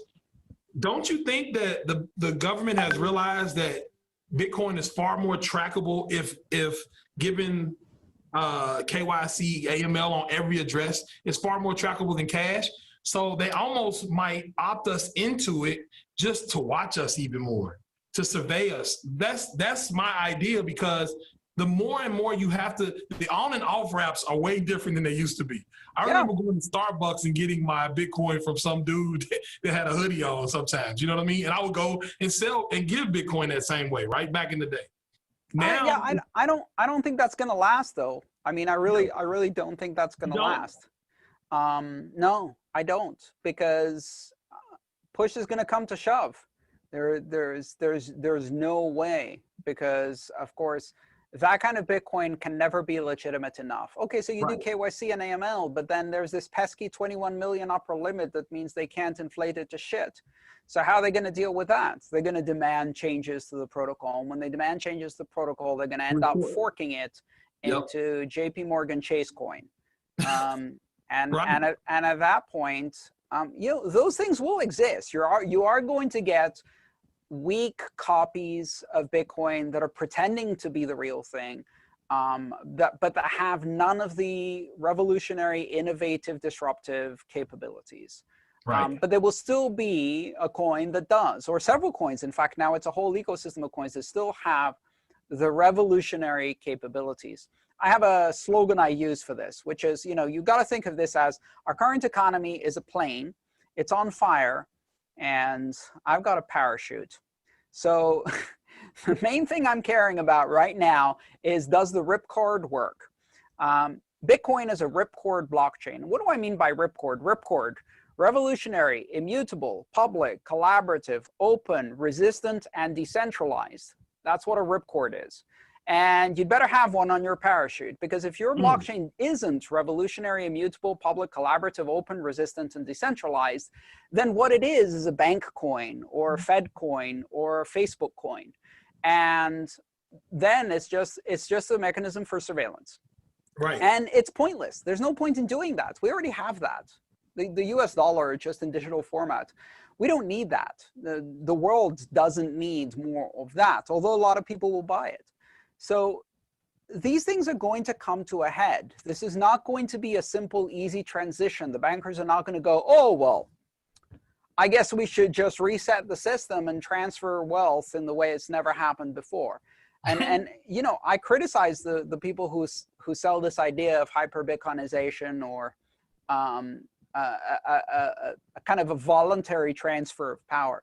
Never happened in history, not going to happen now. We're in for a fight, and in that fight, they're going to first call us criminals for using this technology, and then they're going to say that it was Bitcoin that crashed the global economy because it offered an exit. So for the few people who do exit, it's going to get blamed. And I've done a whole talk about this particular thing, which ends to the tune of, we didn't start the fire. It was always burning since the world was turning. which I can't hum with a tune because then we'd get a copyright strike on this video, but you get the point. No, I get it. I know. I really get it. And I think that what you just said is exactly why I am so, I don't know. I'm kind of kind of feeling weird about Bitcoin in its current state, because it feels like a lot of those of us who were early in the beginning have sold out to the fact that its value is based on this fiat currency that we said had no value in the first place. But that's because you can. And that's really effectively it's a form of privilege of living in a Western developed country where your currency isn't completely useless, where you can still buy food, shelter, healthcare, and an exit ticket with your currency. When you can't, those kinds of illusions wash away very, very quickly. So to me, Bitcoin has always been important because it is the currency of last resort. It is the system that maintains its principles when it is a matter of life and death, when they're trying to actively shut things down, where they're trying to prevent you from exiting from the system, because if enough people exit from the system dies. And so that's when it becomes useful. Until then, it's a toy. And so, yeah, we're having some fun playing with this toy right now, but to many people around the world, it's not a toy. It was never a toy. You know, I work with people in Venezuela. I work with people in other countries who need this in order to buy medication, in order to buy food. They use Bitcoin as a way to protect their family from disaster, and in many cases, to help their family exit as refugees from these kinds of situations. To me, that's what's important. That's where this thing has a unique application that when push comes to shove, other systems won't do. If they can shut it down, if it requires permission, then when push comes to shove, they stop giving permission and they shut it down. So that's when Bitcoin shines. It's when they don't want it to anymore. And right now we're in the honeymoon period. It's a toy. It's making some people money. It's losing other people money. It goes up, it goes down. You know, that's all noise. It's not really meaningful. But the thing is, Bitcoin hasn't changed. Its fundamental properties haven't changed one bit. The same. It's exactly the same, and it does what it's supposed to do. Just because people can't see what it's supposed to do doesn't mean that it's not doing it. And so from that perspective, I'm still optimistic. And I'm also optimistic because beyond Bitcoin, the system, and blockchain technology as a theme, the basic ideas of decentralization, of robust money, of uncensorable systems, of peer-to-peer networking in the form of money and smart contracts and all kinds of other things have now spread beyond Bitcoin. There is now a massive ecosystem of developers who both understand why and can also execute the how to make these systems again and again and again. And if you take one down, another one pops up in its place and is more robust and solves the, you know, if you manage to find a bug in one of these systems and you crash it, then the system that pops up in its place has a fix for that one bug. And so once you create that kind of momentum of innovation, this thing is unstoppable. It's no longer a single technology or a single network. It's a movement. It's a technological movement that transforms how we govern ourselves, how we manage money, how we connect as a global society. And I think those are the interesting. So I don't lose hope. I think that there's more innovation, more excitement, more enthusiasm, more participation, more strength now than ever before in our entire industry. I can agree with that. But at the same time, it's like we don't have enough people educating folks, right?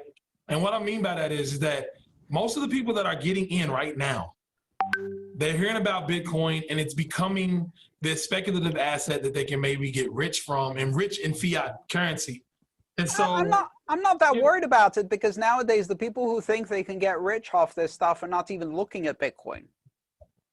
Yeah, they're right. diving straight into they're driving straight into yield farming on yams and Yeefy and Hex and 1,000 other systems, and that's great. You can have them. You know, if anything, the people left who are still interested in Bitcoin are the curmudgeons. You know, yeah, it's all of the get off my lawn like people. myself. Because I just really like even for the Black Blockchain Conference Summit, I want the Black people that are watching this right now to understand this. That what we're talking about is make sure you start understanding the old school, we call them old school, but old school principles of what we used to do back in the day. Make sure you understand how to create wallets or how to own your own keys and understand the importance of having your own keys.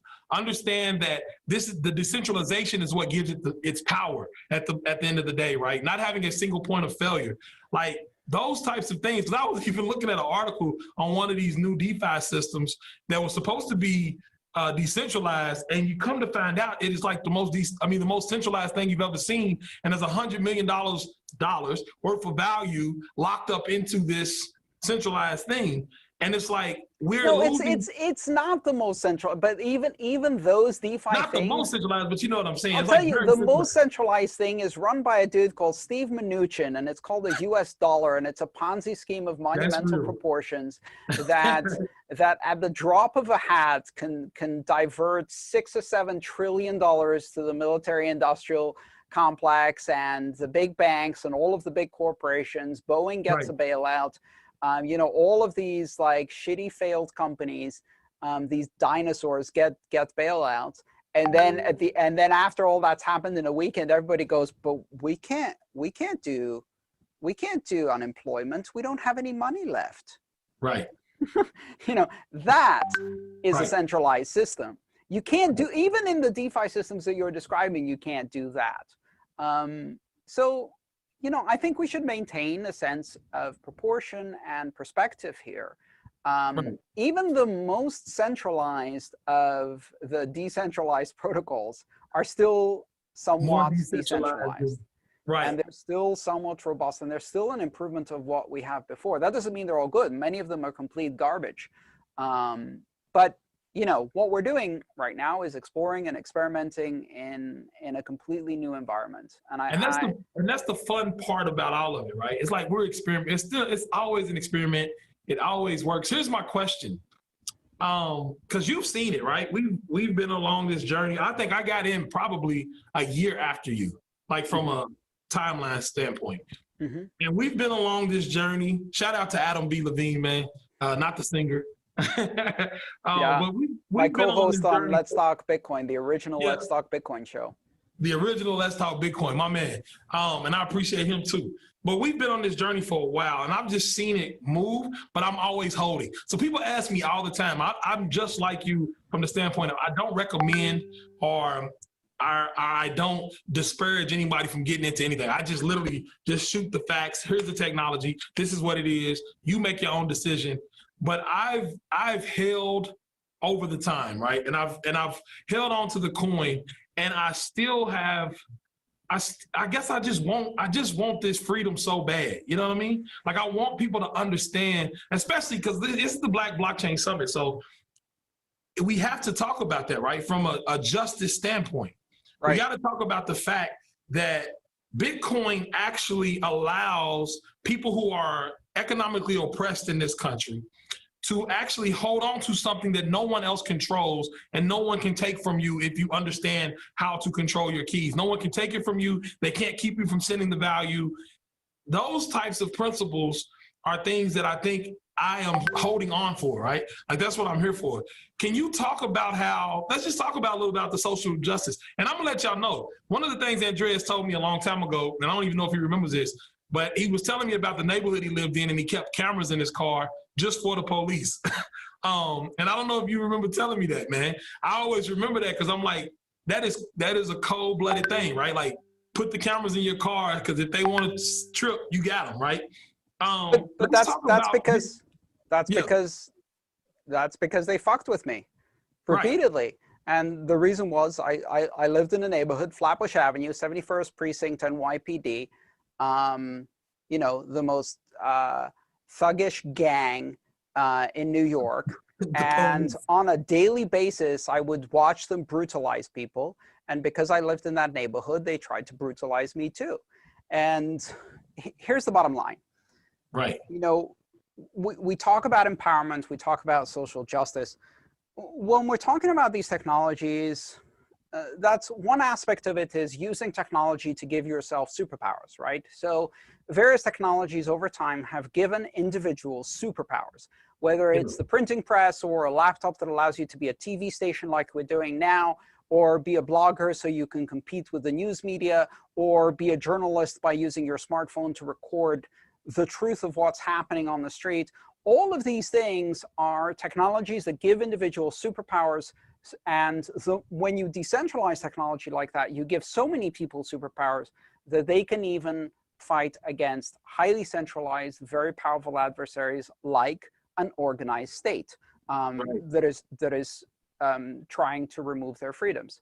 So that's one aspect. The other aspect is the economic one. You know, we talked about the on-ramps and whether they're going to close them down, or whether you can do Robinhood or Cash App or stuff like that. Here's the thing that what most people forget and ignore about what Bitcoin is and how you should look at it. People ask me all the time, should I buy Bitcoin now? How should I buy Bitcoin? And my answer has always been the same for the past 7 years. Don't buy it, earn it. Earn it. Why? Because the largest peer-to-peer decentralized exchange for fiat to crypto is the labor market. Always has been. It's been the largest decentralized exchange of value in the world, is people paying people for products and services and their labor. The labor market is the way, it's completely uncensorable, it's completely peer-to-peer, it's anonymous, it allows you to go in your local community and exchange value directly without intermediates, without corporations taking a cut, without the banks taking a cut, without anybody being able to stop you, without needing a license to exercise your profession and all of that. So one thing is earn it. But here's the other thing. When you switch to earning instead of buying, and you're no longer working for dollars, taking those dollars, converting them into crypto and saving your crypto, you fundamentally change the relationship between yourself and money. And the reason you do that is because not only are you fully entering the economy and turning it into a circular economy where you get paid in cryptocurrency for your labor and services, and then you pay others in cryptocurrency for their labor, products, and services. So there are no on-ramps and off-ramps. It's a closed economy. It's a circular economy. And to me, that's always been the ultimate goal. But here's the other thing. When you go into that economy, it's a very important statement of principles, and it's a very powerful move, because what you're also doing is you're exiting. You are withdrawing from the system that is taking a cut out of every day, every hour you work. The most appalling thing that I see, and I saw it at my time in Brooklyn, was that you had a community, a local community, that was being policed by suburban cops that were coming in from Staten Island, right, and policing a neighborhood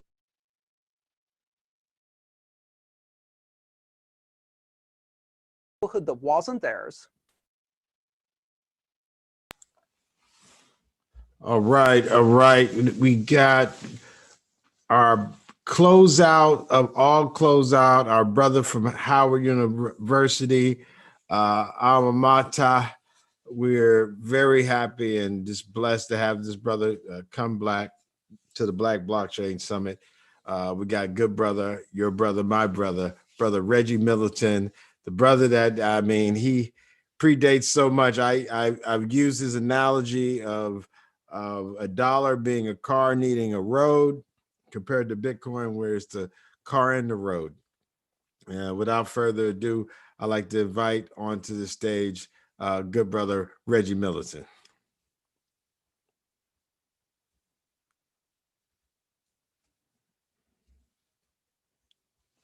Da, da, da, da, da, da, da, da. I was trying to add some of our music. Okay, can you hear me? Yes, sir. Okay, I was given a big preamble, and I realized I was muted. So Humbly, brother Reggie. Good. Thank you for being on here, and I'll give you the stage. yes. Okay, I see the video is off too. Okay, so is this a scenario where I just ad-lib freestyle, or we do a Q&A? Yeah, you look great. First of all, look relaxed. You look like, man, you got the tropical background style. Look like humbly, sir. Well, yeah. So let me just say, we wanted you to kind of like give an update on what the projects you've been working on, and we wanted to give it to you as a freestyle. And I'll be candid, the way you do your YouTube videos where you're like teaching is, I don't think anything. I mean, you're the type of person that hits the points without somebody like prompting them. So I think if there's a stream of flow of activities that you see as it relates to Veritasium, the project you've been working on, as well as the climate that we all are in as far as folks in this industry of blockchain, I think that's contextually. But man, whatever's on your mind is going to be insightful. Like you're going to put us like 6 months ahead at least. I'm talking about practically 6 months, but probably even further than that. So please, bro, Reggie, break it down. Like make it plain. This is like make it plain, humbly. Okay, so this is what I'll do. I'll go give a little preamble for anybody who doesn't know who I am, so at least they know who's talking. I'll give a quick definition of what I think the topic matter is, technically and socioeconomically, okay? And then geopolitically, because not all of these are touched tangentially or together. And then I want to comment on some of the statements that I heard earlier. I can't remember who said it, but it doesn't really matter because this is not about who said it. This is about my opinion on what was said. And then if possible, Q&A, because I like to have a conversation more than just, sitting on a bully pulpit and talking. So, no doubt. Okay, so my name is Reggie Middleton. I'm Bison, right about the time as, the brother Sinclair here. I was always an entrepreneur. I spent maybe nine months in corporate America as a W-2 wage earner, and it was a marriage that was doomed to fail. So my entrepreneurial spirits, has pushed me out, and for better or for worse, I failed, I succeeded, and I failed. I had a .com. I invested in real estate during the real estate boom. I sold off about 6 months before the residential market crash, simply because 2 + 2 didn't equal 45. And even though I'm not good at math, I was able to see that. After selling off the real estate, I decided to short everybody who did business with me. So I had to hire my own team of analysts. I researched it, and we predicted with 20, 30, 40-page reports. Months in advance, we predicted the collapse of Bear Stearns, Lehman Brothers, the residential housing market, commercial housing market, commercial real estate market, the European sovereign debt crisis, Google booming up, et cetera, et cetera. About 96 calls altogether. This is from 2007 to about 2014. In 2013, at the behest of some of my subscribers, I looked into Bitcoin. They've been asking me since 2010, and I didn't do it. When I looked at it, my jaw dropped. I'm like, this is phenomenal. I saw programmable money. Everybody else saw, remittances at best or gambling, Bitcoin prices going up and down, et cetera. So I dropped everything I did, the blog, the advisory, the investing, and head first down the rabbit hole into Bitcoin. But from the programmable money perspective, I saw self-sovereign finance and ability to be your own bank. What I did was I studied the programmability of Bitcoin, which is a very simple language, Bitcoin script. And then I hired developers to help me manifest what I considered the dream.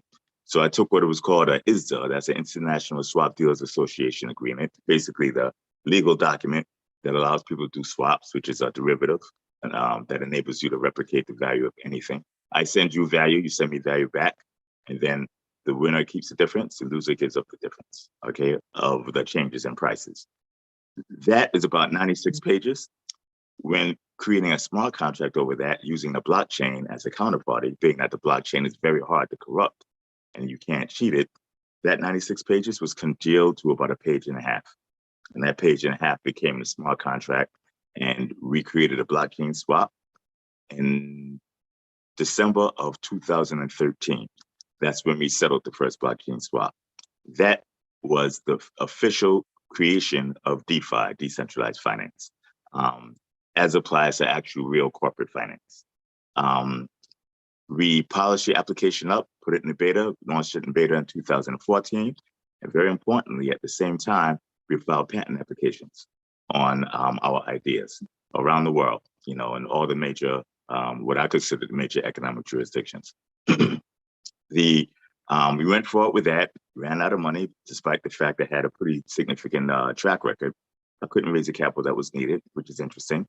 We put the Bitcoin swap idea to the wayside, did an ICO in 2017, did another rendition of our basically peer-to-peer capital markets, ran into a disagreement with the regulator who, had an impression of what we were doing that was very different from ours. Cost a lot of money, very difficult to research what happened, and I can't discuss it in detail, but needless to say, the large amounts of capital gone, billions, okay? But had a restart. That was 2019 that happened. We had a refresh by having a first of the many patents that were filed granted. When that patent was granted, that patent basically gave me purview over DeFi. Most people don't realize that a Howard University graduate created DeFi in 2013, which is about 5 years before most people even heard of it, and patented it. That patent covers the Lightning Network. Now, everything that I'm saying, by the way, and everything that everybody else says as well, is their opinion, and everything I'm saying is my opinion. I'm not a lawyer, I'm not a judge, it hasn't been adjudicated. I feel I know what I'm doing, but keep in mind, this is my personal opinion. So our patent covers the Lightning Network, which is the only true utilitarian use of Bitcoin outside of speculation. It covers parts of Ethereum. The patent was filed over a year before Ethereum was launched. It covers all the Uniswaps and the food swaps and the pancake swaps and the sushi swaps, the DEXs, most of the DEXs, almost all the blockchain swaps, even the lenders. Very, very broad purview. Okay. I was taken out by the litigation with the government, but what saved me was the possession of capital. Okay. They took a lot of the all the financial capital, they left the intellectual capital. Which one was more important? By far, the intellectual capital. So I'm going to segue off into a discussion I heard earlier where they were going through patents and IP. And the perspective was that you have entrepreneurs who work hard to come up with an idea. They try to launch this idea. And in launching this idea, a patent holder comes, exercises the patent, puts them out of business, or says you have to pay X amount. That was being stated as if that is somehow bad. And look, it is bad if you don't hold the patent, actually. But this is the issue, okay? Those brothers and sisters here, those who feel that they may have a disenfranchised position in the global economic competition, you should be the patent holders, okay? You come up with a very good idea, okay? And if you feel it's good and you're implementing it by creating a product, the first thing you do is take ownership of that intellectual property, okay? I think a lot of people don't think of intellectual property as property, but it is exactly that, property. So to put it in perspective, you buy a home, you give cash for a home, okay? Do you take title to that home, or do you tell the seller, don't worry about giving me the title, you keep it, I'll trust you? Never, okay? You take title to that home because you want proof of ownership of that home. That is your property. You buy a car, you want title to that car. You have a bank account, you don't put anybody's name in that bank account. You want your bank account on it. Stocks, bonds, any property. Intellectual property is real and is just as valuable, if not tangible, than any other property. In the blockchain era, just like in the internet era, intellectual property is probably more valuable. Take a look at the top 5 of the Forbes 500, okay? Most of those people got there by real property or intellectual property. Almost nobody's gotten there by financial property, okay, financial capital. Okay, because the intellectual property throws off significant value when you have a paradigm shift, which is a shift from one major technology to another, and that paradigm shift entails the use of intellectual capital. every paradigm shift has. So we hear somebody say, well, I want to be in the technology sector. With all due respect, they don't know what they're talking about. All sectors of technology sectors. AT&T used to be a technology company. Ford used to be a technology company. When, Henry Ford created the first Model T, the creator of a bottled water technology company, right? The technology is always novel and new when it's invented, okay? And as time goes on, it becomes ubiquitous and spreads throughout the world in general, and that's when the real value occurs. If you own that technology before it gets to spread, you participate in it. I said that the patent covers the Lightning Network protocol, which means anybody who uses that protocol, theoretically, I have a potential claim on. If you go back to another popular protocol, the Internet protocol, imagine if someone would have patented the Internet, which meant that anybody who used the Internet protocol, any transaction would have to give somebody a penny or a fraction of a penny or 5 cents or 10 cents, 10% of whatever the transaction was. That means that no matter how well Amazon did, you would do better. No matter how well Google did, you would do better because you have that cash flow of Amazon, Google, Netflix, Facebook, et cetera, et cetera. These are not impossible things because there's geniuses throughout the world, throughout Howard. I went to Howard, I knew many geniuses, different shades, colors, locations, et cetera. But that genius, right, it's still intellectual property when it's in your mind or it's intellectual capital. But to codify that property, you have to take ownership of it officially. If everybody did that, okay, then you become the property holders and you exercise your rights over somebody else. And hopefully you can build out as well. So now I'm going to come back from that segue and then go into what I think of as the state of crypto today. One big glaring issue I see is I think, well, first of all, from the way I see things, there's no true old school expert in crypto. The industry started with the publication of the white paper by Satoshi, 2008. He didn't launch the actual code to 2009. Very few people knew about the code. It was very rudimentary and it was built up over time. But even right now, the Bitcoin code is not very, very advanced. Okay. But the early reporters that got a hold of it, they called it cryptocurrency. And this is the reason why, because Satoshi created a peer-to-peer internet currency, money, to trade from one individual to another without using the authority of a third party. That's the application he built. The application had to be built upon something. He built upon as a platform, basically an operating system, but a database-driven operating system called the blockchain. Okay, so he had the blockchain, Bitcoin with a capital B, and then he had Bitcoin. Okay, Bitcoin with the lowercase b. Bitcoin with the lowercase b is the application. Bitcoin with the capital B is a platform, the OS, the blockchain that was built upon.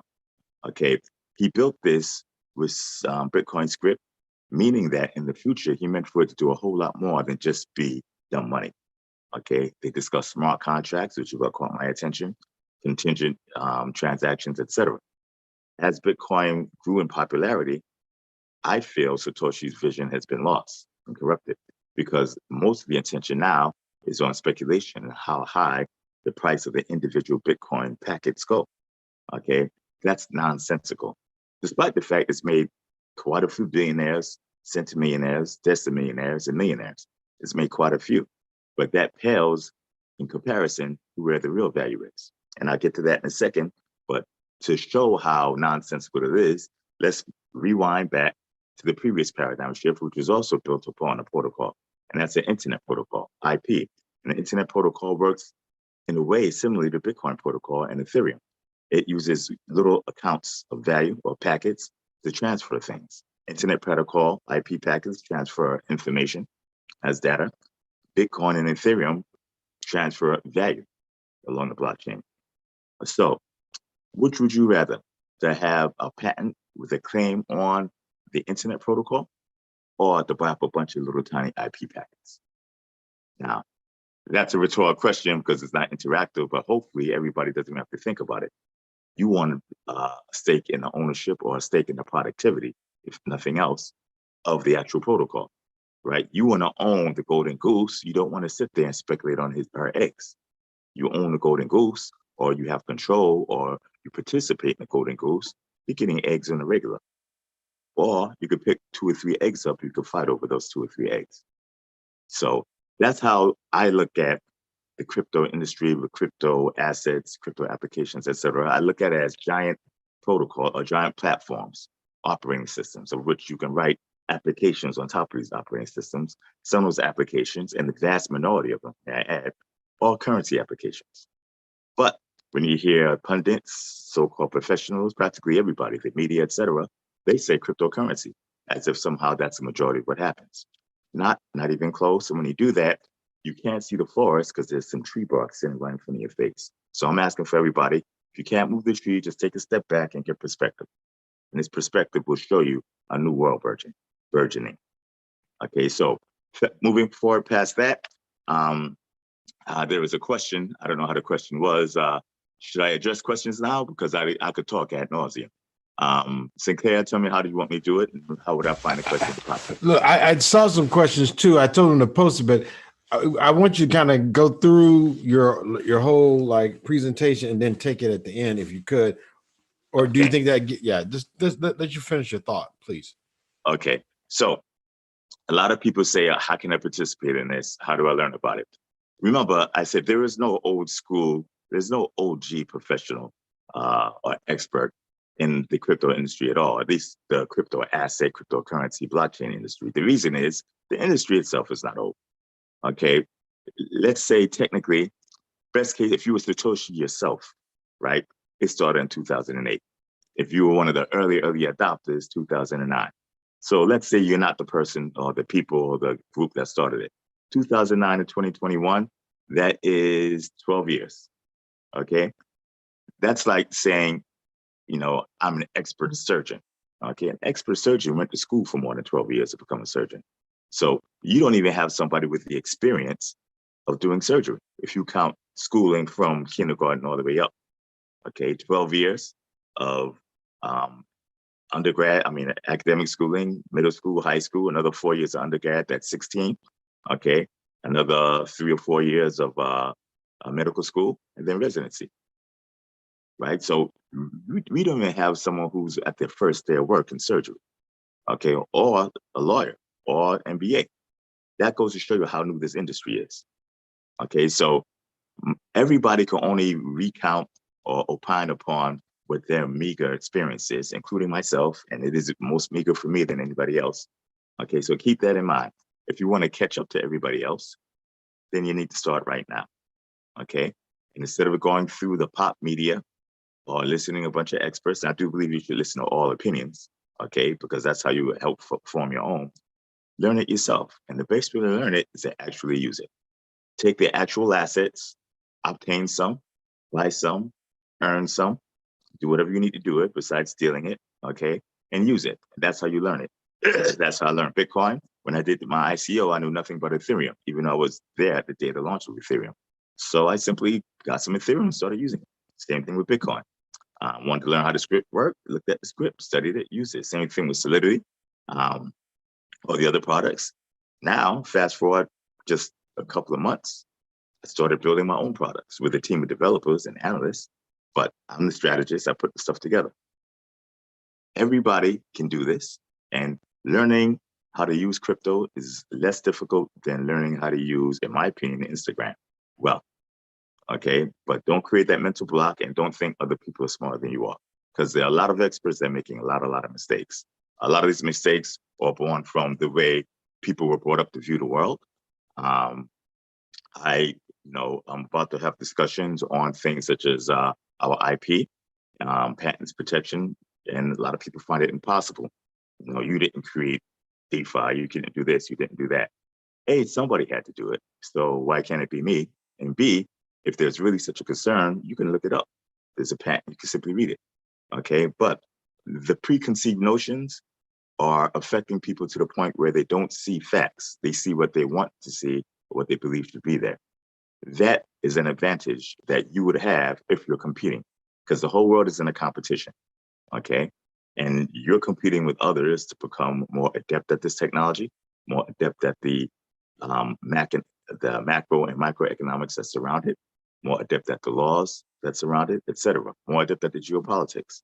Okay, you remove those blinders while other people have it. Now you have leverage. You're running twice as fast as somebody else because they're looking at what they want to see while you're looking at what's there. That's very, very important. There's a more, how do I put it? There's a more direct way of saying it, but I don't think it would be politically correct for this particular venue. But I think it is. I think this is a part of it where before you answer the questions, you talk about your journey. I think you've met, of course, you were in this space before me. I got through to it and actually saw your work through Max Kaiser and his wife. So these were the early days of it, and you were crushing it then. And you always had that swag. You always had that bravado. And I think what they've done now is they've obfuscated. They made this stuff seem, it's almost like they've made it seem like, do you know Windows? Remember when folks were trying to mess with folks like, do you know Windows? Like, can I click on a mouse and icons? Yes. But instead of just saying that, can you know how to click? They say, do you know Windows? They make this thing so wild where it's not really like that. And I think so many more of our people, as they've gotten into it, are only getting into it as just people's, other people's consumers. Not even, because I get your point, because I think you made a great point. Go and use it. But we got people in our community who could actually build better than what's out there. And I think you've shown it, but like you spoke to how, again, even in tech or these particular industries, there's a racial bias, white supremacist ideology. I know you don't like to talk to race thing like that, but hell, there'll be so many Europeans doing ICOs that are just straight fugazi, never get called in to ask them what the address is, let alone anything else about what they're doing. But if you look at the folks that they've focused on in these different areas, I mean, there's only like 5 brothers, sisters in it, and like 3 of some of the key people in it, they pick were Black. So, I mean, I guess when you look at this playing field not being level, which it is what it is, we'll take that as granted. What do we tell, your son, what we tell that generation that's coming through so they're just not pimped, that they're not just a pawn? Like, even when I see some of the folks talking about DeFi or even NFTs, it seems like we're in the least powerful position in all of these when it's literally supposed to be an empowering thing. I guess I've gone too far, but anytime I see or hear you, Rich, I think about being powerful. I never think about victimness. So I'm just trying to say, how do we help make sure that that is something that permeates every generation or everyone who's getting exposed to it? I won't make it a generational issue. I'll make it level of exposure to this as they walk through it with some confidence and not, I'm so scared of technology. I mean, what would you say? And if you could attach it to NFTs and DeFi, because those are things that are hot now. Talking about ICOs now, altcoins, this is kind of, the thing now to talk about are those two. And how do we get into it where we're competing? Because I've met a lot of these Europeans in these projects, and they're not that bright. There's not, I'm not saying everybody's dumb, but there's a level of like, oh my God, and they're really not, oh my guys. Anyway, I'm not gonna put words in your mouth. Well, there are a lot of eyes on me and there are a lot of things I can't say, but I can tell you one quick part of my journey. Like I said, my battle with the government did a lot of damage to my family, to my children, to me, a lot of damage. But, large amounts of capital, I don't want to get into as much, but much more than you would think, than you would think, okay? But they kept the intellectual capital and they taught me a lesson. They actually did me a favor, okay? Because they woke me up and I believe I was woke. I believe if I was born woke, I was definitely awake, going through my tribulation and living my life because I carried a different path than most people in this industry. And as you said, you take a look at a lot of people who got hit. I'm not even going to opine whether they did anything wrong or not, okay? And this includes myself. But take a look if they did anything different from everybody else in the industry. And there is no delta that should wake you up. You know, there's a couple of brothers who got hit and they created their industries. You know, one created the biggest and most advanced exchange in the world. And did nothing different from any other exchange. There is one difference, but we're not going to go there. Another one created the hottest thing in crypto right now. The only thing he did different was he was first, okay? But now that I'm awake, right, it reinforced the lesson I already knew. How do you conquer your fear? Realize what there's to be afraid of. You attain two things and you will control significant portions of the industry. Attain knowledge. Knowledge as in know how, right? Not know that, right? You don't want to learn a bunch of facts. That's irrelevant. You want to know how. A difference is know that is knowing how a bicycle works and how to, if you pedal the bicycle and you keep straight and bounce each side, you could go in a straight line. That's know that.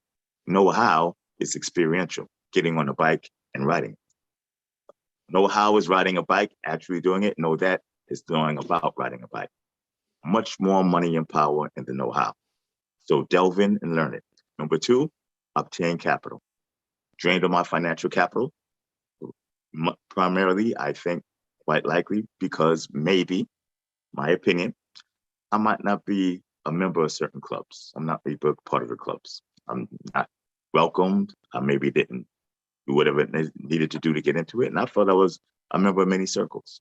But because I, luckily, or by design, or by intellect, or drive, obtain actual intellectual capital, patented it, and turn that intellectual capital, intellectual property, I still may not be part of the club, but guess what?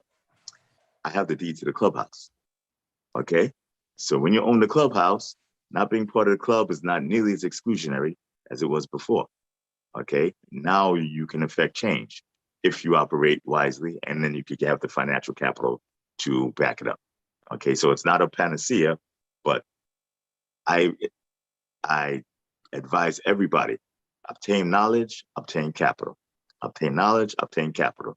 Take your capital and turn it into permanent property, okay? The more you accumulate, the better you are. Money, right, is the least respected capital in the United States by far. It's taxed at the highest rate, it has the lowest return, and you could do the least amount with it, okay? But a lot of people think of money, you know, the young Instagram crowd, they see people on the gram, you know, throwing cash around, buying cars, doing this and doing that, having big bank accounts. That's ignorance, and not ignorance in a deprecating way. And I'm not trying to be offensive and insulting. It's a lack of knowledge, right? Instead of worrying about money, even if you don't spend it, even if you saved your money, you becoming poor. The more you save, the more money you have, the poorer you are year after year. Okay, wealthy people, go look at their bank accounts, you see it's relatively small. If you knew a private wealth banker, right, and knew someone who was really astute and wealthy, they'll tell you their bank accounts are very small and they keep them small. When they need money, when a wealthy person needs money, do you know what they do? They hit a credit line from a bank, right? They'd rather borrow money than keep a larger money in the bank. Why? Because their capital is invested in truly wealth producing assets. So they tie it up in real estate and intellectual property and patents. They tie it up in stocks and bonds, private equity, you know, whatever it takes. Okay. But the last thing when they put their money is in a bank account. Okay. People in the middle class, the working classes, the upper middle class, the poor people, one of the reasons why they're poor is because they're not thinking in terms of wealth creation and capital. They're thinking as they were taught, and they were taught because the school system was not designed to create wealth creators, it was designed to create workers to make wealth creators wealthier. So they were taught, go work, make money, put it in a bank, be a consumer, etc. I tell my kids, be a producer. You don't consume, you produce, you make other people consume yours. You get that capital in, they get that money in, you put it in something that creates wealth, okay? And you keep as little cash as possible, enough to feed yourself and pay taxes, and a little emergency fund in case something happens. Over time, you see that creates a significant divide. And this is over a matter of years. And I don't mean 40 years, I'm talking in a single digit years. So if it could create a divide in single digit years, imagine 10 years or 20 years. Imagine a generation. Imagine 3 generations. Imagine 250 years. This is not including Jim Crow and the structural legislative demeaning of those of color. I'm talking simple math and economics. You throw on top institutional racism, Jim Crow laws, discrimination, simply outright killing, right? Now that divide is consequential, is almost immeasurable. But with every paradigm shift, when every paradigm shift comes, you now have an opportunity to reverse this, because the status quo is confused. Confusion brings fear. Fear brings revulsion. Then they fight it. Okay, but when you try and fight something that you could defeat, it's one thing. When you try and fight a hurricane or force of nature, try and fight a tidal wave and see how it works out for you. Okay, so this is the opportunity for those who don't have it to attain it. But I think you make an example. I mean, you show an example that I didn't notice. Somebody brought this up. How I still remember how difficult it was to try to even get a bank account for a cryptocurrency company as a startup. And I even remember that time they had that group of banks that came together in New York to do a study on all these things, and they didn't really do anything after that. And even when we first had our first blockchain summit, Facebook made it very hard, and Google made it hard for us to promote and advertise our event. And we're not even a scheme. This is just a conference to convene our people, and we had to come up with all kinds. I think I might have called it Bitcoin, had to change the name. Like, it was a whole bunch of things blocking us. But what I've seen lately is that it seems like they're willing to empower the banks to use crypto, squeeze out the little people, and lets a few big players, like, they're really duplicating the other models. Like, there's going to be a Western Union, a MoneyGram. The bank's going to still do a little remittances, but they're going to like de-risk a little bit, but give these big institutions the space.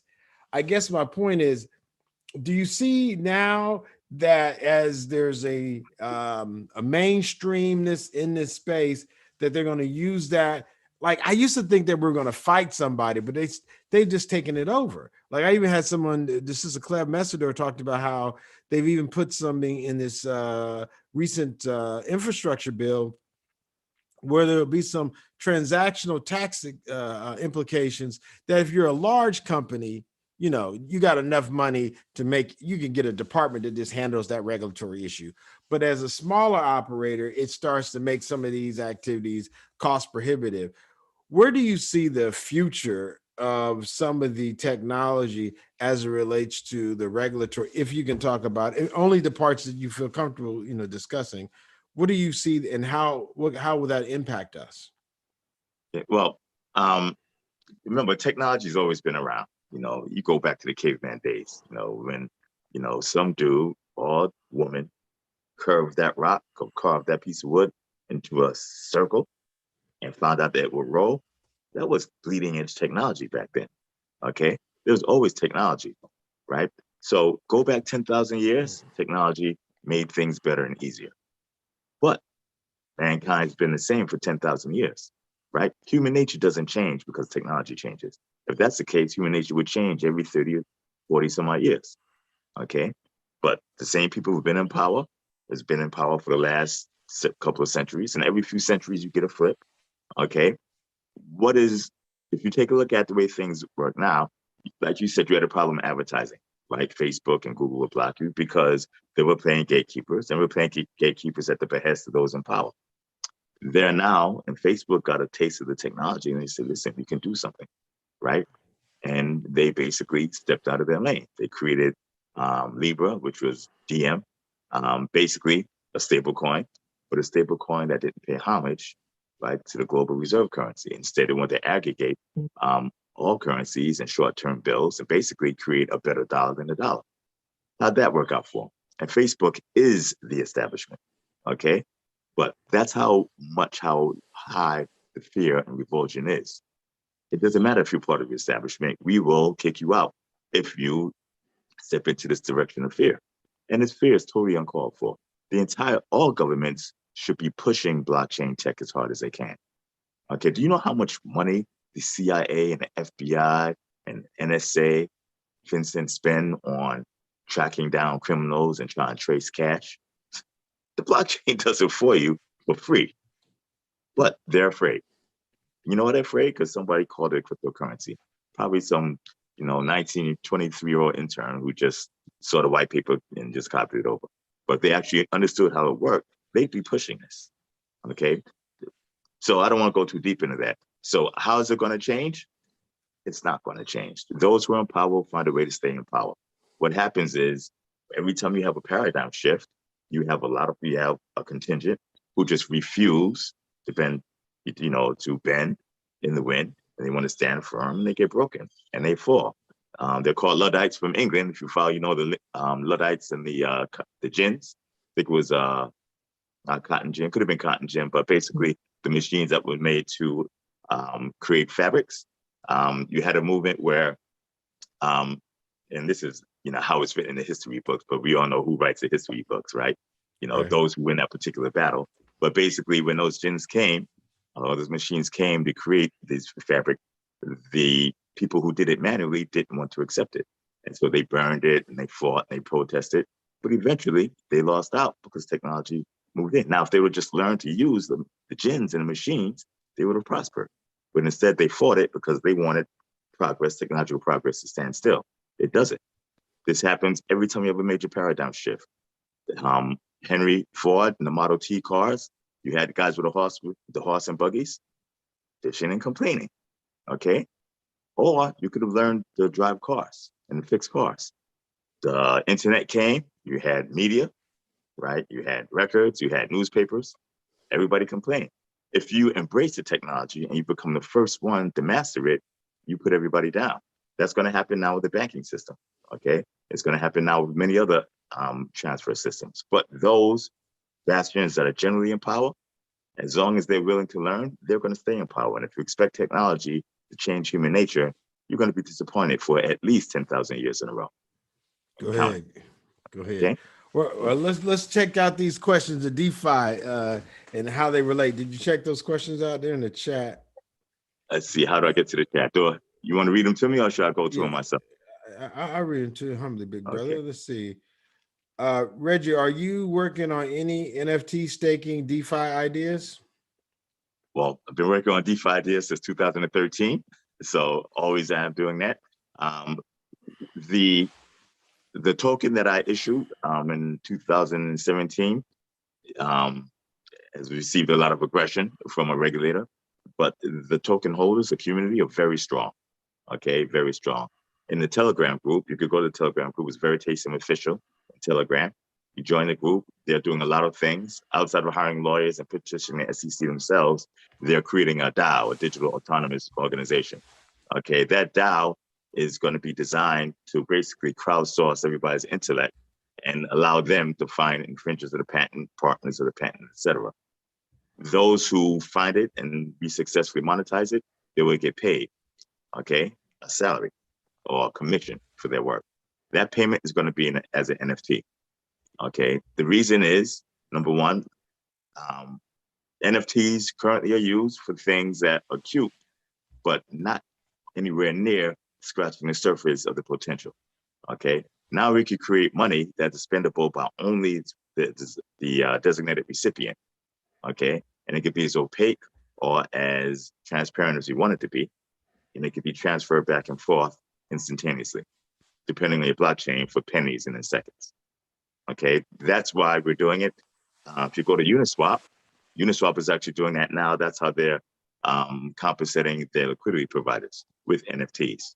So that's the use that the company itself, Veritasum, is not going to be doing directly, but will assist the DAO, the digital autonomous organization, in doing, using NFTs as guaranteed payment for specific individuals under specific terms. That's number one. And we may do it for many other things. NFTs as non-fungible tokens, I'm assuming everybody knows what they are perfect as ID cards, okay? Theoretically, there's no two people the same on this earth. It should always be an NFT. A driver's license or a passport? No, an NFT. Personal payment, an NFT. So anything that's individualized. And we will use that as basically individualized payments for everything that we do as we go in the future, and possibly fold it into the patented work and file new patent applications, et cetera. That's a Okay, long-winded all right. answer, but yes, if that's No, I love it. No, that's definitely a yes. How much of the current DeFi stack that projects use were things that you had already developed, liquidity pools, etc.? We've looked at about 120 companies. We haven't found one that hasn't infringed yet, according to our analysis. Remember, infringement is something that you either agree upon or that you adjudicate in court.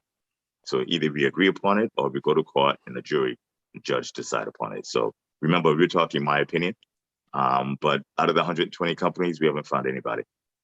So a lot of the big names that you see in these tens and hundreds of billions of dollars, they're using, in my opinion, our technology. Now, to show you how this works, there's not a lot of, remember you saying you met a lot of people and a lot of people were in awe of these people that you met, but after you talk to them, you realize, you know, not to say they're not that bright, but they're people, they're average people. They're smart average people, but they're average people. And a lot of people get a reputation for being super genius. Remember Wile E. Coyote back in the days of cartoon? Wile E. Coyote, super genius. Not really though, not really. So we did we came up with this idea in 2013, patented 2014. We had an ICO 2017. There's another company that had an ICO, Bancor, out of Israel, if I'm not mistaken, right? They came up with the idea of providing liquidity to non-liquid assets and tokens using an automated market maker or a concept market maker algorithm, basically a math formula that says you can put a bunch of assets in, someone take assets out, and the price automatically. That was forked, copied by a young dude from Brooklyn, okay, with a grant from Consensus, a $100,000 grant. He forked it or basically copied the code and created Uniswap, right? Uniswap became very popular when another person, who I'm not going to comment on, pushed their token on, and he had a lot of followers because he's very good at marketing, and he popularized Uniswap. Uniswap became the most popular DeFi application, I think, for trading at least, in the space. But then what happened? Another guy came in and forked. GitHub, you click fork, you could fork. That's how fast you could copy, you know, years or decades of work. You click the fork button. They forked Uniswap and created SushiSwap. Okay, $20 million of VC funding and 5 seconds of effort. Voila. Okay, SushiSwap then took a lot of liquidity from Uniswap. Okay, and a lot of users, and they had a different incentive mechanism. Then somebody else came, right? Financed by Binance. And they clicked that button, fork, and they forked SushiSwap. And you know what they came up with? PancakeSwap. PancakeSwap is probably the biggest DEX on the market, not then it's Uniswap. And then on and on and on and on. So you just basically took one basic idea and copied it over and copied it over and copied it over. But guess what though? That first idea, that was my idea. And it was patented. And the patent was issued in one very, very large jurisdiction, one of the largest economies in the world. And I expect several more to come, a lot more, hopefully, but knock on wood. But regardless, just that one jurisdiction, right? Many, many trillions of dollars. So with that in mind, okay, if that first company, Uniswap or Bancor, infringed, and everybody just copied that code over, and that's how the industry began, by copying code over, right? You put a little bug in that first one and everybody just copies the bug over. It's just like COVID, it spreads, okay? But unlike COVID, hopefully the value accrues to the original owner. So when you ask how many of the companies or projects are using my concept or my IP, many of them. But because there's not a lot of originality, many of them are just copying over what they saw in GitHub. They click that fork button. Now, I'm not going to go through the companies and the names, et cetera, but it's pervasive. I get it. Yeah. Okay, where does Reggie see DeFi going in the next 10 years? It's going mainstream. Right now. He said IE pools. Yeah, well, the pools are one form of a model which are going to change. Right now, I'm positive that the SEC is really, really pushing. Pushing the threat KYC? envelope. Yeah, Okay. KYC, AML, threat envelope. You know, you're basically, you know, doing securities exchanges, et cetera. So that model is going to change some for the very, very well-funded companies or the companies who are making a lot of money. And I don't think a lot of them are making a lot of money per se because they're not pulling revenue yet, but they can afford it because they're well-funded by big VCs from the East and West Coast. Right. So their volumes wouldn't be so high at this point. Well, the volumes are very high. Uniswap does what, $3-4 billion a day. I don't know in volumes. I don't have it memorized. But that's going to change. The biggest volume, in my opinion, is in corporate America. Most people don't realize it, but Ripple, its product is DeFi, okay, and their on-demand liquidity product and the similar products are, same as written in the patent, right?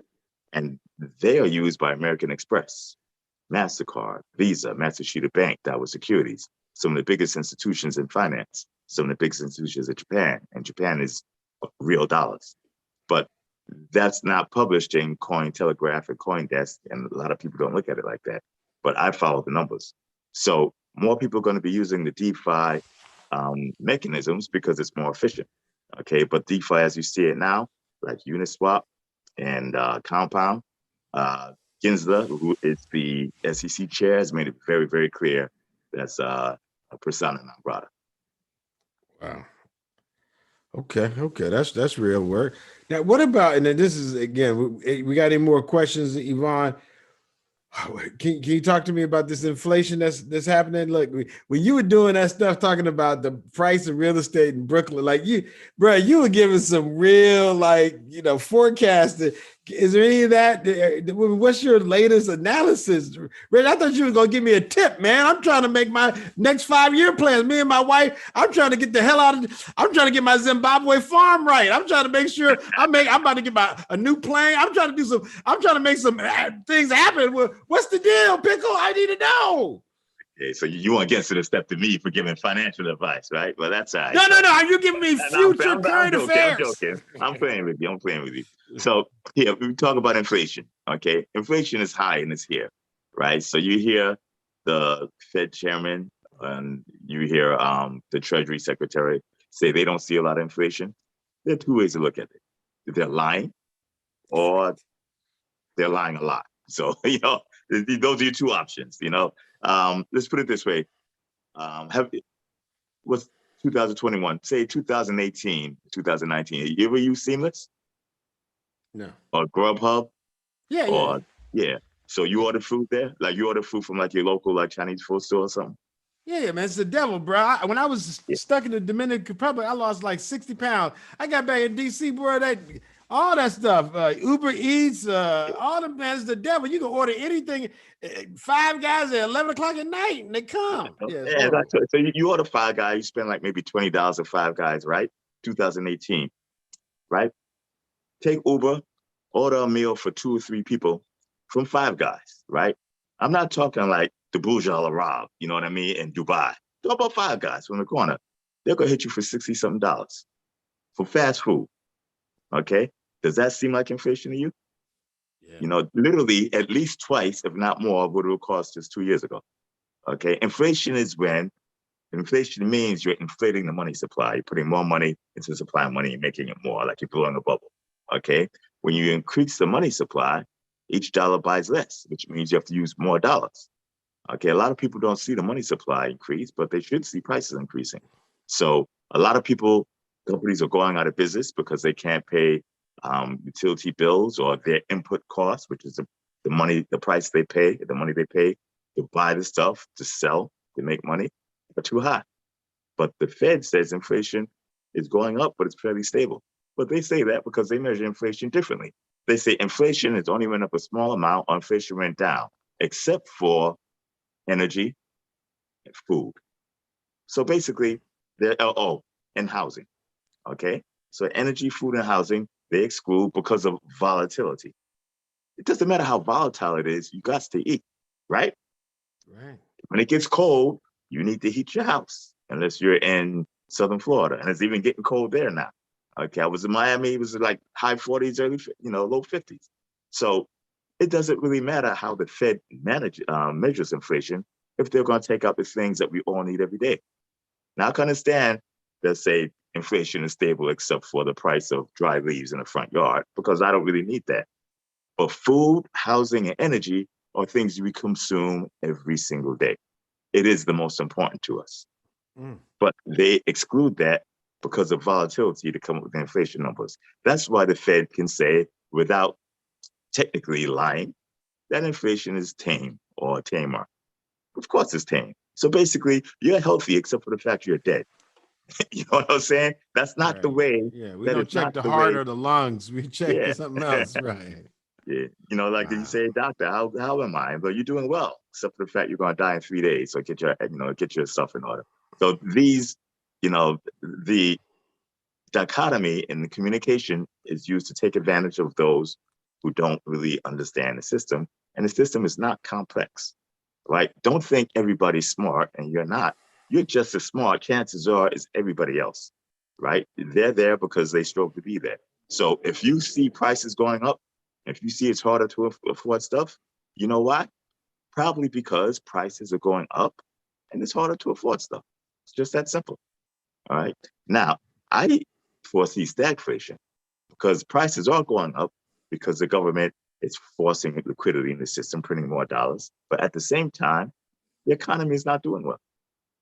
And you said that before. You even said it before the Trump got in trouble. You were talking about how the economy already was having issues, and they were able to make it fugazi a little bit with the COVID. And now 2022, it seems like you're consistent on that, even though they're pumping money into it. Yeah, well, they're pumping money to prevent a Lehman moment, okay? And so you're probably not going to get another Lehman moment. But, I remember watching this movie, Jurassic Park 2, when, they already had the Jurassic Park, the monsters ate everybody who was stupid, playing with monsters. You shouldn't play with dinosaurs, but that's what happens, right?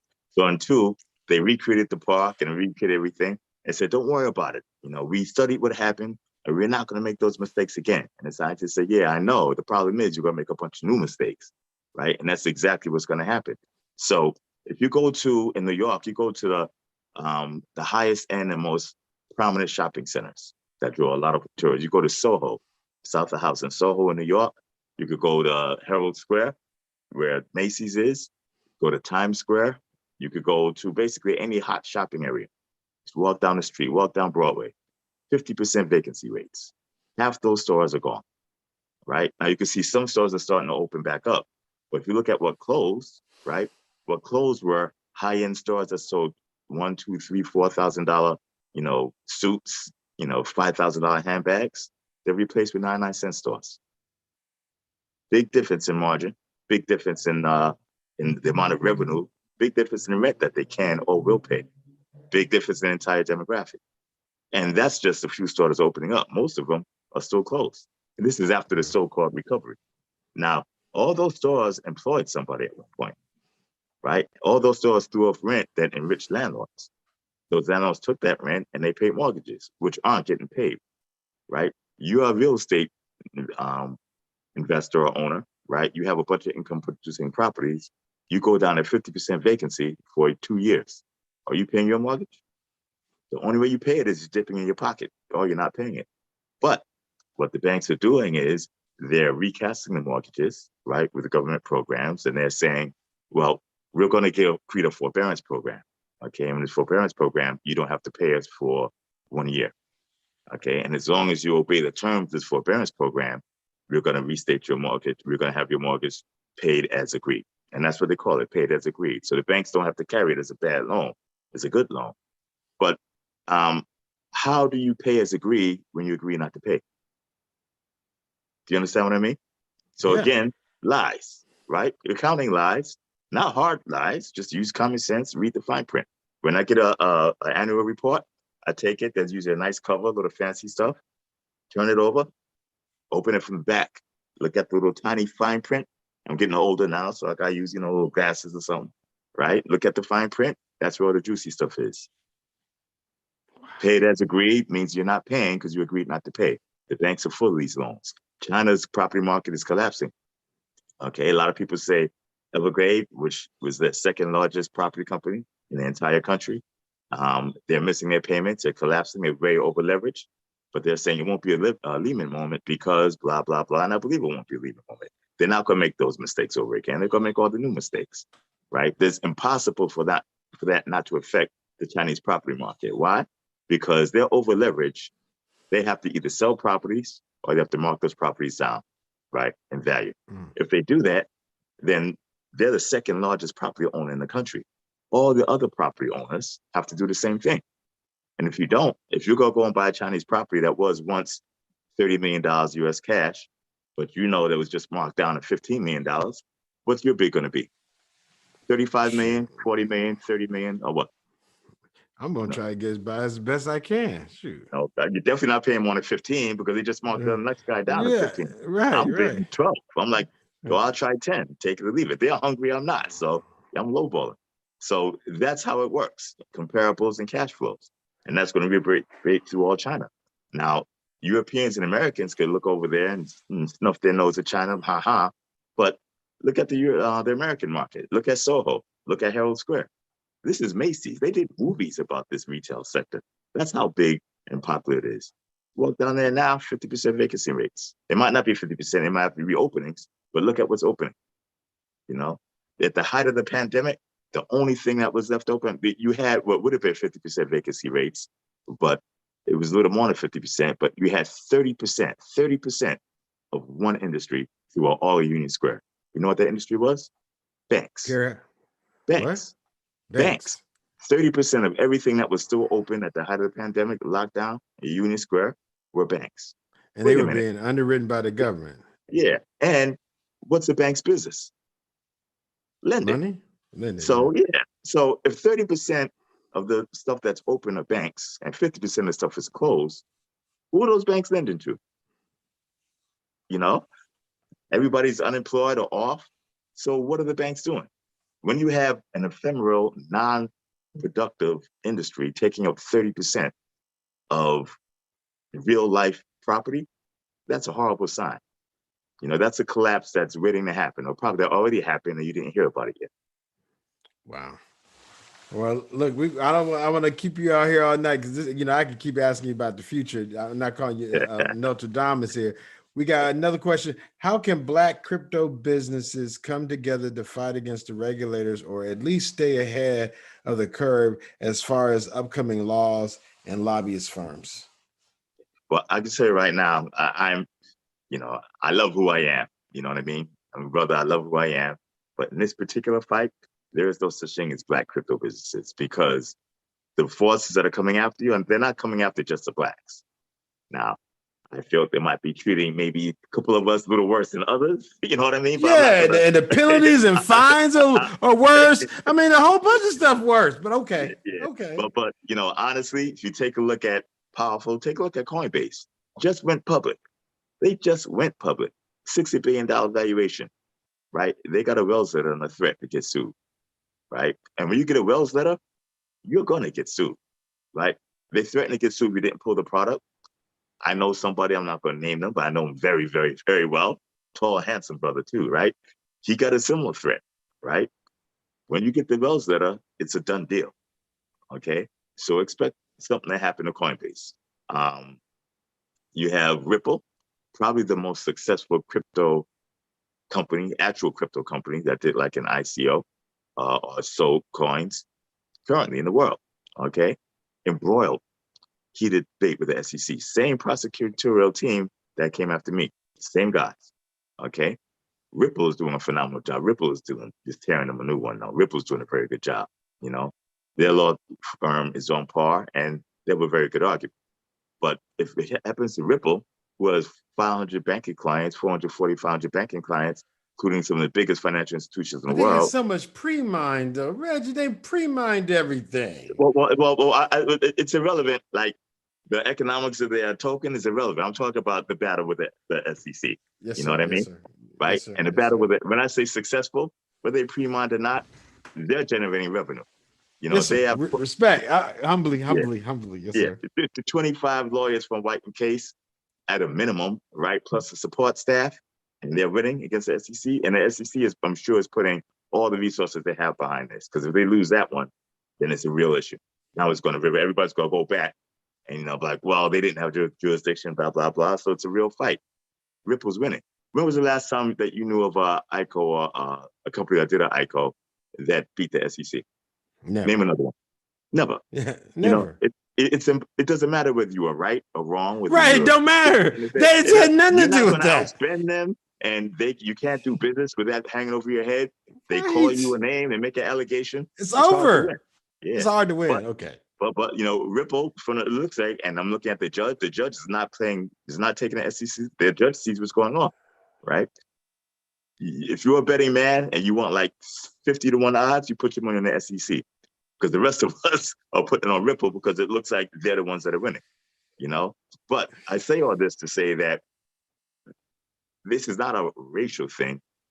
The government is afraid, right, of change. This change is actually in the government's best interest, right? They're afraid of change. Look at China, right? China is the leader in CBDCs now. They weren't the first. Bahamas, a black country, was the first, a black leader, right? Bermuda stands out, so I said the Bahamas, right? But China is the most advanced, okay? China fears the industry. So they embrace the technology, they're centralizing it, but still embracing technology. So they are making this, the e-yuan, I believe it's mandatory. They're making it available, and I think it might be mandatory for using in the Winter Olympic Games, which is in the winter. So to prepare for that, what's the government doing? Do you know, in preparation?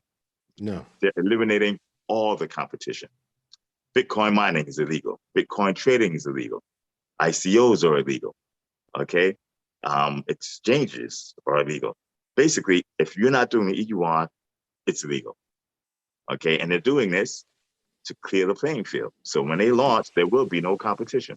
I did an interview just recently. We did this for yesterday with a brother and sister from El Salvador. We actually had talked to a brother literally in San Salvador and a sister here in DC.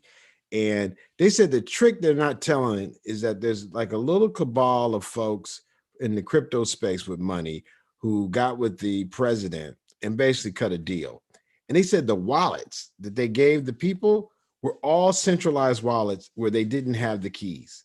And you had to, and again, we got to verify. Now, this is these folks are saying out loud of their mouth now. Look now, so I can't verify, deny, because I will do that afterwards, but I let them speak their piece. And because we purposely got folks from there. We want to get these, folks who done studied Negroologists. Look, I'm going to talk exactly to the people on the ground. And they said, look, we've been doing Bitcoin before all this. You know what I'm saying? Just, informally, we've been doing it. But when the government got involved, they didn't ask us. They took our tax dollars and bought Bitcoin. Now, they didn't even talk to nobody. They just took their reserves, bought some Bitcoin, and then told us they'll give us, if we use these particular wallets they have, they would give us $30 of Bitcoin. And then the guy said that there was some kind of glitch, and they made a big announcement. Well, we'll turn all the wallets off.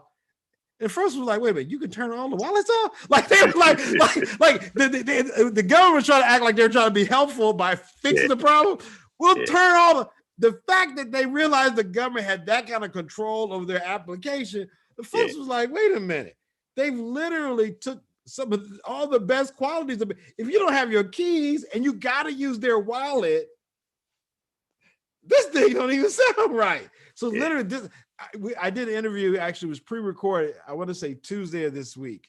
And they literally said the introduction of this was done with the brothers of this current president. It was like an enclosed type group. The money took money deferred from other whatever. I'm not saying governments use money well, but they literally bought, I want to say $20 million worth at the time of Bitcoin, and they used taxpayer money. And then they said to them, look, download this particular wallet that you have to use, and we'll give you $30. And they're already dollarized. Another thing people don't like, the project we did in Zimbabwe. That's why we were able to do our remittance project. It was easy because we were already dealing with a dollarized economy. They just went back, but literally it was Bitcoin to dollars. So it was already easy on both sides for us. But literally the dollarized economy makes it very expensive for a lot of things locally for the little people. Right. So again, you throw in Bitcoin, if it was left to its own devices, could be very helpful. But it looks like the way they're using it, it's almost like a scheme, almost like They're making digital dollars. Yeah.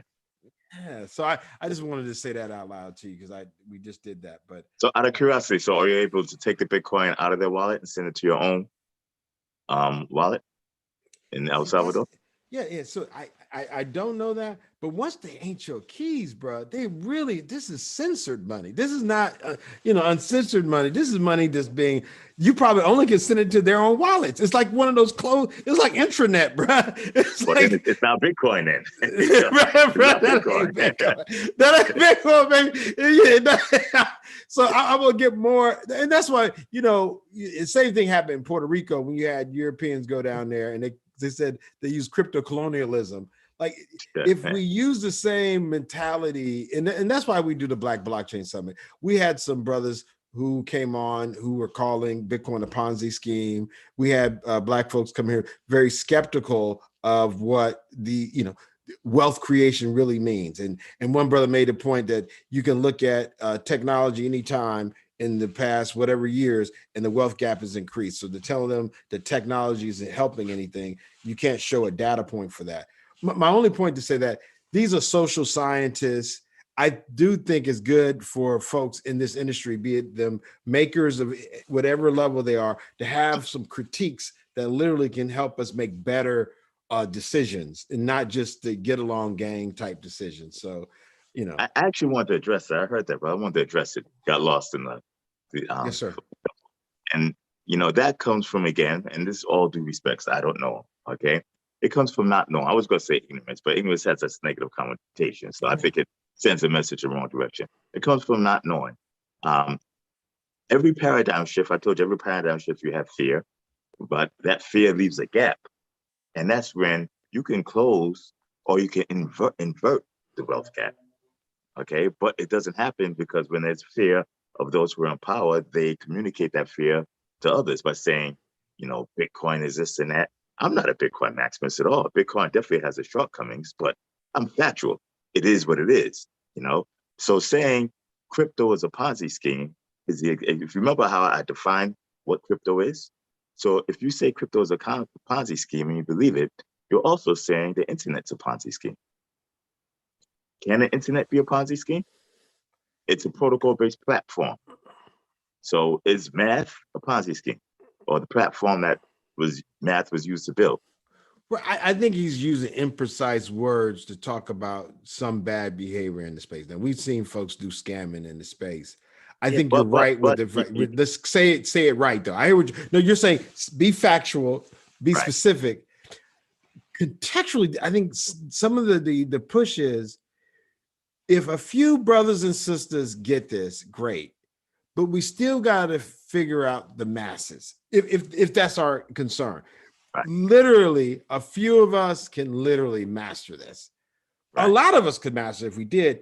I think the context becomes, it's still about organizing people. Like whatever tech, even our struggles to get traction is about organizing people. If we want to talk about, like, how do we get people to adopt what we're talking about? And I think part of the conversation, you get not you, but so many people get so tunnel vision, like this is the best mousetrap. Because of that, I'm going to win.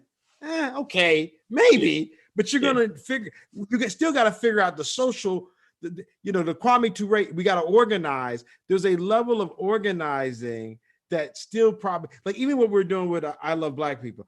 We used to be called Bit Mari. I took the bit out, bro, because every time I dealt with regulators and banks, they was murdering me. And it's already hard enough to do a startup black in Zimbabwe. I don't need to be fighting everybody who see the bit. I see you. Like, bro, I'm trying to make payroll this week, man. I don't need nobody to close my bank down because they think, like, you know what I'm saying? Or sending me extra letters to verify stuff. I was telling you about that fun, So I said, look, we'll stop talking. We'll call it Bill Mari. And a matter of fact, I'm just going to talk about the community, because if we aggregate the community for reasons outside of technology, like literally we're aggregating the community to protect us from racial profiling. Again, wherever you stand on the spectrum, literally we're saying it's not just I love Black. We're literally here to protect Black people from racial profiling. The original Green Book was not about supporting Black businesses. It literally was making sure you didn't get lynched in Kansas. Right. So our whole goal globally is to build a community to make sure we have people who are interested in not racial profiling. So the businesses we do work with are those businesses that are Black, white, Asian, whatever they are, as long as we get recommendations crowdsourced that say they're not, that they're Black friendly, that's enough for us. The network that we connect them to build our marketplace, of course, for now, we'll use credit cards and integrate Stripe and whatnot. But we understand there's lightning nodes. We understand ultimately the way we can actually connect them. There's a host of technology possibilities. But the first thing is organizing people around a common cause. When we did just cheaper than remittances, all we got was hustlers and quick money folks. When we talked about the Bitcoin, because we were using Bitcoin, we got those fickle tech folks. One day they like Bitcoin, next day they like Ethereum, next day they're AI, next day they, so they, as I was trying to get traction, those folks were fickle. Every day I came, Reggie, they would change up on me. You know what I'm saying? And then the cats I was giving referral links, they were hustling my referral links and doing bad things with me. So once I got into like the pro-Black folks, at least the person with the dashiki on, keeping it 100, they really don't care if you musty, if you crazy. As long as you tell them the truth, they ride or die. Yeah. It's easier to experiment with a ride or die community and try to get things right. As long as you keep it 100, even saying a Black blockchain summit, I got to be 100 or they're going to say, are you trying to hustle us with some weird stuff? So my point is, I think there is a part of this that we can't leave out that includes organizing people, right? No matter what that is. And I think we do get lost with that. And we do have, no, we don't have to. Everybody has the sovereignty to, I know you and I both believe in the sovereignty of the individual. You do what the hell you want, Black. I'm believe. But I'm just saying to get to a level of scale, I think we do have to figure out how to bring community. And that community is dealing with a lot of psychological cuckoo bird problems. And if we're not speaking to some of that, I think it gets more difficult. But anyway, I'm believe. Yeah, I agree. And it's not easy. I know it's organizing, I can get messages I can speak because I think maybe I speak differently to some others. I can have a big voice if I want, but consistently organizing follow-up is not one of my fortes. And I see it happen. I see that like celebrities are good at getting word out, but there's just so much going on in terms of ulterior motives or not understanding what they're promoting. And now you have government coming down on celebrities. I remember the first couple of dudes got hit. DJ Khaled and with Mayweather got hit. Mayweather, yeah. And I'm like, I know they didn't see that coming. They didn't know, Right, so if there is a way, like I know there are a few celebrities who are actually pretty strong private equity investors, and they have money in the things, but the communication is the key. And I'm not that. I'm the person. I'm a very good at innovator, very good at analyzing and investing. And I can communicate well, but I'm not the person to bring, that group together. Once they get together, I can speak to them. So, you find out those groups. And now for the younger social media driven crowd, that's the key. Celebrities and social media. But there's two things. There's the celebrities are good at mobilizing, but organizing still, like, and since I come from a cuckoo bird activist, like, we fought South Africa, apartheid, like I'm one of those guys, Randall Robinson. Organizing still is just literally keeping that message and pulling people together. Even hiring folks, as a Black, there's this Black folks, even Black folks talk to Black folks wrong. Like there's stuff I would have an employee say to me, they would never say to a white employee. It's just the truth, bro. Not pro-Black, but they know they wouldn't come out their mouth like that. But because I'm Black, they talking to me.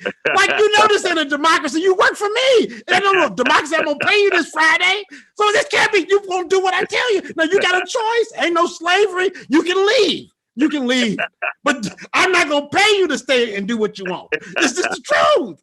I've been there. Come on, it's consistently like that. So I'm saying in this movie, like that's what I'm trying to say is, and I do notice some stuff different in your word, like even some of your like mindfulness of words. 4 years ago, 5 years ago, now you would go in and look.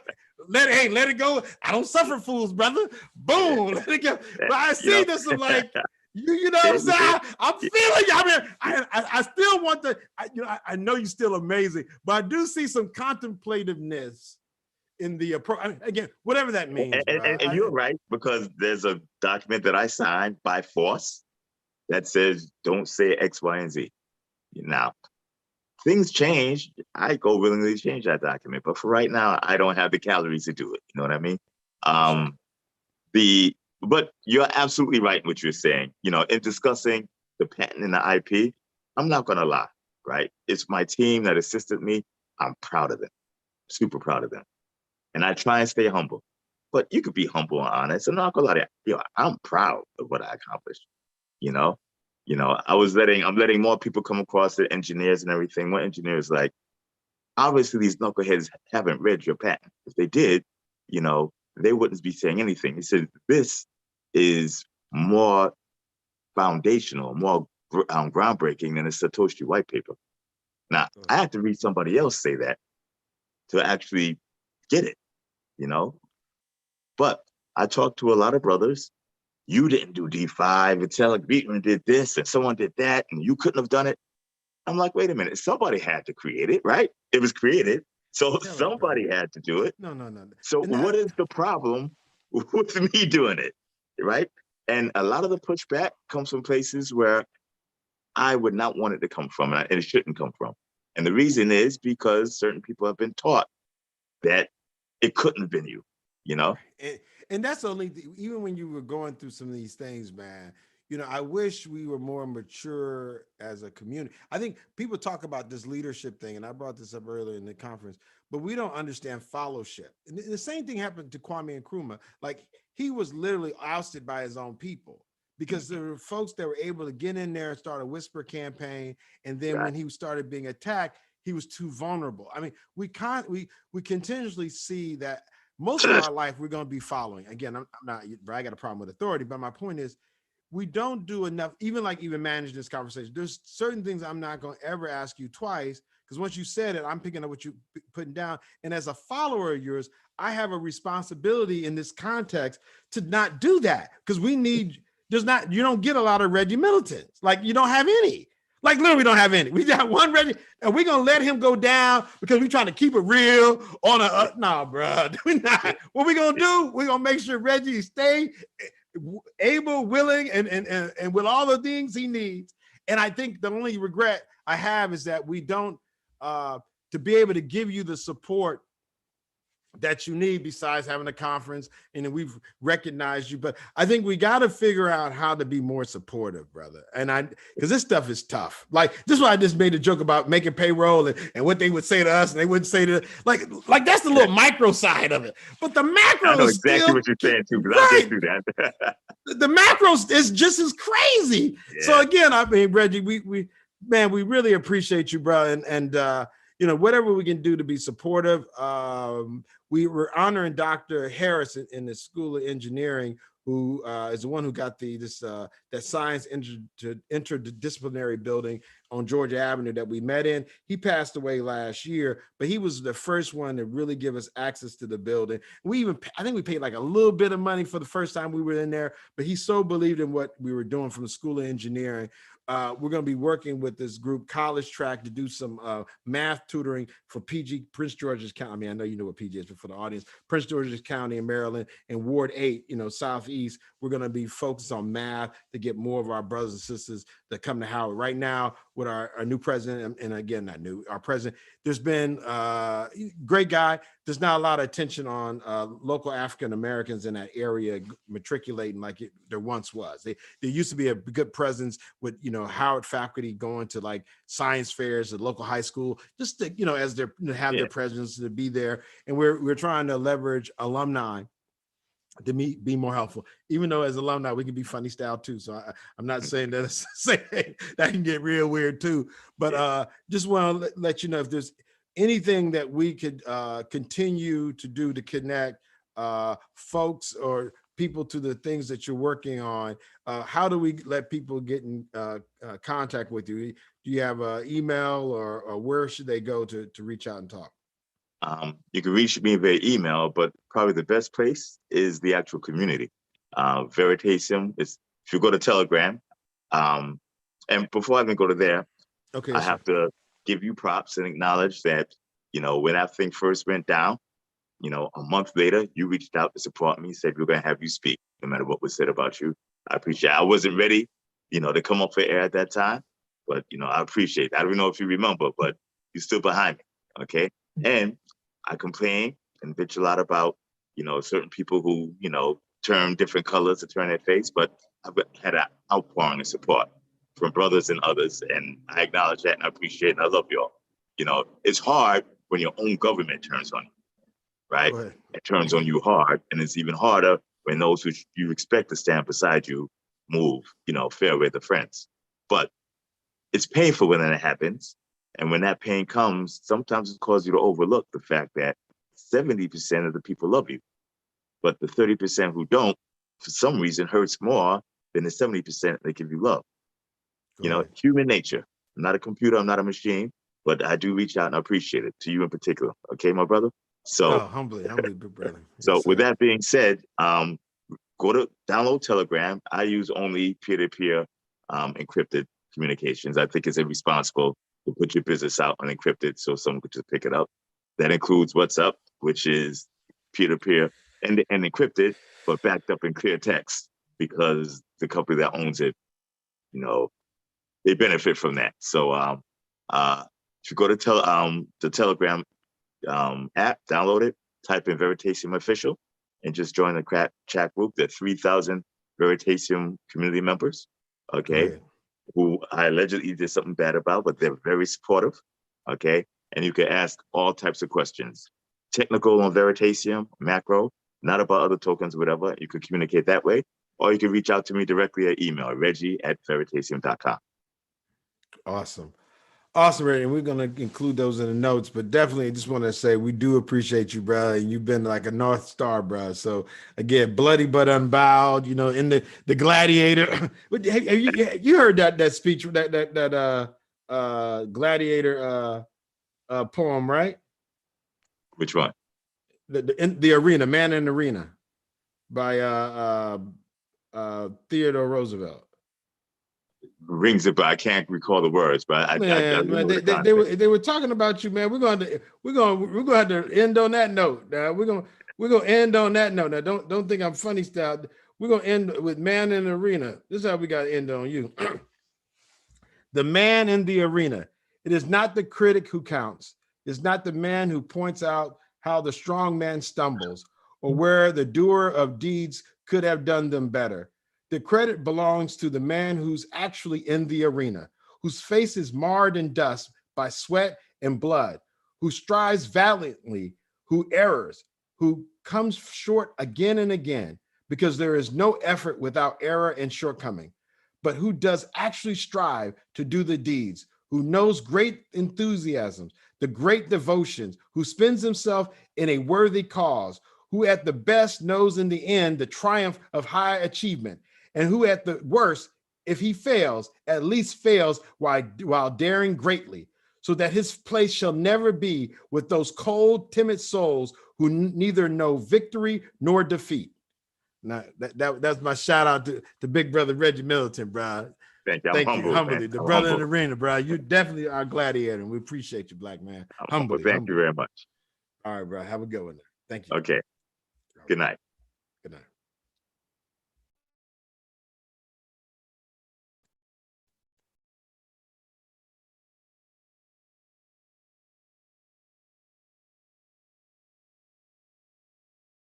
All right. We're going to call that a wrap. It's 6:30. We kind of went long, but that was good. Just want to, we have a few announcements to close out for our team. Just want to make sure that we acknowledge this year's awardee for Black Blockchain Summit is Brother John Carranger for all the work he's done as co-founder of this summit, as well as his leadership in the blockchain space. We just want to thank him, and we wish we could have some of the in-person accolades that we can give him, the hugs and this and award, but we would definitely do those things for him, and we appreciate it. We also, in honor of Dr. Harris, who passed away last year during the lockdowns, Dr. Gary L. Harris, we're right now in the process of putting together a way to honor him by asking for alum and others to help us with some tutorial programs with a program called College Track. here in Washington, D.C., as well as in Maryland. And we'll have, you can definitely reach out to us at info@Black Blockchain Summit. We're working with Dr. Todd Shern and this is to help increase the pipeline of local residents to preferably attend Howard University or historically Black colleges for engineering, and by making and demystifying mathematics. And we're asking for volunteers in the community to go to info@Black Blockchain Summit, and please reach out to us if you're interested in participating in remote or in-person tutorials for these young folks who are matriculating from 8th grade to 12th grade in order to support their efforts to attend engineering or the sciences as a field of endeavor. So we want to just thank all those folks beforehand who would help us in support of that, in honor of Dr. Gary L. Harris, who was definitely a trailblazers, one of our trailblazers and early supporter of the Black Blockchain Summit. With that being said, just want to thank everybody. Anybody who hasn't gone out, we're having a mixer. It looks like I might mix the mixer. It's 6:32 right now. We got some wrapping up to do, but the mixer is going on to 8 o'clock. And I'm sure we got our beautiful brothers and sisters with the Black Bitcoin billionaires rocking all the way out. So I'm sure there's going to be some after spots. Tomorrow we're going to be doing a Black blockchain Sunday school, and we'll be broadcasting that. I think it's about 10 o'clock. We'll be up and running with that. So if anyone has any questions, we'll have it on this YouTube channel on our website, Black Blockchain Summit, and we'll have Brother Jamari and I think Sister Naja participating in that to answer any questions, and also to give some ABC 1, 2, 3s on what Bitcoin blockchain and what all this technology is about. So we just want to thank all of our supporters, Sister Erica Alexander, the staff. We have an amazing staff, an amazing group of supporters, co-hosts. We had Afro Blocks, Brother Tungai Chocho, and Roger Roman lifting some really heavy loads. We have our sponsors, all of them who've come through. If you haven't sent us your speaker and you didn't give us your t-shirt size and address, make sure you let us know so you can get your Satoshi is Black t-shirt. Let me grab the t-shirt so y'all see it. But we got the